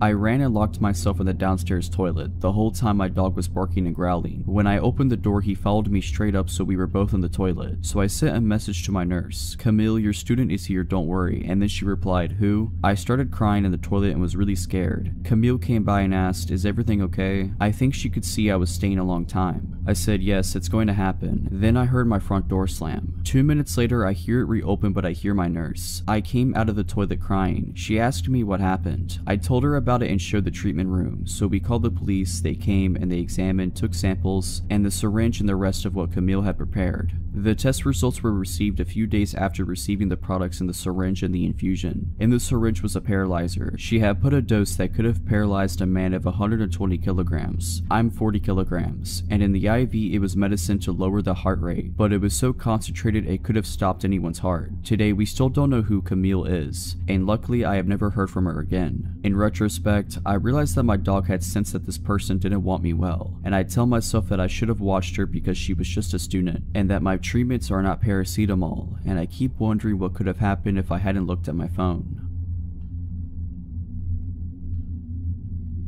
This happened about a year ago. There were so many terrible factors working against me that night. I am astounded I got away, at least physically. This all begins when I'm at my friend's apartment, who lives in a really rough part of town. In a series of poor decisions, that night I decided to get belligerently drunk and take a few pills of whatever knows what. I know, safe to say, after a solid night of partying, around 4 AM I was not in the right state of mind. My drugged brain decides that instead of staying the night at my friend's apartment like I normally would, I wanted to Uber back to my own apartment. My friend's apartment had 2 separate entrances / exits to the building, one in the back unlit parking lot of the building and one facing the street. They had 2 sets of keys for each door, and I only had keys to the one in the back of the apartment. Since my Uber would obviously arrive at the street and the door in the front of the building locks itself behind you, I exited this way when the driver was soon to arrive. I'm not paying attention to my surroundings at all in this state, despite the fact that there was literally a bullet hole in the front door I just came out of. Not good. I remember checking to see what car I was getting picked up in, and was only able to pick out the fact that it was a black sedan. Soon after stepping outside, a black sedan pulls up to the curb and starts rolling down the window. So I step forward. Before this man even spoke, I could feel something was wrong. He had an expression like he was tearing me apart with just his eyes. After seeing that look, it gave me a new meaning to the word predator, to describe a criminal, because I then knew what it felt like to be prey. He basically barks at me, "I'm your Uber driver." This was the second red flag that somehow made its way through my brain. Normally Uber drivers just roll down the window and say your name. I think I just stared at him for a second, my brain slowly piecing together the situation I was potentially in, and I ask him, "What's my name?" He immediately is enraged and starts screaming about how he doesn't have time for this and just get in the car, etc. I don't think I've ever sobered up so fast in my life. I'm completely panicking. Obviously this wasn't my Uber. Quickly checking the license plate, I immediately see it's not a match. Meanwhile, this guy is still screaming at me, and I have absolutely no idea what to do. If I bolt in either direction, this guy could easily outrun me or have a weapon. I'm also pretty sure at this point that if he's trying to nab a random girl off the street, he must have a weapon of some sort. I can't run back into the apartment door right behind me since it locks behind you, and I don't have the keys nor the time to unlock it. Running towards the back door would do nothing as well, as he's idling right by the mouth of the driveway towards the back parking lot, and again I would have to take the time to find the right keys and get in. If I screamed, I'm not exactly in the type of neighborhood where someone would try to be vigilant, and I could still hear the music radiating from my friend's 3rd floor apartment. I knew they wouldn't hear me. Also, it's 4 AM and absolutely no one is around. It was the absolute worst feeling I've ever felt in my life. Everything in me wanted to run, but I felt that if I did, it would be the end of me. But if I kept standing there, staring in shock at this screaming man, the result would be the same. From when he started screaming at me to this point, I'm guessing only 20 seconds has passed by. Just as he's looking like he's getting ready to get out of the car, another black sedan pulls up right behind him. Checking the license plate as quickly as I can, I realize it's my actual Uber and make a full sprint to the car, really only like 6 steps, and throw myself in, screaming at my real Uber driver, "What's my name?" The poor dude looks terrified but responds with my name quickly, to which I reply, "Get me out of here, that man is trying to kidnap me." If I was in this Uber driver's position, I think I would be too shocked to react as quickly as he did. But my dude flew out of there, offered to call the cops for me, which I declined and now regret, and then walked me to the front door of my apartment, ensuring I got inside safely. Truly an incredible human being. You can rest easy knowing he got the fattest tip my college student bank would allow for, although he deserved much, much more. I was one of those kids you see walking around zoos or amusement parks wearing a leash. Those were already a thing 20 plus years ago but less common, and were initially only tied around the wrist. In my case, it was a necessity. I would always start wandering off from the rest of the family no matter what situation. This is one of the stories that led to me earning my leash. It happened when I was about 6 years old, and I went to the zoo with my mom and sisters. Before every family outing, my mom made sure to give me the talk about not walking off again or face the consequences. My mom was a strict parent that made good on her promises she had to, being a single mother of 3. I didn't try to disobey her per se, but I often just didn't pay attention to the world and people around me. No different this day, I behaved and followed the group for a while, but then a butterfly garden caught my attention and off I was. When I finally realized I separated myself from my mom and sisters again, I panicked and started walking around the zoo looking for them, being afraid for my mom's reaction more than anything else. After a while, I somehow got it in my head that if I could just walk out, find our car and wait there, my family would eventually find me. So I did. I got lost within a couple of minutes, walking around a strange neighborhood looking for either our car or the way back to the zoo. Nothing looked familiar. I started crying. Then this man came up to me, just normal looking, about 40 years old, asking if I'm lost. I explained I lost my family when we were visiting the zoo and I'm looking for the way back. I couldn't believe my luck when the man told me he had just come from the zoo and saw a family there standing near the entrance who were waiting for a little girl with blonde hair and a baseball cap. But it was still a few blocks away, so he proposed I walked with him to his car and we could drive the rest of the way back. Just the mention of his car finally made me hesitant. I told him I wasn't allowed to get in a car with strangers. My mom would be mad. He then said something like, that was true, but I looked smart enough to know that if I could trust someone. Don't remember the exact words, but something like it. Also, he added, he spoke to my parents earlier when they were looking for me, so he's not a complete stranger. That didn't seem right. I asked him if he really talked to my dad, who had died a year before, and when he said he did, I broke down crying uncontrollably. I still didn't understand the situation I was in. I was just really confused about everything and scared of how angry my mom was going to be after all this. Finally, my crying caught the attention of the security guard of a parking building we were standing next to, asking if there was something he could help with. The guy stepped aside with the security guard and started explaining the situation, but made it vaguely sound like he was my father and we were looking for his wife. The security guard seemed to believe him, pointing us in the right direction towards the zoo. The man thanks the security guard and proceeds to take my hand to walk away. The security guard takes a last look at me and asks me, in a comforting, friendly adult to child kind of way, why I'm still crying. I tell him that my dad is dead. He looks really confused for a few seconds, then asks if the man is not my dad. I tell him again, no, my dad is dead. In a split second, his whole face and posture changes and he turns to look at the guy, who's trying to explain he never actually said he was my dad, that the security guard must have misunderstood and he was just helping me find my mom. The security guard said he appreciated the man's help, but he would take me out of his hands now, and the guy immediately took off. I don't think there was much else the security guard could have done. I explained the whole situation, and after making a phone call, he walked me to the entrance of the zoo, which was just around the corner from the parking building, and from there we were brought to the security's office where my mom and sisters were already waiting. I feel extremely lucky for the security guard being at the right place at the right time that day, and very grateful for the extra second of time he took that could have made all the difference.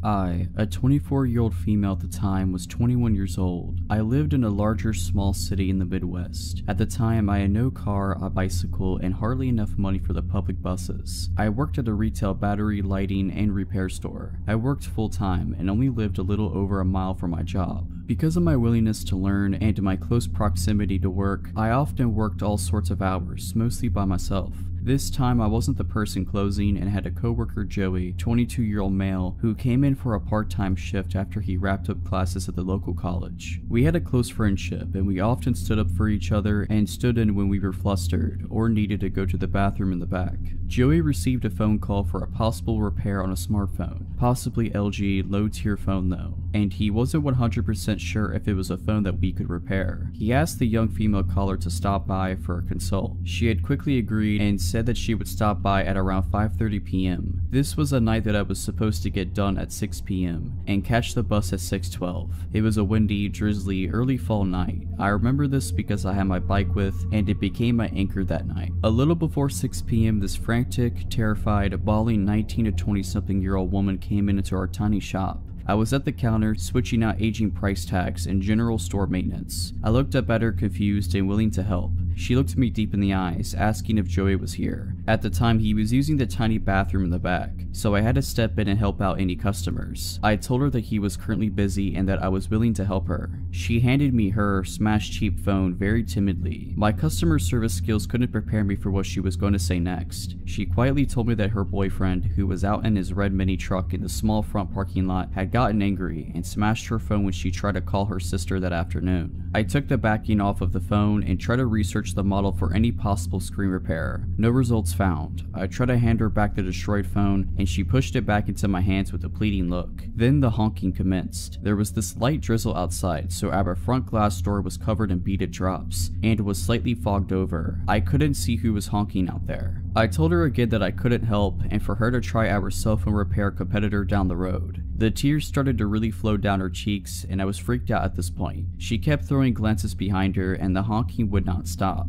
I shook with fear and rage at this point. I myself was in a domestic abuse situation at the time and knew what this girl was experiencing. I broke my lock stare at her and tried to look in our system a second time for a replacement screen. Nothing again. I looked up from my computer and saw a shadowy figure of a young man pacing in front of the store. I was just happy that the honking stopped, but I was increasingly shook up. My whole body vibrated with fear, and I whispered across the counter if she needed me to call 911. She slammed her hands down on the counter and said that I couldn't do that. She begged me not to. At this point, Joey came out from the back and asked me what all the honking was from. We had a lot of elderly, farmers, lazy, and disabled customers that would honk their horns for us to pick up heavy battery cores from their cars. He thought that it was one of those situations, but with the looks on our faces, he knew something horrifying was happening. The young guy stopped pacing outside and began banging on our front door.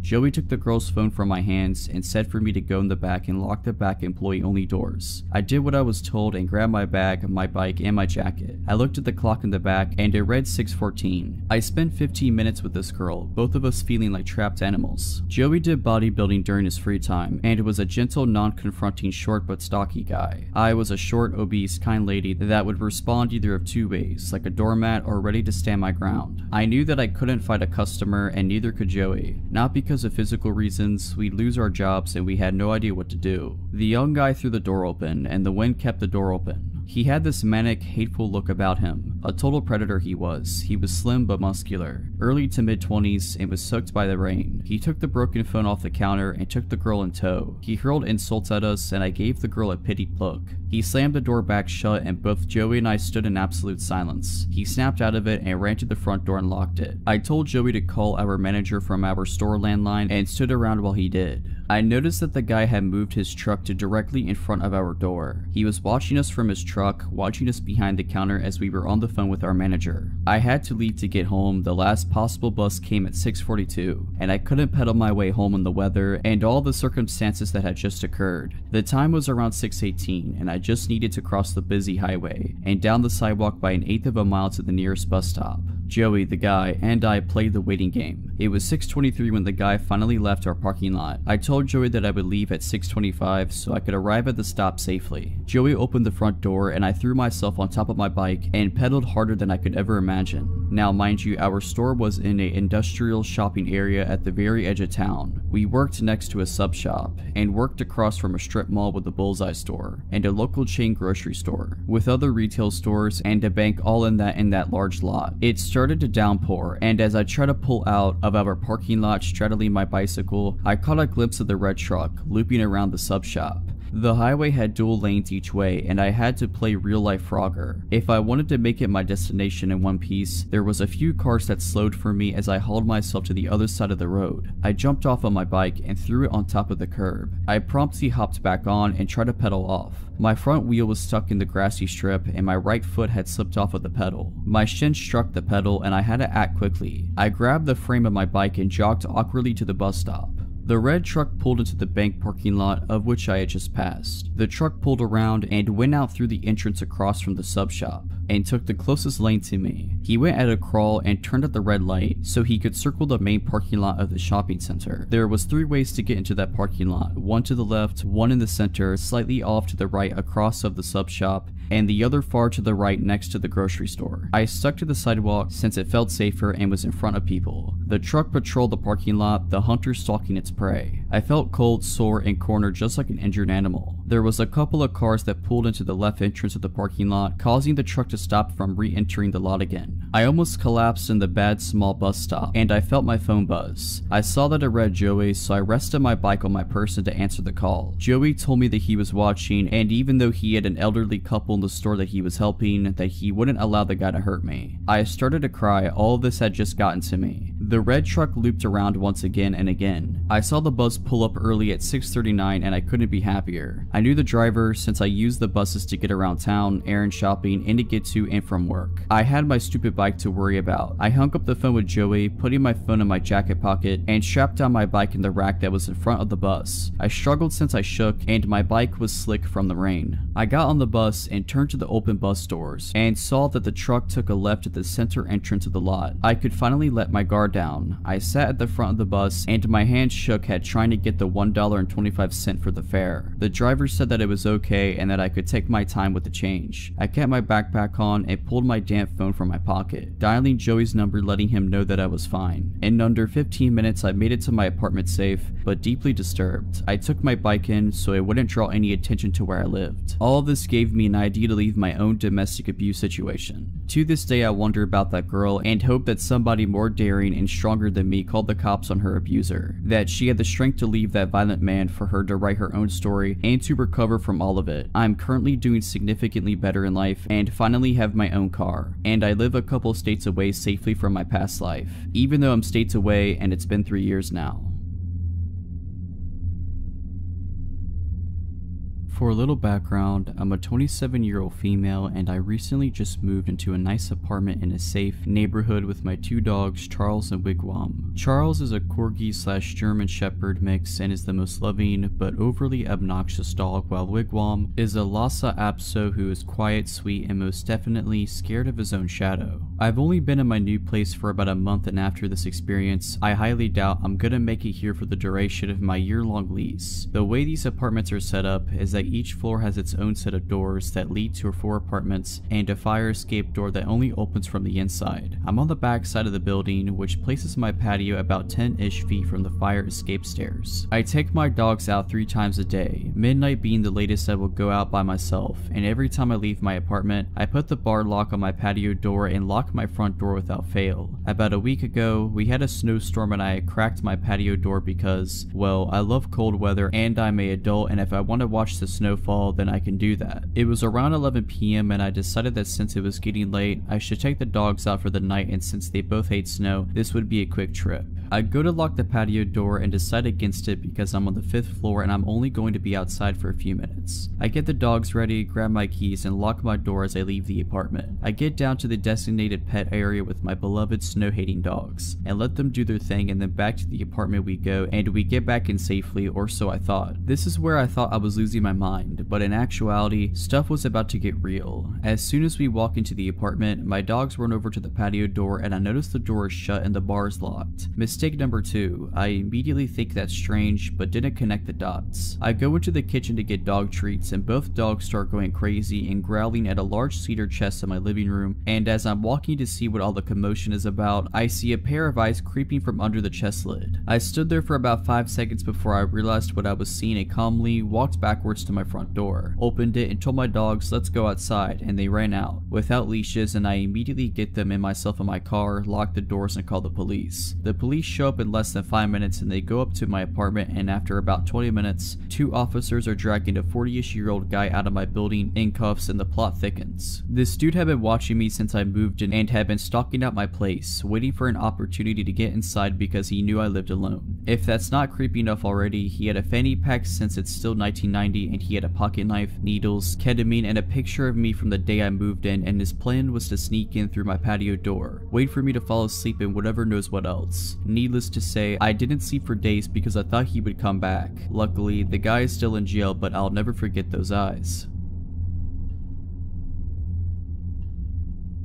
When I was 11, almost 12, the woman living above me was a coke dealer. The night of my 12th birthday, she went missing. Not long after, her boyfriend came down to ask if he could use our phone. This was 2004, so having a cell phone was more of an exception than a rule, at least in my area. For a little context, I was home alone at the time while my mom was at work about a 5-minute walk away. My mom had let our neighbor and her boyfriend come in to use our phone several other times before, so I assumed nothing was wrong with it and let him in, bringing him into the living room, which is towards the front of our apartment, to use the phone in there. He picks up the receiver, dials a number, waits a few seconds, then hangs up on the phone. He does this a couple more times before the front door of the building opens. You can easily hear the front door open from where we were. It's a heavy door, the walls are thin, and the way our building is set up, it's a small, old single-family house converted into apartments. Me and my mom's apartment were the only ones on the first floor, and our upstairs neighbor's apartment was the only one above us. Irrelevant, but there was also a much smaller apartment below us. My neighbor's boyfriend looked at me, put his pointer finger to his lips like he was just trying to shush me, and told me not to tell anyone he was there before speed walking to my room at the other end of the apartment. I watched my bedroom door close right before there was a loud, hard, cop-like knock on the door. My jaw dropped as I opened the door to see a cop. He asked if my neighbor's boyfriend was there and, being scared, I stammered out, "Yeah, he just went into my room." The officer asked if he could come in, which I agreed to, and as he was coming in, he asked if I could let his partner in the back door and lead them into my room. We walked together to the back of the apartment and I let his partner in. The back door to the apartment was right next to my bedroom door, but we had to walk around the kitchen table to get there. There was just barely enough space between the two doors to fit a narrow, rectangular table against it without blocking the path to either door. After I let them into my room, I watched as they pulled my neighbor's boyfriend out of my bedroom closet. As they brought him out of my room and towards the back door, which just led to an enclosed fire escape, they told me to go wait in the living room while they brought him out the back door. I walked back to the living room and, after they closed the door, I couldn't hear what they were saying, but I could hear the distinct sound of metal clicking and quickly realized that he had just been handcuffed. Still scared, I waited for the police car to drive away before grabbing my keys, making sure the back door was locked, and locking the front door on my way out before running to my mom's work crying. Pretty sure I cut the 5-minute trip into about 2 minutes, and I've never been a fast runner. I was fueled entirely on adrenaline and fear at that point, and I just wanted my mom. When I told her what had happened, my mom was pissed that he had used me the way he had, hiding out in a child's bedroom closet of all places to try to keep the cops from finding him. She gave me a short but gentle lecture that night about not letting people in to use the phone, telling me that I was not to let people use our phone even if I knew them unless she was home. I don't want to know what exactly he was wanted for, nor do I want to know what could have happened if the cops had not shown up. I don't know if he had known that the cops were on their way and had to come to my apartment specifically to hide from them, or if he was up to something else and knew that the cops were at the front door of the building. This happened back while I was in college a couple years ago. Me and my roommate moved into a beautiful apartment our junior year of college. Our parents made it extremely clear that us living alone together was not ideal for some of the cheaper, shady neighborhoods close to our college. We attended a college in our state capital, so we were in a city environment, and had certain criteria we had to meet in order for us to live there, and for them to co-sign our leases. Lit sidewalks, keyed entry into the apartment building, lit parking lot, X amount of blocks from campus, etc., etc.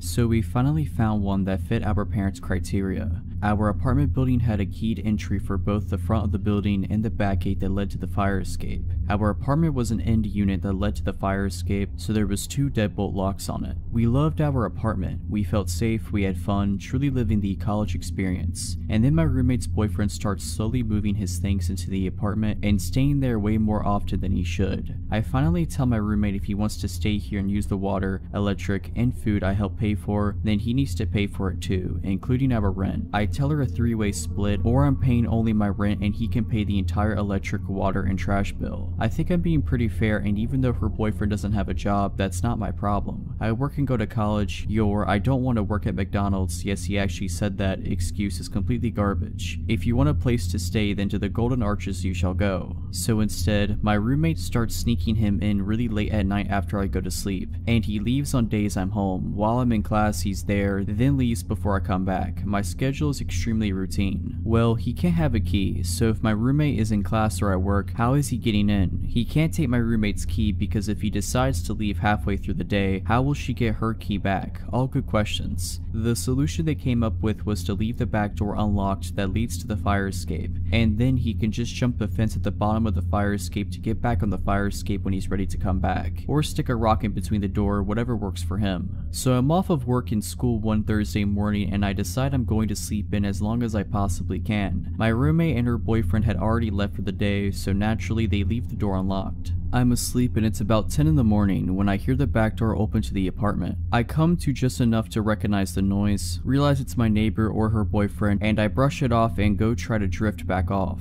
All of a sudden I start hearing someone creep through the apartment. Wooden floors. It definitely doesn't sound like casual walking. It is clearly someone stepping slowly and quietly through the apartment. My door to my room is ajar just a sliver, but I don't see anything out the door and I'm honestly too tired to get up and look. A couple minutes pass and I figure that my roommate and or her boyfriend are just being weirdos and I fall back asleep. I can't be sure how much time passes before I open my eyes, but it can't be too long. I wake up to my door opening. My back is to the door and I am facing the opposing wall. I slowly start to turn over to see why my roommate or her boyfriend would dare wake me from my slumber, and there he is, a burglar. In my room, next to the bed I'm currently laying in, a 6-foot tall burglar, unplugging my TV about 5 feet from where I currently am. I immediately pretend I'm just shifting positions in my sleep and continue to roll over with my eyes as shut as I can make them seem, still open enough to watch what was going on. He hears me shuffling as I turn over, stops, looks dead at me, and luckily doesn't realize that my eyes are open just a tiny bit. He goes back to unplugging my TV, my DVD player, shoves it in his bag he's brought, like those bags from IKEA, and steals my change jar and casually starts walking out of the front door to my apartment, like he came in for a cup of tea or something. After I hear the door shut, I immediately spring out of bed, grab my phone, start dialing 911, all while locking the back and front doors. The dispatcher is trying to calm me down. At this point I am hysterical. I can't even catch my breath to tell her okay. Luckily, I told her my address before I started hyperventilating. I will take a second to commend the police department, both city and college, because they were there in less than 3 minutes. She tells me the cops are there, but they need me to go downstairs to let them in the building because they don't have the key to the front door of the building. I am so afraid to open the door to my apartment and even look down the hallway. I'm about to walk to the front door and extend my arm out to the handle when I hear, "Ma'am, it's the police." As if I didn't get scared enough already, they yell through the door. I am paranoid because the dispatcher just told me they couldn't get in and didn't realize someone probably let them in downstairs. I ask the dispatcher to confirm that the people at my door are actually police officers. She tells me that they are at my door. Okay, cool. I open the front door and I collapse right there. My legs completely turn into jello and I just hit the floor. I blacked out for a brief period of time, but they helped me up and sit me down on the couch. There's at least 10 officers in my apartment from both the city and college departments. When I look outside the living room window to the street below, there are 5 or 6 cop cars blocking the street. I later found out that they were doing a perimeter search around the immediate area.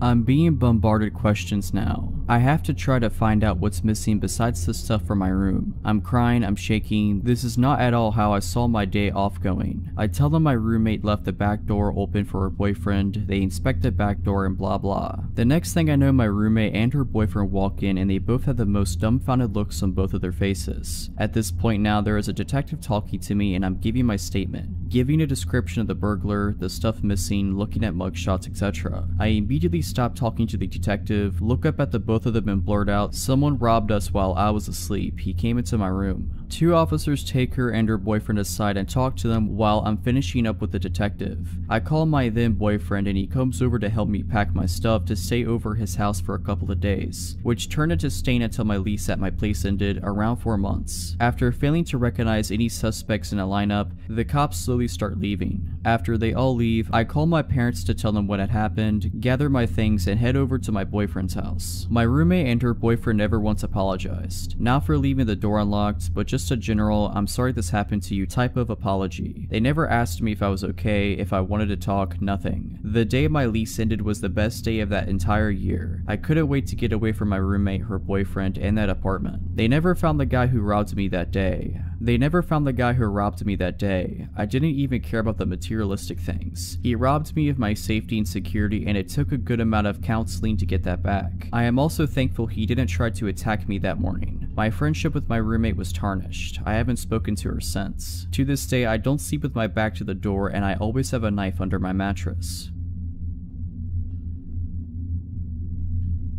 This happened to me 2 to 3 years ago. I was around 23 at the time. I am a female and I live in Romania. One night I was coming home from class, masters. Classes start after 6 p.m. and end at 10 p.m. At around 11 p.m. I had to take the subway for about 12 stops. The destination I have to get off at was the end of the line for the subway. At the time, there wouldn't be many people in the subway. All I need is my headset and my music and I am good to go. Said and done, I plug in my music. I pick the furthest chair in the subway, away from the only 2 people that were taking the subway with me at the time. So far so good, until I see, with the corner of my eye, a silhouette approaching me and sitting right next to me. It was a man, fairly built, dark hair, wearing glasses, a black shirt with a black hoodie, and a sickening smile. He doesn't engage in talking with me, but would just stare at my phone as I would browse through my music. I can hear him breathe heavily, not like painfully, but still like he was feeling something very strong. I feel uneasy, so I decide to change my seat and go even further behind, trying to avoid him. I pick a new chair, sit down, plug my headset again, and proceed with the remaining 6 to 12 stops on my way home. I see the silhouette growing bigger and bigger and a breeze running on my skin as I realize the guy is again sitting right next to me. Glancing in midair, dead eyes, a big smile, staring right into my phone. I panic. There are still 4 stops to go. I have nowhere to hide. I look after the other person in the subway trying to sit next to her, thinking that strength comes on numbers. She is no longer there. I start shaking a bit, but not allowing the creeper to notice me being vulnerable. I stand up, go to the door, and just decide to stand until my stop comes. This way he won't sit next to me, right? Wrong. He comes straight after me and sits on the chair right near the door because he couldn't see my phone, on which he was so focused so far from that angle. He fixates me right in my soul with his eyes and says, "Hi gorgeous, why are you avoiding me?" I am freaking out as I look at my phone trying to call my boyfriend or message him, and he stops me by saying, "I know no one will help you. You would have sent an SOS message by now. I know you didn't." That moment I realize I am cornered. He has been focusing on my phone to see who I was talking to, trying to figure out if I panicked, trying to see if I would ask someone for help. He cornered me bad. I had the luck to reach my stop as I would delay any reaction or ignore him so that he would repeat whatever he wanted to say. I drop off and run for the exit, not looking back.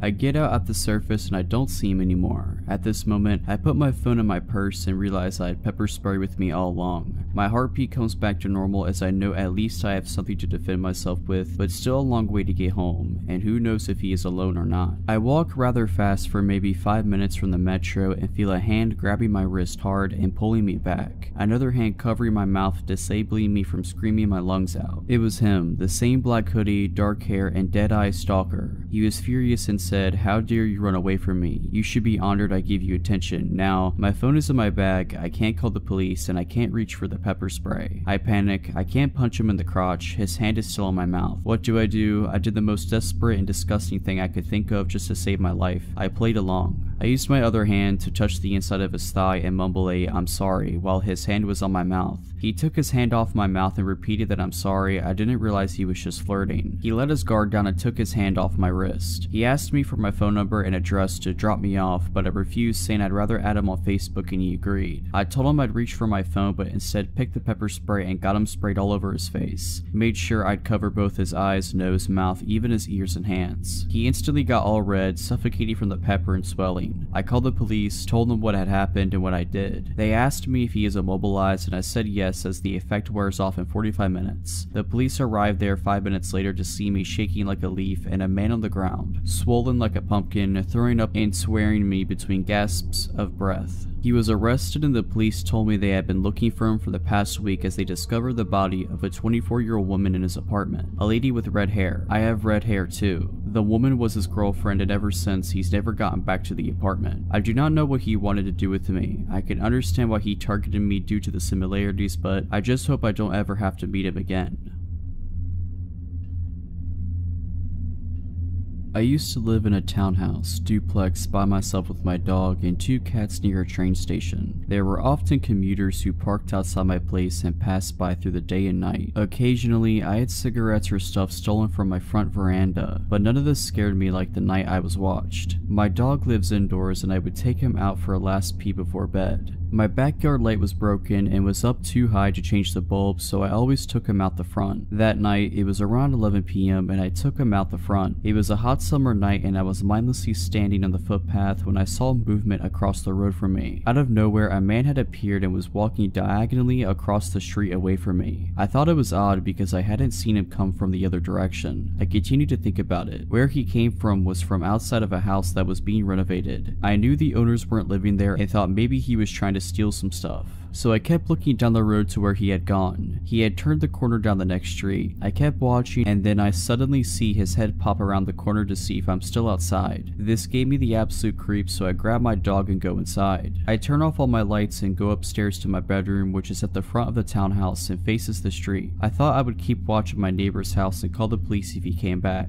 I peer through my blinds, which cover sliding doors coming off a small balcony, and like clockwork, I see a dark figure walk down from the corner and down my street. He's moving towards the house across the road, and then I suddenly lose sight of him. A tree in front of my townhouse obscures my view for a moment, and then he is there. He's not just there, he has stopped at the top of my driveway, just standing there. I kid you not, his arms were out by his sides and legs apart in an unnatural stance, like he was preparing for something, like he wanted to come kill me. My heart is racing so hard I can barely hear, and I'm standing there slack-jawed looking at this would-be assailant when one of my cats comes to see what's happening. My cat slides his body between the blinds and window, further opening it, and I see this person, this man looking up towards me. I'm thinking surely he sees me. If he does, this doesn't stop him. He starts walking down my driveway undeterred and fixated. I lose sight of him under the balcony and awning. By this time, my eyes are watering in fear and tears are streaming down my face. I don't know what to do. I go sit in my bed. I pick up my mobile and dial my dad, who lives in a suburb away. He answers. I whispered to him what was happening and he said he will be there as soon as he can. I lie down on my bed and lie as still as I can, tears rolling down my cheeks, pure fear, not knowing what this man was doing downstairs and if he could get in. What if I hadn't locked the doors? And then it dawned on me, why am I lying here in the dark crying? Turn a light on. So I did. What seemed like a lifetime but was probably just a couple minutes later, my dad arrived. He had an umbrella with him. I live in Australia, so no guns, but he could have at least brought a knife. I stayed on the phone with my dad while he searched outside for the man. The man was gone. Maybe me turning on the light scared him off. I called the police, who said I should have called sooner. Of course I should have, I don't know why I didn't. They came out with a sniffer dog and didn't find him either. I don't know what he wanted, but for a good year after that I was scared living there. Luckily that feeling faded away after a while. Alright, but that's it. I hope you enjoyed this video. If you did, make sure to subscribe to my channel, like this video, and comment something down below. But as always, Have a nice day.